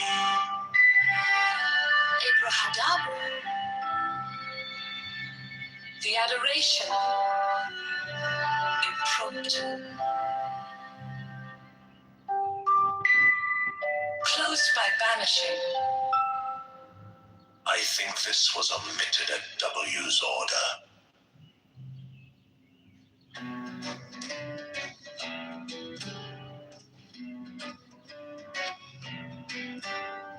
Mine is the head of the man, and my insight is keen as the hawks. By my head I invoke thee. Hey, I am the only begotten child of my father and mother. My father is dead. My mother bore me with labor and pain and fear. By my body I invoke thee. About me shine the diamonds of radiance, white and pure. By their brightness I invoke thee. Mine is the red triangle reverse, the sign given of none save it be of thee. O Lord, by the Lamb that I invoke thee. 3, mine is the garment of white, sewn with gold, the flashing obey that I wear. By my robe I invoke thee. Mine is the sign of Apophis and Typhon. By the sign I invoke thee.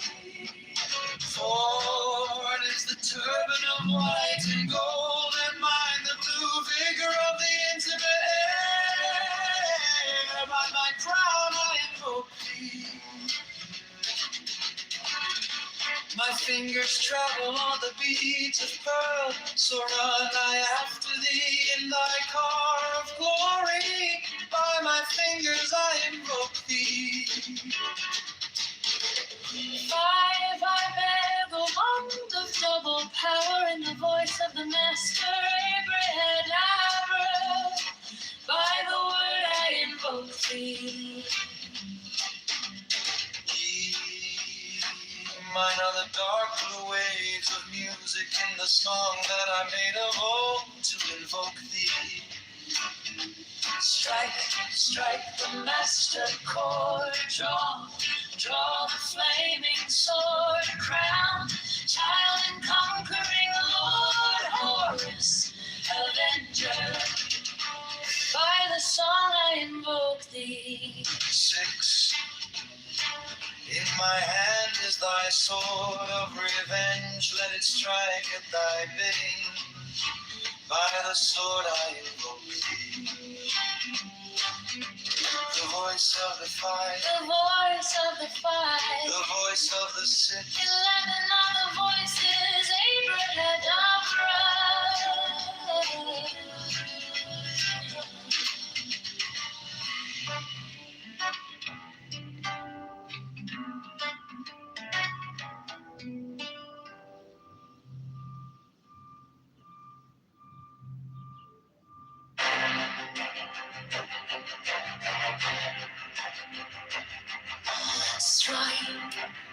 Strike the master chord. Draw the flaming sword. Crowned, child and conquering Lord, Horus, avenger. Thou of the head of the home. Thee I invoke, thou only begotten child of Osiris thy father, and Isis thy mother, he that was slain. She that bore thee in her wombs, lying from the terror of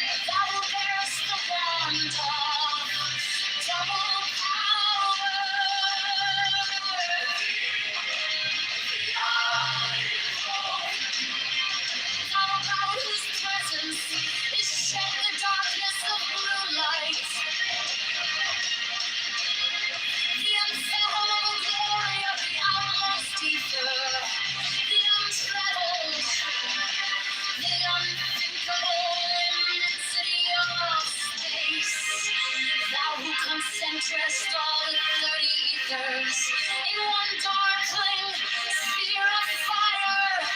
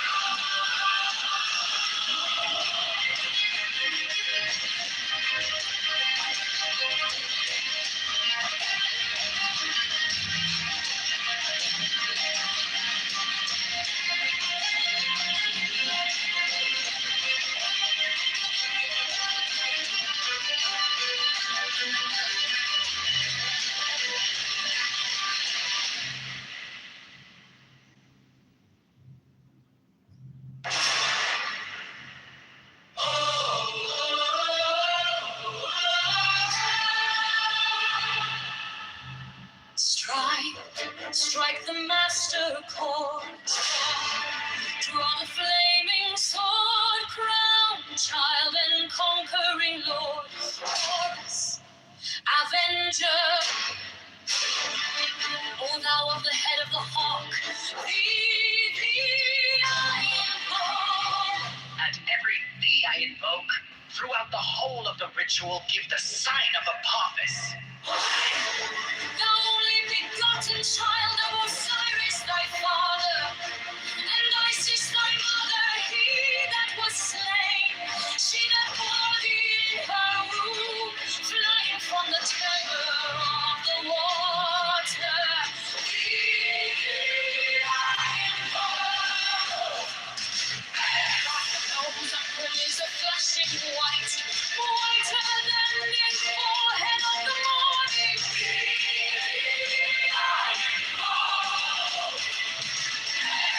Thou hast formulated thy father, and made fertile thy father.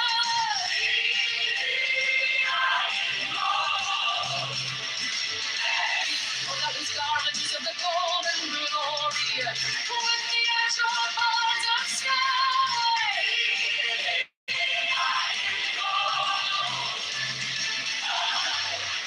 Didst avenge the horror of death, thou the slayer of Typhon. Thou who didst lift thine arms, and the dragons of death were as dust. Thou who didst raise thine head, and the crocodile of Nile was abased before thee.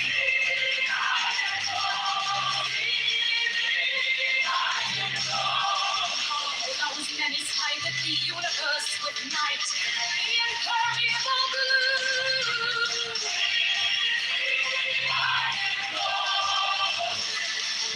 Thou who travelest in the boat of Ra, abiding at the helm of the captain, out of the sea.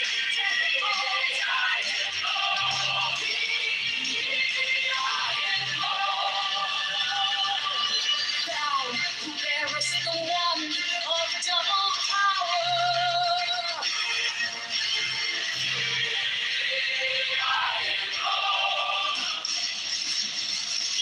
Thou about whose presence is shed the darkness of light, the unfathomable glory of the outmost ether, the untrammeled, the unthinkable immensity of space. Thou contemptress all the 31st in one darkling sphere of fire.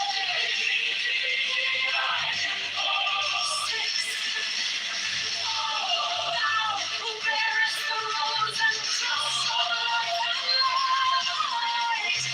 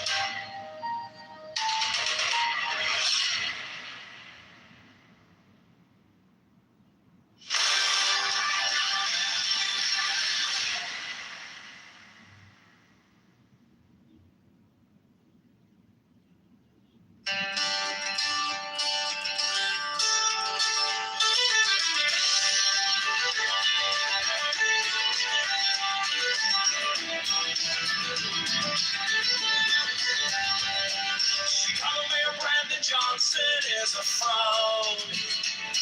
Chicago Mayor Brandon Johnson is a scam. Chicago Mayor Brandon Johnson is the tax. Chicago Mayor Brandon Johnson is a liar.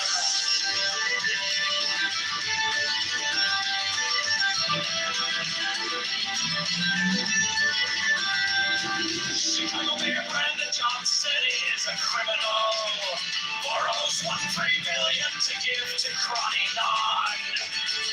Profits the C2U is a mafia propaganda.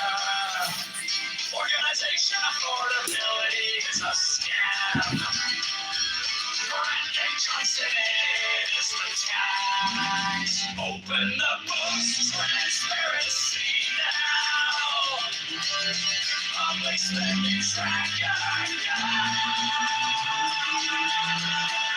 Brandon Johnson is the tax. Brandon Johnson is the tax. Brandon Johnson is a scam.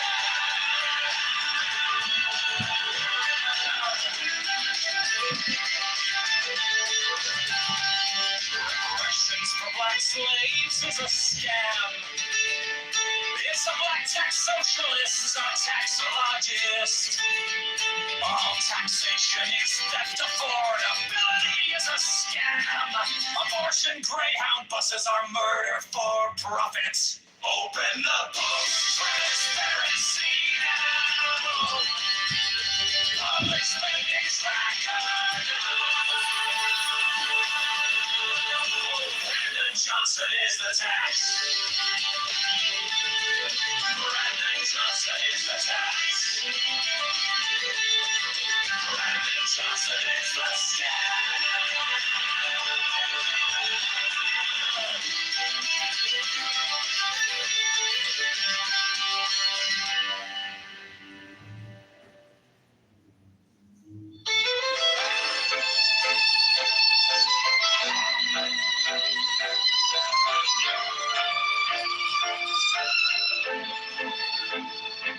You send our paychecks with a smiling mask.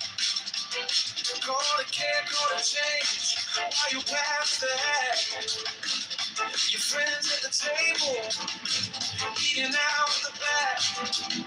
We're stuck in the checkout line, doing the math.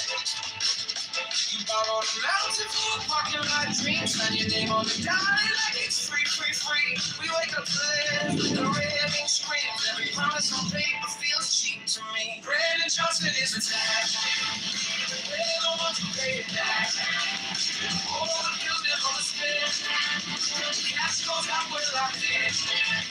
Open up the books right now. Stolen numbers left behind. Transparency on every track. Brandon Johnson is a tax.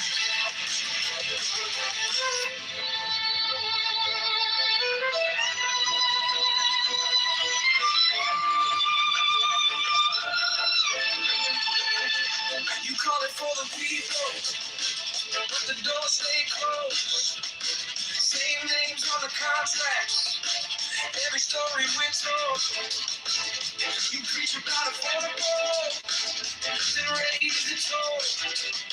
Whole city in a chokehold, just to feed your road. We're tired of slogans on a pretty blue sign. I want a public spending tracker in real time. Not another photo up on our dime. We're done with the fiction, this is our line. Brandon Johnson is a tax. We're the ones who pay it back. All the building on the spin. Cash goes out with locked in. Open up the books right now. Stolen numbers line by line. Transparency on every track. Brandon Johnson is a tax. We want to see every cent, every check, every ring.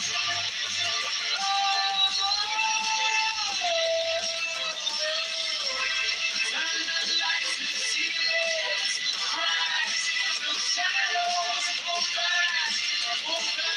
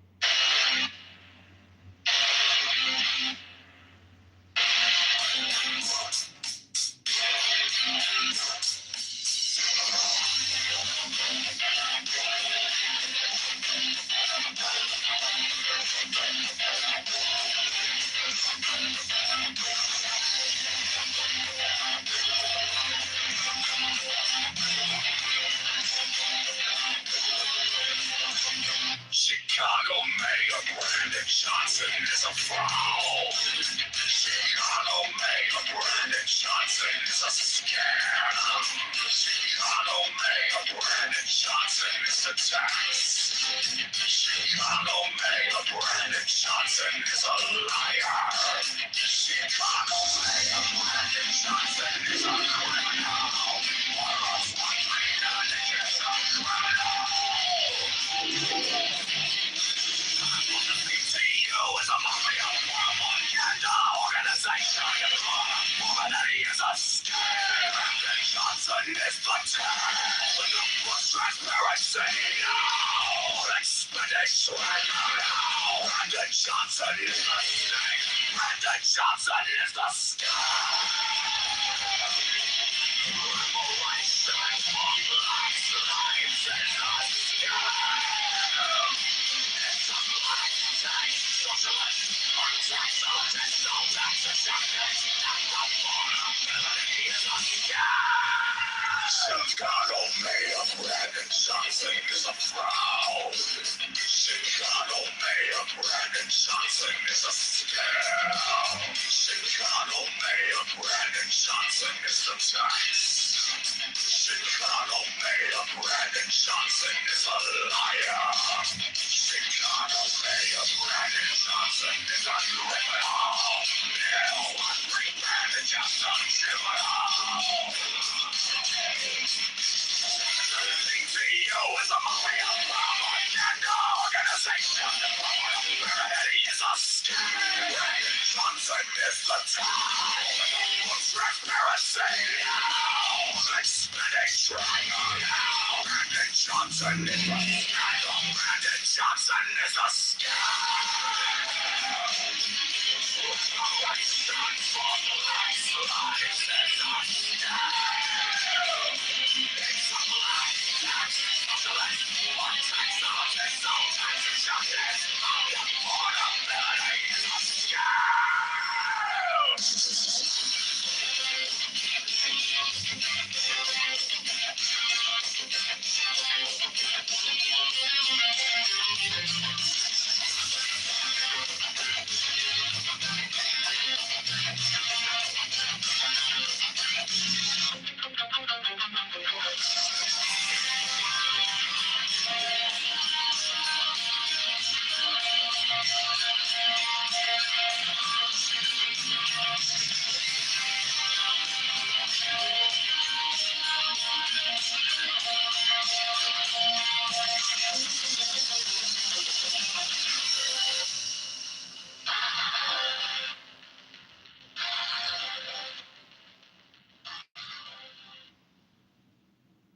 Chicago Mayor Brandon Johnson is a fraud.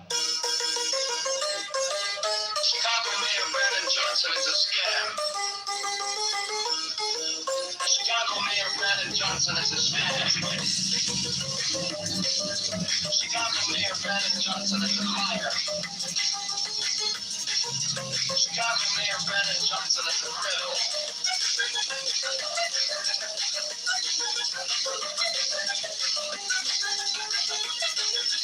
Morals want $3 billion to give to $20. The CTU is a mafia propaganda organization. Affordability is a scam. Brandon Johnson is a con.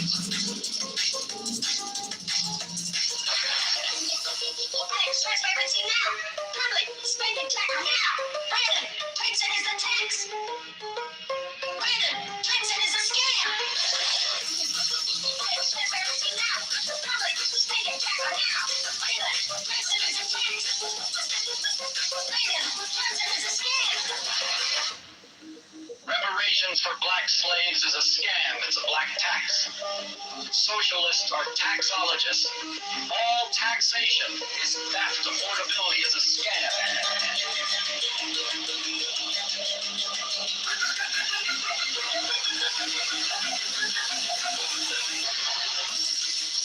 Transparency now. Public spending tracker now. Brandon Johnson is a tax. Brandon Johnson is a scam. Transparency now. Public spending tracker now. Brandon Johnson is a scam. Chicago Mayor Brandon Johnson is a fraud. Chicago Mayor Brandon Johnson is a scam. Chicago Mayor Johnson is the tax. Chicago Mayor Brandon Johnson is a liar.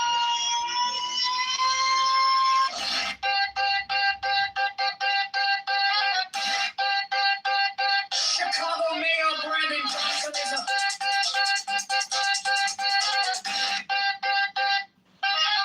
is a criminal.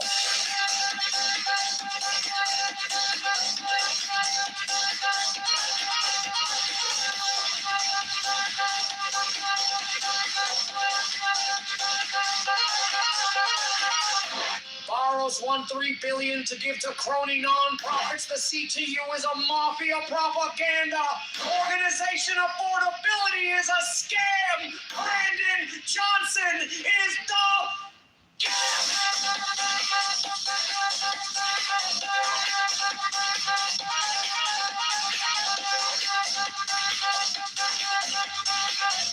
books transparency.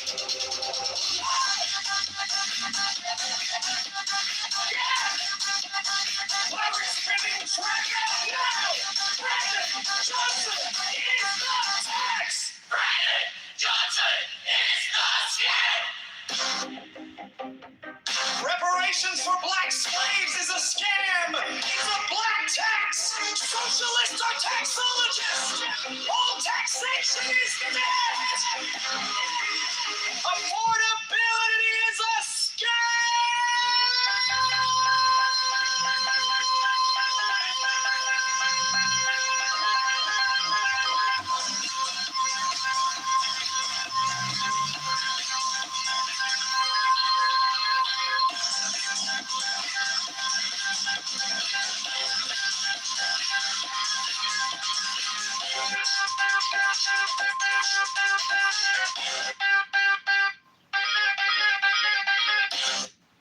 Chicago Mayor Brandon Johnson is a fraud. Chicago Mayor Brandon Johnson is a scam. Chicago Mayor Brandon Johnson is the tax.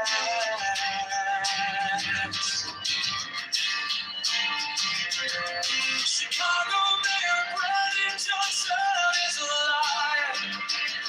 Chicago Mayor Brandon Johnson is a criminal. Borrows $1.3 billion to give to crony non-profits. The CTU is a mafia propaganda organization. Affordability is a scam. Brandon Johnson is the tax. Open the books, transparency now. Public spending tracker now.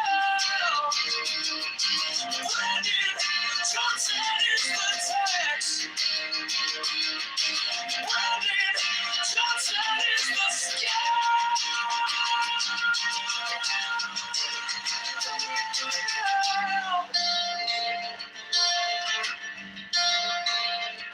Reparations for black slaves is a scam. It's a black tax, socialism, taxologists, all taxation is theft. Affordability is a scam.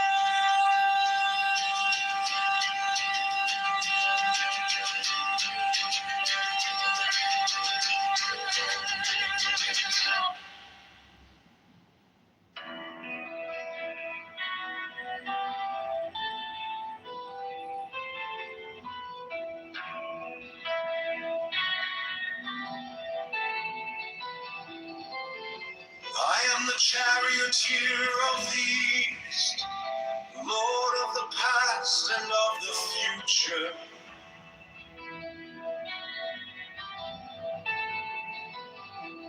I see by mine own inward light, Lord of resurrection, who cometh forth from the dust, and my birth is from the house of death. Only two divine hopes upon your pinnacle. Who can watch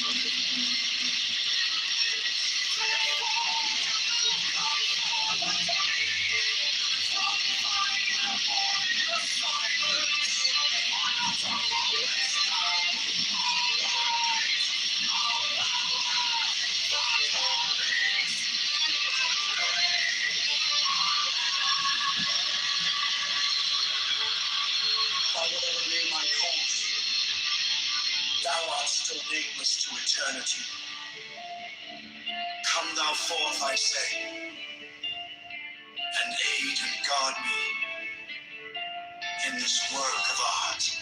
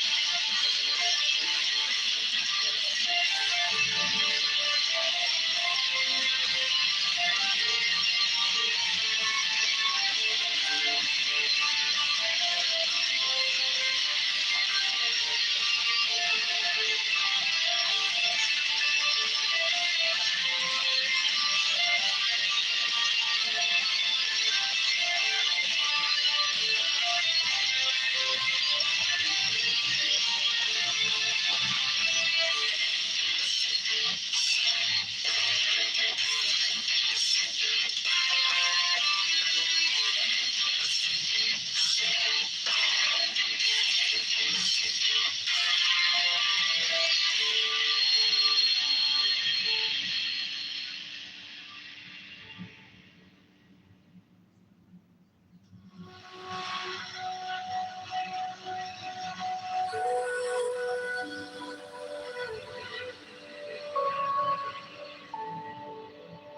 Gnostic Catholic Church, the Order of the Knights of the Holy Ghost,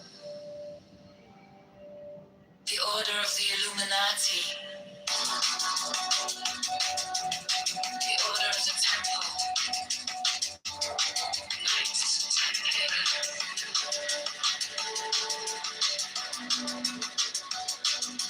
the Order of the Knights of St. John,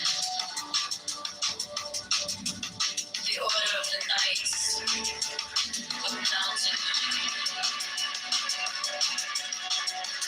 the Order of the Knights of the Holy Sepulchre,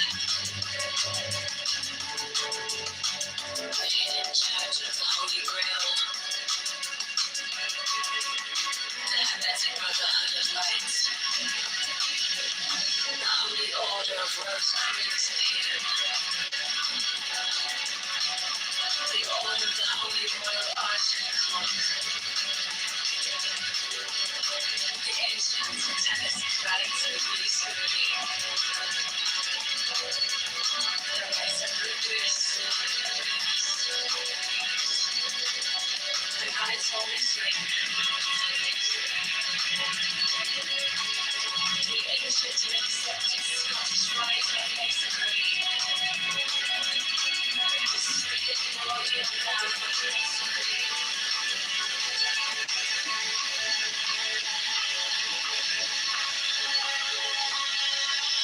the Order of the Martinists,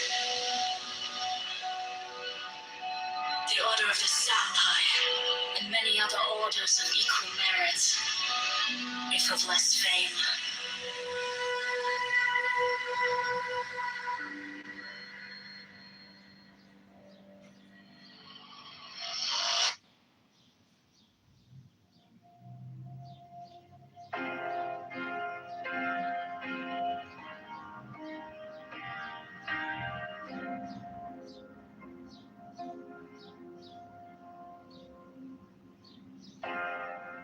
My object all sublime, I keep it in my mind.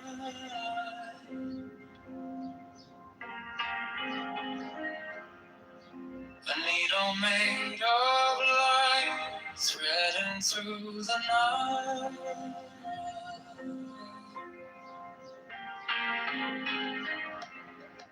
I mark the hidden scene, I sharpen up the dream.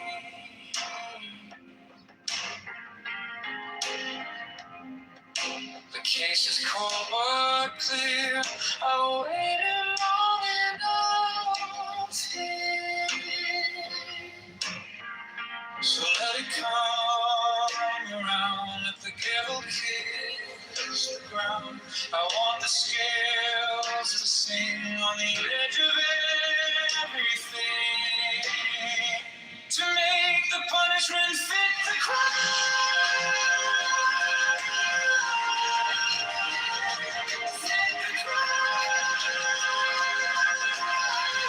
To make the punishment fit the crime. Fit the crime. My object of sublime. Salting time.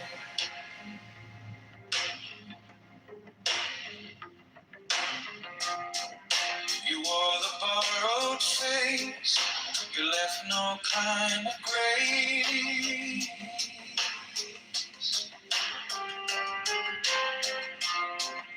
But every lie you spun turns back beneath the sun.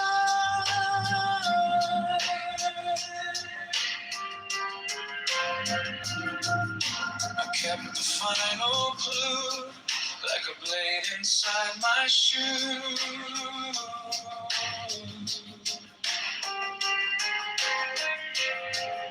Now Every step you take feels like the earth might break. So let it come around, let the ghetto kiss the ground. I want the scales to sing on the edge of everything, to make the punishment fit the crime.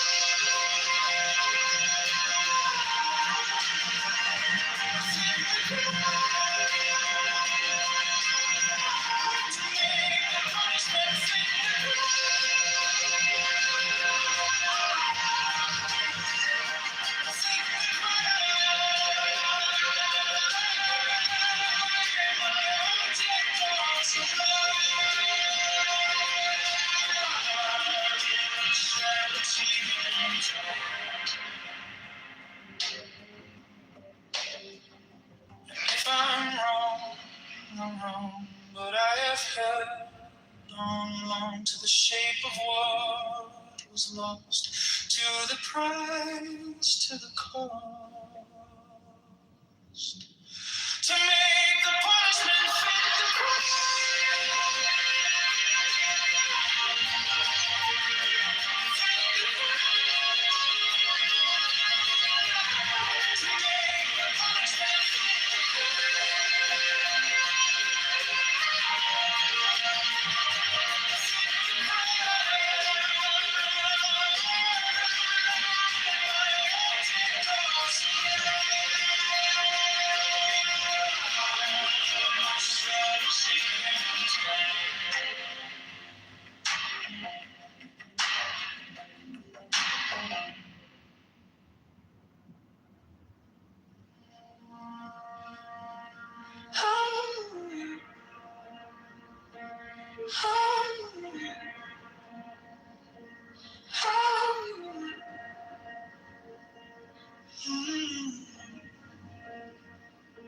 My object all sublime, I keep it in my mind.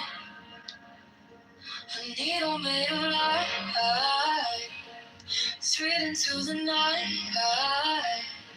I mark the hidden seam, I sharpen up the dream. The case is cold but clean.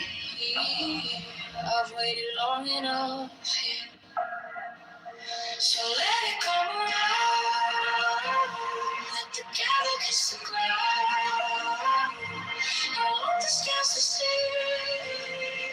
on the edge of everything, to make the punishment fit the crime. Fit the crime. Make the punishment fit the crime. Fit the crime. My object all sublime, I shall achieve in time.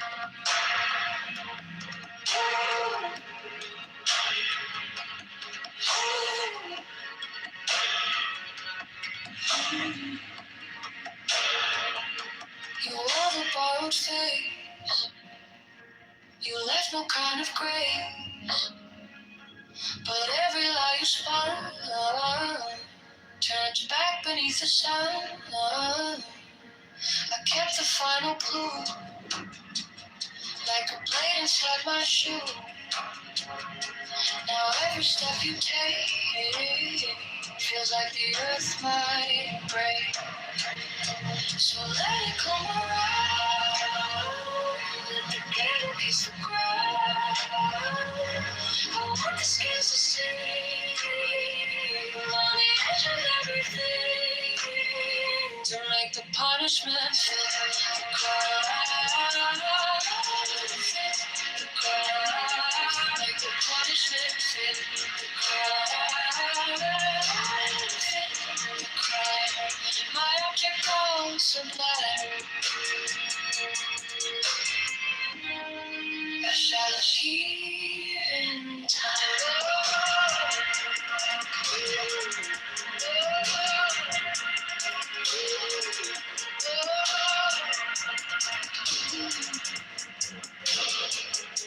And if I wrong, but I to the shape of one. Rise, rise to the rise to the cause. Make the punishment fit the crowd. Fit the crowd. Make the punishment fit the crowd. Fit the crowd. My object goes to bed. I shall keep in time.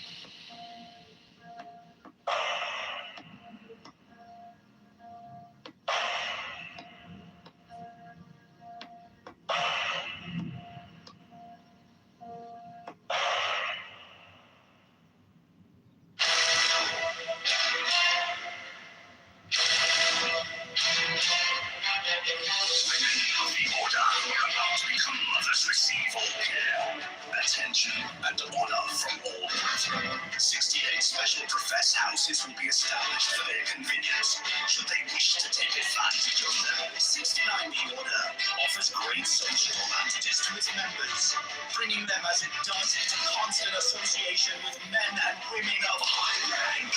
70 The Order offers extraordinary opportunities to its members in their trades, businesses, or professions, aiding them by cooperation and securing them clients or customers. Elevate those! Elevate those! 70 The Order offers friendship to its members, bringing together men and women of similar character, taste, and aspiration. 17 The secrecy of the Order provides its members with an inviolable shroud of concealment. 70 The crime of slander, which causes so great a proportion of human misery, is rendered extremely dangerous, if not impossible. Within the Order, I am clause in the obligation of the third degree.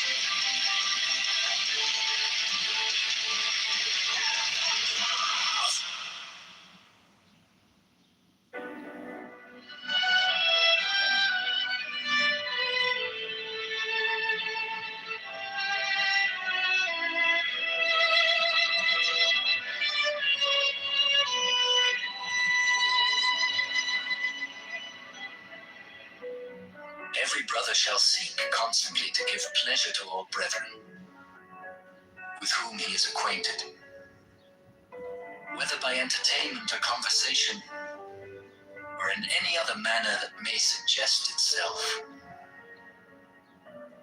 It will frequently and naturally arise that love itself springs up between members of the Order, for that they have so many and sacred interests in common.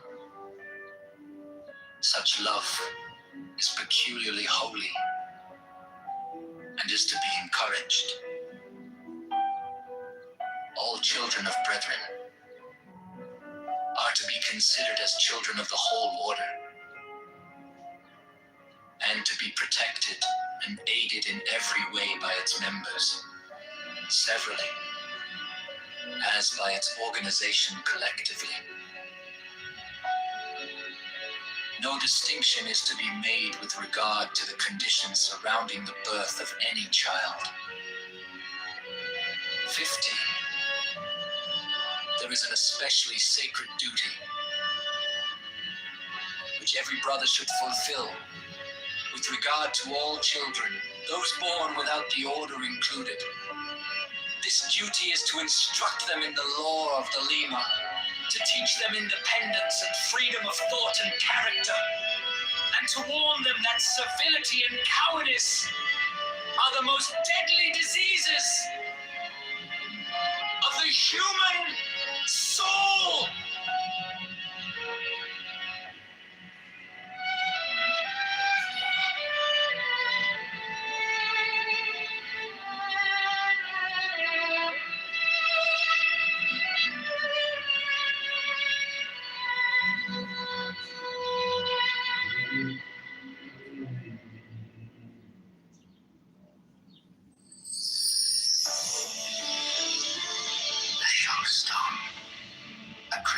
which thee alleged to have been brought to him by angels, was then placed upon this table, and the principal result of the ceremonial scrying of Sir Edward Kelly is the obtaining of the following diagrams, plates,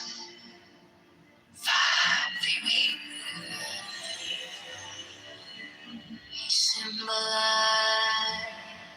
the fourth dimensional universe in 2 dimensions as a square, surrounded by 30 concentric circles, whose radii increased in a geometrical proportion. The sides of the square are the 4 great watchtowers, which are attributed to the There's also a black cross, central tablet according to the arrangement shown. Compare the black cross bordering the tablets in plate A with plate B.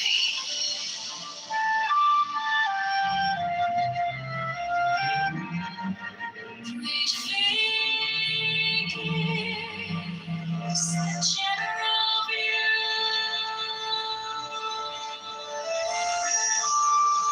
Plate 4 gives the complete attribution of the tablet of air. The 6th file is called linea patris. The 7th file is called linea filii. The 7th line is called linea spiritus sancti. This great cross divides the tablet into 4 lesser tablets, the left-hand top corner being air of air, the right-hand top corner water of air, the left-hand bottom corner earth of air, the remaining corner fire of air. Each of these lesser tablets contains a Calvary cross of 10 squares, which governs it. Plates V, VI, and VII are similar for the other element. This is the way in which the names are drawn from the great tablets.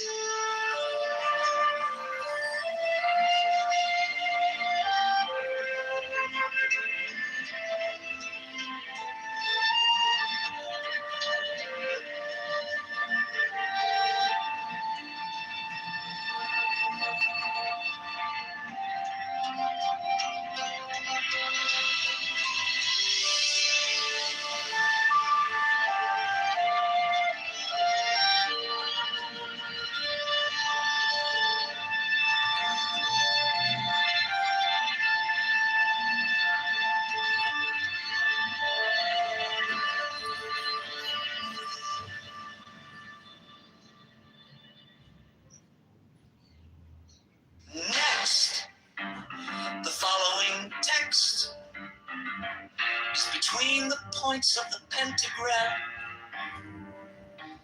starting at upper right. The words below are arced in a circle.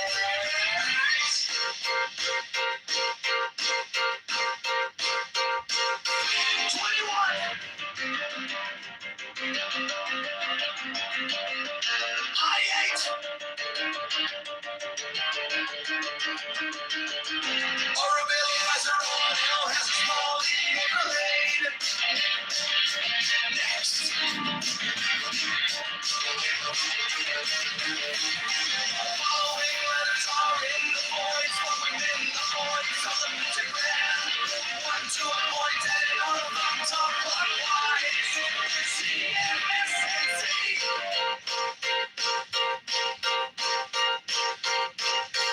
Blast!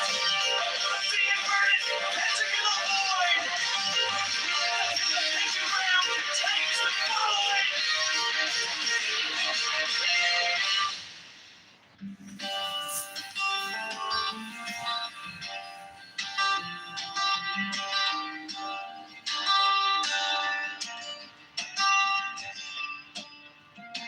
The letters around the rim are Enochian letters, facing outward in the illustration, including the corner letters facing toward the outer point of each corner.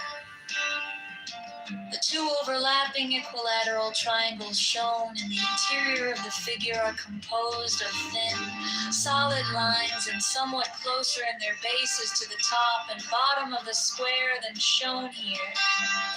In the illustration, the base angles touch the fourth edge letter from the corner in each instance.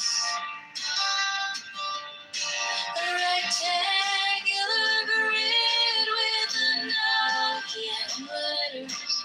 And the center of the diagram has been adjusted to align with the edge letters of the original illustration.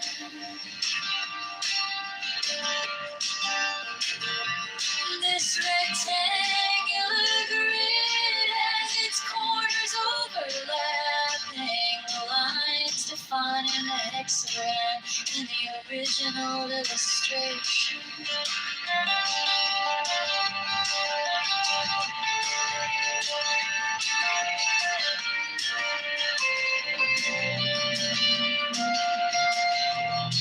There are 7 small devices, 5 squares and 2 circles, symmetrically arranged in the pattern of a 7-pointed star with point upward. There is no actual 7-pointed star drawn. These devices are all oriented to be viewed from the center of the figure. Their size is about that of 3-edged divisions vertically and horizontally, and their text would be at right angles to any straight line that might be drawn from the center of the figure. These devices have been represented by the numbers 1 through 7 in the approximation above. They are separately approximated below. Not to scale.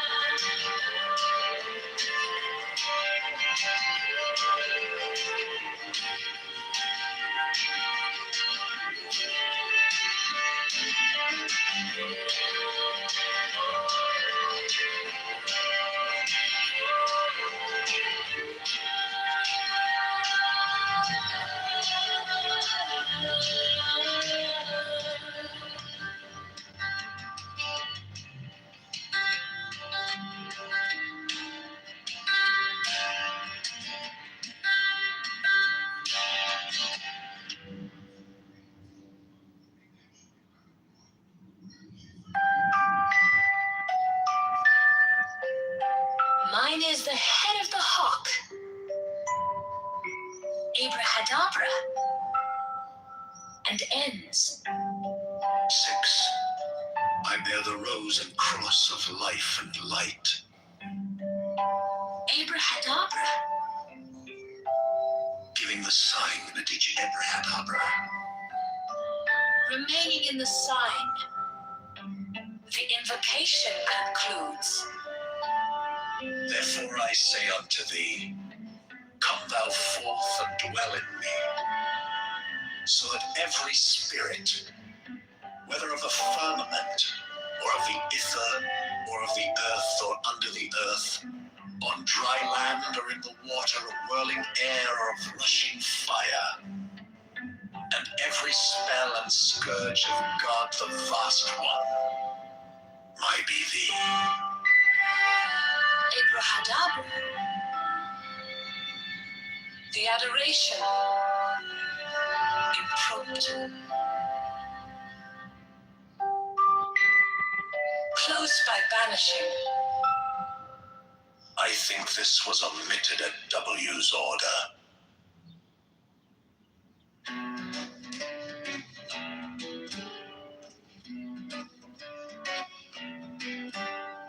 Mine is the head of the man, and my inside is keen as the hawks. By my head I invoke thee. Hey, I am the only begotten child of my father and mother. My father is dead. My mother bore me with labor and pain and fear. By my body I invoke thee. About me shine the diamonds of radiance, white and pure. By their brightness I invoke thee. Mine is the red triangle reverse, the sign given of none save it be of thee. O Lord, by the Lamb and I invoke thee. 3, mine is the garment of white, sewn with gold, the flashing obey that I wear. By my robe I invoke thee. Mine is the sign of Apophis and Typhon. By the sign I invoke thee. 4 is the turban of white and gold, and mine the blue vigor of the intimate air. By my crown I invoke thee. My fingers travel on the beads of pearl, so run I after thee in thy car of glory. By my fingers I invoke thee. 5, I bear the wand of double power in the voice of the Master Abrahadabra. By the word I invoke thee. Mine are the dark blue waves of music in the song that I made of old to invoke thee. Strike, strike the master chord, draw the flaming sword, crown, child and conquering Lord, Horus, avenger. By the song I invoke thee. 6, in my hand is thy sword of revenge, let it strike at thy bidding. By the sword I invoke thee. The voice of the fire, The voice of the fire, the voice of the city. 11 other voices, Abrahadabra.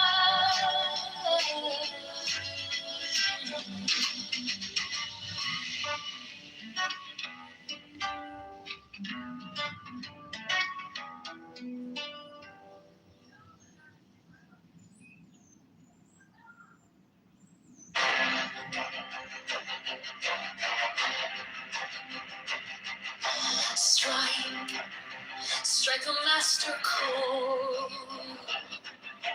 Draw the flaming sword. Crowned, child and conquering Lord, Horus, avenger. Thou of the head of the home. Thee I invoke. Thou only begotten child of Osiris thy father, and Isis thy mother, he that was slain. She that bore the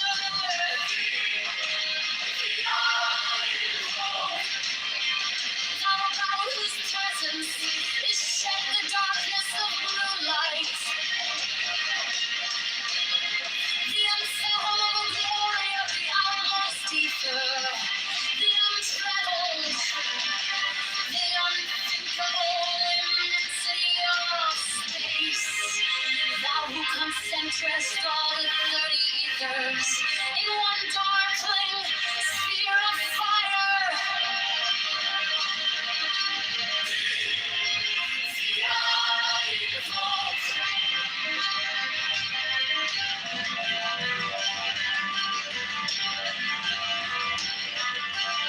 So now for the rest of the rules of life and life.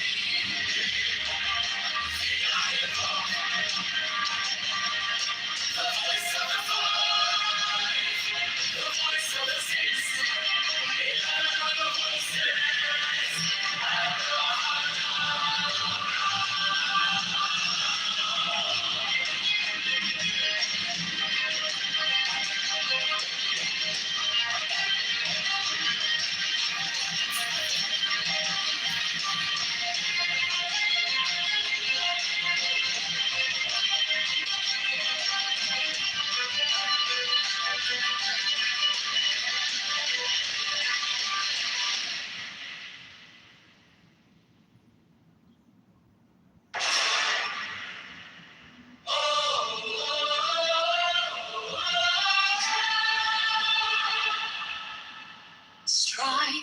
Strike the master chords.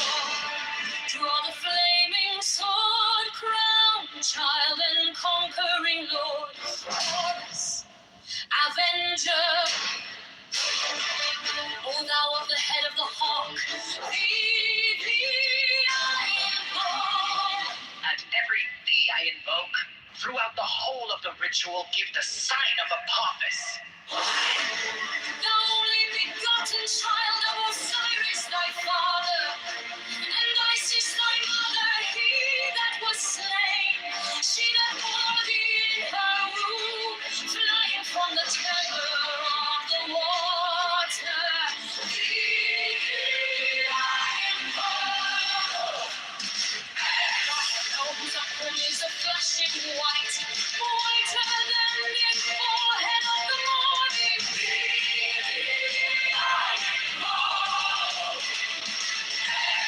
Thou hast formulated thy father, and made fertile thy border.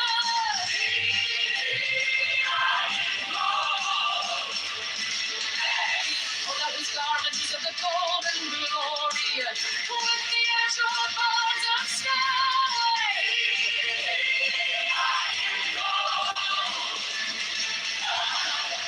Who didst avenge the horror of death, thou the slayer of Typhon? Thou who didst lift thine arms, and the dragons of death were as dust. Thou who didst raise thine head, and the crocodile of Nile was abased before thee.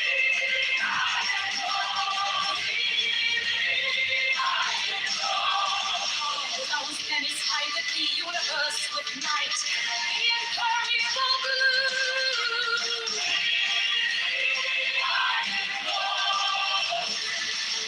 Thou who travelest in the boat of Ra, abiding at the helm of the often boat and of the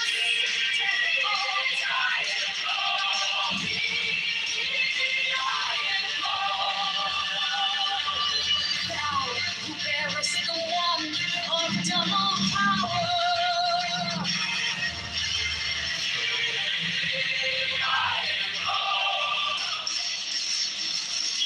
Thou about whose presence is shed the darkness of light, the unfathomable glory of the outmost ether, the untrammeled, the unthinkable immensity of space.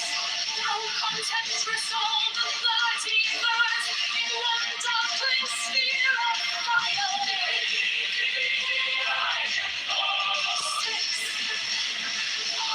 Thou who bearest the rose and trust of life and light.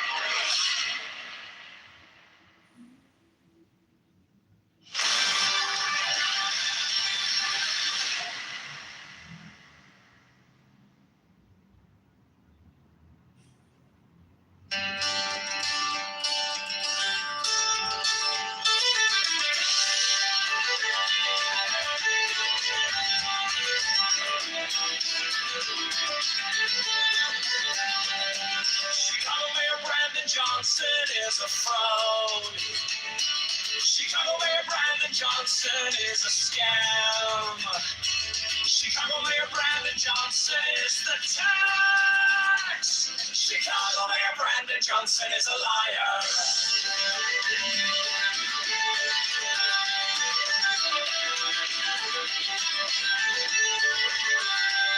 Chicago Mayor Brandon Johnson is a criminal. Borrows $1.3 million to give to Crony-Non. Profits the C2U is a mafia propaganda.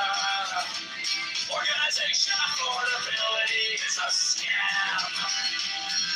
Brandon Johnson is the tax. Open the books, transparency now. Public spending tracker now. Brandon Johnson is the tax. Brandon Johnson is the tax. Brandon Johnson is a scam.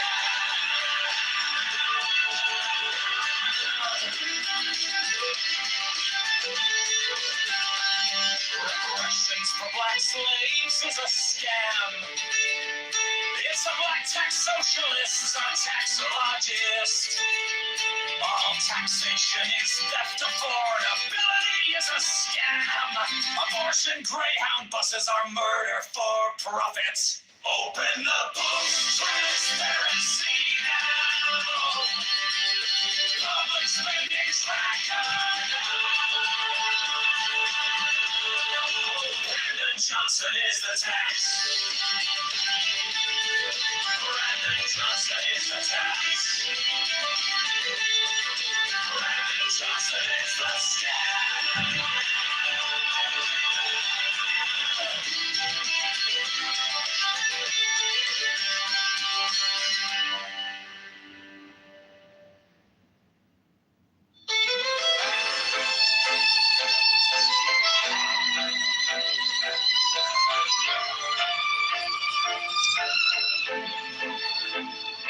You sent our paychecks with a smiling mask. Call it care, call it change while you pass the hat. Your friends at the table eating out the back. We're stuck in the checkout line doing the math.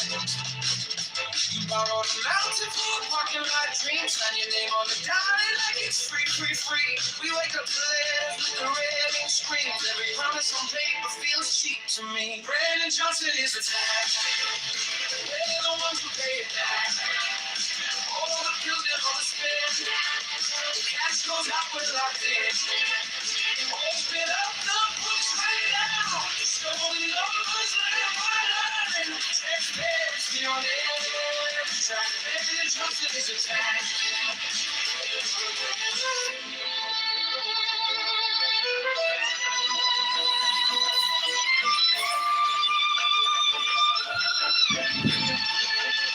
You call it for the people, but the doors stay closed. Same names on the contracts, Every story we're told, you preach about affordable. It's really easy to know. The whole city in a chokehold. Just a speed road. I'm tired of slogans on a pretty blue sign. I want a moment spending tracker in real time. Not enough photo, I'm going out on a dime. We're done with the fiction, this is our life. Brandon Johnson is a tank. They're gonna watch me lay it back. All the bills are on space. That's no doubt about it.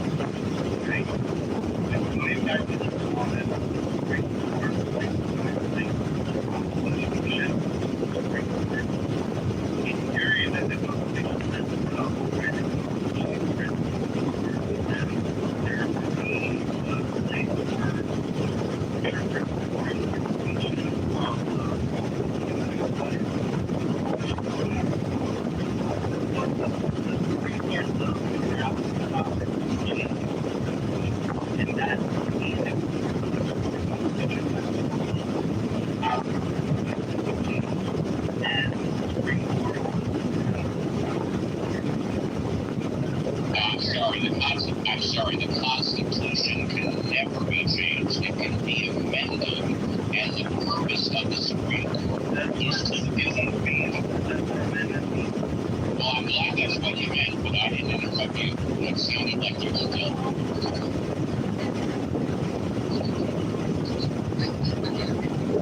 Wow, there are 2,500 people in the room, and everybody understood.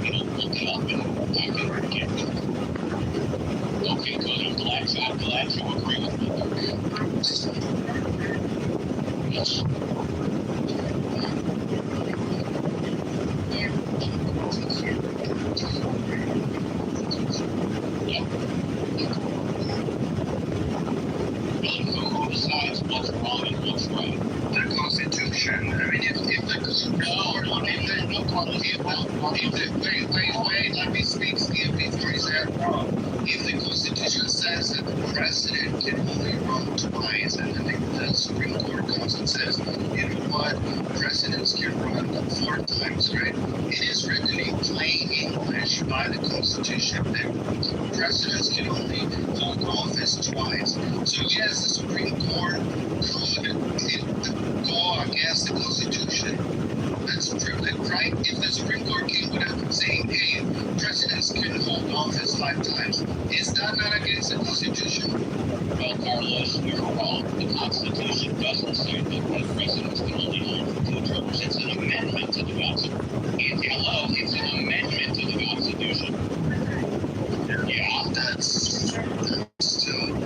That's still in the Constitution. Amendment of the Constitutions are all in the Constitution. All right. Okay, so now we're taking the position that amendment to the Constitution is the Constitution. Fine, no problem. Well, time, yeah. Oh, no. In that case, the Constitution says presidents are limited to 2 terms. Fine.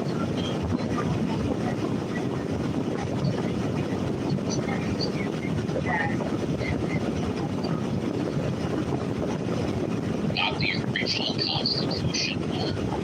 There are amendments to the Constitution. Excuse me. You asked me a question. That was, like 30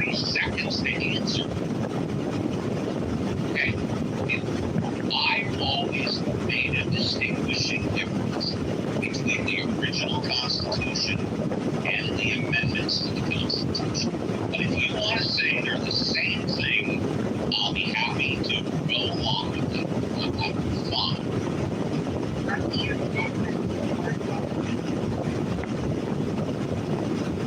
Well, based on what you're saying, yes. I say no. I say their amendments are different. Okay, are amendments part of the original Constitution? Is that what you're asking me? It seems to me well, I don't understand what we're getting hung up on this. What's the difference? Yeah,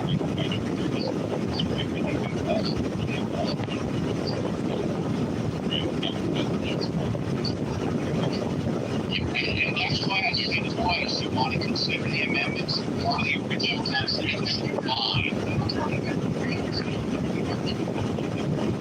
Why is this a big deal? Why is this a big deal?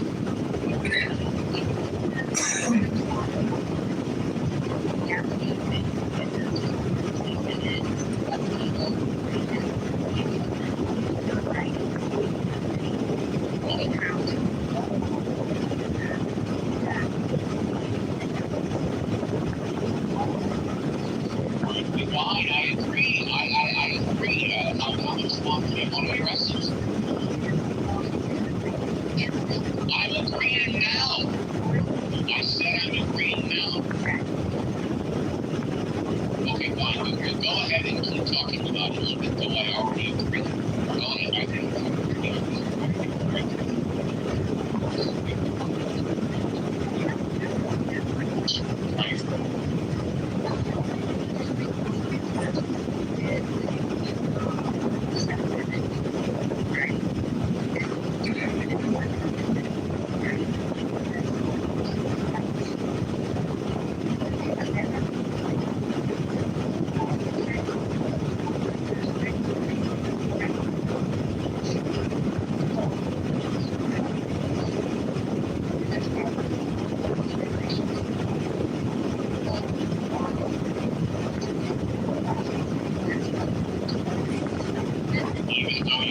even though you can put a bunch of regulations on how to do it.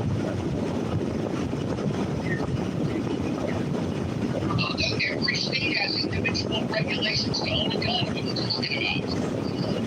Yes. Am I not speaking the truth? Every state has individual regulations for owning a gun. Oh, you didn't say that until just now. Fine. Federal level has regulations to own a gun. Isn't that true? Is it true or not? It's not, really. So anybody can own a fully automatic M16. Is that what you're saying? No, you said federal. You just switched back now. You said federal 10 seconds ago. Under federal law, can any individual own a fully automatic M16?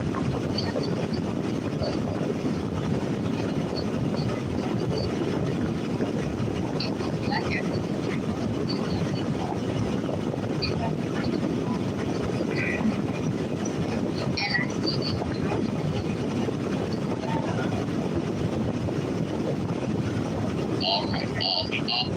While you finish, what will happen? Okay.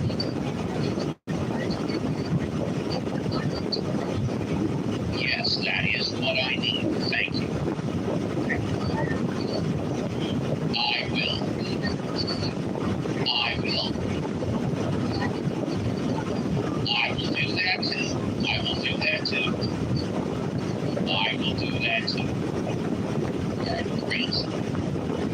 You know, sometimes you sound like you know what you're talking about. And sometimes you make statements that are completely untrue. Just say that. I thought you just said you were going to let me speak uninterrupted. Obviously, you're the one that can't control it.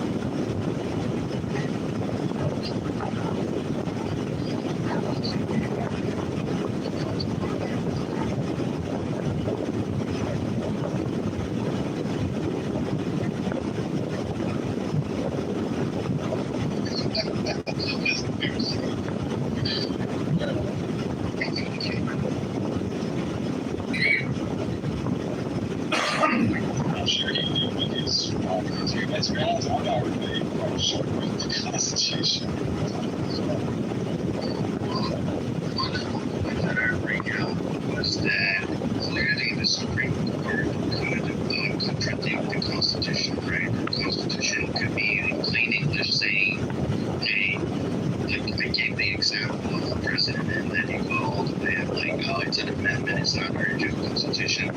For this time, as Steve was saying, it's binding. Like right now, currently, there's all these amendments. Amendments to the Constitution are part of the Constitution, right? So the Supreme Court is supposed to be bound by it. You cannot write and rewrite the Constitution.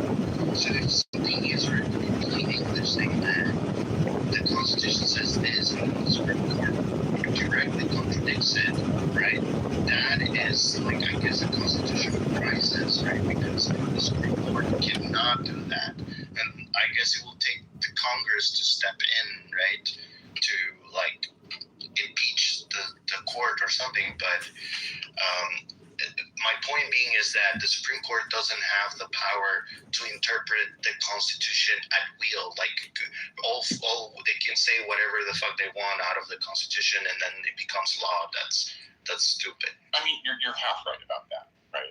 The problem with what you're saying is the Constitution isn't written in plain English. It's written in highly technical English that does require interpretation. The prose is dense. The prose is technical. The prose is packed with terms. And those terms do require interpretation.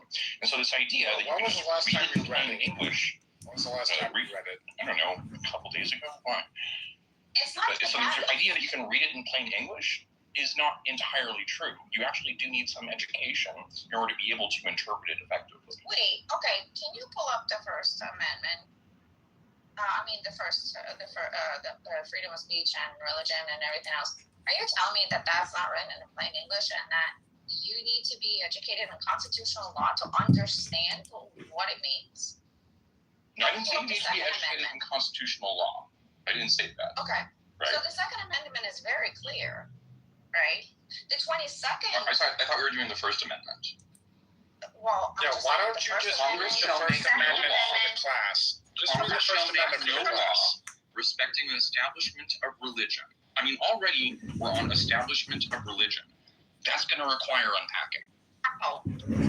That's going to require unpacking. Establishment of religion requires unpacking as a term. Right? Hold on. I'm a person with no high education. For me, it is very easy to understand what that is. So unpack it. You mean unpack what it means? Yes, like, specifically establishment of a religion. Unpack that. Establishment of a religion is basically like a lot of other countries do in this world, like Russia, for example, where they have one religion as a government religion, right? And that is the Russian Orthodoxy, the Christian Orthodoxy. So other religions don't have the same rights. Their religion that is established by the government, which is supreme to all the other religions. Does that make sense? I mean, first of all, that doesn't actually unpack the term, right? It doesn't, because it does say that, like, on most coins and tender, in God we trust. So it is establishing religious aspects. Right. So for first of all, it doesn't unpack the term of religion. Right. Second, I want to just say that Benjamin, I wasn't done yet. Hold on a second, Benjamin. I wasn't done yet.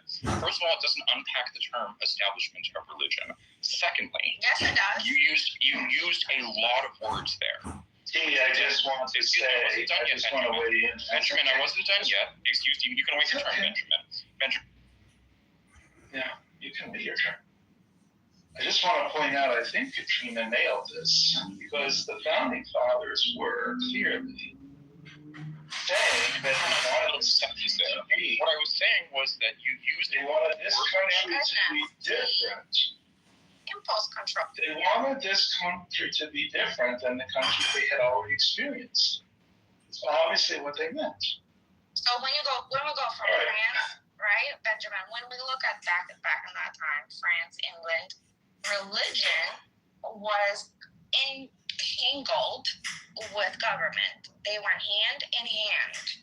Religion made laws, and that was the. Well, I think that you're right. You could not make one religion, on a government level. That this particular government nation, right? This nation and the government of this nation is only practicing this religion, and this religion is above all the other religions. Period. I think you were right instinctively, Katrina, that they were writing against their own. They were writing against their own experience. It's not instinctively. They said that. You will, sure. I think the issue is, what do we do going forward? Why are we talking about impulse control when Benjamin interrupted me? Right? He's the mod. Benjamin interrupted me. He's the mod. I don't give a fuck. Well, then if you don't. So why are we talking about impulse control when Benjamin has poor impulse control? Okay, so what I was saying was that you used a lot of words to unpack that term, which demonstrates. Okay, I am going to kick this person out of the room because there is no humility or just decency. He thinks we're all chatbots and shit. Yeah. I don't bring people down. I kick them out of the room, like I said. So if anybody has a problem with that, that's okay. You can let me know, and I won't do that here. Just don't harm it. What did T do? I don't understand. He was interrupted by Benjamin. He's the mod. Yeah, so what? He's Benjamin. Who gives a fuck? Well, I don't know the dynamic between you guys, but I think if our mod is... Look at that, he's gone. ...a conversation... Yeah, Benjamin's not here no more, so what? Okay. Well, I think the conversation got a little bit derailed by T. I mean, it's true that it's true that there is nuances, right? And like, it's written in plain English, but that doesn't mean that there's no nuances in plain English, and there's ambiguity in language in general. So nobody's arguing that there is no need for a court to interpret the law. The point that I'm making is that there's clear statements in the Constitution that are transparent and don't have ambiguity. They're pretty clearly stated. For example, and I give the example, like the president cannot hold office more than twice, right? There's no ambiguity on that. Nobody can say that they can hold office 5 times or 3 times through interpreting and be correct. There's no nuance there to have a court. And if the court were to say that all of a sudden presidents can hold office more than once, they will be essentially against the Constitution. It will be constitutional crisis. You'd be shocked at the ability for people to interpret that particular clause, Carlos. Yeah, because they're already making an argument right now. A lot of lawyers, right? Not a lot, but yeah, go ahead. Well, I mean, a lot of Trump circle lawyers, right? They have a whole team right now who are already, in quotations, interpreting it, right? So basically, the way they are saying it is that the president cannot be elected. Now, what is the word elected? Elected by the people. That means there has to be an election. The Constitution says hold office. It doesn't say elected. It says hold office. Elected. Yeah. No, it says the 22nd Amendment says elected. Hold office. They cannot hold office more than twice. Okay, somebody pull up the Constitution, the 22nd Amendment. Unless I'm like completely being No, you're right. gaslit over here. No, I'll read it because Carlos is wrong. No person shall be elected to the office of the president more than twice. Yeah. And no person who has held the office of the president or acted as president for more than 2 years of a term to which some other person was elected shall be elected to the office of the president more than once. Not talking about the vice president in a situation where the president is incapacitated, the vice president takes over. And if the vice president took over and he held the role of the president or whatever, there's a succession, whatever. And if that person held office for longer than 2 years, that considers already as a full term. I don't know. It's pretty easy for me to understand this. Why are people saying that this is such a hard language? It leads to the interesting trivia.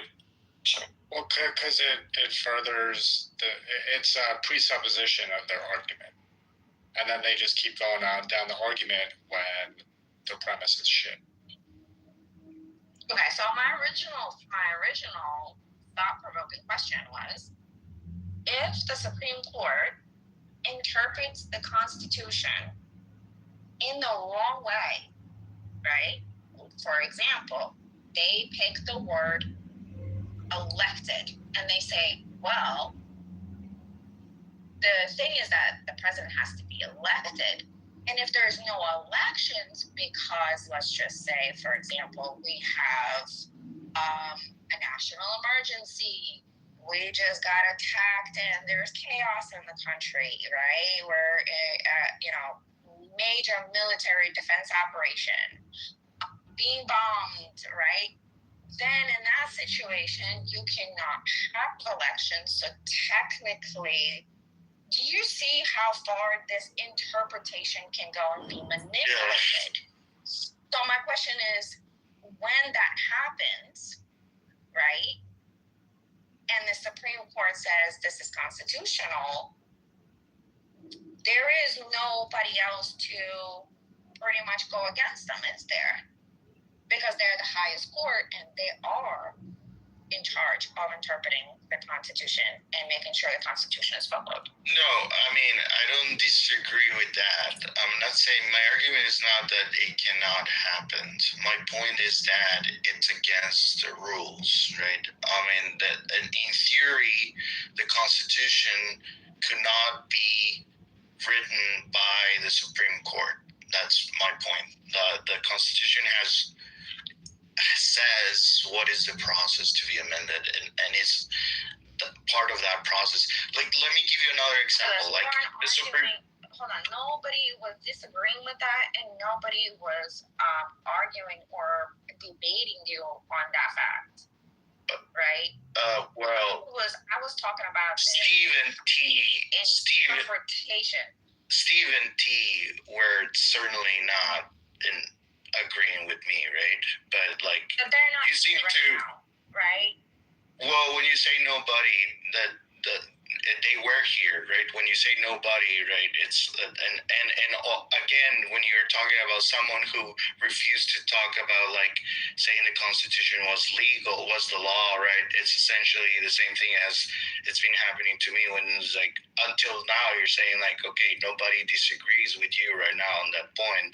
That's fine, but I'll just that's the point that people were arguing before. Gotcha. Till this point, we can say. I gotcha. Okay, well, now we can agree that those people are not here right now, and we can maybe not talk about their points and not bring up their points. Because I think everybody else here kind of agrees and understands that there's a structure of how to change the Constitution. There's two structures. I was trying to ping Ali in the room, but I don't know how to do it. I think he's, I don't know where he is, but I feel like you guys got off on the wrong foot. Ali's a pretty stand-up guy, in my personal opinion. I think he has quite a lot to say about this stuff, but it's not really. Elliot, I appreciate you, and I could see that you have a lot of affinity for this person. Nothing against that, right? I would. Does anybody else like to make like my messing own up right now? For some reason, the audio just cuts out, and it's just I'm not gonna leave it. Are you on Androids?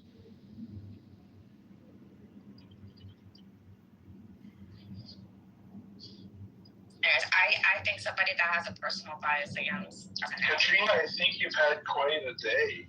A lot of conversation with a lot of different people. Most of them seem half crazy. You handle it. Well, like I said earlier, I like once in a while to practice. Do you have children? Yes, I do. I think a 6-year-old would be excellent practice for most of these characters. Well, I have a 9-year-old son, so honestly, Oh yeah, a lot you've of been through times, this, yeah. that's what I have to do. I literally just turn on my mom hats. Honestly, That was hilarious. You were like, okay, have a tantrum. Are you done with your tantrum? You sound like you were talking to your kid. That's. I mean, that is the purest. Because you were talking to your kid. It was just somebody else. Yeah. I have to. You were talking to a kid, not your kid. Well, I would say a kid. I don't know. I think kids are very intelligent. But if I just have to meet the people on their needs. That he definitely had a need to scream and let it out. So you know what? Like just like a little kid who's just have all these emotions and they don't know how to deal with them, right? Because they haven't developed that part, right? The brain. You just have to help them out a little bit. You know, let it out. You know. I have the theory that Steve is drunk a lot of the time.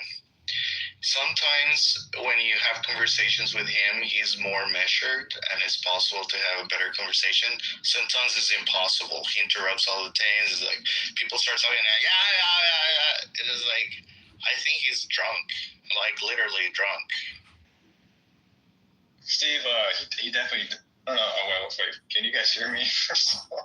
I can hear you fine. Oh, thanks, fuck. Oh my gosh. Elliot has Android. The app is like going. I don't know. It's going bonkers right now. I have to leave and come back, and you guys are like cutting out mid sentence for me, and I have to like leave and come back. Steve is like he interrupts a lot, and it is. I do find that like really annoying, but he's also pretty harmless, and I think he's well intentioned most of the time, so I give him a pass on this stuff sometimes. I don't think he's so harmless. I think that he's misogynistic towards the women in his cadre. He says really inappropriate things to married women. Well, apparently, my level of not having a higher education shows quite a lot. Yeah, you can't even read the Constitution. No, Katrina, I agree. I agree, it does. You should wear it as a badge of honor. Most people who have to pay somebody to learn this shit is because they're dumb. Well, I like to call myself, right, disarm the people usually. And, you know, why don't you explain to me the little stupid blonde, you know, bleach blonde, stay-at-home mom who doesn't have any education, you know, explain to me. So how do you feel? You know, what you're saying. Put in a lot of work. You're exhausted. I love doing that. You're probably a little tired than you needed to be at practice, all right? Let's enjoy this. Nobody's going to tell Bro that he's hot like it. Sorry. Talking to my young man who played 3 times today. He practiced. Oh, anybody's practice. Oh yeah, what's up? Yeah, he practiced before he practiced. I'm like, you gotta be feeling pretty good about yourself, but you also gotta be exhausted. Because it's 9:25. Third time he's exhausted. Yeah, I think actually, for a second, I thought you were talking about Follow Us Pro, because that also applies here. I think you opened this room at, I got here like 9 a.m. Pacific, and just been kind of hanging out all day. And it's actually been, I think it's been a pretty good group today. And there were a lot of like really draining, energy intensive kind of conversations, but they're also some really. That is true. But I think everybody generally handled themselves relatively pretty well. How did you guys survive Briar? What do you mean survive Briar? I think Briar's a lot to take in. Oh, you mean that there is a lot of content, a lot of information to process in a really short amount of time? I can agree with you on that. That is a very high level, very detailed. Yes. Benjamin, you need to practice your skills of, what is it? Oh my God, why am I bubbling? Probably because there's so many things that follow in that sentence. That's right. I have so many skills. Is it my piloting skills, my guitar skills? Practicing your absorbing information skills. That the information that comes at you very rapid and very, what could I say? Not simple. Very loaded. I do think that Briar is a dish gallo. I think that's right. But I think that a lot of his claims are unsupported, right? So it's just a naked dish gallo. The thing he was talking about, one of the things he was talking about, that's the view of Noam Chomsky. I don't know that he's a president. Isn't Noam Chomsky one of Epstein's friends? Yeah, I think he is. Yeah. That's right, but he's also the most number 4 academic on this time. Number 10. Yeah, Epstein. I think the question is who wasn't Epstein's friend? I think that would have been a lot shorter. Barack Obama wasn't. Yeah, I'm saying that list would be a lot shorter than who was. I don't think he was just his friend, though. I think he was like one of those, Well, it's friend in quotations. It's not clear because he was just into academics, right? And so he was friends with a lot of people in academy, but it's not clear that they were also pedophiling. But that's why you would like to have an investigation to find out exactly who was doing what. But what the fuck? You can go into jmail.world right now and look up the emails between him and Chomsky.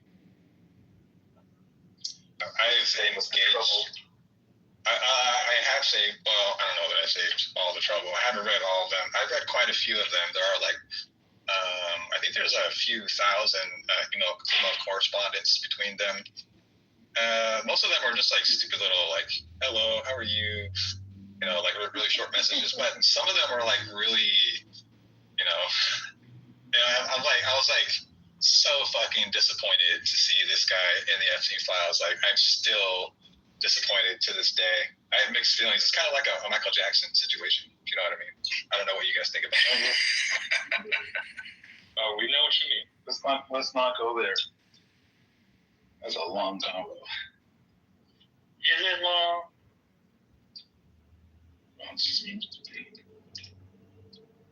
Is it wrong to like a pedophile music written by a pedophile?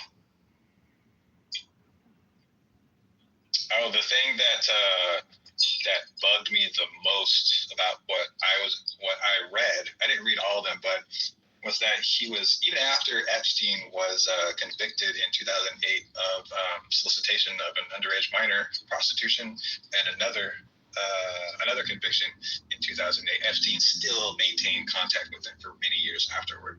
That is extremely fucking disappointing. And there's a few more things that I've heard other people say about this that I haven't personally read, but I think they're probably right about that.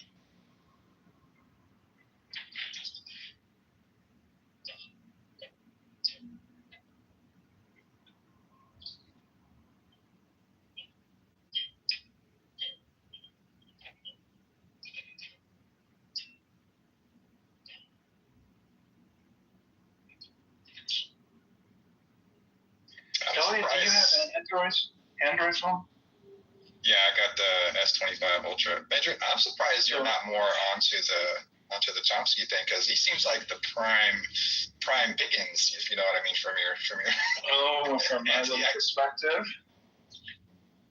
I'm not anti-academic, by the way. I got to be careful of that. I'm writing a department proposal, a new department proposal for CU Boulder.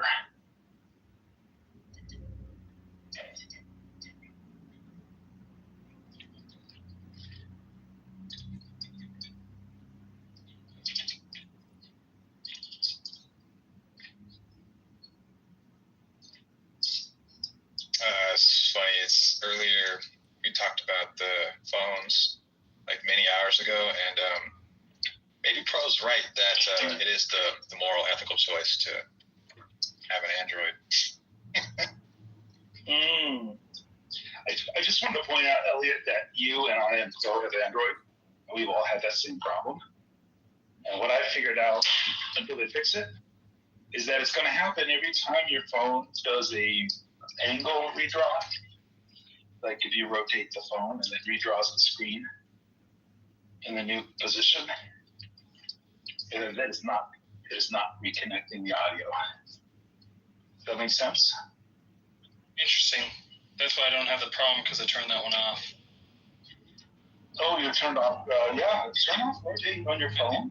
And I don't really have a problem. Rotate on your phone, and you'll be fine. I've actually got the screen lock on, so my screen never rotates. But when it happens for me, it seems consistent with me. Like, okay, if I press like the back button to drop down this the Clubhouse chat room, then I open up like the hallway. That's usually the main culprit. That's typically when it. I've seen other things do it as well, like going to the settings screen and yeah.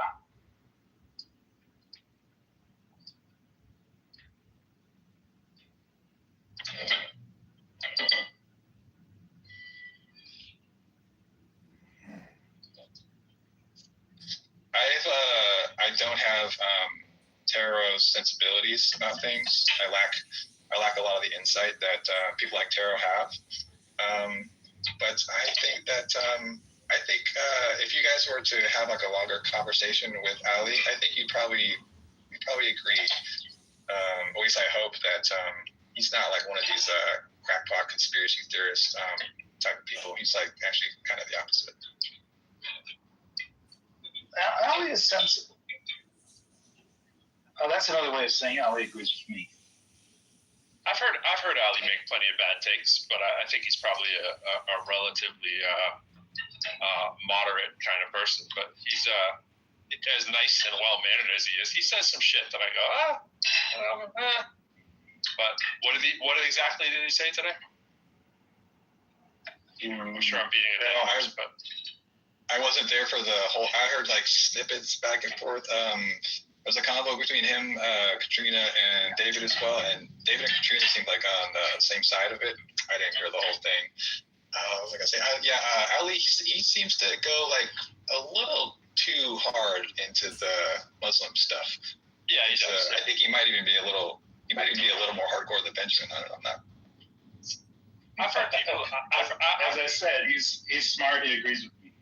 I was in a room one day where someone was accusing him of that, and I had actually heard it, so then I started paying attention to it, and I was like, oh, okay, I get what people are talking about. But whatever his experience is, he is, from the 10 or 20 times I've heard him speak, he hardly seems like, compared to the people who are just in this room today, is anywhere near the problem that some of the people were in here. I didn't get to hear some of the characters whose names I haven't really heard before, but I forget. You guys said some entertaining names. Or I was like an HO guy who was in here earlier. Yeah. Oh, that guy was new. Yeah, he came in the very early morning, and he strikes me as a guy who was on his best behavior to not be as problematic as he probably otherwise normally is, because I think he was just liking we literally were talking about cosmetics and stuff. And he just jumped around. We were just kidding around. It was like me, you, and AJ. And all of a sudden, he wouldn't let it go. I was like, bro, like. Resinol. Yeah, that lady said one thing about it. I can't remember who it was, and he just went crazy. And that's when I was on the court in the morning. Coco. Yeah. And she was like, she's just like, oh, I'm into face care and blah, blah, blah, and all that stuff. So, yeah, we were just like engaging in that conversation a little bit. He wouldn't let that stuff go. So I started listening to the guy's viewpoints. I was like, oh, okay, he's a little touched. But the whole app is a bunch of touched people, you know. And I do somewhat what I heard Taro doing. Like I was playing basketball, but I was trying to get the gist of it. But it was like the criticism of how people do or don't mod. And it's like I sometimes will get up on my little horse and say the same shit. Be like, but at the end of the day, no one's fucking paid to be here. People can do what the fuck they want. It's a public app, and you can't get mad if people aren't paying attention that much, right? It's not like some evil, sinister plot all the time. If people who are modded aren't doing what they need to be doing, people got fucking lives. Like I listened to about 45% of what went on today, which is about my usual percentage. That's just what I fucking do.